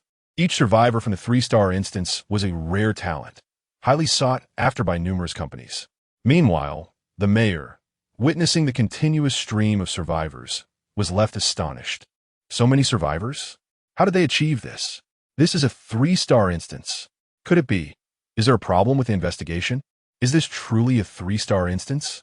The surrounding officials displayed expressions of disbelief, urgently seeking information. At that moment, the mayor suddenly spotted a familiar face in the crowd. It was a little girl. She had miraculously survived. "How is this possible?" he exclaimed. He then instructed his secretary, "Please inquire about the level of rating that little girl received. And also, what was the survival rate?" Yes. The secretary quickly made his way through the crowd. Before long, he acquired a list of ratings. Upon seeing an SS and an SSS rating boldly displayed, he felt as though his eyes were deceiving him. Rubbing his eyes vigorously, he looked again at the contents. Indeed, there were the SS and SSS ratings. What astonished him further was that the SS-rated individual was none other than Dudu. His mind raced, and he urgently seized a nearby soldier, asking, "Are these figures authentic?" The soldier glanced back at him, nodding with unwavering certainty. 100% reliable. Unable to contain his shock, the secretary glanced once more at the data and hurried to the mayor's side, followed closely by other officials. Upon discovering that the SSS-rated survivor was named Song Ching and the SS-rated survivor was Song Dudu, they were all left dumbfounded. A 4-year-old girl received an SS rating? Surely, there must be some mistake. After all, she is only 4 years old. Wait, isn't Song Dudu's father Song Ching? What is the true background of this father-daughter duo? In an instant, all the officials were taken aback, gazing in astonishment at the contents of the report. Meanwhile, a tempest surged within the heart of the mayor. This father and daughter duo was extraordinary, particularly the remarkable Song Ching. He then cast his eyes upon the foremost statistic, an astounding 70% survival rate. It was utterly outrageous. Without delay, he leaned toward his secretary and whispered, "Investigate this Song Qing. If the opportunity arises, inquire whether he would be willing to join the elite hunter academy of Nanshan City. Remember, tread lightly to avoid alarming the prey." "Understood, Mr. Mayor. I shall attend to it immediately." Chapter 59. Chanyu Group in the back seat of the taxi. Song Qing gently embraced the slumbering Dudu. His eyes filled with a profound sense of happiness, having long been resigned to the hopelessness of his daughter's illness. The harrowing experience of the recent dungeon had marked a turning point in his life. Thus, he resolved to embark on a new chapter alongside Dudu. Although her ailment remained unresolved, the acquisition of the magic crystals alleviated his immediate concerns regarding her health. With newfound experience and capabilities from clearing the dungeon, he believed it was merely a matter of time before Dudu's condition would improve. After enduring 3 grueling days within the terrifying dungeon, Song Qing felt utterly exhausted, yearning to return home for a refreshing shower and a good night's sleep. The vehicle came to a gradual halt outside a dilapidated old community in Nanshan City. Cradling Dudu in his arms, he stepped out of the car and walked briskly towards the entrance.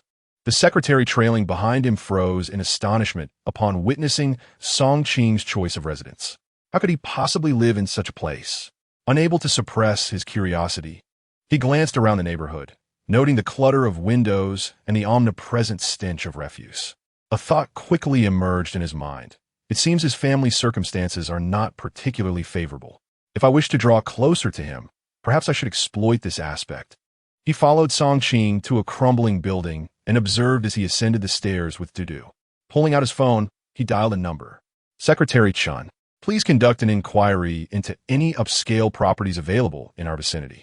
Identify a few promising options and send them my way. Additionally, ensure that the community does not stand out too conspicuously. Ideally, it should include a few villas. Also, organize an event, perhaps top 10 outstanding individuals of Nanshan City, with the top prize being a villa. Yes, proceed with this, but ensure there are no mistakes. It would be prudent to leak some information in advance." After ending the call, a sigh of relief escaped the secretary's lips. He then dialed the mayor's number and relayed the details of the recent developments. The mayor responded with evident delight. "Well done. Create opportunities without rushing. Our side has already secured his information, so there is no need to worry about other companies poaching him." Upon returning home, Song Qing placed Dudu in a small room before unveiling the rewards bestowed upon him after completing the dungeon. In addition to enhancing his physical prowess, the rewards included a unique box. The SSS grade reward box was strikingly distinct, resplendent in gold and exuding an air of luxury, with Song Qing's name inscribed upon its surface. Opening the box revealed 10 first-grade magic crystals, 1 second-grade magic crystal, a vial of antidote, and 3 ghostly artifacts. As Song Qing casually examined the equipment, a frown creased his brow.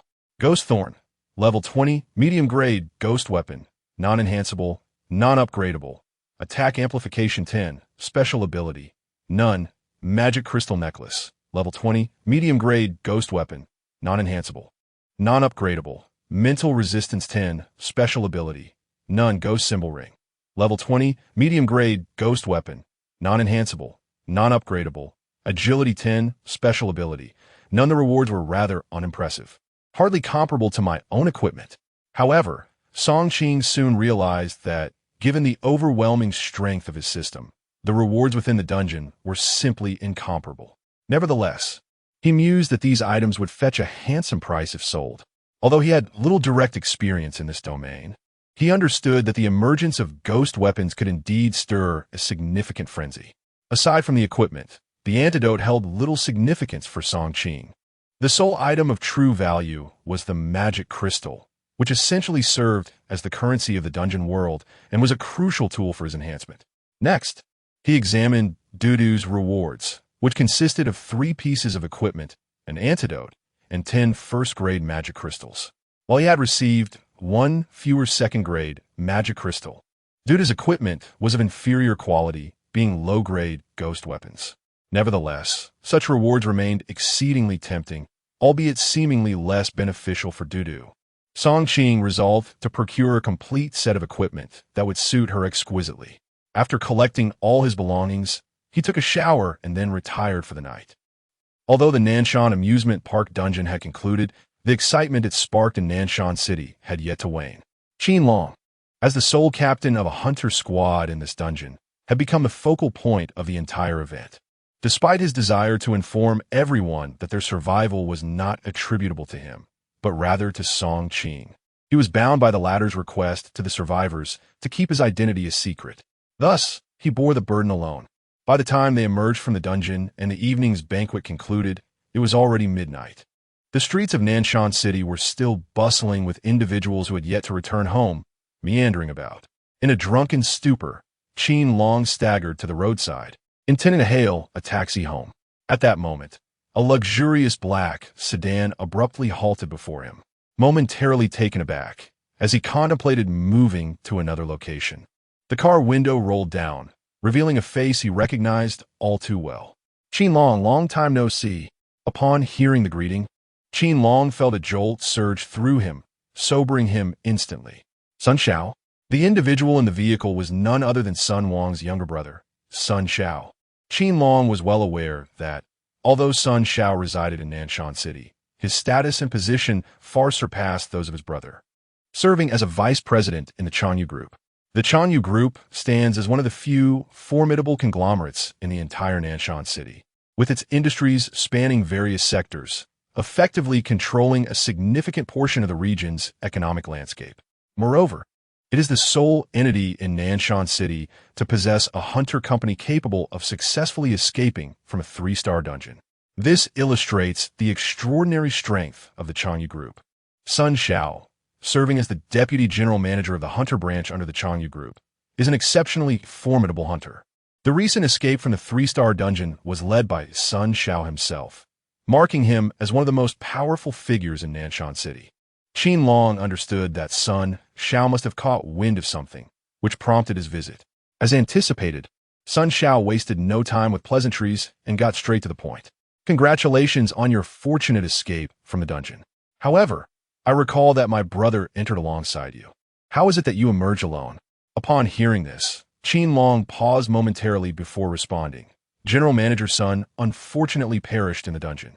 I express my sincerest apologies. Sun Xiao, upon receiving the news of his brother's demise, did not exhibit the expected emotional turmoil, clearly indicating prior knowledge of the situation. Apologies? Is this the attitude with which you express sorrow? Sun Xiao's gaze hardened, radiating a chilling intensity directed at Qin Long, realizing the precariousness of his situation. Qin Long understood that escaping unscathed today was unlikely. He was no match for Sun Xiao, known for his vengeful nature. Taking a deep breath, he endeavored to maintain his composure. I am merely a team leader and not General Manager Sun's bodyguard. Thus, his death bears no relation to me. However, scarcely had he finished speaking when Sun Xiao's fist collided with his face. Unrelated? You think a mere dismissal suffices? Qin Long, you truly have no understanding of what it means to face death. With that blow, Qin Long fell to the ground, blood spilling from his mouth, several teeth knocked loose. Shakily rising to his feet, his eyes reflected an unwavering spirit. I have stated that this matter does not concern me, and furthermore, I am no longer affiliated with the Sun Corporation. Please show some respect. Sun Xiao let out a cold laugh. Respect? You, a mere dog, dare to speak of respect? Today, I will first eliminate you, and then I shall deal with your master. At this declaration, Qin Long's heart raced in shock. So you are aware. Sun Xiao kicked Qin Long several meters away, laughing maniacally. Indeed, I merely wish to ascertain your honesty, but it appears you are no dog. Rather, you are a treacherous wolf. My brother was truly blind. With that, Sun Xiao drew a sharp dagger from his waist and advanced toward Qin Long. Today, we shall settle this. I do not wish for disobedient dogs to continue living. As the murderous intent radiated from Sun Xiao, Qin Long felt a sense of suffocation and panic. Don't be reckless. This is Nanshan City. Huh, do you think I care about that? Do not delude yourself into thinking that a moment of prominence grants you immunity. In Nanshan City, I could extinguish your life with greater ease than crushing an ant underfoot. Just as Sun Shao approached with a knife in hand, two figures, one large and one small, emerged from a nearby alleyway. Is that so? Is it truly easier to take a life than to squash an ant? Such audacity. Chapter 60. A cure for your ailments. The appearance of Song Qing momentarily stunned both Qin Long and Sun Shao. Upon seeing Song Qing, a look of surprise illuminated Qin Long's face. "Boss, save me," he exclaimed. Sun Shao, hearing Qin Long's voice, furrowed his brow in confusion. "Boss," he echoed. Subsequently, Sun Shao directed his gaze towards Song Qing, a flicker of anger crossing his features. "What a coincidence! I hadn't even sought you out, yet you have come knocking at my door. Very well, I shall deal with you both today." Qin Long approached Song Qing, a hint of anxiety in his demeanor. "Boss, this is Sun Shao, the younger brother of Sun Wang and the vice president of the Hunter Company under Changyu Group." Song Qing slightly raised his hand, interrupting. "I'm acquainted with him. In his previous quests for a means to enter the dungeon, Song Qing had perused relevant materials and gained a semblance of understanding regarding some formidable individuals in Nanshan City, particularly the Hunter Company under Changyu Group. Sun Shao had been part of the group for quite some time, and his personal prowess ranked among the elite in Nanshan City. However, Song Qing was no longer the soft target he once was, easily manipulated by others. Dealing with Sun Shao was now a trivial matter for him. Upon hearing Song Qing claim familiarity with him, a smug expression crept across Sun Zhao's face. "Since you know me, do not expect me to wait for you to act. You bear a part of the responsibility for my brother's death. Today, I shall grant you a swift end, and in return, I will spare your daughter." Qin Long's brows knitted together at Sun Zhao's words as he stepped forward, positioning himself protectively in front of Song Qing and Dudu. "Sun Shao, your brother's demise has nothing to do with us. It was the malevolent spirit within that caused his death. Do not recklessly cast blame without discernment. Get lost. Who do you think you are to speak here? Believe me, utter one more word and I will eliminate you right now." Sun Shao dismissed Qin Long's concerns with disdain, his menacing gaze fixed on Song Qing.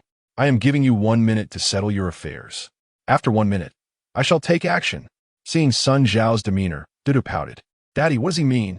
Song Qing knelt down and gently pinched Dudu's cheek, a smile gracing his lips.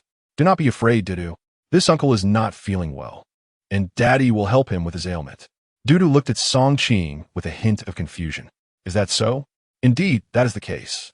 He has asked me to speak with you briefly, and then I will assist him with his condition.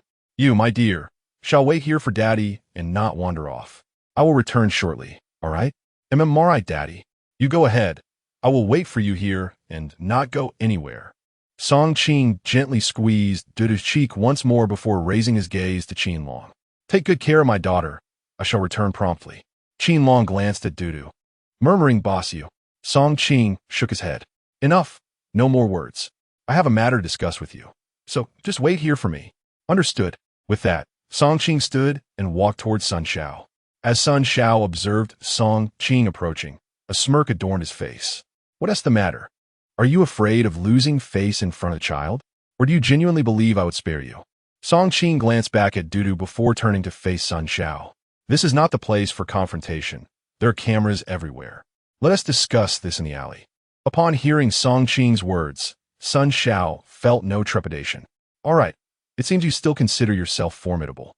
Today, I shall enlighten you on the concept of a frog in a well." With that, Sun Shao strode confidently towards the alley. Song Qing followed closely behind, his steps steady. Meanwhile, Qin Long watched Song Qing's retreating figure, a sense of panic rising within him. If anything were to happen to Song Qing, it would indeed spell trouble. He glanced down at Dudu, who was squatting on the ground, counting the tiles, and felt a twitch at the corner of his mouth, but ultimately refrained from reacting. Never mind, if something were to happen to Mr. Song, I would certainly raise his daughter as my own. He gritted his teeth, silently making a vow. At that moment, a piercing scream echoed from the alley. Qin Long's body jolted, ready to rush over, but he heard Tu blinking her big eyes at him, asking, "Uncle, does it hurt a lot to heal?" That uncle sounded so miserable. Looking into Dudu's glistening eyes, Qin Long's heart softened, and he forced a smile. "Yes, that. Uncle has a serious ailment, so he needs proper treatment. Oh, how unfortunate. But when will my daddy learn to heal? Qinlong was momentarily at a loss for words, but upon seeing Dudu, he managed an awkward smile. Perhaps he learned while you were asleep. All right, I will also learn to heal like daddy. The screams from within grew increasingly unsettling, sending chills down Qinlong's spine. A few minutes later, the cries gradually ceased. Unable to contain himself any longer, Qinlong turned to Dudu, saying, "The treatment should be wrapping up. Let us hurry over." Dudu immediately stood up, nodding eagerly. Okay, thus, Qinlong hurriedly led Dudu towards the alley. However, as they reached the entrance, they spotted Song Qing wiping the blood from his hands with a tissue. Boss, you. Song Qing casually crumpled the tissue and tossed it into a nearby trash bin. It's nothing. The treatment was successful. You should be able to recuperate for a while now. Upon hearing this, Dudu's face lit up with admiration. Daddy, you are truly amazing. Song Qing smiled, then produced a small bag from his pocket, handing it to Dudu. That uncle mentioned he didn't have enough money and insisted on giving some magic crystals as a consultation fee. What a kind person. Dudu, take these magic crystals and buy some candy later. Dudu smiled brightly as she carefully placed the small bag into her satchel. I will save up to buy a beautiful outfit for Dad, she exclaimed joyfully. Truly, she is the obedient daughter of her father. All right, you keep it up, and when you save enough, you can buy him clothes. Meanwhile, as Song Qing conversed with his daughter, Qinlong stood there, utterly stunned. He could scarcely believe his eyes. Song Qing emerged from the alley as if nothing had happened. Could it be that the earlier cries had come from Sun Xiao? If that were the case, how formidable must Song Qing be? Previously, within the confines of the instance, Qinlong had no reference point to gauge the malevolence of the evil spirits, leaving him ignorant of Song Qing's true strength. However, he was acutely aware of Sun Xiao's prowess. The stark contrast became immediately evident upon comparison. Song Qing's might remained an unattainable pinnacle, shrouded in enigma. At that moment, Song Qing turned back and addressed him. By the way, I happen to have something I wish to discuss with you. Let's find a suitable place to converse. Qinlong nodded vigorously, suddenly recalling another matter. Boss, how did you know I was here? Song Qing waved his phone playfully. Who in Nanshan City is unaware of your whereabouts? Qinlong's face flushed with embarrassment as he scratched his head. Well, isn't that a bit too enthusiastic? Boss, I just can't fathom why you would entrust someone who has been guiding everyone through the challenges to me. Song Qing sighed.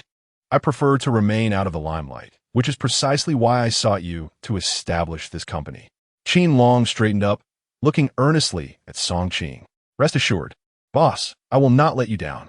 Song Qing nodded and glanced around before pointing to a 24-hour McDonald's across the street. Let us head over there. Dudu and I haven't had dinner yet.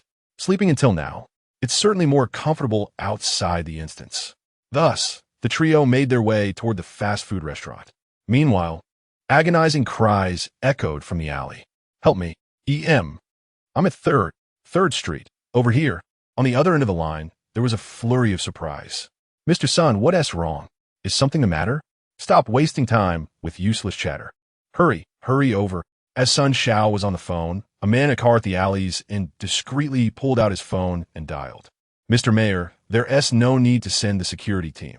Mr. Song Qing's strength surpasses our expectations. Sun Xiao is no match for him. The voice on the phone was astonished. What? Sun Xiao isn't his opponent? Indeed, Sun Xiao couldn't even brush against his sleeve. Mr. Song Qing is truly formidable. Phew, it seems I have not misjudged him. Continue to follow him. Inform me at the first sign of any news. Understood. Chapter 61. Selling magic crystals. Buying stylish clothes for father, the fast food restaurant was nearly deserted. Song Qing purchased some fries and hamburgers, consuming them while inquiring with Qinlong about the business of establishing a company. Given that he now possessed the operating rights to a 3-star dungeon, owning a company would significantly aid him in managing the affairs related to the dungeon. However, Song Qing was inherently lazy and did not wish to squander time on the intricacies of company formation. Thus, he decided to delegate the entire process to Qinlong. Qinlong, well versed in the domain of business, assured Song Qing that he could easily handle the establishment on his behalf. Song Qing had unwavering trust in Qin Long's loyalty, so he did not dwell on the topic further. He then shoved the last bite of his hamburger in his mouth and mumbled a question. By the way, did you discover anything during tonight's dinner gathering? Upon hearing Song Qing's inquiry, Qin Long's interest was piqued. He glanced around and leaned closer, whispering, "Boss, didn't you mention before about continuing to seek dungeons? I actually have a revelation." Song Qing immediately became intrigued and pressed. "Do tell." Qin Long excitedly continued. "The divination master, Stardust, recently revealed that a new 3-star dungeon might emerge in Nanshan City. This has been confirmed. However, not many people are aware of this. And I have also gathered some crucial information. Entry tickets will be required for this dungeon." With curiosity ignited, Song Qing asked, "What do you mean? Entry tickets? There are dungeons of this sort?" "Yes, though they seldom appear. Typically, such dungeons emerge only at 5 stars or higher, but for reasons unknown. This one is set to descend upon Nanshan City." Qin Long, visibly animated, took a large sip of his drink and continued. "Furthermore, there is a possibility that a high-quality defensive ghost artifact may manifest within this dungeon." Song Qing's interest was instantly captivated. "Is this something that can be predicted? Master Stardust has never been wrong. I believe this information is highly credible." Noticing Qin Long's fervent assurance, Song Qing picked up a fry and quietly inquired, "So how can we obtain this entry ticket?" With a glimmer of excitement, Qin Long produced a slip of paper from his pocket. "Here are the time and location for the auction. Boss, take a look." Song Qing glanced at the note. "Beishan Auction House, Thursday tomorrow?" "Indeed, that is tomorrow. However, there is something I believe you should mentally prepare for." Song Qing nodded. "Go on." "Entry tickets for this dungeon are exceedingly rare, so it's likely that the prominent families of Nanshan City will all participate in this auction. I've also heard that several major families have already secured many tickets, leaving potentially very few, if any, available for the auction house." Upon receiving this information, Song Qing frowned. "How credible is this news?" "Very credible." "All right, I understand. In light of this, I truly must go and take a look." Song Qing is particularly interested in the exquisite high-grade ghost weapon mentioned by Qin Long. After all, it is a defensive high-grade ghost weapon, and Song Qing has long desired to procure a superior piece of equipment for Dudu. Should this item prove to be exceptional, Song Qing believes it is indeed worth the endeavor. Subsequently, Qin Long elaborated on some prominent figures encountered during the banquet, and Song Qing encouraged him to engage with them as much as possible. After all, one must cultivate connections in order to thrive, and establishing a network promptly is advisable. Preferring to remain in the background, Song Qing entrusted this task to Qin Long. After a satisfying meal, Song Qing and Dudu returned to their residence. The following morning, Dudu was awakened by a delightful aroma wafting through the air. Rubbing her eyes, she padded into the kitchen in her bunny slippers, and upon seeing Song Qing preparing breakfast, she couldn't help but smile widely. "Daddy, your breakfast smells amazing." Song Qing chuckled heartily, turning to plant a gentle kiss on Dudu's cheek. "Go wash your face. Daddy will take you to buy some things shortly." Dudu giggled as Song Qing's stubble tickled her, and she scampered away. After breakfast, Song Qing took Dudu to a dungeon trading center. This establishment is the largest venue for secondary item transactions in Nanshan City and is renowned for its fairness. Dudu gazed around in wonder at the bustling crowd and the extravagant decorations. "Daddy, aren't we here to buy things? Why we come here?" Song Qing chuckled. "Without money. We must exchange some first." "Exchange money?" Dudu asked, intrigued, unsure of how one would go about doing that. Song Qing approached a counter and addressed the well-dressed clerk. "Hello. I would like to exchange some magic crystals for cash." The clerk nodded politely. "Certainly, sir. How many magic crystals would you like to exchange?" Song Qing glanced at the scrolling screen, displaying the exchange rates for magic crystals, and replied, "Let's start with 100. The clerk appeared taken aback for a moment before cautiously inquiring, Sir, did you say 100? "Yes. Is there a problem?" Song Qing asked, slightly perplexed. The clerk hesitated. "Sir, 100 magic crystals. That's quite a substantial amount. I'm afraid I can't process that here." Upon hearing this, Song Qing furrowed his brow. You can't handle 100 magic crystals? Where am I supposed to conduct this transaction? The clerk pointed to a man not far away. Sir, perhaps I can take you to speak with the manager. Generally, transactions exceeding 50 crystals qualify for VIP treatment. With no other option, Song Qing nodded and followed the clerk. Dudu in tow toward the manager's office. Manager, we have a customer wishing to sell 100 magic crystals. The manager, engaged with another client, was momentarily irked by the interruption. What? Who wants to sell 100 magic crystals?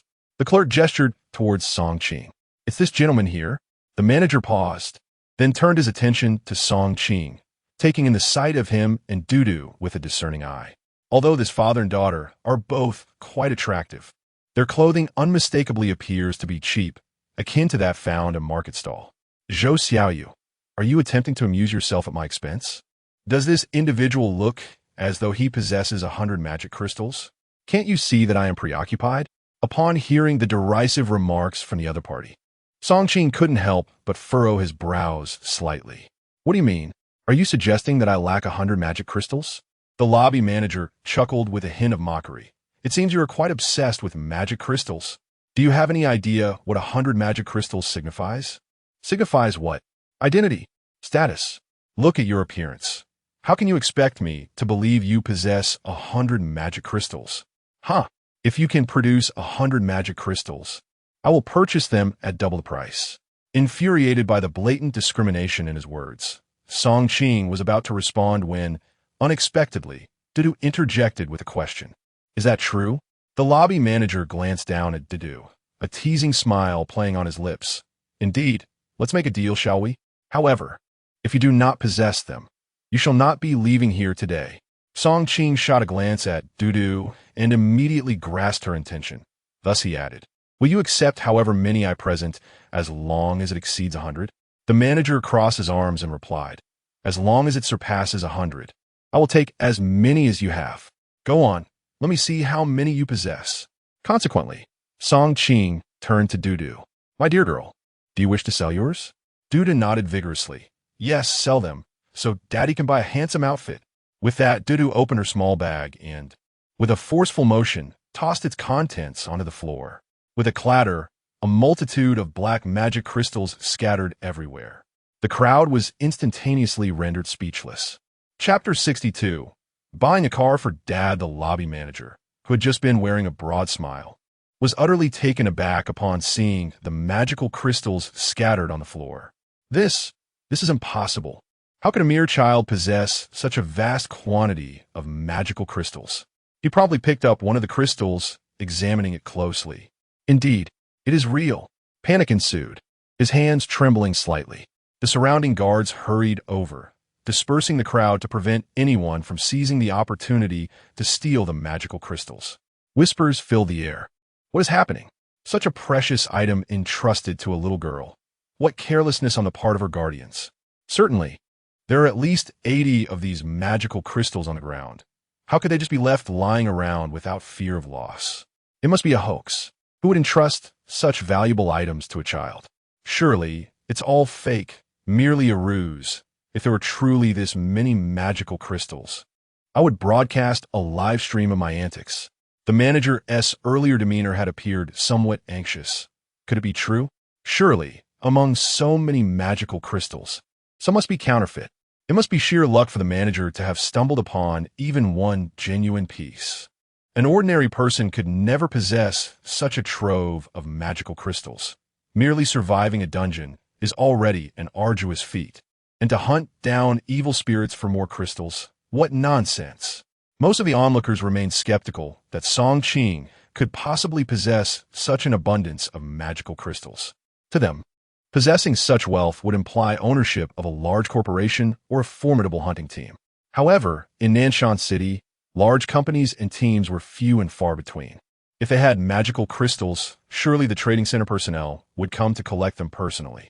The crowd observed the unfolding spectacle with a sense of amusement, arms crossed in anticipation of the drama. The manager immediately instructed his staff to gather the magical crystals from the floor and place them in a box. I wish to inspect each one.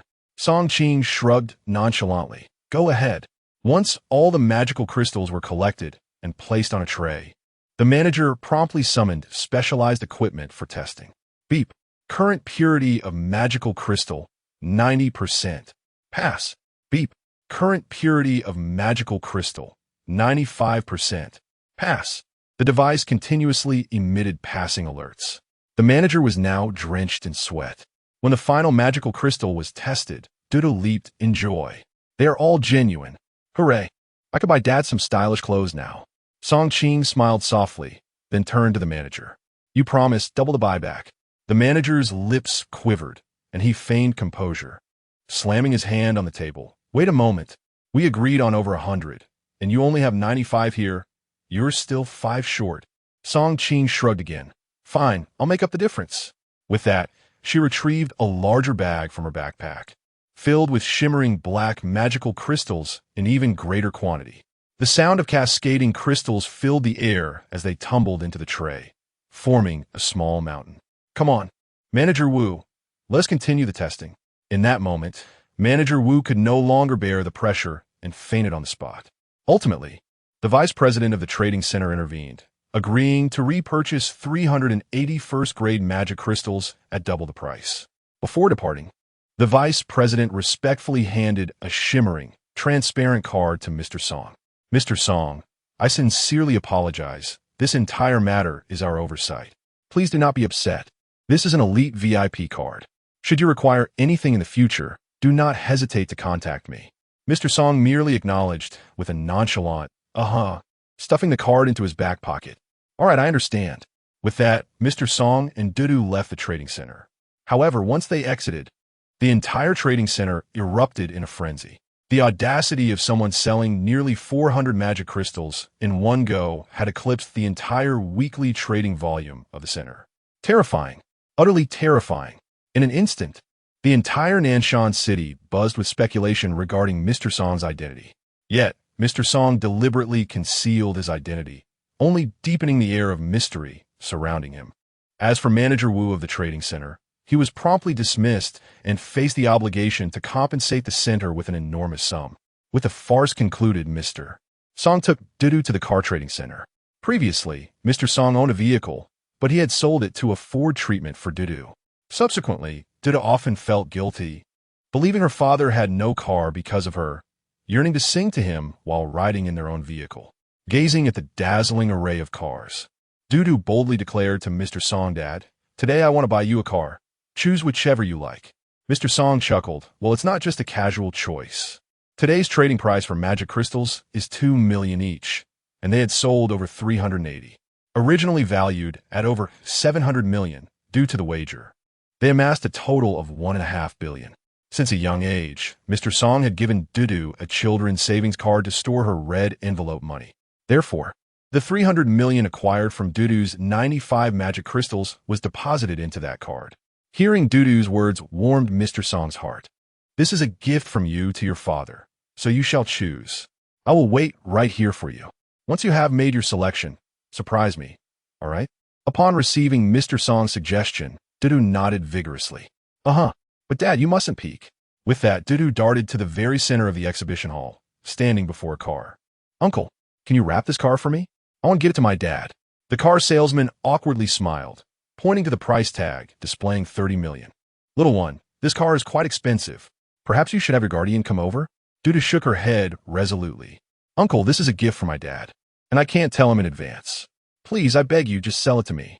With that, Dudu presented her children's savings card to the salesman. Faced with such an adorable little girl, the salesman could not refuse and nodded immediately. All right, I will see what I can do for you. Thank you, Uncle. Dudu, with a beaming smile, bowed to the sales clerk. The clerk, with a resigned expression, took the card and approached the counter. Sister Chun, please do me a favor and process this to dissuade her. Sister Chun at the counter sighed. If my child cared for me like this, how wonderful it would be. With that, she examined the bank card. A children's savings card. Very well. I seem destined to play the villain once more. After swiping the card, the machine instantly displayed the balance. Upon seeing the amount, Sister Chun was rendered speechless. This, could it be that I am mistaken? She counted again carefully. Indeed, the card bore a 9-digit sum. What a windfall. Sister Chin exclaimed, "What is going on?" The clerk at the counter then declared, "Please, wrap this up for our little princess." Chapter 63. Congratulations. You have won with the acquisition of her second vehicle. Song Qing felt an overwhelming sense of happiness. Dudu sat in the passenger seat, chattering incessantly. Song Qing then took Dudu to the most luxurious villa district in Nanshan City, where she invested a staggering 100 million to purchase the smallest yet most expensive villa available. After all, there was no necessity for the father and daughter to reside in a larger space. A smaller one felt far more intimate. In the afternoon, Song Qing took Dudu shopping for various decorative and biological items for their new home. Before long, their new abode was tastefully arranged. After dinner, as the clock struck 8, Song Qing glanced at the time and promptly took Dudu to the Beishan auction house. Upon arrival, she was greeted by a multitude of luxury cars lined up, each undergoing security checks before being allowed entry into the auction house. Fortunately, they had arrived relatively early. After a wait of several minutes in the queue, they finally entered what was touted as the largest auction house in Nanshan City. The parking lot was a sight to behold, filled with an array of luxury vehicles. It was evident that the affluent of Nanshan City held great anticipation for this auction. Song Qing sensed that many attendees were there solely for the dwindling number of entry tickets, thereby amplifying her own pressure. Upon entering the hall, a diverse selection of gourmet food, desserts, and fine wines were lavishly displayed on counters lining either side. As Song Qing and Dudu indulged in the refreshments, they took photographs together. Although they attracted curious glances from those around them, Song Qing remained blissfully indifferent, savoring her time with her daughter. As the clock chimed 8, the gala concluded. Song Qing and Dudu made their way to the auction hall to await the bidding for the coveted entry ticket. The crowd was substantial, with attendees clad in attire that radiated wealth and privilege, while Song Qing and Dudu dressed casually and comfortably. The duo stood out conspicuously amidst the throng, sparking whispers among the onlookers. Yet, Song Qing remained unfazed by their scrutiny. In that moment, a voice called from behind her. "Oh, I didn't expect to see you here." Startled, Song Qing turned to find Sun Xiao, her face transformed into a swollen visage. "Oh, I didn't expect to see you still around." The two phrases were nearly identical, yet conveyed entirely different sentiments. Sun Xiao, well aware of Song Qing's sarcasm, displayed a flicker of anger. "Song, just you wait. What happened yesterday is far from over. You're only here for the entry ticket, aren't you?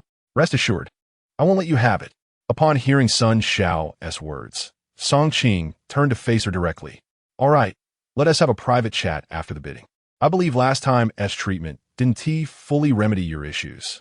This remark caused Sun Xiao to visibly tremble, a hint of fear evident in her demeanor.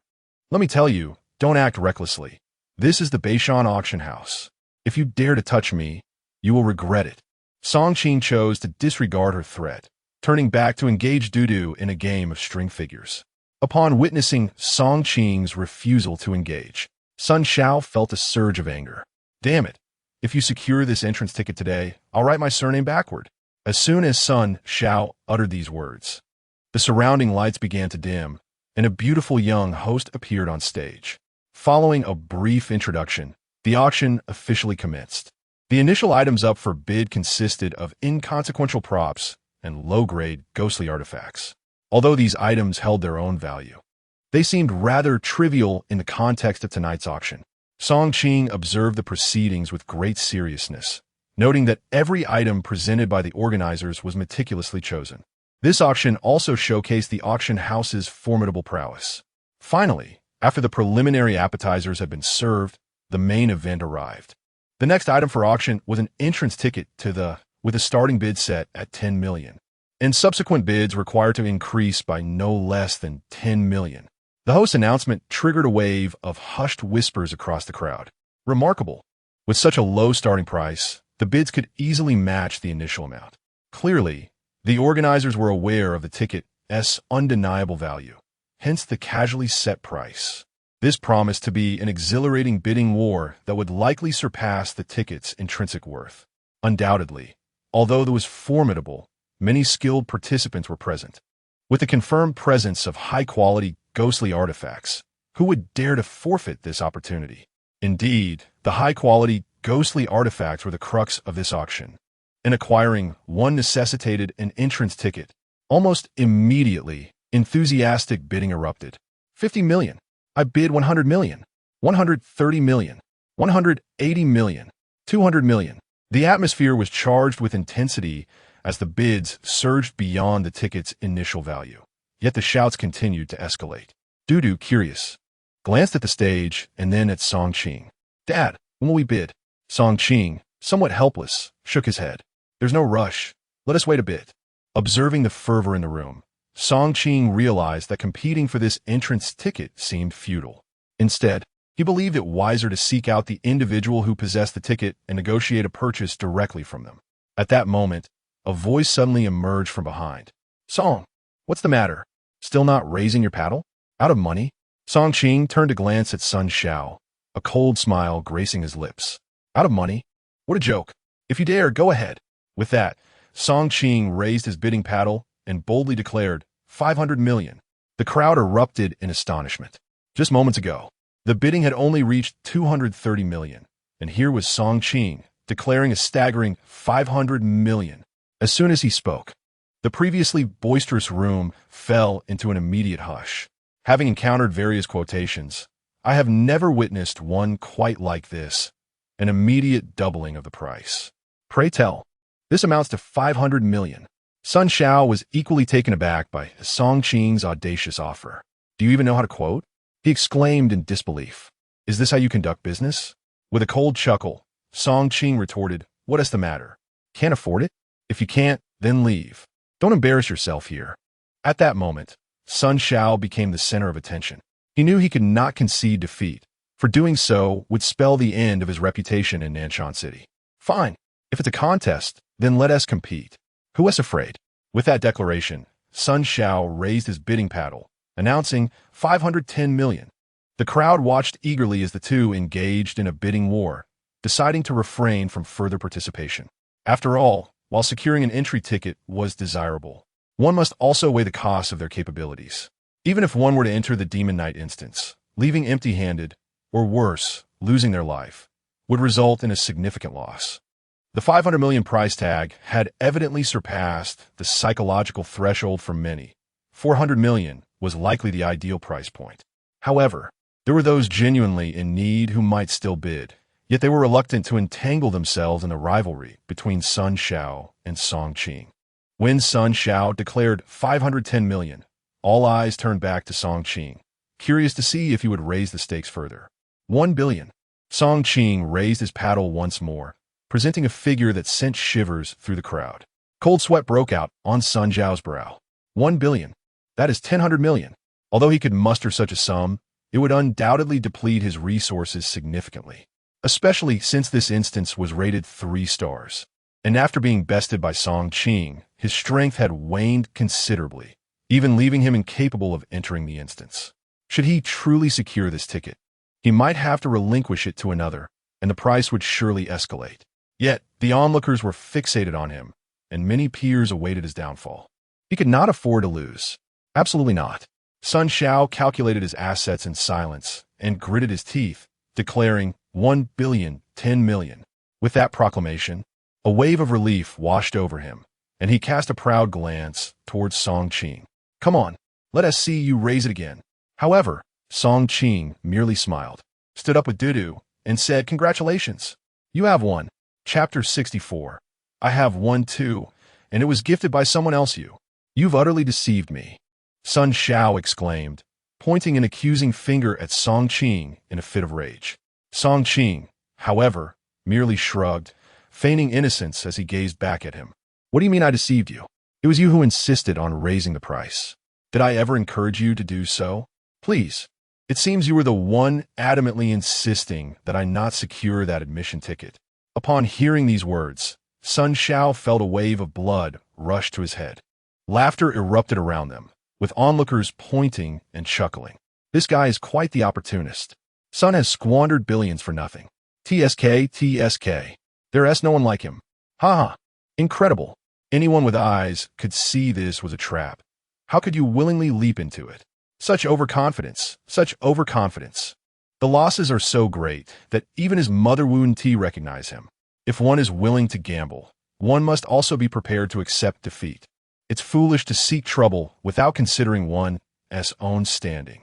Onlookers largely sided with Song Qing, having witnessed who had instigated the trouble initially. You just wait. Sun Xiao, feeling powerless, could only unleash his impotent fury at Song Qing. Unfazed, Song Qing departed from the auction venue. Once outside, Song Qing felt a twinge of frustration. After all, the item he intended to purchase had been snatched away, leaving him with a sense of dissatisfaction, though it was not of grave concern. He resolved to seek another Tier 3 instance to continue leveling up with his daughter. Although he wished to gift Du a special item, he was reluctant to squander money on an admission ticket under the current circumstances. Just as he was about to get into his car, he heard someone calling his name. "Mr. Song, please wait." Song Qing paused, turning to see a sharply dressed man approaching him at a brisk pace. Taken aback, he inquired, "What can I do for you?" As the man reached him, he straightened his attire and extended a hand for a formal introduction. "Hello, Mr. Song. My name is Gao Wen, and I am the secretary to the mayor of Nanshan City." Surprised by the introduction, Song Qing shook his hand. "Hello, Secretary Gao." Gao glanced around before pointing to a nearby gazebo. "Shall we converse over there?" Song Qing furrowed his brow slightly. He was not keen on lingering, but recognizing that the man represented the mayor, he felt it necessary to show some respect. "Very well." He then looked down at Du, offering a resigned smile. Du, understanding, pointed towards their vehicle. "Daddy, may I go to the car to watch television?" Song Qing nodded immediately, handing her the car keys. "Of course.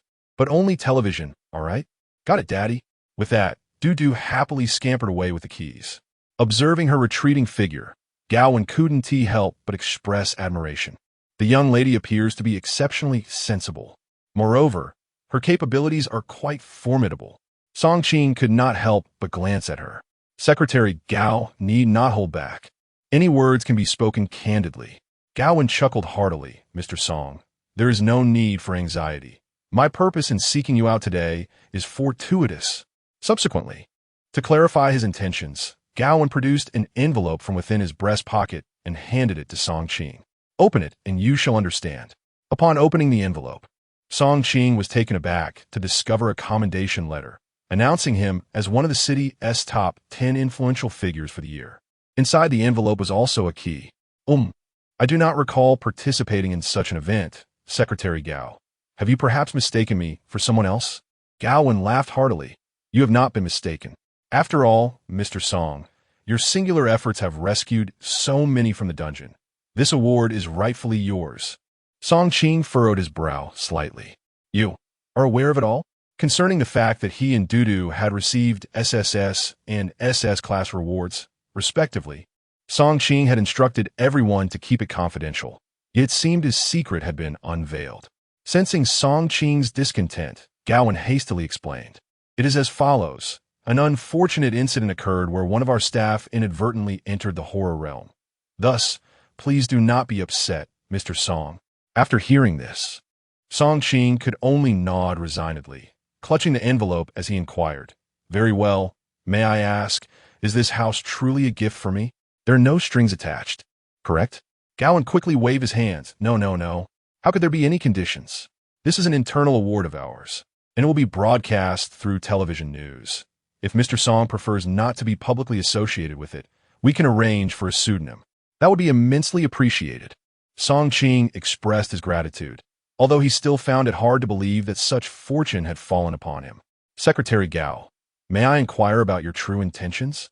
Just as Gao was about to respond, a commotion erupted from a distance. Song Qing frowned and turned towards the source of the noise. "It is the parking lot." "Secretary Gao, I must investigate." "Excuse me." Without awaiting a response, Song Qing swiftly dashed towards the parking lot. Upon arrival, he spotted Du blocked at the car door and Sun Xiao, whose face was marred with bruises. "Stop." Upon reaching them, Song Qing delivered a swift kick to Sun Xiao, exclaiming, "Dare to lay a hand on my daughter? You are courting death." He then turned to Du, who merely had tears welling in her eyes, and immediately embraced her. "Has that wicked man bullied you?" As soon as the words left his mouth, Du, sobbing, replied, "This bad uncle said my car was stolen and wants to arrest me." "Woo-woo, Daddy. I don't want to be taken away." Witnessing Dudu's distressed demeanor only fueled Song Qing's rage. "Sun Xiao, it seems you are itching for trouble." Song Qing approached Sun Xiao menacingly, causing him to tremble in fear. What do you intend to do?" "Allow me to inform you that this is the Beishan auction house." "Dare to provoke me?" Bang! As soon as Sun Xiao finished his words, Song Qing delivered a swift kick to his abdomen. How despicable to make such a request. Sun Xiao felt a surge of nausea from the blow, realizing he was no match for his opponent, and promptly scurried to his vehicle. The car once again approached Song Qing, and Sun Xiao lowered the window, brandishing an entry ticket. "Mr. Song, unable to enter the instance, are you feeling particularly unbalanced?" "Hee, you can't buy this one. It is the last ticket." Song Qing, observing Sun Xiao's insufferable expression, could hardly be bothered to respond. A ticket purchased for 1 billion and 10 million is indeed quite impressive. Hearing Song Qing's retort, Sun Xiao felt a wave of anger rise within him. "You are merely envious." At that moment, Gao Wen approached from behind, holding a box which he presented to Song Qing. "Mr. Song, I nearly forgot to deliver this to you. It is from the city mayor." Song Qing paused momentarily, took the box, and opened it to reveal 2 grooves, each containing a silver-gray card identical to the one Sun Xiao had waved earlier. A smile crept across Song Qing's face. "Secretary Gao, please convey my gratitude to the mayor." "I shall graciously accept." Gao Wen chuckled heartily. "Go ahead and accept." Subsequently, Song Qing held up the 2 entry tickets and waved them in front of Sun Xiao. "Look, I have my own. Why should I envy you? Moreover, mine were gifted to me. I did not spend 1 billion. Sun Xiao's vision blurred, and he spewed forth a mouthful of blood. Chapter 65. "I am not cut out to be a teacher." Sun Xiao stormed off in anger, prompting Song Qing to, and Gao Wen to burst into laughter. Subsequently, Song Qing carefully placed the box and 2 admission tickets back inside and handed them to Gao Wen. "Thank you, Secretary Gao, but this item is far too precious for me to accept." Gao Wen, however, shook his head and chuckled heartily. "This is not a gift from me. It is from the mayor." "Huh? The mayor gifted me something so valuable? Is there something he expects me to do in return?" Song Qing was well aware that no gift comes without strings attached, and he worried about being exploited for such an extravagant present. Gao Wen quickly discerned Song Qing's apprehension and gently patted his shoulder. "Mr. Song, there is no need for concern. The mayor holds you in high regard. Why don't we visit him at home, since it's still early?" Song Qing glanced at the time. "Is it not too late to intrude?" "Ha! You needn't worry about that. The mayor has likely just returned home." Gao Wen reassured him. "It is the perfect time for a visit." Reluctantly, Song Qing nodded in agreement. The car glided smoothly through the streets, eventually arriving at the mayor's residence. Gao Wen lightly knocked on the door, and footsteps were heard approaching. Coming. A middle-aged man's voice called out, and the door swung open to reveal the beaming face of the mayor. "Mr. Mayor, Mr. Song and his daughter Dudu have arrived." The mayor's face radiated warmth. "Song Qing, I hope I haven't disturbed you?" Song Qing waved his hand dismissively. "Not at all. Thank you for the invitation, Mr. Mayor." With a hearty laugh, the mayor gestured for them to enter. "Come in and chat." "Oh, what a lovely young lady. You must be Dudu, am I right?"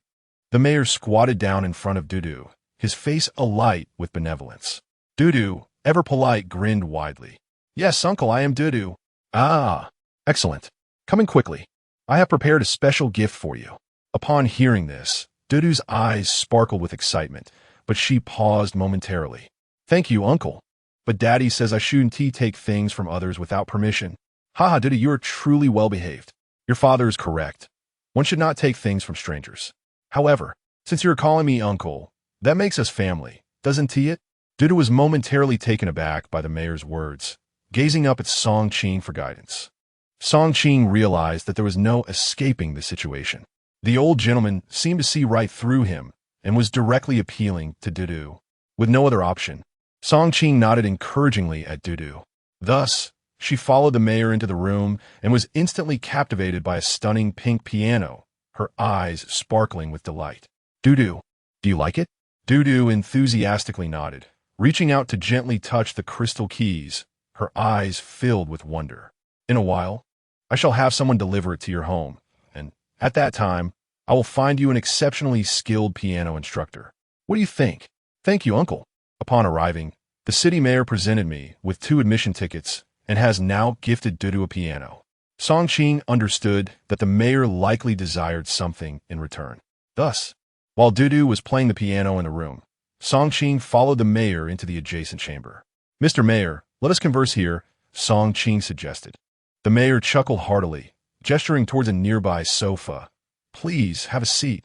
Let us chat leisurely. Song Qing nodded and settled onto the sofa, curious about what this elder would express. After gently sipping from his teacup, the mayor continued, ever since the recent harrowing incident, I have been keeping a close watch on you and the unfortunate individuals caught up in it. Only now that you have emerged can I finally sleep soundly. The past few days have indeed been quite alarming for me, and I must extend my sincerest apologies for this event. Song Qing smiled and quickly waved his hand. Mr. Mayor, you are too gracious. This is merely the way of fate. No one can guarantee the evacuation of civilians when such incidents occur. Hearing Song Qing's response, a satisfied smile spread across the mayor's face. Indeed, those words had brought him considerable relief. The mayor then continued, however, since your return, I have realized that the difficulty of this particular scenario far exceeds that of an ordinary 3-star challenge. Not only did you survive, but you also brought along a child and saved so many others. I find you extraordinary. As he spoke, the mayor's gaze bore into Song Qing with unwavering intensity, a glimmer of invitation shining through his earnest eyes. Song Qing took a sip of tea and smiled. Mr. Mayor, you flatter me. It is merely a stroke of good fortune. The mayor waved his hand, a hint of amusement playing on his features. Good fortune? Can mere luck yield an SSS rating? Can luck enable one to rescue so many from scenario? Can luck allow one to vanquish numerous malevolent spirits? Realizing his charade had been uncovered, Song Qing could only respond with an awkward smile. All right, I admit, those were indeed my accomplishments. However, Mr. Mayor, please, do tell me what you wish for me to undertake. At this moment, the mayor rose, his expression turning serious as he fixed his gaze on Song Qing. You must have heard of the Advanced Hunter Academy? Song Qing nodded. Of course, it is the most formidable hunter training institution organized by Nanshur City. The students there are all enhanced individuals. Indeed, as far as I am aware, you have not undergone any enhancements, correct? Song Qing nodded in affirmation. That is correct. I have not received any enhancements. It is nothing short of a miracle that someone who has not undergone any enhancements could accomplish tasks that even enhanced individuals find insurmountable. I have no interest in your past or your secrets. I simply wish to ask you one question. Can you become a teacher at the Hunter School? Upon hearing this, Song Qing was momentarily taken aback. He was well aware of the formidable reputation of the South Mountain Hunter School for many enhanced individuals. Merely being accepted as a student, there is a cherished dream, let alone the prospect of becoming a teacher. It is crucial to note that the South Mountain Hunter School possesses the most robust resources in the entire South Mountain City. The faculty consists of formidable experts who have weathered numerous trials in various dungeons, and receiving guidance from them is the aspiration of every enhancer. Moreover, teachers at the South Mountain Advanced Hunter School are granted 3 complimentary enhancement opportunities, a privilege that elicits envy from all. Although Song Qing had not undergone any enhancements, he understood the resources required for such processes. The foundational first enhancement necessitates a minimum of 100 first-grade magic crystals, a figure that is undeniably daunting. The second enhancement demands an even more staggering expenditure of 10,000 first-grade magic crystals, equivalent to 10 second-grade crystals. As for the third enhancement, Song Qing had only heard whispers, as it requires 100 second-grade magic crystals. It is worth mentioning that the price of a first-grade magic crystal has hovered around 2 million recently. Hence, the initial enhancement alone can become an insatiable financial abyss. Consequently, most hunter companies bind their enhanced individuals with stringent contracts to prevent them from changing allegiances. However, entering the South Mountain Advanced Hunter School and becoming a teacher allows one to enjoy 3 enhancements at no cost while still retaining their freedom. This condition alone is something that no one can refuse. Nevertheless, Song Qing merely smiled, setting down his cup to address the mayor. Teaching is not my forte. I appreciate your kind offer, Mr. Mayor. Upon hearing this, Secretary Gao was left speechless. What an extraordinary opportunity, and yet Song Qing has turned it down. The mayor himself was taken aback by Song Qing's response. What did you say? You are unwilling? Song Qing nodded. Indeed, I dislike being constrained and lacking teaching experience. I would not want to mislead anyone. The mayor's face displayed a hint of helplessness as he prepared to persuade him once more, only to hear Song Qing continue. However, at this, both the mayor and Secretary Gao turned their gazes toward Song Qing. Curiosity piqued. But what? But I believe that serving as a board member should not pose any issues. Chapter 66. So he is single. The mayor was momentarily taken aback by Song Qing's words. He had not anticipated that Song Qing harbored such grand aspirations. The secretary, Gao Wen, also understood that the mayor could not possibly acquiesce to Song Qing's proposition, and promptly interjected, Haha, Mr. Song Qing, you may be unaware of the scale of the Southern City Advanced Hunter School. This is no ordinary institution. Song Qing, of course, comprehended the underlying meaning of his remark. Initially, he had not intended to reveal his hand so soon, but now an excellent opportunity lay before him. When he was unwilling to let slip away, the malevolent spirits within the 3-star dungeon he possessed also required sustenance and development. If he did not allow others to enter, they would not gain the necessary experience. Conversely, if they could access the dungeons of the Hunter School for training, it would undoubtedly present a remarkable opportunity. Thus, Song Qing rose and produced a black jade talisman. What if I were to claim the operational rights to the 3-star dungeon of the Southern Mountain Amusement Park? In an instant, the room fell into a profound silence. The mayor felt as though the air had been siphoned from space. His gaze fixated intently on the jade talisman in Song Qing's hand. Secretary Gao was rendered speechless with astonishment. This, Mr. Song Qing, how did you accomplish this? This is simply unfathomable. The mayor pointed towards the talisman in Song Qing's hand and inquired, May I take a look? Song Qing nodded and graciously handed the talisman over. Of course, no problem. The mayor carefully accepted the talisman, scrutinizing it for a considerable time. His face a canvas of shock. This is real. It is indeed real. Initially, he had not believed that the talisman in Song Qing's possession was the teleportation talisman for the Southern Mountain Amusement Park dungeon. But after a closer inspection, he sensed an unusual energy fluctuation. Although he had never encountered a 3-star dungeon's teleportation talisman, he was familiar with that of a 1-star dungeon. The texture and energy vibrations of the two were of an entirely different caliber. Song Qing smiled. Of course, it is genuine. Now, shall we discuss my entry into the board of directors? The mayor immediately nodded. Yes, certainly. Absolutely. He exclaimed, This is splendid. Consequently, both parties engaged in a detailed yet concise discussion regarding their collaborative project. After all, entering the school with a 3-star dungeon implied a certain level of qualification, but specific rights and responsibilities still required clarification. An hour later, Song Qing and the mayor shook hands. Let us settle on this for now. We shall reconvene after we emerge from the dungeon. The mayor nodded in agreement. No problem. I wish you the best in acquiring suitable items in the Demon Knight dungeon. Thank you for your kind wishes. At this moment, Song Qing glanced at the time. It is getting late. I must take my daughter home.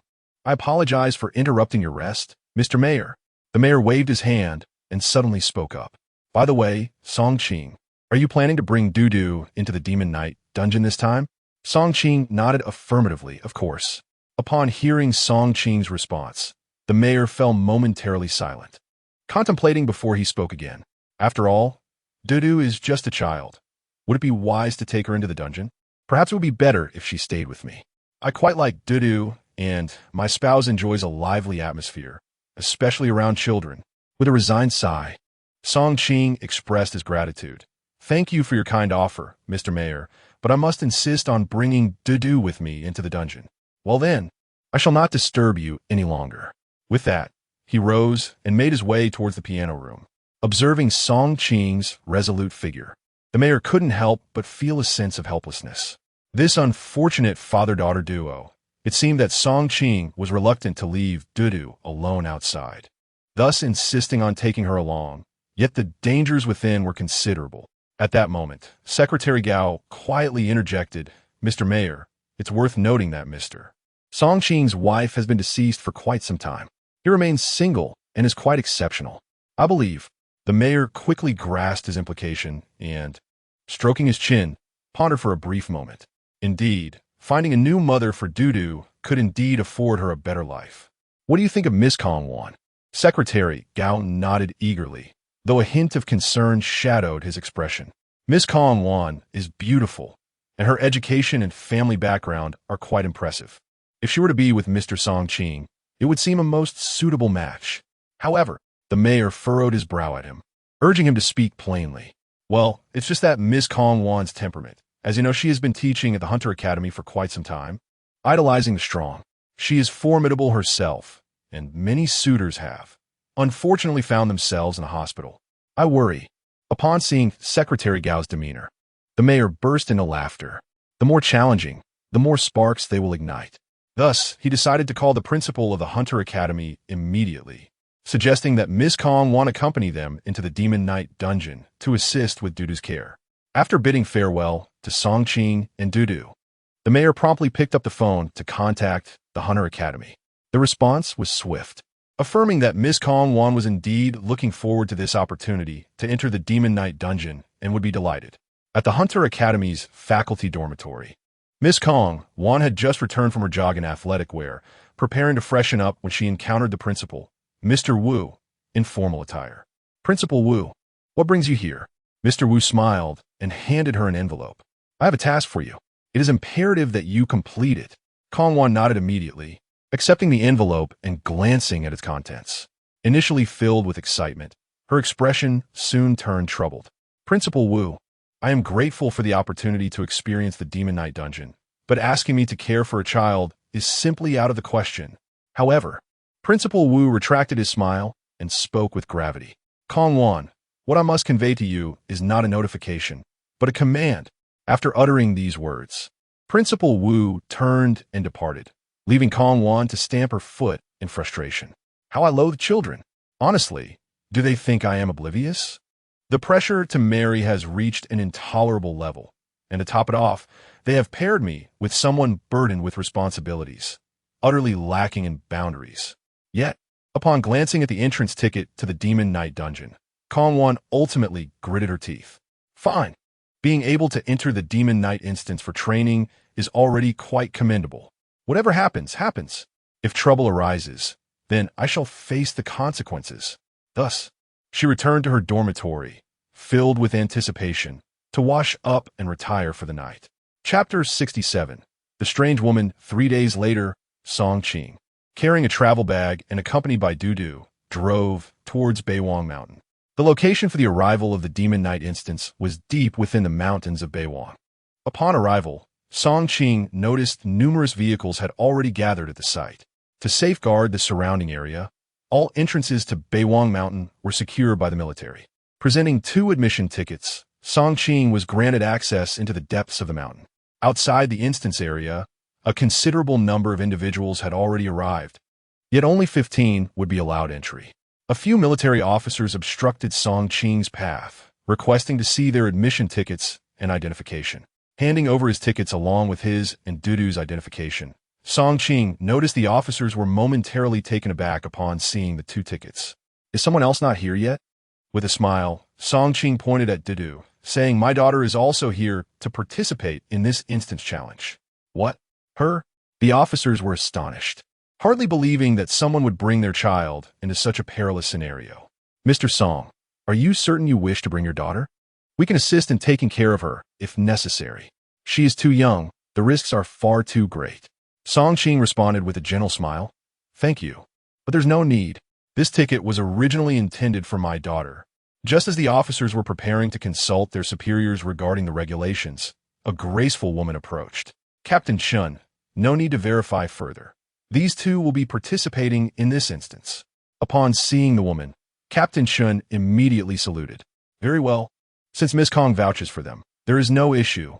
He then glanced at Song Qing and Dudu, his eyes revealing a hint of melancholy. How tragic it would be for such a lovely little girl to face peril. Yet, Since it was a matter of family, he refrained from further comment and allowed them to pass. Although Song Qing had never met Kong Wan, he expressed his gratitude for her intervention. "Thank you for your assistance." Kong Wan waved her hand dismissively, then looked down at Dudu. "Are you truly intent on bringing your daughter inside? This 3-star instance differs significantly from your previous 3-star ones." With a smile, Song Qing replied, "Thank you for the reminder. I am already aware." At this moment, Kong Wan hesitated before asking, "By the way, what is your current level of strength?" Song Qing was momentarily taken aback, unsure of the meaning behind her question. Observing his confusion, Kong Wan was equally stunned. "No way. You're not enhanced, are you?" Song Qing nodded slightly. "Yes, neither my daughter nor I are enhanced." "What of it?" Upon hearing Song Qing's response, Kong Wan felt a wave of despair wash over her. Initially, she thought she would only need to care for a small child, but now, it seemed she would have to look after an adult as well. This was excessive. Subsequently, Kong Wan's tone shifted to one of irritation. "It is truly astonishing that one would dare to venture into such a place without any substantial capability, as if wealth were merely a trifling matter." Suddenly, Kong Wan contemplated a possibility. Could it be that my family intends to matchmake this fellow with me? Do they not realize the type of man I prefer? With this thought, her disdain for Song Qing intensified. "Very well. Once we enter, all action shall be under my command, should any issues arise. I shall not be held accountable. Do you understand?" Song Qing was momentarily taken aback. Is there some sort of misunderstanding?" However, Kong Wan offered him no explanation and strode directly inside. Observing Kong Wan's haughty demeanor, Song Qing felt a sense of frustration, while Dudu looked up at him and asked, "Daddy, does that ant dislike me?" Song Qing quickly shook his head, assuring her of course not. "You are simply too adorable for anyone to dislike you. Perhaps it is merely a misunderstanding. Let us proceed for now." Thus, Song Qing guided Dudu toward the designated area of arrival. Upon entering, everyone had received their gear and was in the process of donning it. At that moment, Kong Wan tossed 2 devices in front of Song Qing. "These devices will connect to the outside, allowing the rescue team to assess our situation and formulate a response plan. They will also enable us to communicate." Upon hearing this, Song Qing furrowed his brow slightly. "Are these meant to monitor us?" Kong Wan glanced at him, a disdainful expression crossing her face. "Wear them, or risk your life." With a resigned sigh, Song Qing complied and donned the equipment, assisting Dudu in securing a headset around her neck as well. Then, Kong Wan's voice echoed through the headset. "Can you hear me? Please respond." To avoid any unnecessary complications, Song Qing gently pressed the button on the headset and replied, "Received." Dudu, observing her father's actions, also pressed the headset and chimed in, "I received it too." Hearing Dudu's sweet voice, Kong Wan felt a twinge of sympathy for the child, further directing her ire towards Song Qing. She then approached Dudu and gently adjusted her equipment, saying, "Your name is Dudu, correct?" Dudu nodded obediently. "Yes, Auntie." "Auntie, do you not like Dudu?" At Dudu's inquiry, Kong Wan's previously impatient expression transformed into one of affectionate indulgence. "Oh, Dudu, how could that be? I adore you. However, it is truly perilous here. Perhaps you should refrain from joining this time? Is that all right?" Nevertheless, Dudu shook her head resolutely. "Auntie, my daddy said I must stay close to him, so he can protect me." Witnessing Dudu's determination, Kong Wan's anger towards Song Qing deepened significantly. "Very well, once we enter, should any problems arise, seek out Annie, all right?" Dudu nodded earnestly in response. Subsequently, the assembly gathered at the central location, awaiting the arrival of the instance. During this interval, Song Qing took the opportunity to observe the other 13 individuals, and he could not help but marvel at the formidable strength of this lineup, which surpassed his expectations. However, what surprised Song Qing was the absence of Sun Xiao, who had persistently sought to bring about his demise. Just as he believed that this time would pass without any disturbances, a man in the distance flashed him a bewitching smile, followed by a gesture of slicing his throat. Song Qing furrowed his brow slightly, and at that moment, the sky suddenly changed color. Kong Wan took a deep breath and declared, "The Demon Knight instance has arrived. Do not forget what I have told you." Chapter 68. New Instance. Demon Knight. Just moments ago, the sky was clear and bright, but in the blink of an eye, It became shrouded in thick fog. Visibility was reduced to less than a meter, and the expressions of everyone reflected a palpable tension. Despite being enhanced individuals who had faced various challenges in different instances, the daunting nature of this three-star instance left them all on edge. Each person gripped their weapons tightly, vigilantly scanning their surroundings in anticipation of a sudden appearance of malevolent spirits. Song Qing, holding on to Dudu, exhibited no signs of concern. Instead, he stood quietly, awaiting the unfolding events. As expected, a notification echoed from the heavens above. Welcome to the Demon Knight instance. This instance lasts for 3 days, during which survivors must traverse the Demon Knight Valley and reach Demon Knight City to complete the mission. Those who fail to arrive at Demon Knight City within the allotted time will be utterly annihilated. The game begins now. As the final words resonated, the surrounding fog began to dissipate significantly. The group instinctively gathered to discuss their next steps. A man bearing the number 3 on his shoulder surveyed the others and spoke. The notification indicated that we are in a valley, and we must reach Demon Knight City within 3 days to achieve victory. It seems our only option is to proceed through it. Following this, a man with the number 9 on his shoulder unsheathed a dagger from his calf. Such instances are typically perilous, he declared. Thus, we should advance together. His words elicited nods of agreement from the group.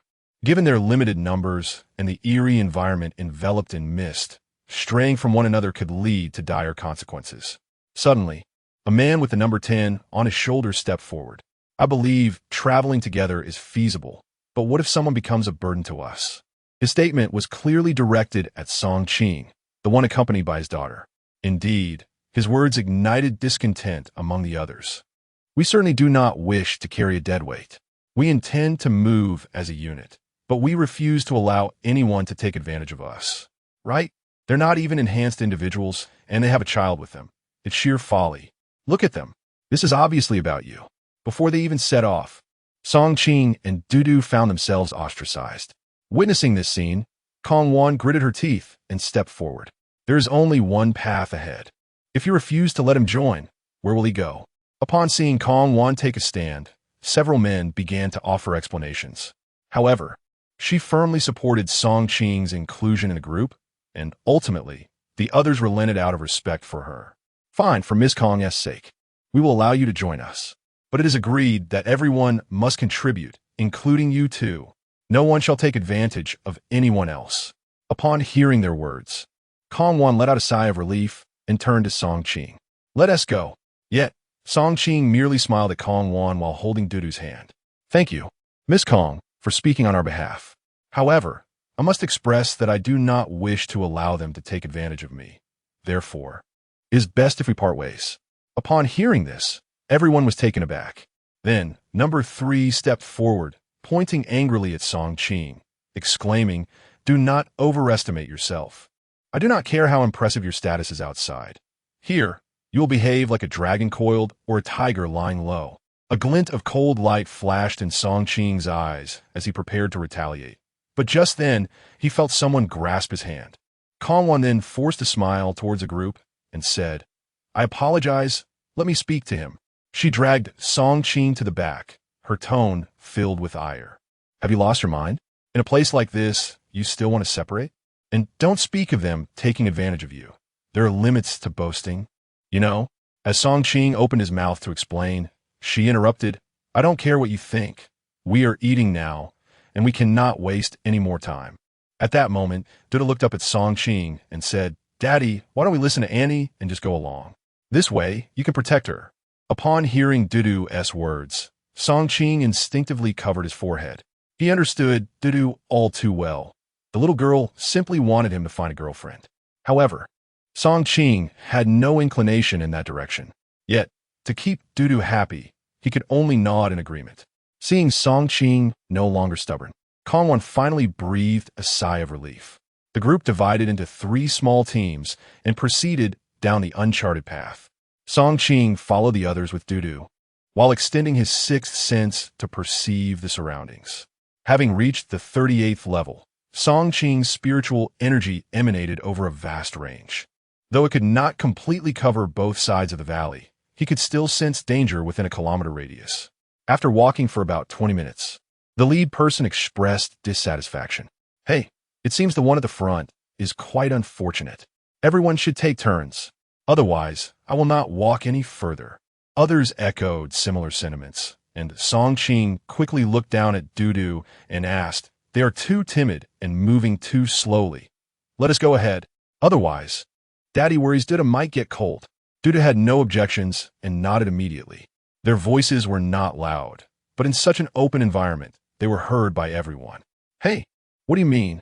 Are you saying we are timid? If you dare, try walking in front." At that moment, Kongwon was nearly infuriated. "Is this person here solely to provoke me? I just settled one matter for you, and now you create another problem?" Yet, she remembered the Principal S instructions.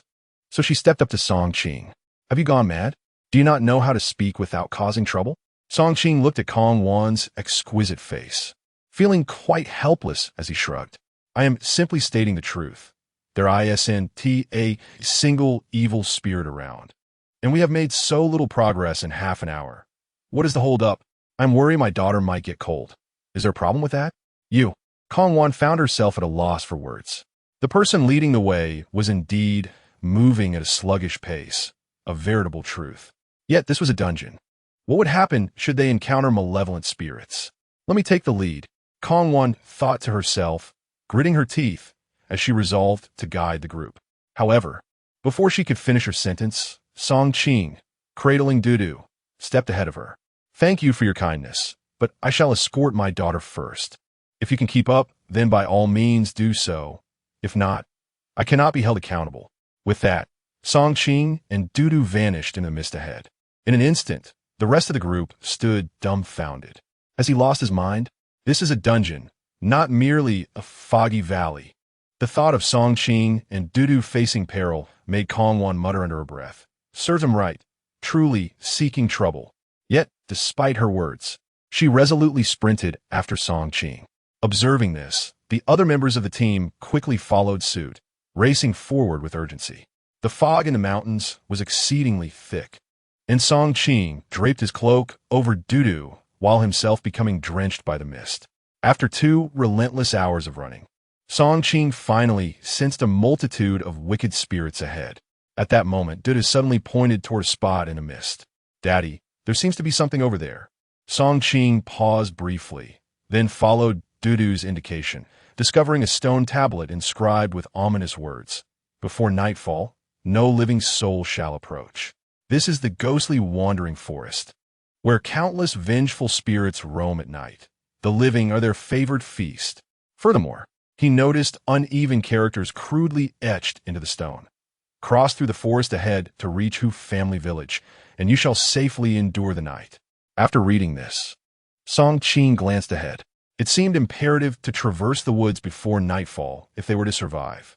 However, the presence of spirits within appeared quite pronounced. Just as he pondered how to proceed, a cacophony of hurried footsteps echoed from behind. "Have you lost your senses? Why run so fast? What if something goes awry?" Kongwon's voice carried an odd tone, tinged with reproach yet laced with curiosity about why Song Qing was moving with such speed. Unlike him and Dudu, the others were enhanced individuals, their physical prowess far beyond that of ordinary folk. Yet, Song Qing had managed to sprint for 2 hours with Dudu, which was simply absurd. Nevertheless, seeing Song Qing and Dudu safe brought a sense of relief to Kongwon. With an exasperated shrug, Song Qing replied, "Are we doing just fine?" Kongwon opened her mouth, unsure of what to say.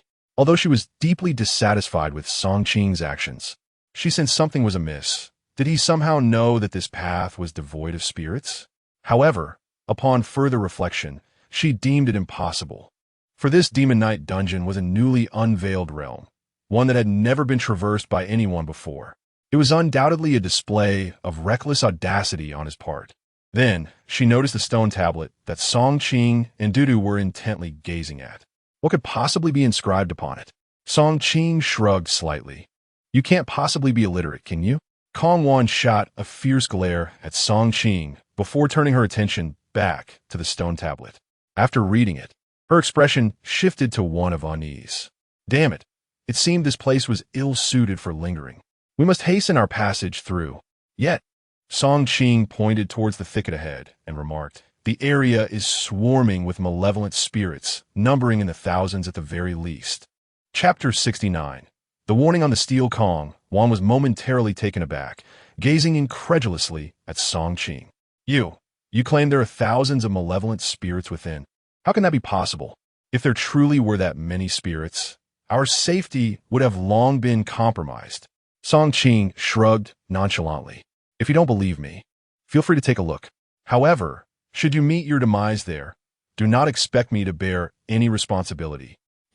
Kong Wan glared at Song Qing in indignation. "Is it so difficult for you to express yourself kindly? I am trying to protect you." As the two engaged in their quarrel, a cacophony of footsteps echoed from behind them. Soon, a throng of individuals arrived, each appearing breathless and in a state of disarray. A man bearing the number 1 insignia regarded Song Qing with evident dissatisfaction. "Why are you running so hastily? Have you forgotten our prior agreement?" Song Qing cast a sidelong glance at him. "The ones dragging their feet are you. Moreover, I never consented to join your team." The irate number 1 pointed an accusing finger at Song Qing. What? Am I wrong? Did I ever state that I would team up with you? Who is it that labeled me a burden? I would argue that some individuals are the true burdens here." Number 1, momentarily silenced, turned to inspect the inscriptions on the steel. One by one, the others gathered before the monument. Their astonishment was palpable upon discovering that both Song Qing and Du Du were still alive. Number 10's expression was particularly one of surprise, in his estimation. The pair had no chance of survival, especially considering they were not enhanced individuals and included a small child. Indeed, they possessed considerable skill, having even vanquished Sun Wang. It appeared they had some talent. At that moment, nearly everyone noticed the cautionary words inscribed on the steel, their faces betraying a grave concern. The third man glanced up at the dimming sky. It seems as though night is approaching. Only then did the group realize that the sky indeed appeared to darken. "We must hurry onward," they exclaimed, determining to press ahead. Song Qing made no effort to deter them, nor did he intend to disclose the presence of malevolent spirits ahead.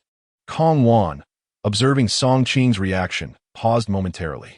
Then, in a hushed voice, she inquired, "Are you certain there are really thousands of malevolent spirits ahead?"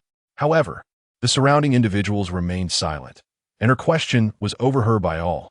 They turned their gazes toward Kong Wan, each bearing an expression of astonishment. "What? There are thousands of malevolent spirits in the forest ahead? Who said that?" Kong Wan, feeling helpless, glanced at Song Qing, but refrained from answering the group's questions. After all, it was Song Qing who had made the claim, and she too found some aspects of his statement questionable. Although this was a challenging 3-star instance, how could there possibly be so many malevolent spirits? If there truly were thousands, it would certainly exceed the parameters of a 3-star instance. Song Qing surveyed the crowd and nodded gently. Indeed, there are thousands of malevolent spirits lurking in the forest ahead. As soon as he finished speaking, someone immediately voiced a rebuttal. You claim there are thousands? Have you counted them? What nonsense! How could there possibly be so many malevolent spirits? I see now. This fellow is hastily trying to place this stone tablet here to ensnare us. Laughter rippled through the group as they scoffed at the notion of encountering so many evil entities in a mere 3-star dungeon, especially one populated by only a handful of individuals. Do you even comprehend the rules of a dungeon? Almost everyone expressed their disbelief in Song Qing's words with scornful remarks. Beside them, Kong Wan felt that the criticism was excessive and promptly interjected. "What do you mean by that? He is merely offering a kind warning. If you choose not to believe him, must you resort to mockery?" As Kong Wan began to defend him, the crowd fell silent. Then, the leader of the group spoke up. "Regardless of the truth behind his claims, we must remain cautious. Let us set off. Danger lurks in the forest once night falls. We should aim to find a safe haven ahead." His words resonated with everyone, and after a brief discussion, they formed their teams and advanced. Kong Wan watched as the group departed, feeling somewhat perplexed. "Hey, are you not coming?" At that moment, Song Qing, having just warmed up a self-heating hot pot, was enjoying it with Dudu. Sighing upon hearing Kong Wan's words, he said, "I've already warned you about the numerous malevolent spirits in the forest ahead. We must devise a plan. Now is not the time to linger. Kong rubbed her forehead, feeling a bit frustrated. If we don't leave now, do you intend to stay here? The stone tablet mentions vengeful spirits appearing at night. Song Qing merely smiled and handed her a portion of the self-heating hot pot. Let us eat first. There's no rush. We'll depart after we've had our fill. Upon seeing the hot pot, Kong could hardly contain herself. Wait.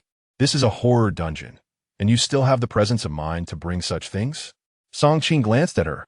Don't you like hot pot? Oh, I also have some river snail rice noodles, though the smell is rather strong. Would you care for some?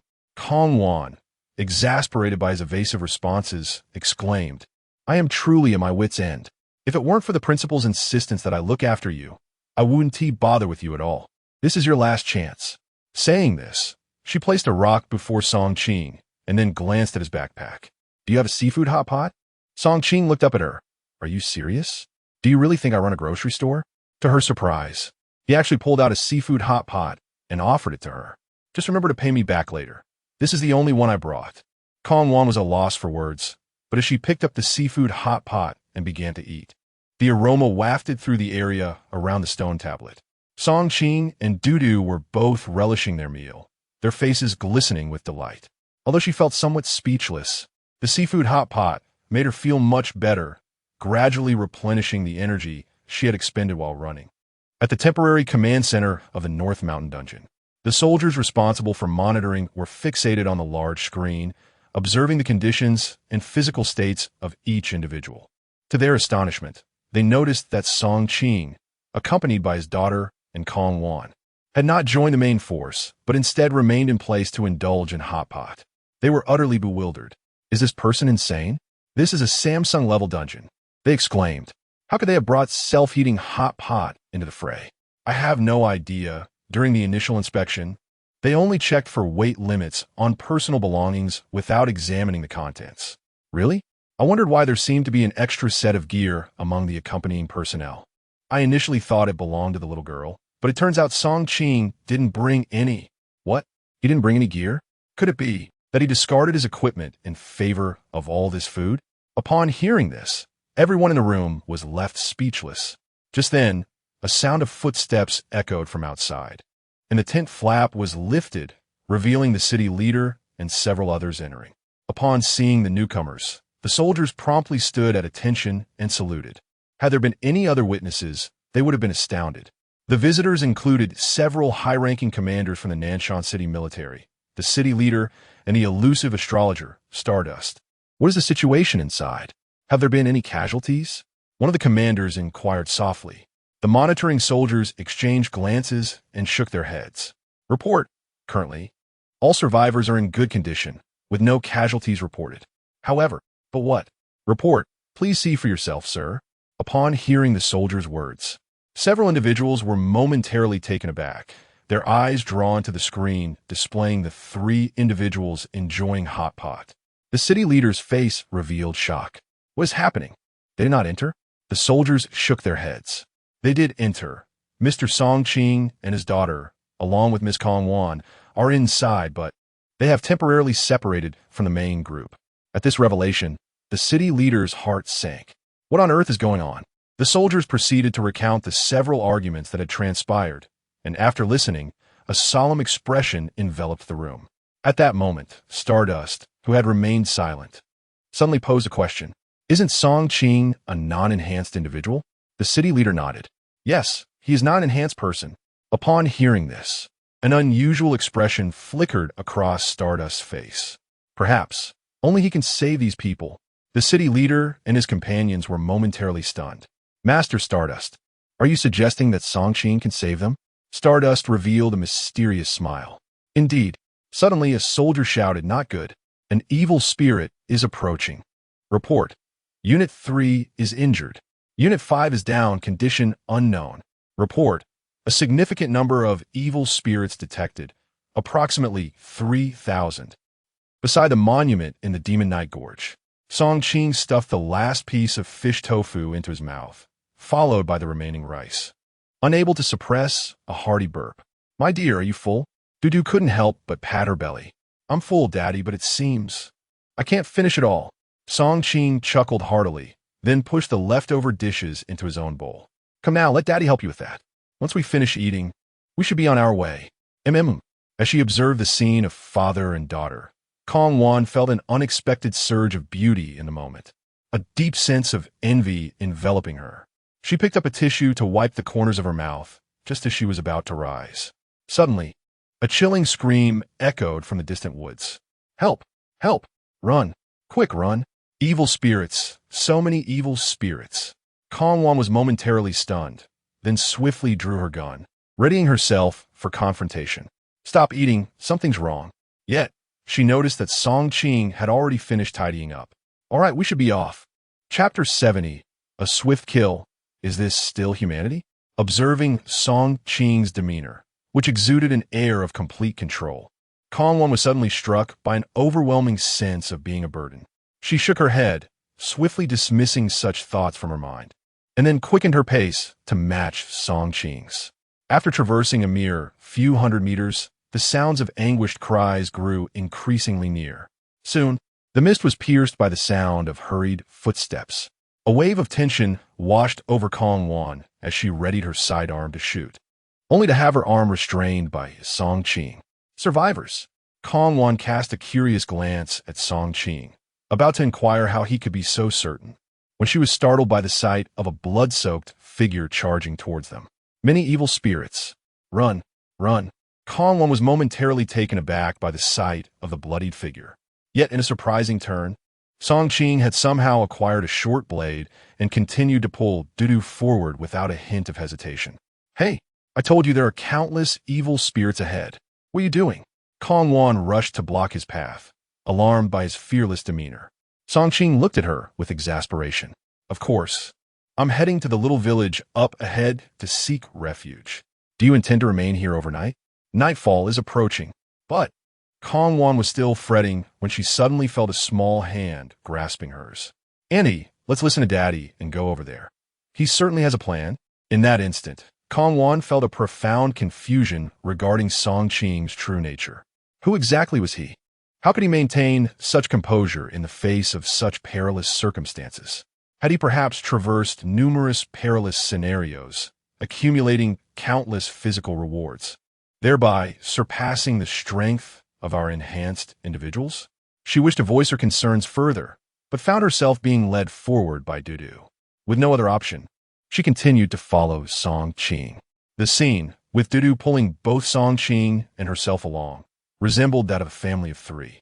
A sudden warmth spread across Kong Wan's cheeks, and she couldn't help but glance at Song Qing. After walking several dozen meters, they witnessed a continuous stream of survivors fleeing in the distance, each one evidently terrified beyond measure. Outside the Instance Command Center, everyone was fixated on the large screen displaying Song Qing. Confusion etched on their faces.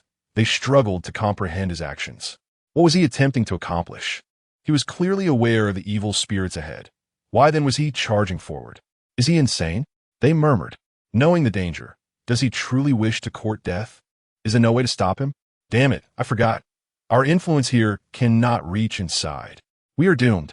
As the crowd began to envision the grim fate of Song Qing, Dudu, and Kong Wan becoming fodder for the evil spirits, the city chief suddenly noticed a smile creeping on a Master Stardust's face, prompting a look of astonishment from him. Master, have you discerned something? With a gentle smile, Stardust replied, Song Qing is exceedingly clever. He has seized the only opportunity available. Upon hearing his words, the crowd was filled with confusion.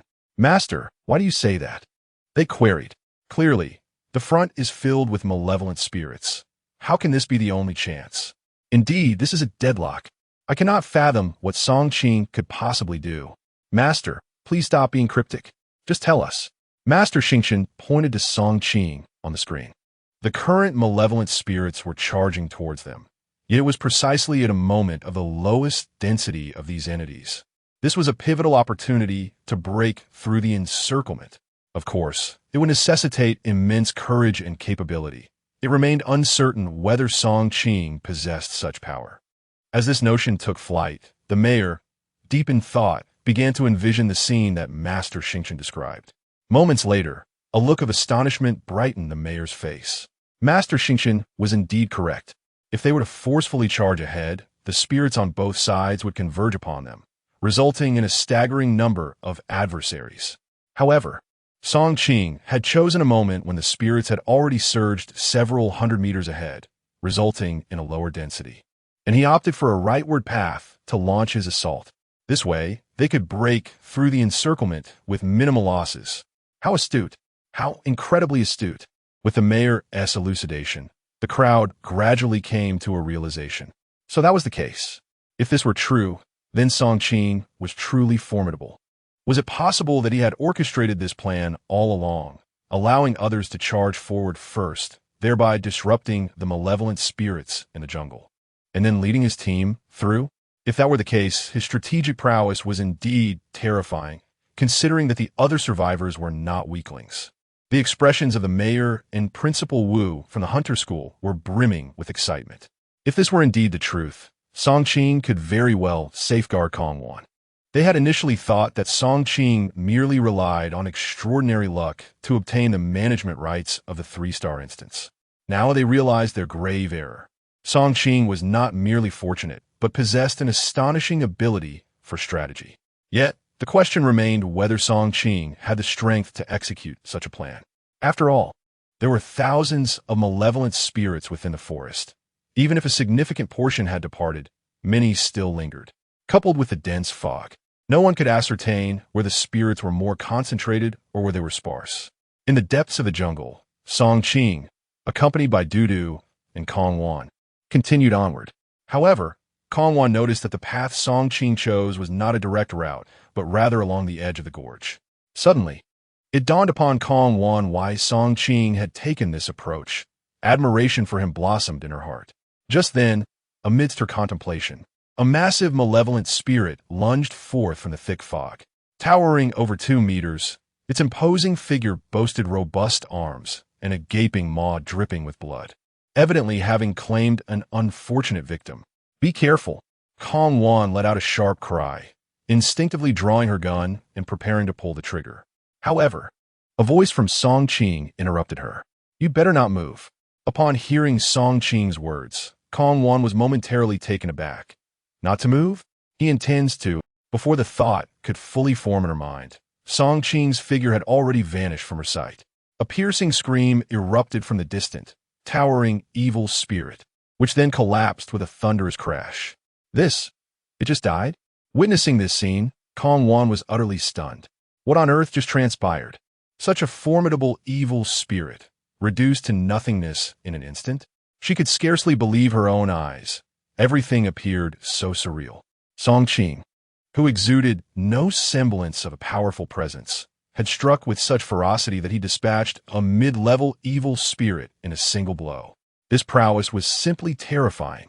Even the mightiest instructor, Su Su, from the Advanced Hunter Academy, might not effortlessly eliminate that mid-level evil spirit.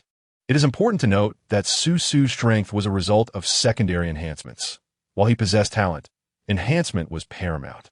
At that moment, Kongwan couldn't help but glance at the side, where Dudu was still indulging in candy, her expression devoid of any astonishment, as if this were the most ordinary occurrence. "Dudu, is your father always this formidable?" Dudu lifted her head to look at Kongwan, genuinely puzzled. "Of course. Isn't this just a simple monster? Isn't it difficult? Daddy says that Dudu can be this powerful in the future too." Upon hearing Dudu's words, Kongwan felt as though her worldview was shattering. What a joke! How could that be possible? That was a mid-level evil spirit, immensely powerful. Even she might not be able to kill it in a direct confrontation. Good heavens, who are these people? Are they boasting? Yet, this little girl did not appear to be exaggerating at all. What secrets lay hidden within Song Qing? While Kongwan was lost in her thoughts, Song Qing turned to her and said, "What are you still dawdling for? Are you waiting to be surrounded by evil spirits?" "Huh? Oh, understood." At this moment, Kongwan, breaking from her usual demeanor, no longer exhibited her previous arrogance. For it seemed that her self-proclaimed strength was utterly trivial in the face of Song Qing. Chapter 71. Am I really cheating? Why can't you believe it? Song Qing, accompanied by Dudu and Kongwan, forged ahead, effortlessly dispatching formidable evil spirits. With an uncanny ability to foresee danger, he would directly intervene to eliminate threats. Even when confronted by multiple malevolent entities, he handled them with remarkable ease. To Kong Wan, such feats were nothing short of miraculous. Yet for Song Qing, they were as routine as preparing a simple meal, devoid of any particular effort. Ping defeated LV-40 Evil Spirit. Ping defeated LV-39 Evil Spirit. A series of notifications echoed within Song Qing's mind as they drew nearer to the village ahead. Kong Wan, trailing behind, was utterly befuddled. She could scarcely comprehend the extent of Song Qing's prowess. The multitude of evil spirits he vanquished seemed incapable of withstanding his relentless assault. Witnessing the numerous corpses of evil spirits strewn about, she felt a growing sense of numbness. The sheer volume of these entities surpassed anything she had encountered in her countless dungeon explorations. She and Dudu had taken on the task of extracting the magic crystals from these defeated foes. Although somewhat repugnant, these crystals held significant value. She had longed to undertake a second enhancement, but had struggled to gather enough magic crystals despite reaching out to numerous dungeon guilds.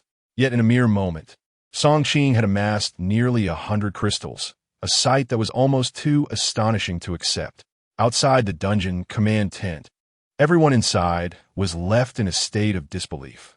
Initially concerned that Song Qing would be a liability, it was now clear that he was, in fact, the most formidable asset.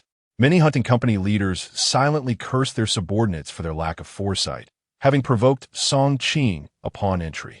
Now, he had single-handedly carved a path through the chaos, leaving them with nothing to show for their efforts. A few had already succumbed to the claws of the evil spirits. The mayor's astonishment had not waned from the beginning. He swallowed hard, his hands trembling as he raised his teacup, struggling to bring it to his lips. Astonishing. So powerful. My previous assessment was far too conservative. Principal Wu of the Advanced Hunter Academy watched Song Qing's performance in awe for an extended period. His strength was so impressive that even the role of a board member seemed beneath him. Beside him, Master Stardust observed Song Qing's every move with an expression of satisfaction. Indeed, very impressive. It had been years since he had encountered such a gifted individual. Perhaps, with proper guidance, this young talent could one day reach the ranks of 7-star, 8-star, or even 9-star masters. Upon hearing this, everyone turned to Master Stardust in surprise. It had been a long time since they had heard him speak so highly of someone. 9-star master? This is utterly inconceivable. After all, there were hardly any 9-star masters in the entire Dragon Country. Indeed, those formidable masters of the 9 stars have been cultivated through the vast resources of the Dragon Kingdom. Song Qing, is it truly possible to reach such a realm? The crowd felt that the Star Master's assertions bordered on the exaggerated.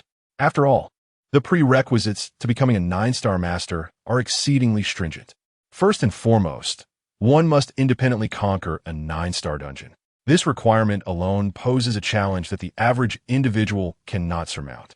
The difficulty of various dungeons escalates exponentially.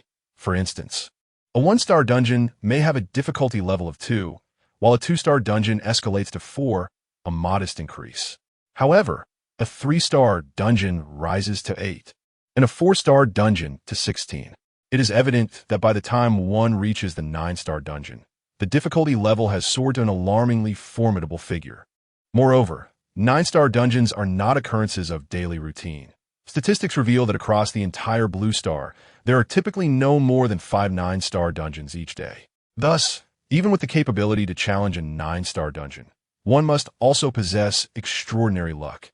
Additionally, the requirements for successfully navigating a 9-star dungeon, whether in physical prowess or various abilities, are exceptionally high, necessitating an immense allocation of resources. To date, no organization has succeeded in nurturing the capabilities of a 9-star master. However, today, Master Xingqian has prophesied that Song Qing can achieve the level of a 9-star master, indicating his high expectations for Song Qing. At that moment, someone suddenly pointed at the screen and exclaimed, "Look, Song Qing has vanquished the evil spirits and has arrived at Hu Family Village." This declaration once again captivated the attention of the crowd towards the screen. Indeed, Song Qing, with one hand wielding a knife and the other carrying Dudu, accompanied by Kong Wan, maintained an expression of calmness. Remarkable. He has truly accomplished it. The city mayor could not help but express his admiration. At this juncture, Song Qing could finally breathe a sigh of relief and gestured towards the village ahead, saying, "Let us go." Kong Wan, however, was still glancing back at the corpses of the evil spirits in the forest. Unable to contain her curiosity, she finally inquired, How did you manage to defeat those evil spirits? You haven't undergone any enhancements, yet you are even more formidable than those who have." Upon seeing the look in Kong Wan's eyes, Song Qing chuckled. "I'm using hacks." Upon hearing Song Qing's words, Kong Wan felt a flicker of annoyance. "If you don't want to share, then fine." How frustrating. With that, she turned and walked in the direction of the village. Song Qing sighed in exasperation. "I truly am using hacks. Otherwise, how could I be so strong? I'm merely speaking the truth. Yet you refuse to believe me." Duda looked up at Song Qing and asked, "Daddy, what are hacks?" After pondering for a moment, Song Qing replied, It's playing the game without following the rules, using some more powerful tools." Duda's expression brightened with understanding. "Daddy, does that mean I'm using hacks too?" Song Qing laughed heartily. "You are indeed a little one using hacks." "Hee, I love using hacks." Thus, Song Qing cradled Dudu and made his way towards the village. At this juncture, the sky had gradually darkened. Within the depths of the forest, Number 1, accompanied by the remaining remnants of his comrades, pursued the path that Song Qing had taken. "Brother, is this route truly viable?" questioned a man marked with a number 7 insignia, clutching his injured arm with a hint of skepticism. Upon noticing the collective gaze of his companions fixed upon him, Number 1 decided to unveil the truth without further concealment, producing a palm-sized device. "Behold, this apparatus is known as the life detection device. I secretly affixed a terminal onto Kong Wan. Upon activating the device, 3 green dots illuminated the screen, each representing an individual. The extinguishing of a dot signified death, red indicated severe injury, yellow denoted minor wounds, and green signified robust health. The group stood in stunned silence. Does this imply that the 3 of them are indeed unharmed? Number 1 nodded, exhaling deeply. It appears that the young woman possesses some extraordinary abilities that she has kept hidden from us. No wonder they did not accompany us. Clearly, they are aware of the method to decipher this place. At this revelation, a wave of fury surged through the crowd. Damn it, we have played the role of the eagle our entire lives, only to be pecked in the eye by one. This vendetta must be avenged. Indeed, we must seek retribution. To have been ensnared in a trap within the instance is unacceptable. As the group simmered with indignation, Number 10 suddenly interjected. "I believe our immediate priority should be survival. As for vengeance, we have 3 days ahead of us." He then removed his earpiece. "That woman, Kong Wan, has a formidable background, so you understand?" The group quickly grasped the implication and promptly dismantled and destroyed all monitoring equipment. Subsequently, Number 1 glanced at his companions. "Nightfall approaches. We must hasten our pace." Thus, the group swiftly embarked upon the blood-soaked path forged by Song Qing. Chapter 72. You shall sleep on the floor tonight. As the remaining 6 survivors cautiously made their way toward Hu family village, Song Qing, accompanied by Dudu and Kong Wan, arrived at a seemingly decent 2-story building within the village. "Let us rest here for the night," Song Qing suggested. Kong Wan refrained from voicing her thoughts. Yet her eyes roamed over the surrounding low, earthen-walled houses, sensing an oddity about the 2-story structure before them. Just as Song Qing was about to lead Dudu inside, Kong Wan could no longer contain herself. "Wait a moment." Song Qing turned to glance at her. "What is it? Everywhere is filled with these earthen houses. Isn't it somewhat out of place for us to choose this 2-story building?" Song Qing understood her concerns. After all, with all other houses being earthen, opting for this building might indeed seem perilous. However, he felt no trepidation, for he had already employed his 6th sense to assess the situation. Within this building, there was no danger, only a solitary presence. Indeed, there was a person inside. In an effort to alleviate Kong Wan's worries, Song Qing gazed at her earnestly. Then why not explore other areas for potential dangers? Kong Wan looked at him incredulously. But I'm a girl. How can you be so heartless? Song Qing shot her a dismissive glance. If you don't wish to go, then heed my advice. To navigate this dungeon, stop hesitating. You. In that moment, Kong Wan found herself devoid of any remaining autonomy. It seemed she had never possessed the initiative, always following Song Qing's lead. Frustrated, she prepared to push the door open. But Song Qing halted her. What if someone is inside? Kong Wan retorted coolly, in this kind of dungeon, how could there possibly be anyone? If there were, I would eat this door. Song Qing stroked the imposing door before them. I fear that door may not be particularly appetizing. Cut it out. That's utterly impossible. Before Kong Wan could finish her sentence, the door suddenly swung open. An elderly woman stood at the threshold, her face a map of wrinkles, appearing somewhat intimidating. Come in. Song Qing turned to Kong Wan. Should I carry you to your room later? Kong Wan stood there, dumbfounded, staring incredulously at the old woman. How did you get in? The woman paid Kong Wan no mind and turned to walk into the room. Song Qing chuckled heartily and followed suit, pulling Dudu along.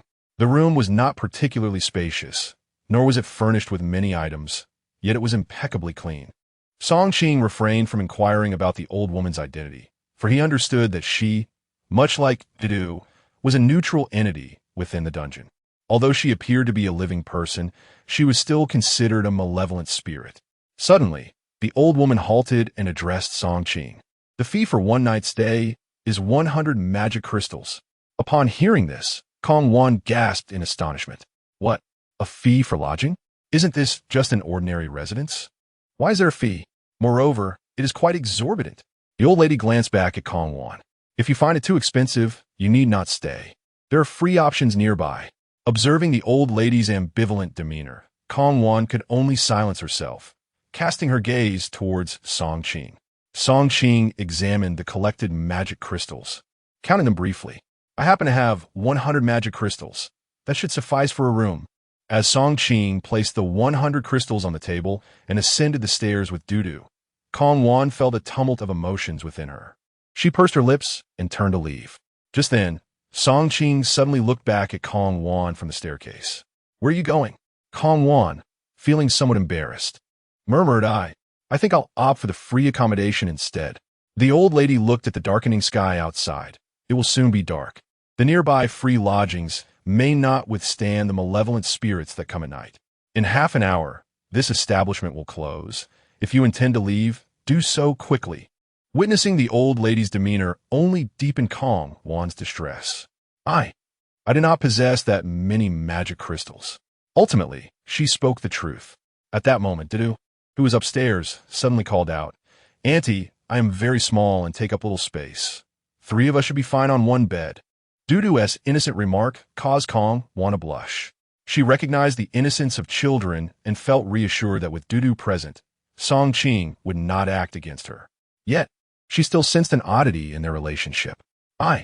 Before she could finish her sentence, Song Qing, standing on the staircase, interjected. No need. You can sleep on the floor.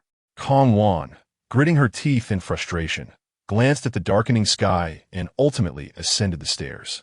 As Song Qing, Dudu, and Kong Wan entered the room to arrange the bedding, number 1 and the remaining 5 finally arrived at the exterior of the 2-story building.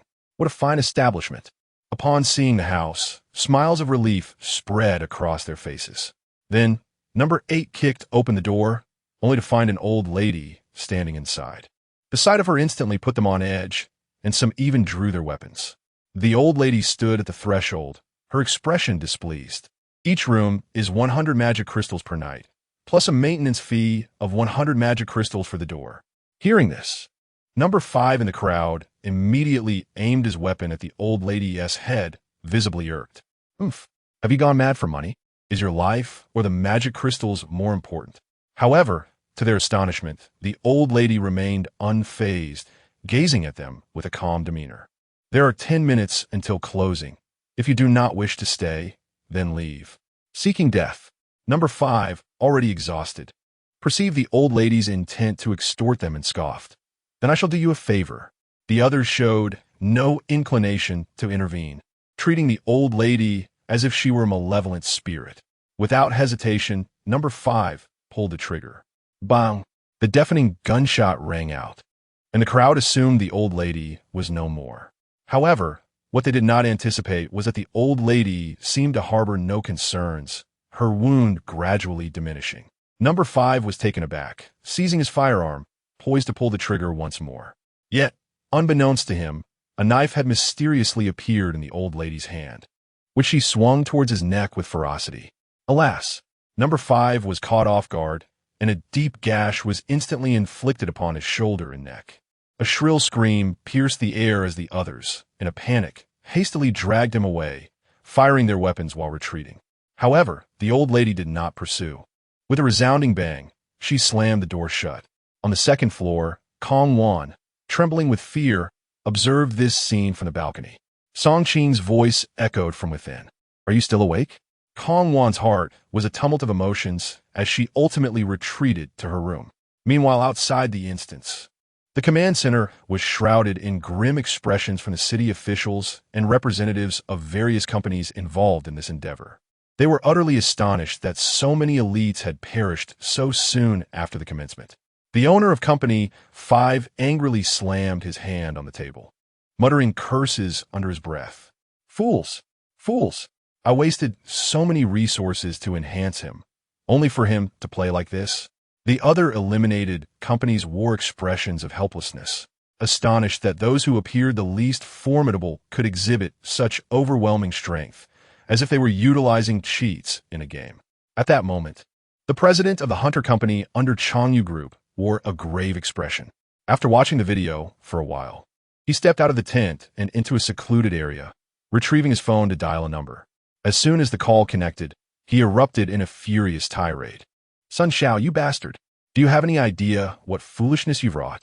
On the other end, Sun Xiao was berated mercilessly, bewildered and feeling wronged. "President, what have I done? I feel as though I haven't done anything at all. It's all you. You provided us with utterly erroneous information, leaving Lu Hong in a precarious position within the instance. He is likely to perish." Upon hearing this, Sun Xiao was drenched in cold sweat.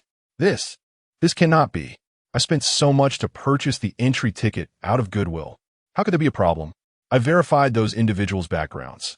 Lu Hong is surely fine. Nonsense. What do you mean you verified? What about Song Qing? How do you explain his situation? Sun Xiao was left momentarily speechless. Song Qing? Isn't he just lucky? How could he possibly survive in such an instance? The president, filled with rage, recounted the events seen in the surveillance footage. After listening, Sun Xiao felt a wave of dread wash over him. This cannot be right. Is there something wrong? Song Qing was never an enhanced individual. How could he have killed so many malevolent spirits? Do you think I would deceive you about such matters? Please take some time to reflect on this matter. At this moment, Sun Xiao's mind is a whirlwind of confusion. President, do not rush. Lu Hong is not a fool. He will undoubtedly possess the capacity to counteract this situation. Counteracting capacity? Indeed, I have a profound understanding of Lu Hong. He will not simply sit idly by. Even if Song Qing is formidable, he still has a child to consider. Therefore, President, remain calm and let us observe further. Upon hearing Sun Xiao's words, an idea sparked in the president's mind. Could it be that Lu Hong intends to target that child? Meanwhile, within the dilapidated straw hut of Hu family village, several individuals, including number 1, gazed upon the lifeless body of number 5, their faces etched with fury. What a damn situation! How did Song Qing and Kong Wan manage to survive? There must be a critical oversight here. In my opinion, our focus should not be on seizing the top position or acquiring the props, but rather on how to ensure our own survival. Let us find Kong Wan. I am somewhat acquainted with her. Perhaps she can assist us. But how can we locate her? We've lost all communication devices. The last speaker was number 11. However, as he concluded, he noticed that the others had retrieved their communication devices. Number 1 gently patted his shoulder and remarked, "You are still too naive." Amidst number 11's disgruntled expression, number 1 activated the communication device and called out, "Kong Wan, are you there? Please help us."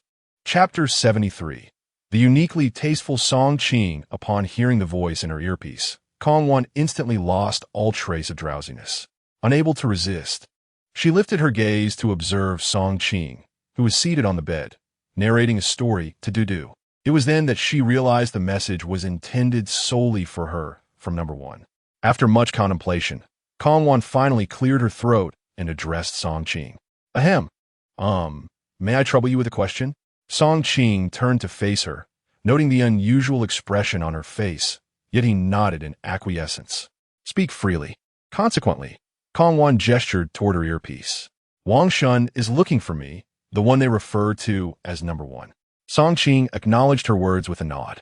In truth, he had anticipated that those individuals would reach out to him. He simply did not expect them to do so at such a late hour. It seemed they were at their wits' end, truly cornered this time. Ask him what he wants. Kong Wan obediently pressed the communication button and replied, What is the matter? Before long, Wang Shun's voice resonated through the earpiece. Miss Kong, we have just convened and concluded that the difficulty of this dungeon is rather steep. We believe that to succeed, collaboration is essential. Therefore, we would like to invite you to rejoin us. Upon hearing Wang Shun's voice, a cold, sardonic smile crept upon Kong Wan's lips. How audacious of them! To insist on her participation after all that had transpired was utterly shameless. Thus, she glanced at Song Qing and spoke into the earpiece, cut to the chase. Wang Shun's voice returned swiftly. What I mean is, we would like you to persuade Song Qing to accompany us. Understood. Let me inquire. With that, Kong Wan switched off the earpiece and turned to Song Qing, relaying Wang Shun's intentions. It appears they have exhausted all options and now seek refuge with you. Song Qing nodded, comprehending Wang Shun's implication. He then stated decisively, I could take them along. Kong Wan was momentarily taken aback, although she found his willingness to abandon them rather callous. This was a dungeon where lives were at stake. If their presence were to hinder their progress, the consequences could be dire. But, weren't you at odds with them before? Why agree now? Song Qing smiled. My thoughts are not yet fully articulated. Do not rush to conclusions. Kong Wan felt perplexed. Song Qing was already formidable. What did he require from them? He gazed out the window and continued. Inform them that I am willing to take them, provided each contributes 100 magic crystals. Moreover, all subsequent actions will be at my discretion. Kong Wan was rendered speechless by Song Qing's demands. She had not anticipated such an outrageous request. 100 magic crystals. It was a daunting sum. Even she would struggle to produce that amount, let alone Wang Shun and his companions. It appears that they are unable to produce it at all. Song Qing smirked enigmatically. Of course, I am aware they cannot. Then why would you make such a request? Kong Wan inquired, perplexed and unable to comprehend Song Qing's intentions. Subsequently, Song Qing elucidated her confusion. If they cannot provide it, they may compensate with cash, based on the market price of magic crystals after exiting. Truly, it seems they are ensnared by greed. Kong Wan, feeling exasperated, pressed the communication button once more. Song Qing stated that they could accompany them, but each person must present 100 magic crystals. If unavailable, they would need to settle in cash. Furthermore, all actions during the journey must adhere to his directives. Upon hearing Kong Wan's demands, Wang Shun was left utterly dumbfounded, immediately erupting in fury. What nonsense is this? Have you no shame? 100 for each person. This is more expensive than the entry ticket. Kong Wan retorted without reserve. If you wish to leave, then do so. Time is of the essence, and I require rest. Upon hearing Kong Wan's intent to terminate the communication, Wang Shun quickly interjected. Wait, let me consult the others. Fine. 1 minute. In the dilapidated house, Wang Shun glared at the others, his expression darkened. You all heard what was said. I needn't elaborate further. This rascal is indeed demanding an exorbitant price. What are your thoughts? The others, equally incensed, began pounding the table in indignation. This is outrageous. Such audacity is beyond belief. Indeed, do they think we are an ATM? 100 magic crystals? They should attempt to steal it instead. Damn it, I've never encountered such shamelessness. If he falls into my hands, he shall learn the meaning of regret. Listening to their grievances, Wang Shun glanced at the time and promptly interrupted their outburst. Enough. This is not the time for such discussions. Are you willing to part with 100 magic crystals? At his words, the four fell into contemplation. After all, they did not possess such a quantity of magic crystals. However, they likely had the funds, considering they were all elite members of the company. Pooling their resources should suffice. Yet, none wished to emerge from the dungeon burdened with debt. At that moment, Lu Hong, who had remained silent, suddenly spoke up. I believe we might as well agree. After all, we're not required to pay immediately. If that scoundrel perishes in the dungeon, our debts would vanish with him. Once he finished, he noticed that the expressions of the others mirrored his own. Consequently, they shared a silent glance and turned towards Wang Shun. Inform him. Tell him we are willing, but we currently lack the magic crystals. In truth, as soon as Lu Hong voiced his thoughts, Wang Shun had already anticipated this outcome. Thus, he retrieved his headset and reconnected with Kong Wan. We have discussed among ourselves and all agree to provide the 100 magic crystals. However, we currently do not possess them and will need to step outside. Kong Wan was taken aback, but soon grasped the reasoning behind their intentions. She did not respond to Wang Shun immediately, but instead turned her gaze towards Song Qing. They had consented, albeit mentioning their lack of magic crystals and the need to venture out for them. However, I sensed that their swift agreement harbored some underlying motive. It would be wise to remain cautious.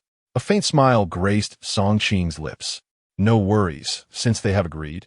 Inform them to await my news tomorrow morning. Observing Song Qing's demeanor, Kong Wan couldn't shake the feeling that this was yet another trap set for Wang Shun and his companions. As for the nature of this trap, she could not fathom Song Qing's thoughts, finding him exceedingly enigmatic. Thus, she pursed her lips and lay on the quilted floor, listening to Song Qing's tales, yet unable to succumb to slumber. After all, they had known each other for less than a day, and although he was accompanied by a child, she remained apprehensive. Soon, the steady sound of Dudu's breathing emanated from a bed, and Song Qing ceased his storytelling. Before long, Song Qing's breathing joined Dudu's, granting Kong Wan a sigh of relief. Meanwhile, not far away, in a dilapidated house, Wang Shun and his companions were far less fortunate. Although they had traversed the woods and arrived at Hu's village, the lack of monetary means rendered their accommodations uncomfortable. Less than an hour into their stay, a rustling sound wafted in from outside the window.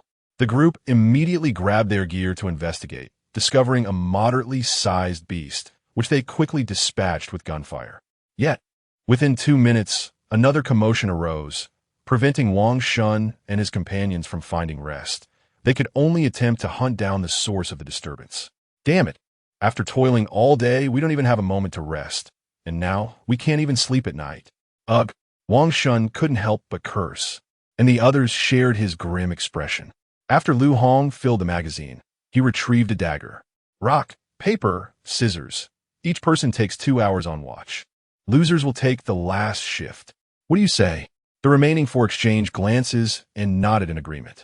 Following a round of the game, Lu Hong was appointed first for the watch, followed by the others. Once the others drifted into slumber, Lu Hong discreetly pulled an earbud from his pocket and inserted it into his ear. He soon overheard a conversation between Kong Wan and Song Qing.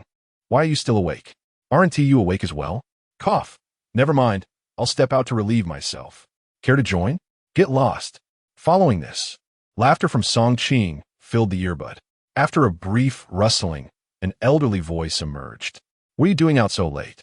Haha, of course, seeking some special services. Upon hearing Song Qing's voice, Lu Hong couldn't help but frown. What the hell? Why seek an elderly woman when a stunning beauty is in the room? Song Qing certainly has unique tastes. Just as this thought crossed his mind, the earbud transmitted the elderly woman's response. Come inside with me. Chapter 74. Recruiting followers. Originally intending to eavesdrop on some activity, Lu Hong was suddenly assaulted by a jarring sound from his earpiece, nearly shattering his eardrum. Clamping his hands over his ears, he collapsed to the ground, his face contorted in agony, yet he dared not emit a cry, fearing it would disturb the others nearby.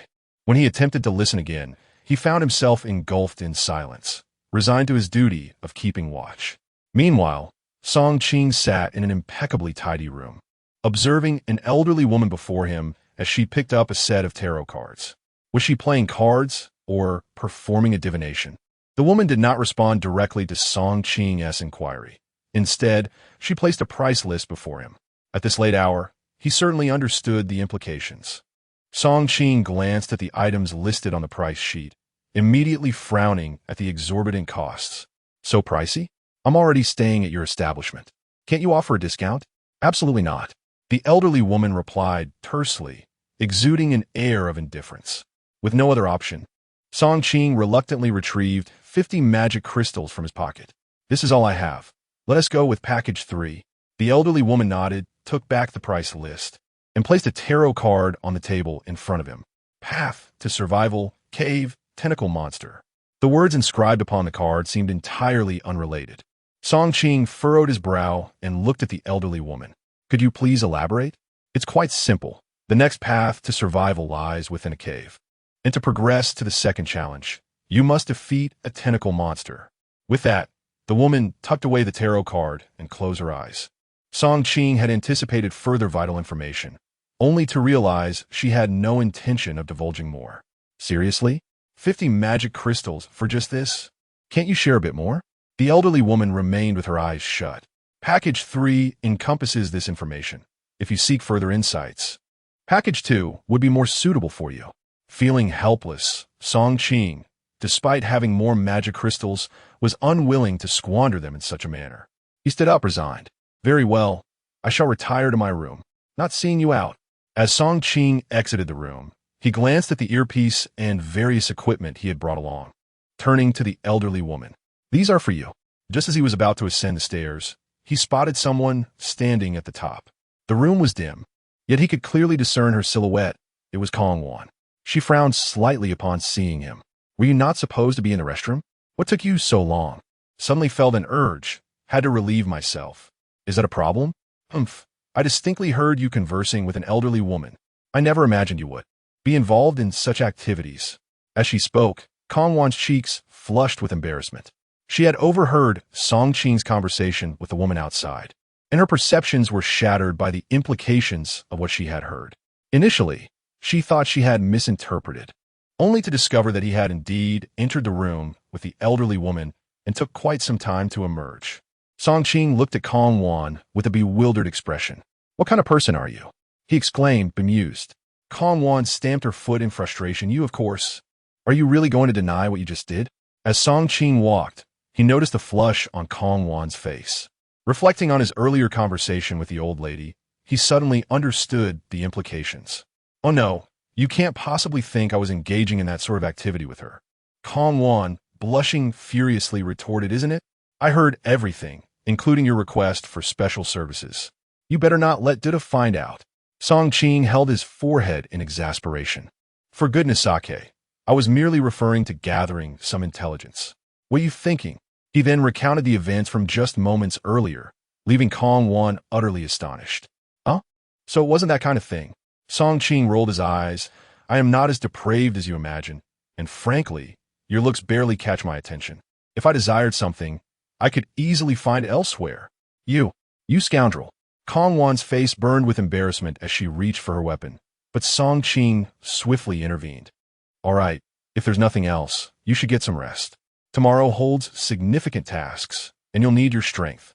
With that, he stifled a yawn, signaling his fatigue. Reluctantly, Kong Wan conceded, retreating to her room for rest. The night passed without incident. The following morning, Song Qing awoke to the sounds of Kong Wan rising.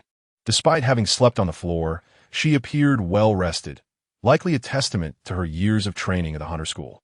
After freshening up and having a light breakfast, Song Qing, along with Dudu and Kong Wan, stepped outside. As they exited, Song Qing spotted Wang Shun and his companions, all visibly battered and weary, seated not far away. Upon noticing Song Qing and the others, they immediately stood up. Ahem, from this moment on, let us consider ourselves partners. I trust we can all forget the unpleasantness of the past. Wang Shun initiated, extending his hand towards Song Qing. However, Song Qing had no intention of shaking hands. Instead, he lowered his gaze to examine Wang Shun's hand. I believe you may have misunderstood my intentions. What I meant yesterday was that I would guide you through, and you would follow my lead. Do you understand? After enduring a night of torment, the group lacked their previous bravado and could only nod in resignation. Yes, yes. I'm misunderstood. We will certainly cooperate moving forward. Please, assign us any tasks you wish. Kong Wan observed their reaction with astonishment. It was hard to believe that these individuals were once the elite of Nanshan City, typically proud and aloof. Yet in just a day, they had been reduced to this state, evidently suffering greatly from the previous night's ordeal. Beside them, Song Qing chuckled softly. Well, your awareness is commendable. Had you possessed such insight earlier, perhaps countless lives could have been spared. He then retrieved several contracts from his pocket and presented them to the group. Here, sign these contracts, and thus we shall formalize our collaboration. This will facilitate the task distribution. Upon seeing the contracts, Wang Shun and the others exchanged glances. It appeared that Song Qing was not as foolish as they had presumed. He had evidently come prepared with the necessary documents. However, they too had their own strategies, and they each stamped their fingerprints upon the contracts, thereby solidifying their partnership. Subsequently, glancing at the time, Song Qing remarked, "The forthcoming task is straightforward. We must continue our advance. Yet, similar to yesterday, our objective remains to locate a hiding place." Although the information had been acquired at a cost, he deemed it essential to share it with his companions. This particular instance was unlike any other. The challenge was profound, accompanied by stringent task requirements. Furthermore, the atmosphere was thick with mist, more oppressive than the previous day, reducing visibility to a mere 3 meters. To ensure the successful completion of this mission, Song Qing opted to disclose the information, aiming to find the concealed cave together. Upon hearing that they not only needed to find a cave, but also had to vanquish an evil spirit boss, expressions of trepidation washed over the group. Initially, they had assumed this instance was merely a notch more challenging than a typical 3-star dungeon. However, once inside, they realized that the difficulty stemmed not solely from the strength of the evil spirits, but from their sheer numbers. Confronting these malevolent entities, slaying even one, was an arduous task, let alone carving a path like Song Qing had done. At last, they recognized that Song Qing was indeed the sturdy pillar they needed. Following him was undoubtedly the right choice.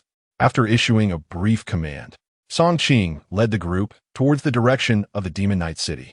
Chapter 75. We do not wish to be cannon fodder. As soon as they embarked and entered the mist, scattered malevolent spirits immediately launched their assaults upon them. Faced with these sudden attacks, Wang Shun and his companions found themselves utterly defenseless. Even Kong Wan, when confronted with these spirits, was flustered, struggling to respond adequately. After half an hour of trepidation, Song Qing abruptly raised his hand, halting the group's advance. Kong Wan, clutching her injured arm, inquired, "What is it? Are we unable to proceed further?" With a sigh, Song Qing asked, "In half an hour, how far have we traveled?" Kong Wan glanced at her watch. "Less than 5 kilometers. Indeed, half an hour for 5 kilometers. If we continue at this pace, it is unlikely we will not only find the cave, but we may not even reach the mountain where the cave resides." The group fell into a contemplative silence. Song Qing was correct. Their progress was agonizingly slow, hindered by the relentless ambushes of the malevolent spirits.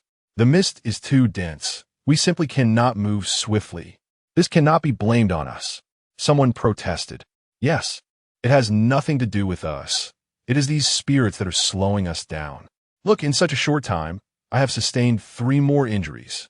Another lamented. "What do you suggest we do? We truly cannot hasten our pace." Wang Shun and his companions felt a sense of helplessness, as they too wished to survive. Yet these elusive spirits offered no opportunity for escape. Kong Wan remained silent, acutely aware that as long as these spirits lingered, they could not hope to move quickly. The most effective solution to expedite their journey would be to eliminate these spirits. Unfortunately, they were too scattered to confront collectively. Otherwise, Song Qing might indeed have been able to dispatch them in one fell swoop, allowing them to increase their speed.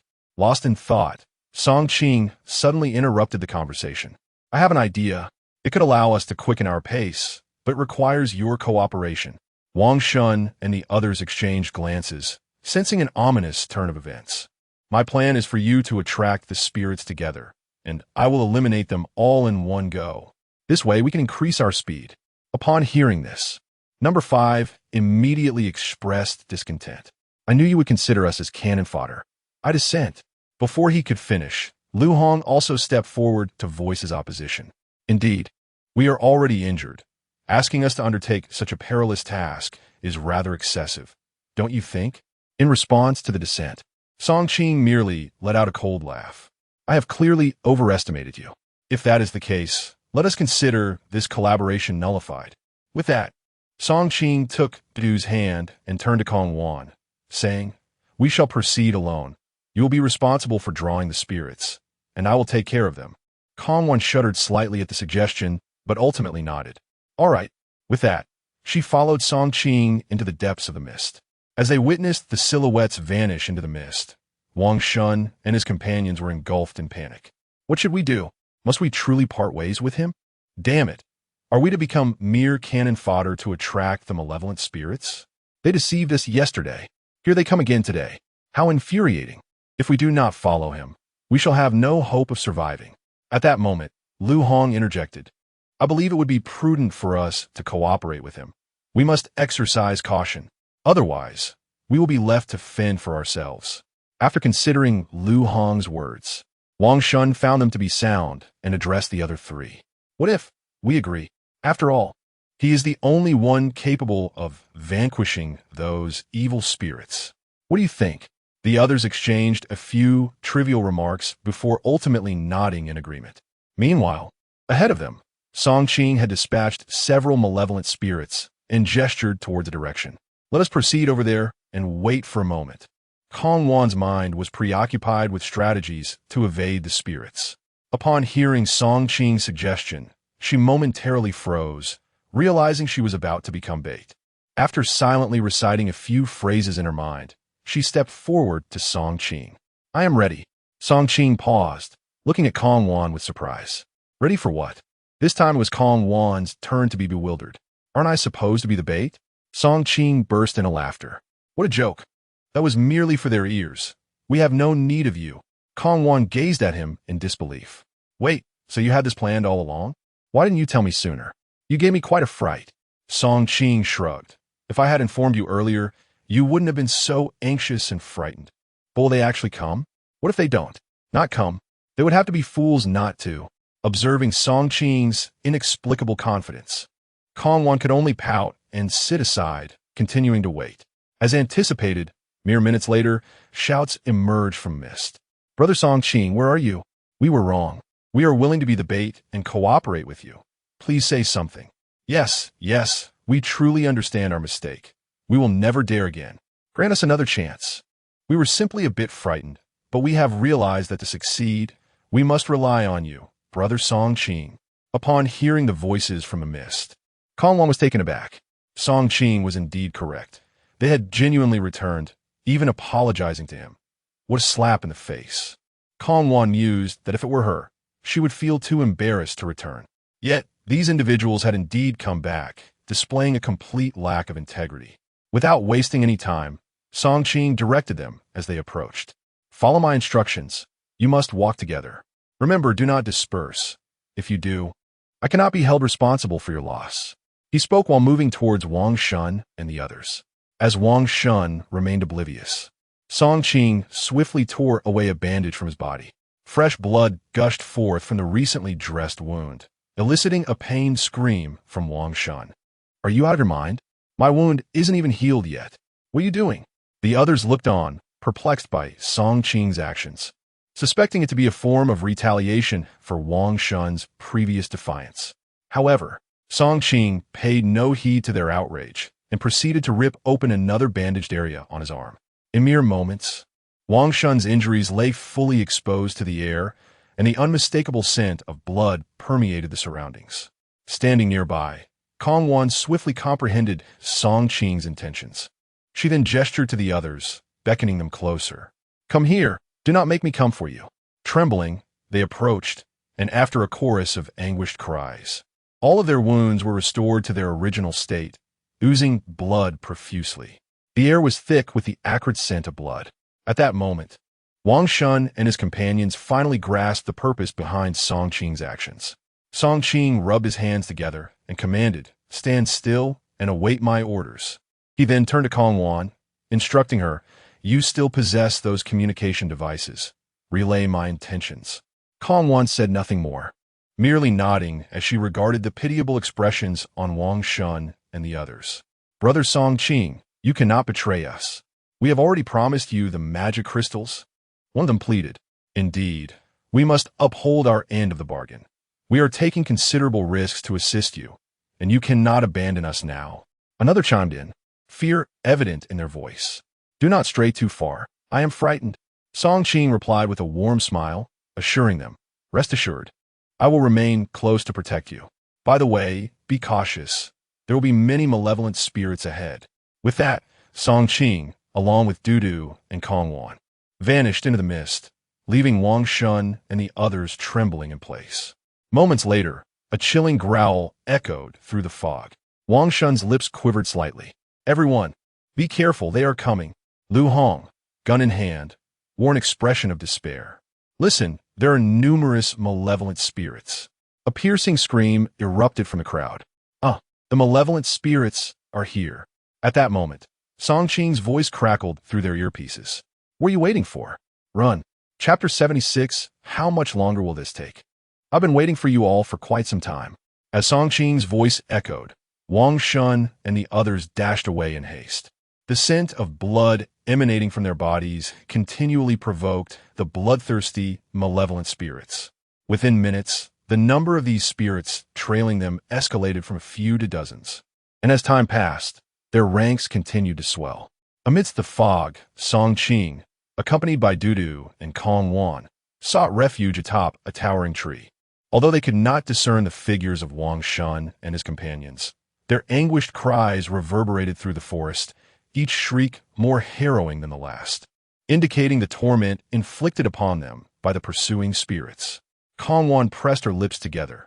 Despite her aversion towards Wang Shun and his group, she found it difficult to reconcile the fact that they were living beings suffering in such a manner.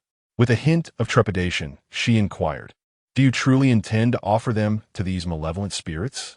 Upon hearing Kong Wan's words, Song Qing turned to her with a puzzled expression. "Why do you ask that?" After a moment's hesitation, she gestured towards the depths of the forest. "Though I cannot see the spirits within, I can certainly hear that their numbers must be overwhelming." Song Qing chuckled softly. "Do not fret, they're my teammates. How could I possibly do such a thing? Just hang tight. But, with so many spirits, how will we handle the situation? That is not for you to worry about. Just keep an eye on Dudu." Song Qing glanced at the time and then addressed Dudu. "If we encounter any spirits, do you remember what to do?" Dudu nodded earnestly. "I remember, Daddy. You need not worry about me. I can protect Annie." A satisfied smile spread across Song Qing's face. "That's wonderful. Take care of yourself, and Auntie, Daddy will be back shortly." Kong Wan, taken aback by the seriousness of Song Qing's conversation with Dudu, felt a wave of confusion wash over her. "What's going on? Did I hear wrong? Are you really suggesting that a 3- or 4-year-old girl protect me? How can you say such things?" She tugged at Song Qing's sleeve, a look of exasperation on her face. "I will ensure your daughter is well looked after. You can rest assured." Emphasizing the word look after, she aimed to convey to Song Qing that it was her responsibility to care for the child, not the other way around. With a mischievous smile, Song Qing replied, "Feel free. Just make sure to protect yourself." With that, he leaped gracefully from the tree branch, vanishing into the shadows. Meanwhile, the forest echoed with continued cries of despair. Wang Shun and his companions had been running for half an hour, desperately evading the omnipresent malevolent spirits. Each one was nearing the limits of their endurance. Despite being enhanced individuals with physical capabilities far exceeding those of ordinary humans, the combination of excessive blood loss, impaired visibility, and the overwhelming number of spirits took a toll on their stamina. Finally, one team member collapsed, a portion of muscle torn from his calf, the wound appearing ghastly. "It's over. It's over." We've even played by Song Qing. He collapsed to the ground, wailing in despair. He orchestrated our entrapment by these malevolent spirits solely to facilitate his own escape with his daughter and Kongwan.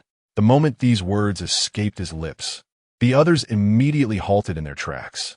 This is inconceivable. We had a contract with him. He would never betray us. Huh, a contract? Pray tell. What realm are we in? We should first contemplate our survival. Damn it. We should have foreseen this. We were far too naive. The group swiftly succumbed to hopelessness, standing frozen as the ominous whispers of the encroaching spirits enveloped them. I can no longer run. If any of you wish to flee, then go, Wang Shun declared, pulling a pack of cigarettes from his pocket and lighting one for himself. Lu Hong glanced at Wang Shun, a wave of frustration washing over him, before he too settled down and lit a cigarette. The other three soon followed suit, igniting their cigarettes and silently inhaling the smoke. A cacophony of sinister voices echoed from all directions, like the ominous tolling of a death knell. In that moment, tears streamed down Wang Shun's face, his heart heavy with regret. Suddenly, a chilling scream from a spirit pierced the air. Wang Shun was taken aback, quickly rising to wipe his eyes. "Did you hear that?" Lu Hong exclaimed, casting aside his cigarette and shouting into the mist. "Brother Song Qing, are you here to rescue us?" Soon, the others echoed his call. At that moment, Song Qing burst into the circle of spirits like a vengeful deity. Utilizing his remarkable agility and formidable strength, he deftly evaded the spirits' attacks, seizing every opportunity to deliver lethal blows. Fortunately, these spirits were not of particularly high rank, though they were slightly more formidable than those encountered in the woods, hovering around levels 50 to 60. Despite being only in his 40s, Song Qing's exceptional speed and agility rendered him nearly invulnerable against these spirits. The system notifications echoed in his mind, signaling his gradual ascent in levels. Following the sounds of Wang Shun and the others, Song Qing fought his way through. Upon witnessing their battered forms, he retrieved a vial of medicine from his waist and tossed it to them. "You have half a minute to apply the medicine. Then leave this place." The sight of Song Qing brought tears of relief to Wang Shun's eyes. "I thought you truly abandoned us," he cried, overwhelmed with emotion, even longing for home in that moment of despair. Just when he had lost all hope, Song Qing appeared, a veritable warrior. The others looked equally disheveled, hurriedly tending to their wounds. As Wang Shun turned to speak further with Song Qing, he had already plunged back into the mist, slashing at the spirits. "Continue down the path I just traversed." The voice of Song Qing echoed through the mist, prompting Wang Shun and his companions to exchange glances before they immediately took flight. As they ventured toward the location where Song Qing had appeared, they stumbled upon a multitude of fallen evil spirits. Yet, these corpses bore no signs of disturbance, suggesting the presence of magic crystals. Witnessing this scene, the group instinctively swallowed hard. Perhaps they could take a little more? Number 5 could not help but voice a thought. Consequently, they began to scramble for the magic crystals, momentarily forgetting the warning Song Qing had just imparted. Soon, they had thoroughly scoured the surrounding corpses of the evil spirits.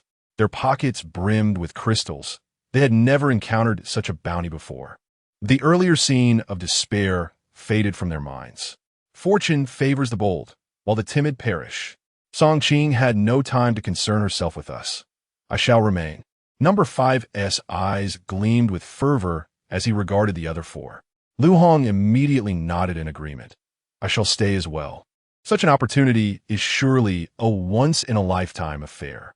Wang Shun, feeling a twinge of unease as he touched the crystals in his pocket, hesitated.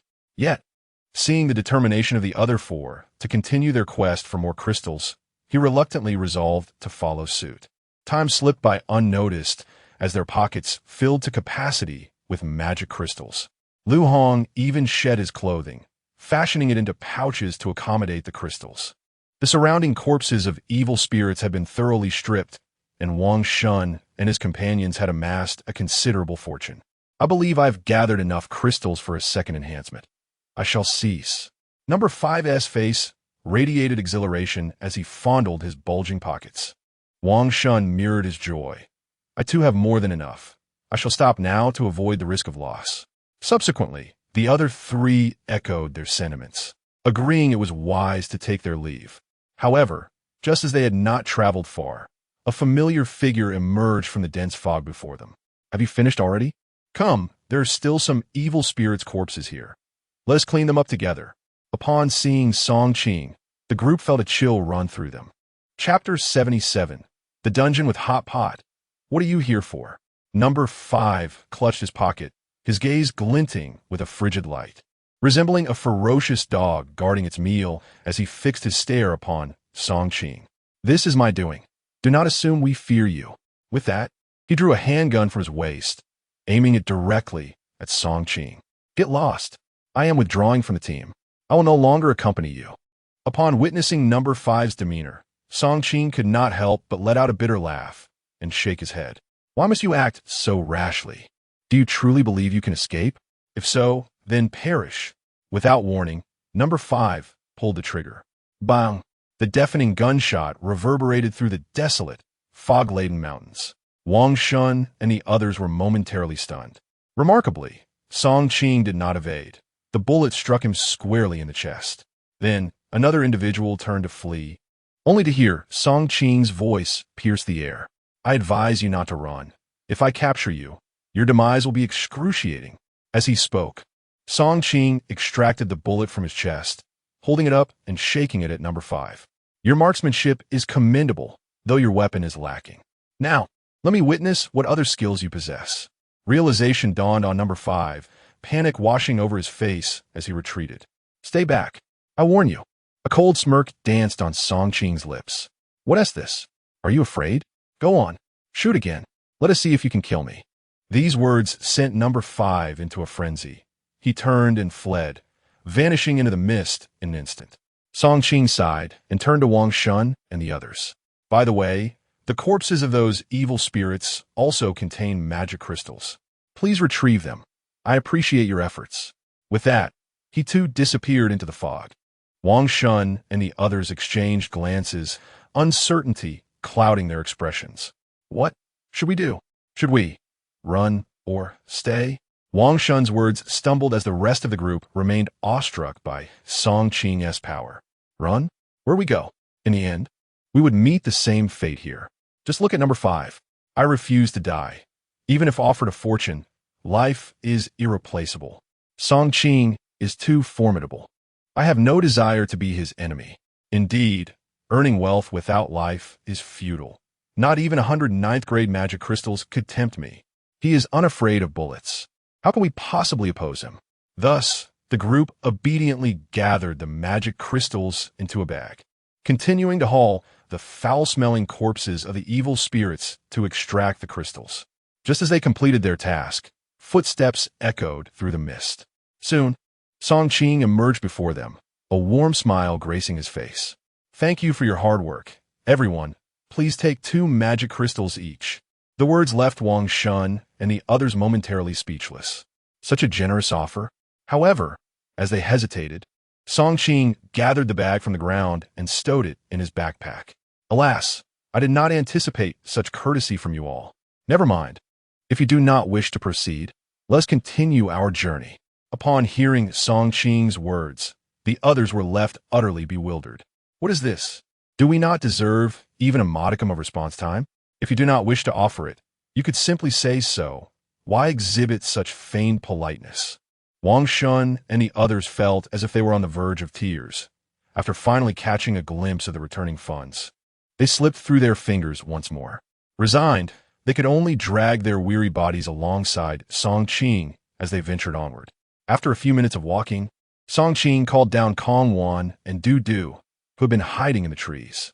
Upon seeing Song Qing again, Du Du joyfully leaped into his embrace. Kong Wan stood beside them, her heart a tumult of emotions. When Song Qing had first departed, she had been fraught with anxiety, fearing that malevolent spirits might assault them. Fortunately, no such spirits approached, yet the anguished cries of the spirits in the distance only heightened her concern for Song Qing. During this time, she had repeatedly attempted to persuade Du Du to assist him. Now, seeing that Song Qing was unharmed, the weight on her heart finally lifted, and tears of relief threatened to spill forth. At that moment, Song Qing unexpectedly approached her. Thank you for your unwavering concern for me. and for taking such good care of Dudu.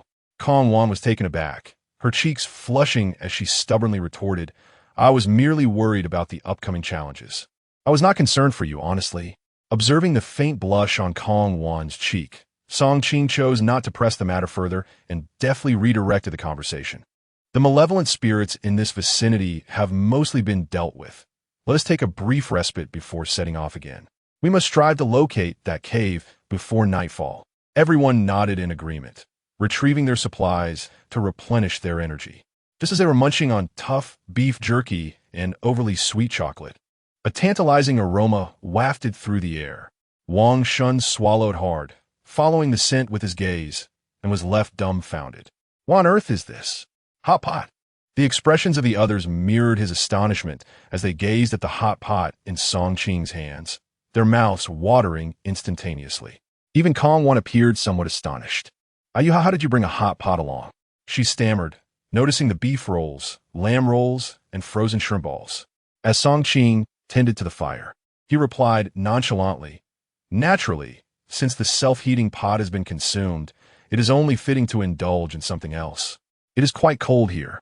Enjoying hot pot to warm the body seems perfectly reasonable, does it not? Wang Shun and the others all turned to Song Qing. Good heavens! Is this the question we are asking?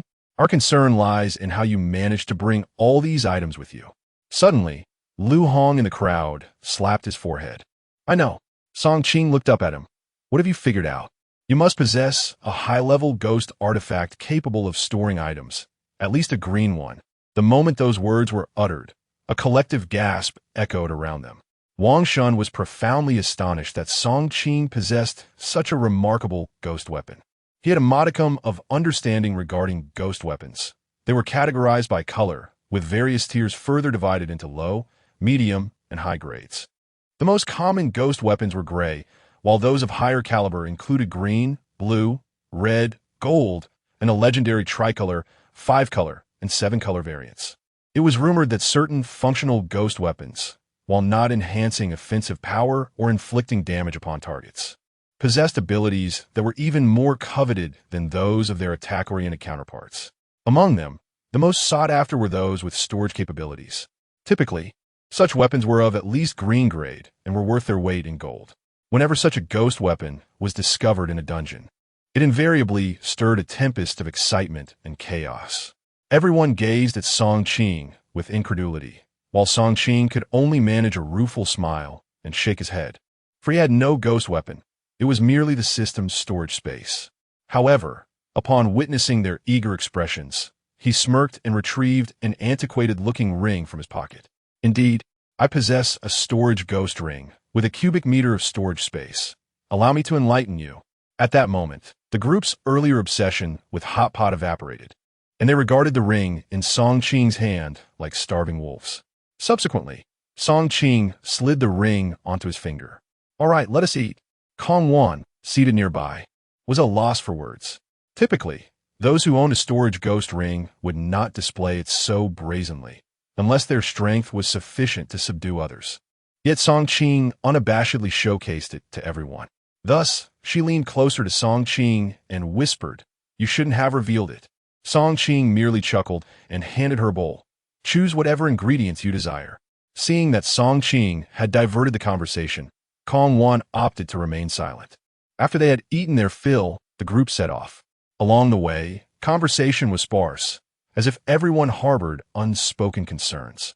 After trudging for 7 or 8 hours, just as fatigue began to overwhelm them, Wang Shun's voice rang out from ahead. Look, there's a mountain obstructing our path. Then came Kong Wan's voice. A cave. You've spotted a cave. Could it be the one we are seeking? Song Qing felt a surge of joy and hurried to examine the cave more closely. Before him lay a cavern over 10 meters high and roughly 7 or 8 meters wide. The entrance was surrounded by an array of poisonous plants and vines, and inside, water pooled to ankle depth, littered with decaying vegetation. Gazing into the dark abyss of the cave, Song Qing resolutely declared to the group, This must be the place. Come, let's enter swiftly. Time is of the essence, and we have much to accomplish.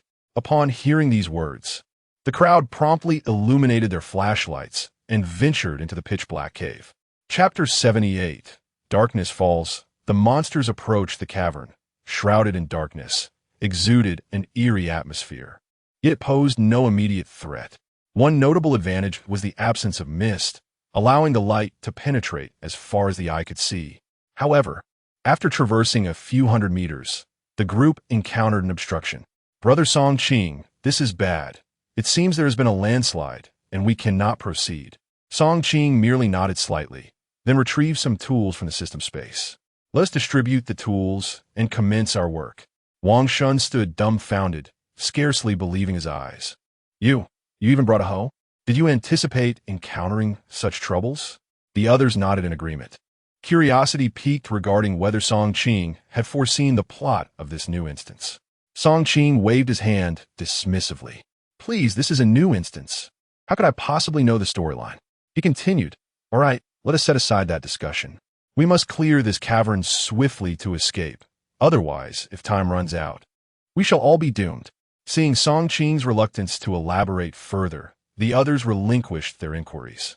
Pointing to the hole on the ground, Song Qing instructed Wang Shun, "You are responsible for excavating the cave. Kong Wan, you will maintain vigilance over our safety, and Dudu, you shall assist me in hunting the malevolent spirits. Is that clear?" Wang Shun and the others reluctantly accepted the directive, for Song Qing was the only one capable of hunting the malevolent spirits. Moreover, given Dudu's tender age, it was only natural he would remain by Song Qing's side. Kong Wan was the sole adult female in the group. It would be inappropriate for her to join in the excavation. Thus, the task of digging naturally fell to them. Clang! Clang! The sounds of rock being hewn echoed throughout the cavern. At this moment, after applying the potions Song Qing provided, Wang Shun and his companions found their injuries largely healed. Their work proceeded without hindrance, but after a short while, Lu Hong suddenly expressed his dissatisfaction. "We've been deceived. There are no malevolent spirits present." Upon hearing Lu Hong's words, Wang Shun and the others glanced back, only to find Song Qing and Dudu joyfully playing with water outside the cavern. Witnessing this scene, two of them were immediately incensed. "How can he do this? Does he truly see us as mere laborers? I refuse to accept this. He frolics with a child outside while we toil away in here." Wang Shun sighed. "Refuse to accept? The truth is, he possesses the ability to hunt malevolent spirits, and his strength surpasses ours. We ought to focus on our work. Surviving this ordeal is already a considerable achievement." Hearing his words, Lu Hong seemed to come to a realization, nodding slightly as he leaned on his hoe. "Indeed, surviving this journey is a blessing. If we manage to acquire something in the process, that would be even better. Now is not the time for us to resist." After Lu Hong's words, Wang Shun could not help but glance at him, sensing that there was more to his statement. However, he refrained from saying anything further and continued his task of digging. Just as Wang Shun and the others were excavating the rock, Song Qing and Dudu had already arrived at the entrance of the cave. "Daddy, it seems that night is approaching." Song Qing nodded slightly, then extended his perception outward. From a great distance, he sensed a large cluster of sinister spirits gradually converging, their numbers far exceeding anything he had witnessed before. Upon sensing these ominous presences, a grave expression crossed Song Qing's face. Indeed, night was falling and the monsters were coming. Sensing Song Qing's apprehension, Dudu gently took his hand. "Daddy, don't worry, Dudu is here to protect you." Hearing his daughter's comforting words, Song Qing could not help but smile, gently ruffling Dudu's hair. "All right, let Dudu protect Daddy." Dudu then took a few steps outside the cave, picking up small stones and throwing them in the direction of the cave's entrance. Song Qing stood not far away, watching Dudu play, a fond smile gracing his face. However, not far behind them, Kong Wan observed the father-daughter duo, a hint of envy crossing her features. She had never had a close relationship with her own father, and they could not share the same intimacy as Song Qing and Dudu. Lost in thought, Kong Wan was suddenly aware of Song Qing's presence before her. "I have a small favor to ask of you." Kong Wan's reverie was interrupted, and she immediately looked up at Song Qing. "What do you need me to do?" "If I need to confront the boss, I hope you can look after my daughter." Upon hearing Song Qing's request, Kong Wan was taken aback. sensing a trace of sincerity in his eyes. "All right, I promise." Then, Kongwan pondered something, unsure whether to voice it. Ultimately, she softly inquired, "Are you worried about Wang Shun and the others? I have never regarded them as my own, and they have never seen me as one of their own. Caution is necessary." At Song Qing's words, Kongwan's heart leaped with joy, and she instinctively asked, "So, does that mean I am considered one of your own?" However, as soon as the words left her lips, Kongwan realized she might have overstepped, her cheeks flushing. Song Qing merely glanced at her. "For now, we are merely in a cooperative relationship." Upon hearing this, a sense of disappointment washed over Kongwan. Just a few hours prior, before entering the dungeon, she had thought little of Song Qing. Yet in the mere span of 2 days, his displayed prowess had elevated him to a height beyond her reach. Once, she had been a goddess-like figure, not only in school, but throughout the entirety of Nanshan City. Countless men had sought her attention, yet none had ever received more than a passing glance. At this moment, she inexplicably developed feelings for the man before her. "Sudoni, Kongwan Hidizid. I can't believe I allowed myself to entertain such peculiar thoughts in a place like this. It could cost me my life. How foolish."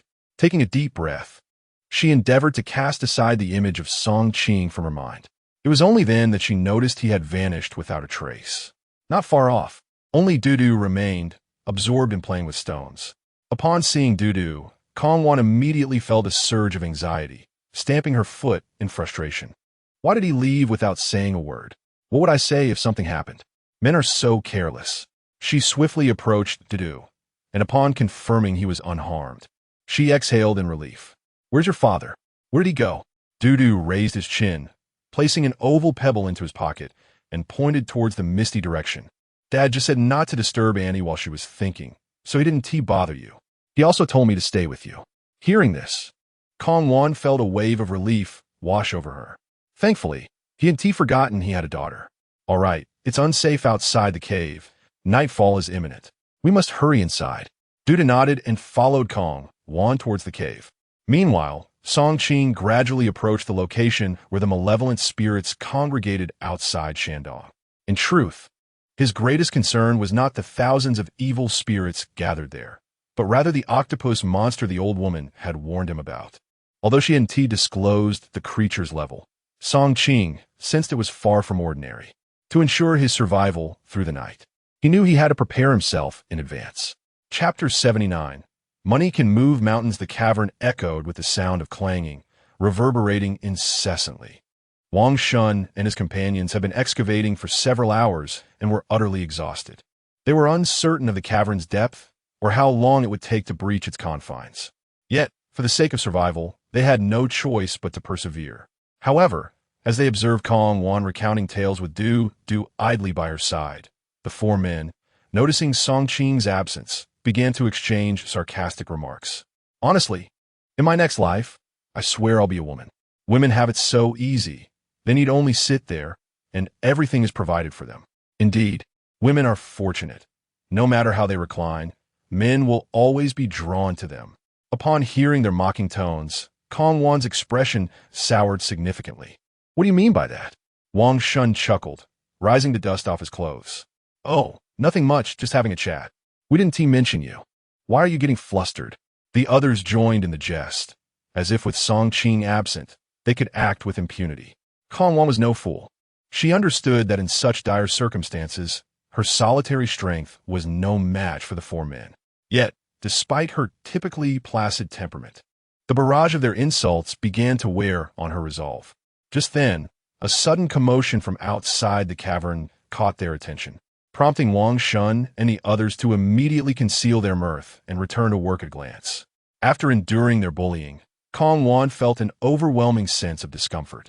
When she spotted Song Qing approaching with a flashlight, a surge of grievance welled within her, compelling her to rush forward and voice her feelings. However, recalling that her relationship with Song Qing was merely one of cooperation, she realized he would not come to her aid. Thus, she suppressed her bubbling emotions deep within.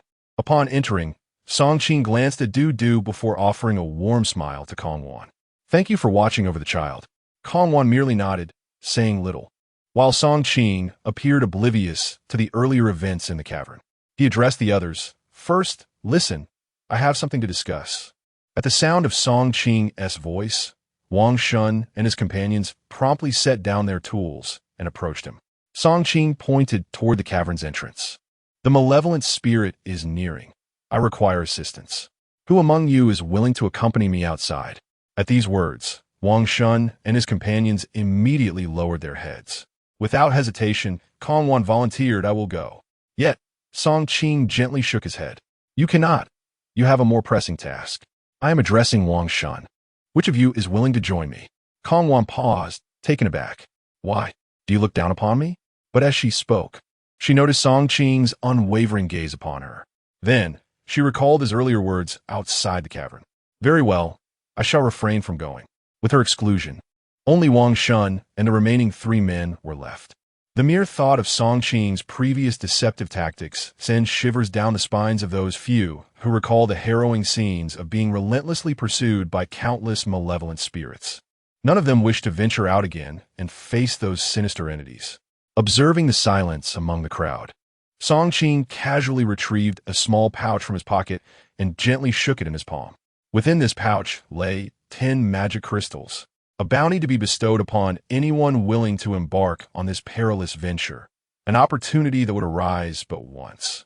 Upon hearing these words, Wang Shun and his companions exchanged glances, each appearing to wrestle with their hesitation. Noticing their indecision, Song Qing spoke softly, attempting to reassure them. Fear not. It won't be as perilous as before. This time, there's only one malevolent spirit. At this proclamation, Wang Shun and the others fell momentarily silent. Is that truly the case? Just one spirit? Brother Song Qing, you must not deceive us. Indeed, I am currently injured and, after so long, my legs can hardly carry me. You cannot trick us again. Is this genuine? One spirit. Do we even need to intervene?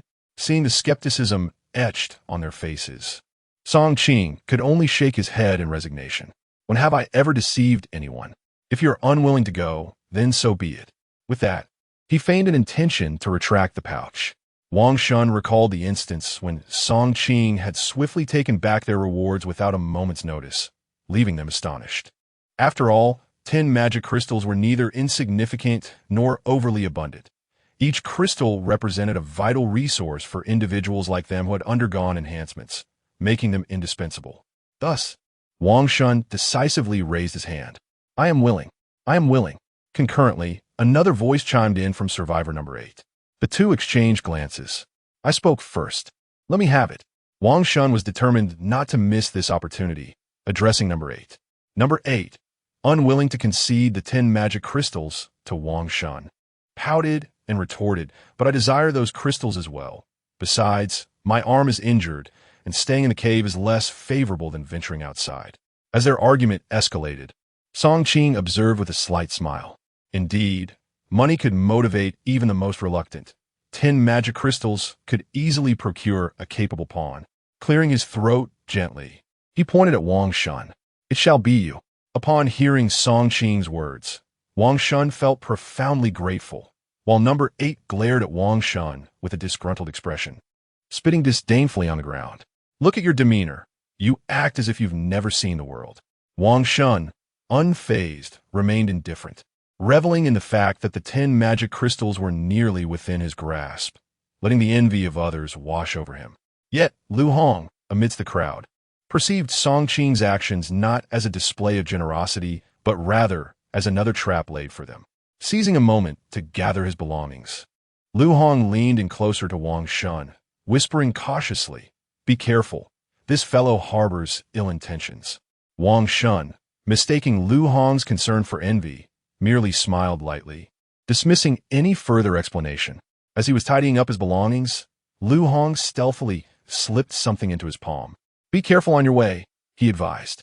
Wang Shun paused for a moment, glancing down to discover a palm-sized note in his hand, inscribed with a series of numbers. Upon examining the digits, he instantly understood their significance. He turned to look at Lu Hong, only to find him already immersed in his work. With no other option, he memorized the sequence and discreetly swallowed the note. Once again, Song Qing set out without her daughter. If there are any issues, inform me promptly, she instructed, donning her earpiece and addressing Kong Wan. Kong Wan met her gaze, her heart a tumult of emotions, tinged with reluctance. Be careful. I will take good care of Dudu. All right, I'm off. Dudu, listen to your aunt and look after her. Dudu smiled and waved, got it, Daddy. Be back early. After bidding farewell to everyone, Song Qing and Wang Shun vanished into the murky veil of night. As they stepped into the fog, Wang Shun felt a pang of regret. The darkness here was impenetrable, coupled with the dampness of the thick mist, sending a shiver down his spine. Song Qing, this is exceedingly dark. I can't see a thing. Chapter 80.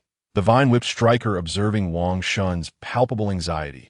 Song Qing merely smiled gently and patted him on the shoulder. Do not worry, for the moment. No malevolent spirits are lurking about. Despite Song Qing's assurances, a sense of trepidation lingered in Wang Shun's heart. After a brief passage of time, approximately 10 minutes, the weight of his apprehension became unbearable. Brother Song Qing, I find myself filled with regret. Might I return? Is it inappropriate to do so now that we have ventured forth? In response, Song Qing again patted his shoulder and retrieved a pouch filled with magic crystals from his pocket. Do not accuse me of lacking generosity. Take these crystals for now. If you manage to endure here for half an hour, I will bestow upon you another 10. Indeed, the allure of monetary reward proved irresistible. Upon hearing Song Qing's words, Wang Shun's excitement surged. Is that truly the case? Of course. When have I ever deceived anyone? Seeing Song Qing's earnest conviction, Wang Shun gritted his teeth, nodding resolutely as he accepted the magic crystals into his possession. Very well, Brother Song Qing. Since you place such trust in me, I shall muster my courage and hold my ground for half an hour. Song Qing's expression brightened with satisfaction at Wang Shun's response. Subsequently, he vanished into the encroaching mist, leaving behind a trembling Wang Shun. Surrounded by dense fog and impenetrable darkness, Wang Shun found that even with a flashlight, his visibility extended a mere 2 meters. Such a limited range offered little in the way of emergency preparedness. Should a malevolent spirit appear, he feared he would have scant time to flee. 10 minutes after Song Qing departed, Wang Shun could no longer suppress his dread, and thoughts of escape began to surface. No, if I heed his words and become mere cannon fodder, my fate is sealed. Rather than endure this incessant fear, I might as well prioritize my survival. Resolute, Wang Shun turned on his heel and began to retrace his steps. Unbeknownst to him, Song Qing remained nearby, sensing the aura emanating from Wang Shun. He has not disappointed me. Splendid. The hunt can commence. With a final glance in Wang Shun's direction, Song Qing relied on his sixth sense to detect a massive red light pulsating nearby, gradually emerging from the earth. Upon recognizing the enormous red light, Song Qing wasted no time in gathering information about the creature before him. Vine Whip Striker, level 100, a supreme malevolent spirit entity, possessing absolute lethality and dominion over its territory. The progenitor can perpetually grow, even preying upon other malevolent spirits to enhance itself. Its territorial range extends 20 kilometers in all directions from the progenitor. Special Ability 1, Vine Whip. When unleashing this skill, certain vines will experience a 200% increase in attack speed and a 200% increase in attack power. Special Ability 2, Reattachment of Severed Limbs possesses a formidable self-healing capability, allowing it to regenerate its tendrils in an astonishingly brief period after being severed. Special Ability 3, Unlimited Growth is a passive skill that grants the ability to proliferate endlessly, consuming the energy of the mother body to increase the number of tendrils. Special Ability 4, Mucus Protection. The subterranean mother body is safeguarded by a pool of protective mucus. Special Ability 5, Infinite Growth. At dusk, the whip wielder will revive, continuously augmenting its strength. Upon reviewing this information, Song Qing could not help but display a grave expression. This octopus creature appeared far more formidable than he had initially imagined. A level 100 top-tier malevolent spirit, with its core hidden several meters underground, coupled with its boundless tentacles and immense offensive power. What was even more alarming was its attack range. extending to a circumference of 20 kilometers. Furthermore, if Song Qing wished to eliminate it, the mere distance of several meters underground rendered it beyond his reach, not to mention that its core was shielded by mucus. Faced with such a powerful, malevolent spirit, Song Qing felt utterly devoid of the strength to resist. However, from a description of this octopus creature, he calculated that the location of the cave fell squarely within its attack range. Fortunately, this octopus creature would only gradually awaken at night. Thus, for Song Qing, this represented the optimal opportunity for development. He must elevate his level before the octopus creature awakened to greater strength. Otherwise, with his current capabilities, facing this monster would be an exercise in futility. The reason for enlisting Wang Shun as a pawn in this endeavor was so that he could draw the attention of the octopus creature, thereby affording Song Qing additional time to level up. Swiftly, Song Qing arrived near the gathering cluster of malevolent spirits. Even without activating his divine sense, he could perceive the vast numbers of these spirits. Fortunately, while numerous, their levels ranged roughly between 30 and 60. As a demon hunter, Song Qing inherently possessed an extraordinary offensive capability against malevolent spirits, allowing him to dominate in levels, even defeating those above his own. From prior experiences in dungeons, he discovered that he could hunt spirits exceeding his level by up to 30. Beyond this threshold, he found himself somewhat overwhelmed. However, escaping was manageable. Yet, should he encounter spirits exceeding level 100, reaching the level of vengeful spirits, he would have no choice but to flee. After donning his equipment, Song Qing took a deep breath to assess his condition. His inner spiritual energy was nearly intact. He then brandished his weapon, the Nightblade, and charged into the throng of malevolent spirits in the distance. Meanwhile, at the command center outside the dungeon, a voice inquired, "Is it repaired? Why has the surveillance footage still not been retrieved?" The highest-ranking officer in the command center wore a grave expression as he pressed the matter once more. Dozens of technicians were busily repairing the monitoring equipment, their fingers dancing rapidly across the keyboards. "Sir, camera 1 has been restored." A voice broke through the cacophony in the room, causing everyone to turn their attention to the large screen before them. The display revealed a formidable gathering of malevolent spirits. A collective gasp escaped the lips of the onlookers at the sight of such a vast horde. My goodness, so many evil spirits. What is their current condition? How many survivors remain? The mayor, upon witnessing the sheer magnitude of the spirit assembly, felt beads of sweat forming on his forehead.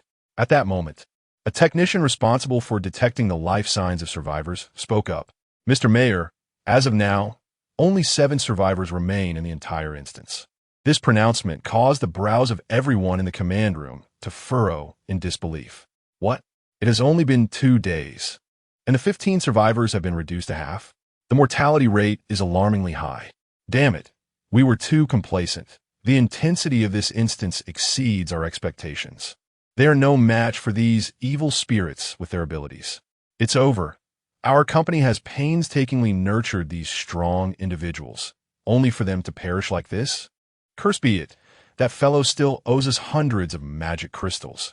Will he just die like this, leaving us with no chance to recoup our investment? The room was filled with sighs of despair. Even the usually composed Principal Wu displayed signs of distress. So many evil spirits. Will they be able to break through? By the way, is it possible to see who is confronting these spirits through the cameras? No sooner had he voiced his concern than several technicians responded. Camera 2 has also been restored. Camera 4 has been successfully repaired. With a chorus of affirmations from the technical team, the darkened screens flickered back to life. Everyone could now clearly perceive the unfolding events within the instance. However, as they searched the scene, they noticed the horde of spirits beginning to stir restlessly. Look, it seems there's a person in there. The owner of a certain company had been intently scanning the large screen for his company's stronghold when he suddenly spotted a man fighting valiantly amidst the spirits. Excitedly, he believed it to be one of his company's survivors. The technicians quickly zoomed in on the camera, and when they discerned the identity of the individual, a collective gasp resonated through the room. It was Mr. Song Qing. He was alive. Upon recognizing Song Qing, both the mayor and Principal Wu of the Advanced Hunter School could not contain their astonishment. All eyes were riveted to the central screen. Witnessing Song Qing wielding his blade amidst the horde of evil spirits, each strike resulting in a spirit collapsing to the ground. Witnessing such formidable prowess, the onlookers fell into a profound silence. Master Stardust stood nearby, his eyes shimmering with astonishment. He is even more powerful than I had anticipated. Chapter 81. Misguided approached the city leader, and others turned their gaze towards Master Stardust. Master, do you believe there is any possibility for them to escape this instance alive? The city leader, upon witnessing the vast horde of malevolent spirits, felt an overwhelming sense of foreboding regarding the fate of those trapped within the instance.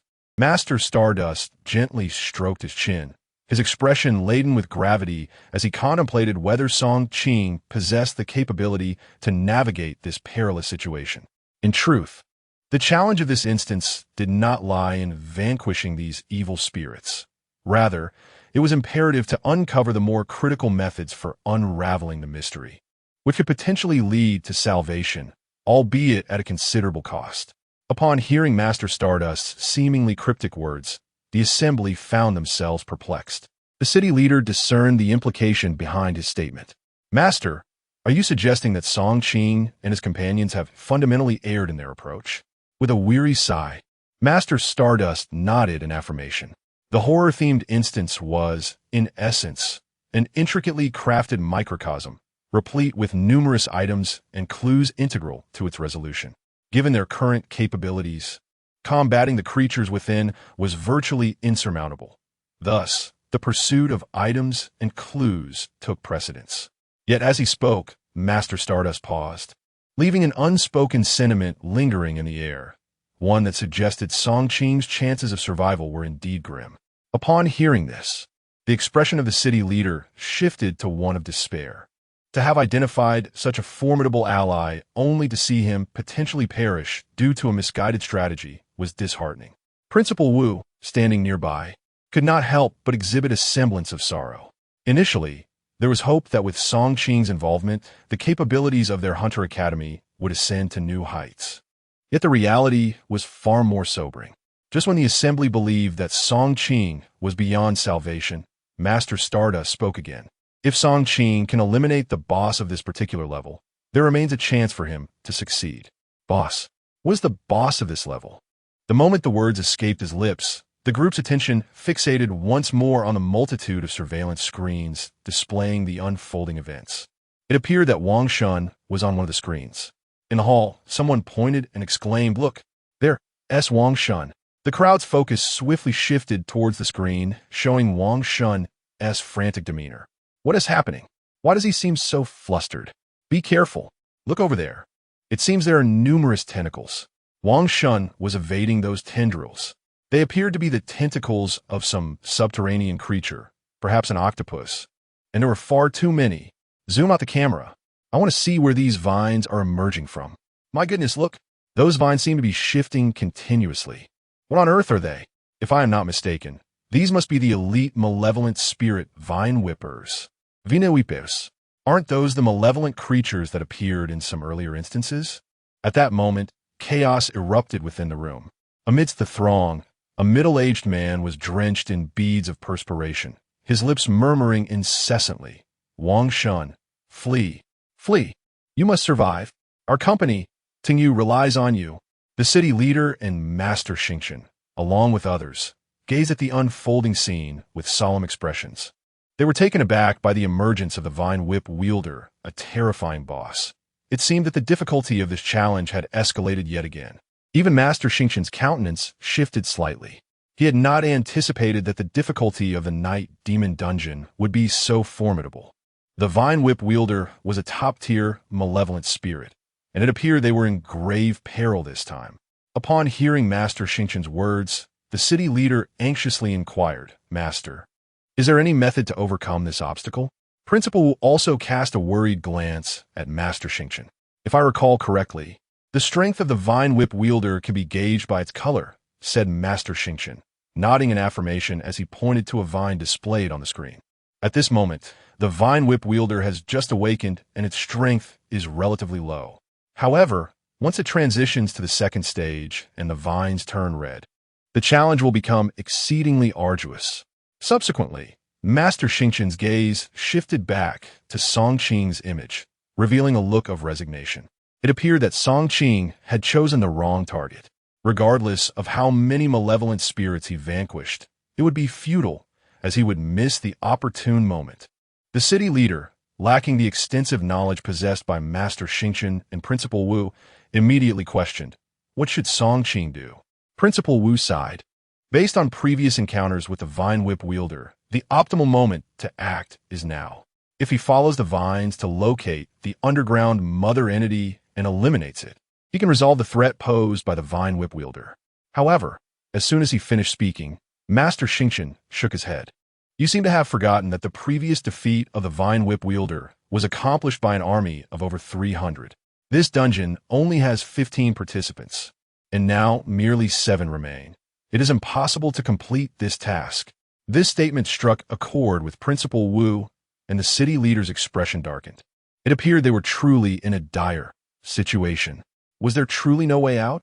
Master Xingqian's countenance bore a hint of bitterness as he remarked, it all hinges on our luck now. There should be approximately 2 hours until the Vine Whip wielder evolves into its second stage. I hope Song Qing can swiftly uncover the secret. Within the dungeon, Song Qing wielded the Dark Night Blade, relentlessly reaping the malevolent spirits. However, with his elevated level, slaying spirits of lower ranks yielded diminished experience points. Yet, confronted by the vast expanse of malevolent spirits, Song Qing found it impossible to selectively target only the higher-level entities. Ding! Current host experience points are maxed out. Level has risen to 45. A notification chimed, yet Song Qing remained undeterred in his pursuit, his objective being level 50. Based on past experiences with upgrades, it has been observed that every time one reaches a level that is a multiple of 10, certain advantages invariably accompany it. Particularly at the milestone of level 50, one can anticipate some special rewards or unique skills. Song Qing was taking a gamble. If fortune smiled upon him, there would be nothing more to discuss. However, should he fail, he would find himself in a precarious situation. Thus, he was determined to expedite his ascension to level 50. With each strike, he found himself surrounded by the corpses of malevolent spirits. At that moment, he was devoid of any inclination to acknowledge the mountain of bodies piling around him. His sole focus was on the relentless slaughter. The enchanted mirrors within these evil beings elicited no reaction from him. Had Wang Shun and his companions been present, they would undoubtedly have been consumed by envy at the sight of the amassed corpses, rushing heedlessly toward them. After a brief period of continued carnage, a series of beeping sounds emanated from his earpiece. I advise you not to approach. If you do, I will fight to the last breath, came the anxious voice of Kong Wan. Upon hearing this, Song Qing realized that trouble had likely arisen within the cave. Indeed, the voices of Lu Hong and his cohorts soon broke through the static. Aha, what is the matter? Are you frightened? Fear not. We do not intend to harm you. Provided you hand over Song Qing's daughter, everything can be negotiated. After all, this child shares no blood ties with you. What do you fear from her demise? Do not persist any longer. We are quite ruthless, but we have a soft spot for beauties like you. Lu Hong and his companions pressed forward, gradually forcing Kong Wan and Du toward the cave's entrance. Outside, the darkness loomed ominously. Should they escape the cave, they would likely encounter the malevolent spirits. Kong Wan's voice pierced through the tension once more. Are you truly prepared to take this step? Are you not afraid of the consequences when my father seeks retribution? As soon as Kong Wan's words faded, Lu Hong erupted into a discordant laugh. Miss Kong, at this juncture, invoking your status is hardly appropriate. There is an adage. When one is outside the realm of authority, the Emperor's command may not be heeded. Now that you are in our grasp, do you truly believe you possess any leverage for negotiation? I will count to 3. Deliver the little girl to us. Or do not blame us for our lack of courtesy. 1. Lu Hong advanced, while Kong Wan held Du's hand tightly, whispering reassurances. Do not fear, dear. I will not abandon you. Du, hiding behind Kong Wan, gently slipped her small hand into her pocket. Within it lay a handful of cherry-sized, spirit-exploding beads, remnants from their previous quest. She was well aware of their potency, as Song Qing had intentionally left several for her as a means of protection. With a soft tug at Kong Wan's hand, Du spoke in a hushed tone, "Auntie, do not be afraid. I will protect you." Upon hearing Dudu's voice, a warm sensation enveloped Kong Wan's heart as she continued to shield Dudu. "Do not worry, Dudu. Auntie is here. They shall not harm you, and I will certainly not entrust you to their hands." Suddenly, Dudu felt an urge to cast away the spirit bomb in her grasp. At that moment, the voice of Song Qing resonated in both Kong Wan and Dudu's earpieces. "Do not engage them just yet. Exit the cave and proceed according to the directions I provided." Chapter 82. Pursuit through the mist. Upon hearing Song Qing's words, Kong Wan felt a sense of relief wash over her. Meanwhile, Dudu exhibited unwavering trust in Song Qing. Thus, Kong Wan leaned down and whispered a few words into Dudu's ear. Quick-witted and clever, Dudu immediately grasped what to do and began to slowly move towards the exit. At that moment, Lu Hong, clutching a gun, aimed it at Kong Wan, his face ablaze with fury. 3. Yet, even as he counted to 3, he refrained from pulling the trigger. In his eyes, Dudu was merely a child, easily captured if he chose to do so. However, his greatest dilemma lay with Kong Wan. As long as she was present, he could not act recklessly. Although he had just claimed indifference towards Kong Wan's father, it was merely a form of intimidation. Should they manage to escape, the repercussions of their actions might reach Kong Wan's family, leading to a dire fate for him. Reluctantly, he wished to avoid offending Kong Wan and could only continue to press forward. "Miss Kong, I advise you not to refuse a toast and instead heed my warning. Hand over that little girl to me, or else." Before he could finish his threat, Kong Wan suddenly delivered a swift kick to his wrist. The unexpected blow caught Lu Hong off guard, sending the gun flying from his grasp. Kong Wan swiftly turned, scooping up Dudu as she shouted, "Run!" In an instant, Kong Wan and Dudu vanished into the enveloping darkness of the mist. Lu Hong, taken aback, could hardly believe that they had dared to escape into the impenetrable fog, and he was consumed by rage. "Damn it! Are you risking your lives?" he bellowed, turning to the two individuals beside him. "What are you standing around for? Hurry and pursue them. We have come too far to retreat now." The two exchanged glances, their faces reflecting concern. "But it's pitch black outside. How can we get through?" One remarked. "I believe it would be wiser to dig a tunnel and clear the rubble first," the other suggested. "Indeed, it's far too perilous out there. Venturing outside would be tantamount to death. We should remain in the cave. It's much safer." Lu Hong, infuriated by their cowardice, felt an overwhelming urge to slap them both. They had already severed ties with Song Qing, intent on using Dudu as leverage to threaten him into surrendering the magic crystals. Now, they had allowed Kong Wan and Dudu to escape, an opportunity squandered. With no path of retreat left, they were compelled to confront Song Qing directly. Yet, he was dismayed to see his companions falter at such a critical moment. He understood that for someone of Song Qing's caliber, eliminating them would be as effortless as squashing an ant. "Fine. If you choose not to follow, the magic crystals we acquire will have nothing to do with you," he warned. Upon hearing this, the two exchanged glances, their resolve reigniting. "Let us go," they declared, determinedly dashing after Lu Hong towards the cave's exit. At that moment, as they burst forth from the cave, the pitch-black void outside made it evident that capturing anyone would be far from simple. Because they were completely unaware of where Kong Wanchao had fled, they were left in a quandary. "Which direction should we pursue?" Lu Hong remarked after glancing around in several directions. "If the three of us stick together, we may not locate her. Let us split up and search in 3 different directions. I refuse to believe we cannot find her." Having come this far, the other two said nothing further and promptly chose a direction to sprint off into the distance. As Kong Wan ran alongside Dudu, she clutched her earpiece and spoke. "Song Qing, are you listening? I brought Dudu with me." Soon, Song Qing's voice resonated through the earpiece. "What is your current position? Please provide me with a rough direction." Kong Wan nodded, briefly reflecting before promptly relaying her location. "Now, take the compass and head south." Song Qing responded decisively. "I am making my way toward you. We shall meet." "All right, I understand," Kong Wan replied, feeling a wave of relief wash over her. Suddenly, she remembered something and asked through the earpiece again, "By the way, how are you faring?" I am well. No need to worry. Song Qing replied before abruptly cutting off the communication. A hint of disappointment lingered in Kong Wan's heart. However, she quickly composed herself. After all, she and Dudu were still in peril, and she was uncertain whether Lu Hong was searching alone or accompanied by two others. If she were indeed faced with all three, her chances of survival would be slim, especially while tending to Dudu, rendering her utterly defenseless. Thus, she could only heed Song Qing's guidance and sprint onward. Meanwhile, ensnared in the fog, Wang Shun continued to evade the omnipresent vine-like tendrils. What in the world are these things? Why are there so many? His ammunition had been depleted, and in desperation, he drew his specialized long knife, relentlessly hacking at the encroaching tendrils. Fortunately, these tendrils were newly sprouted and not particularly resilient. With a few strikes, he severed one.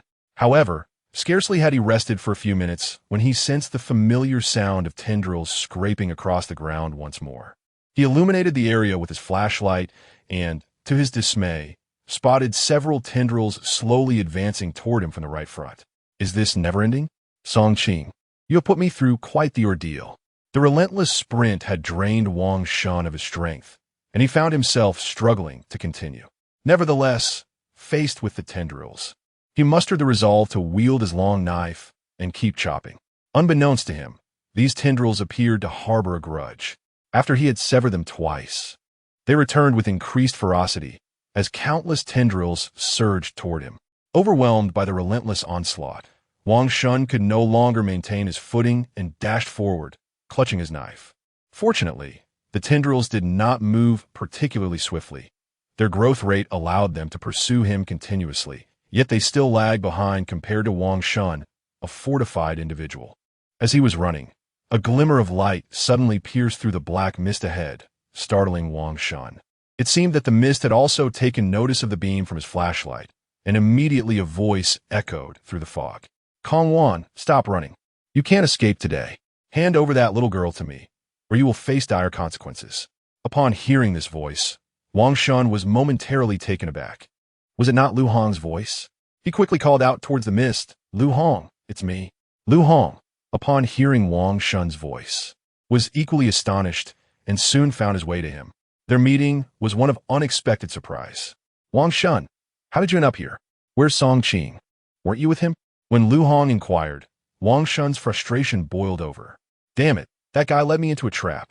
He told me to lure away an evil spirit, but didn't he mention I'd be attracting a major boss instead? The creature's tendrils are everywhere, and I have nowhere to run. Besides, I can't even find my way back. By the way, why are you searching for Kong Wan? What exactly are you up to? Lu Hong did not hesitate to reveal his intentions. To be frank, we no longer intend to be the fools in this situation. We plan to kidnap Song Qing's daughter and demand a hefty sum of magic crystals in return. Wang Shun was left speechless by Lu Hong's words. Have you lost your mind? That guy is a lunatic. Why would you want to capture his daughter? Are you looking to get yourself killed? Lu Hong merely chuckled coldly and patted Wang Shun's shoulder lightly. He doesn't even regard you as human, yet you continue to serve him so willingly. Have you received some sort of benefit from him? Upon hearing this, Wang Shun instinctively clutched his pocket, realizing that trust was a rare commodity in this place. He hasn't given me anything worthwhile. He promised me a batch of magic crystals after the job was done, but who knew he would just run off? Wang Shun then shifted the topic again. So, where did Kong Wan take Song Qing's daughter? If I knew, would I still be asking you? This damn mist is too thick, and with nightfall, it's impossible to locate anyone. Just then, a rustling sound emanated from the ground in the distance, sending chills down Wang Shun's spine. He urgently grabbed Lu Hong and fled. What are you doing? Why are we running? Lu Hong asked, bewildered. Are you crazy? If we don't run from the monster, we might as well wait for death. Wang Shun exclaimed, shining his flashlight behind them. To their horror, countless vines were racing towards them.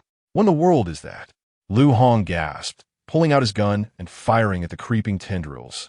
But the bullets merely bounced off without causing any harm. Wang Shun quickly intervened. Stop wasting bullets. Our priority is to return to the cave. If we can reach it, we will be safe. Lu Hong pondered Wang Shun's words for a moment.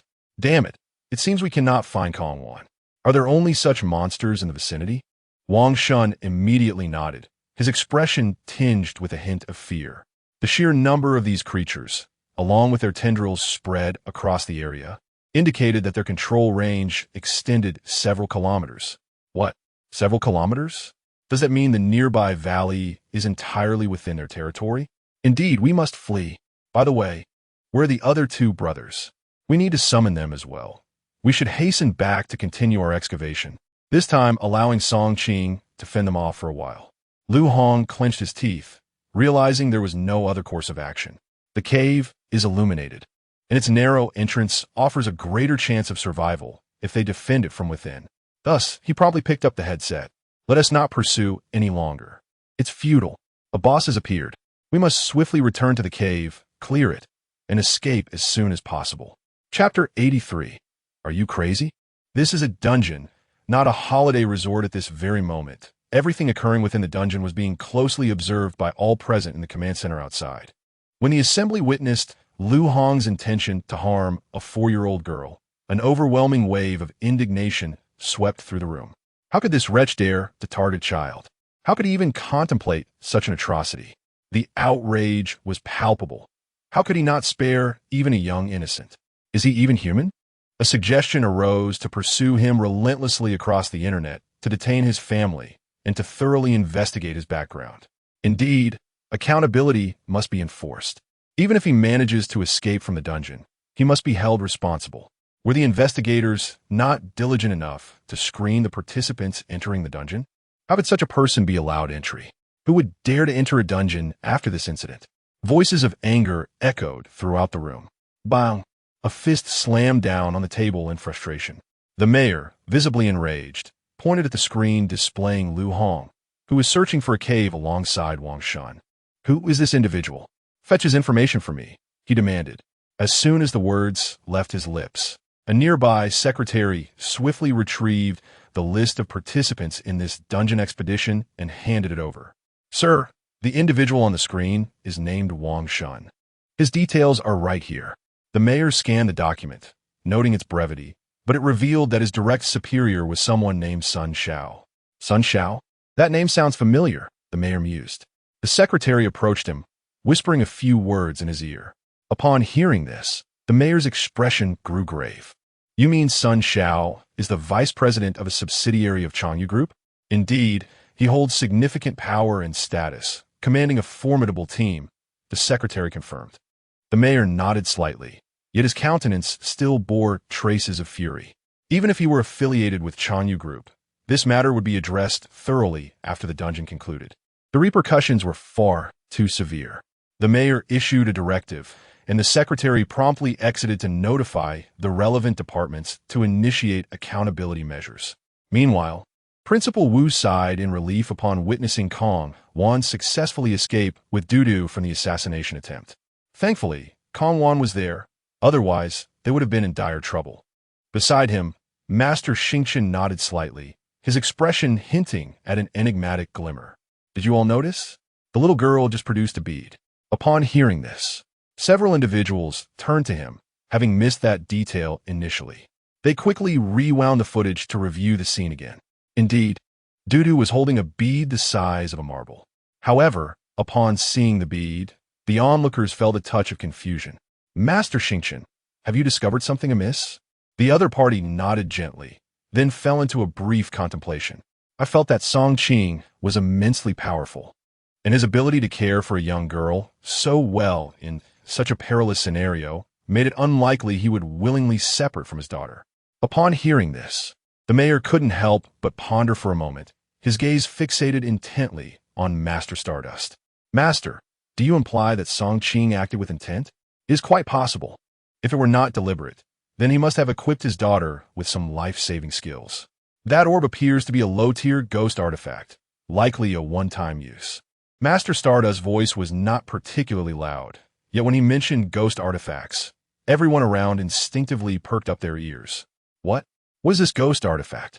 It is a disposable ghost artifact that, once cast, can inflict significant damage on nearby targets. As soon as these words were uttered, a collective gasp echoed around. No way.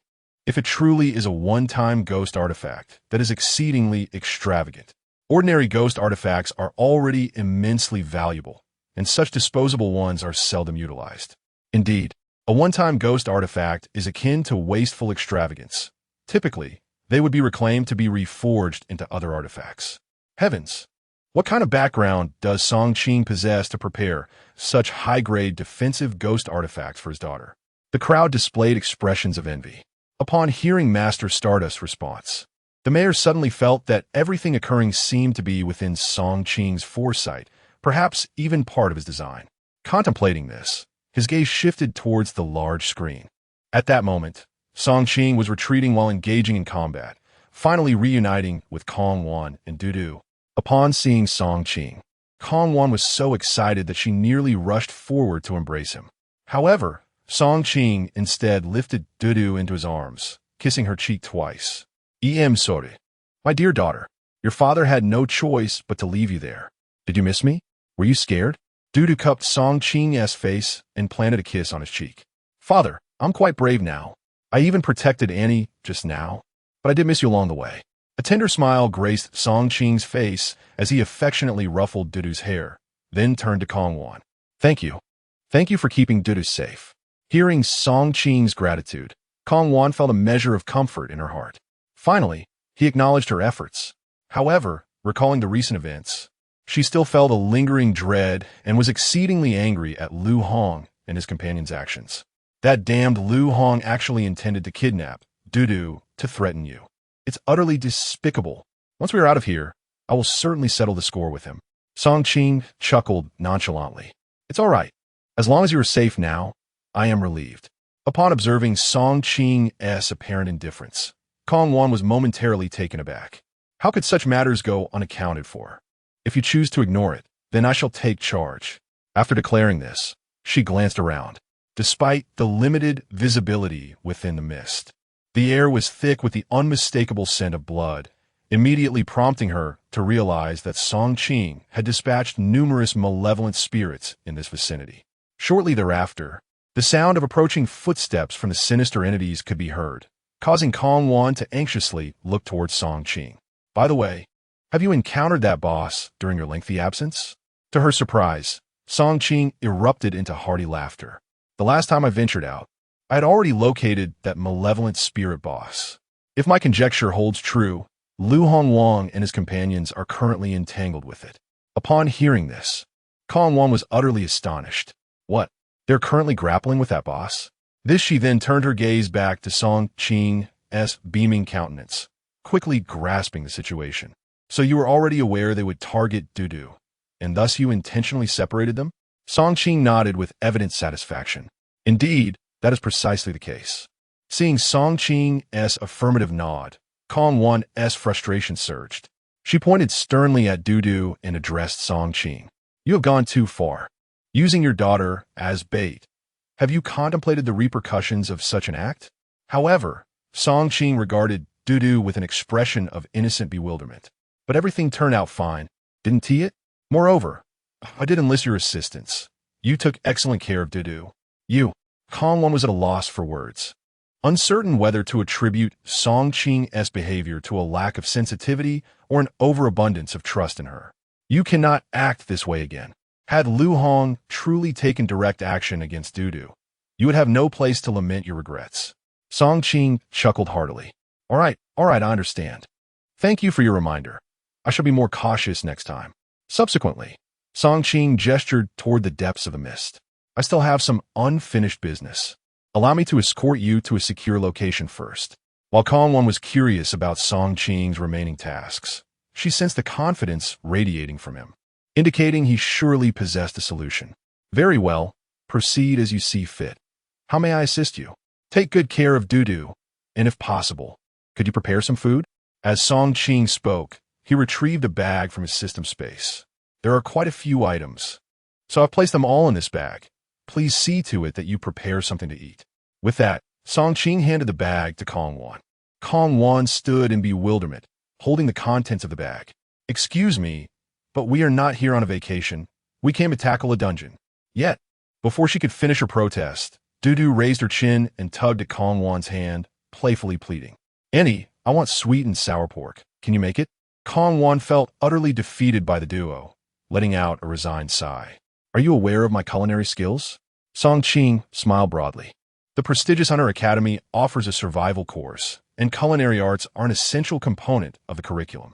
Having graduated from this esteemed institution and become a seasoned instructor, I believe your culinary abilities must be quite remarkable.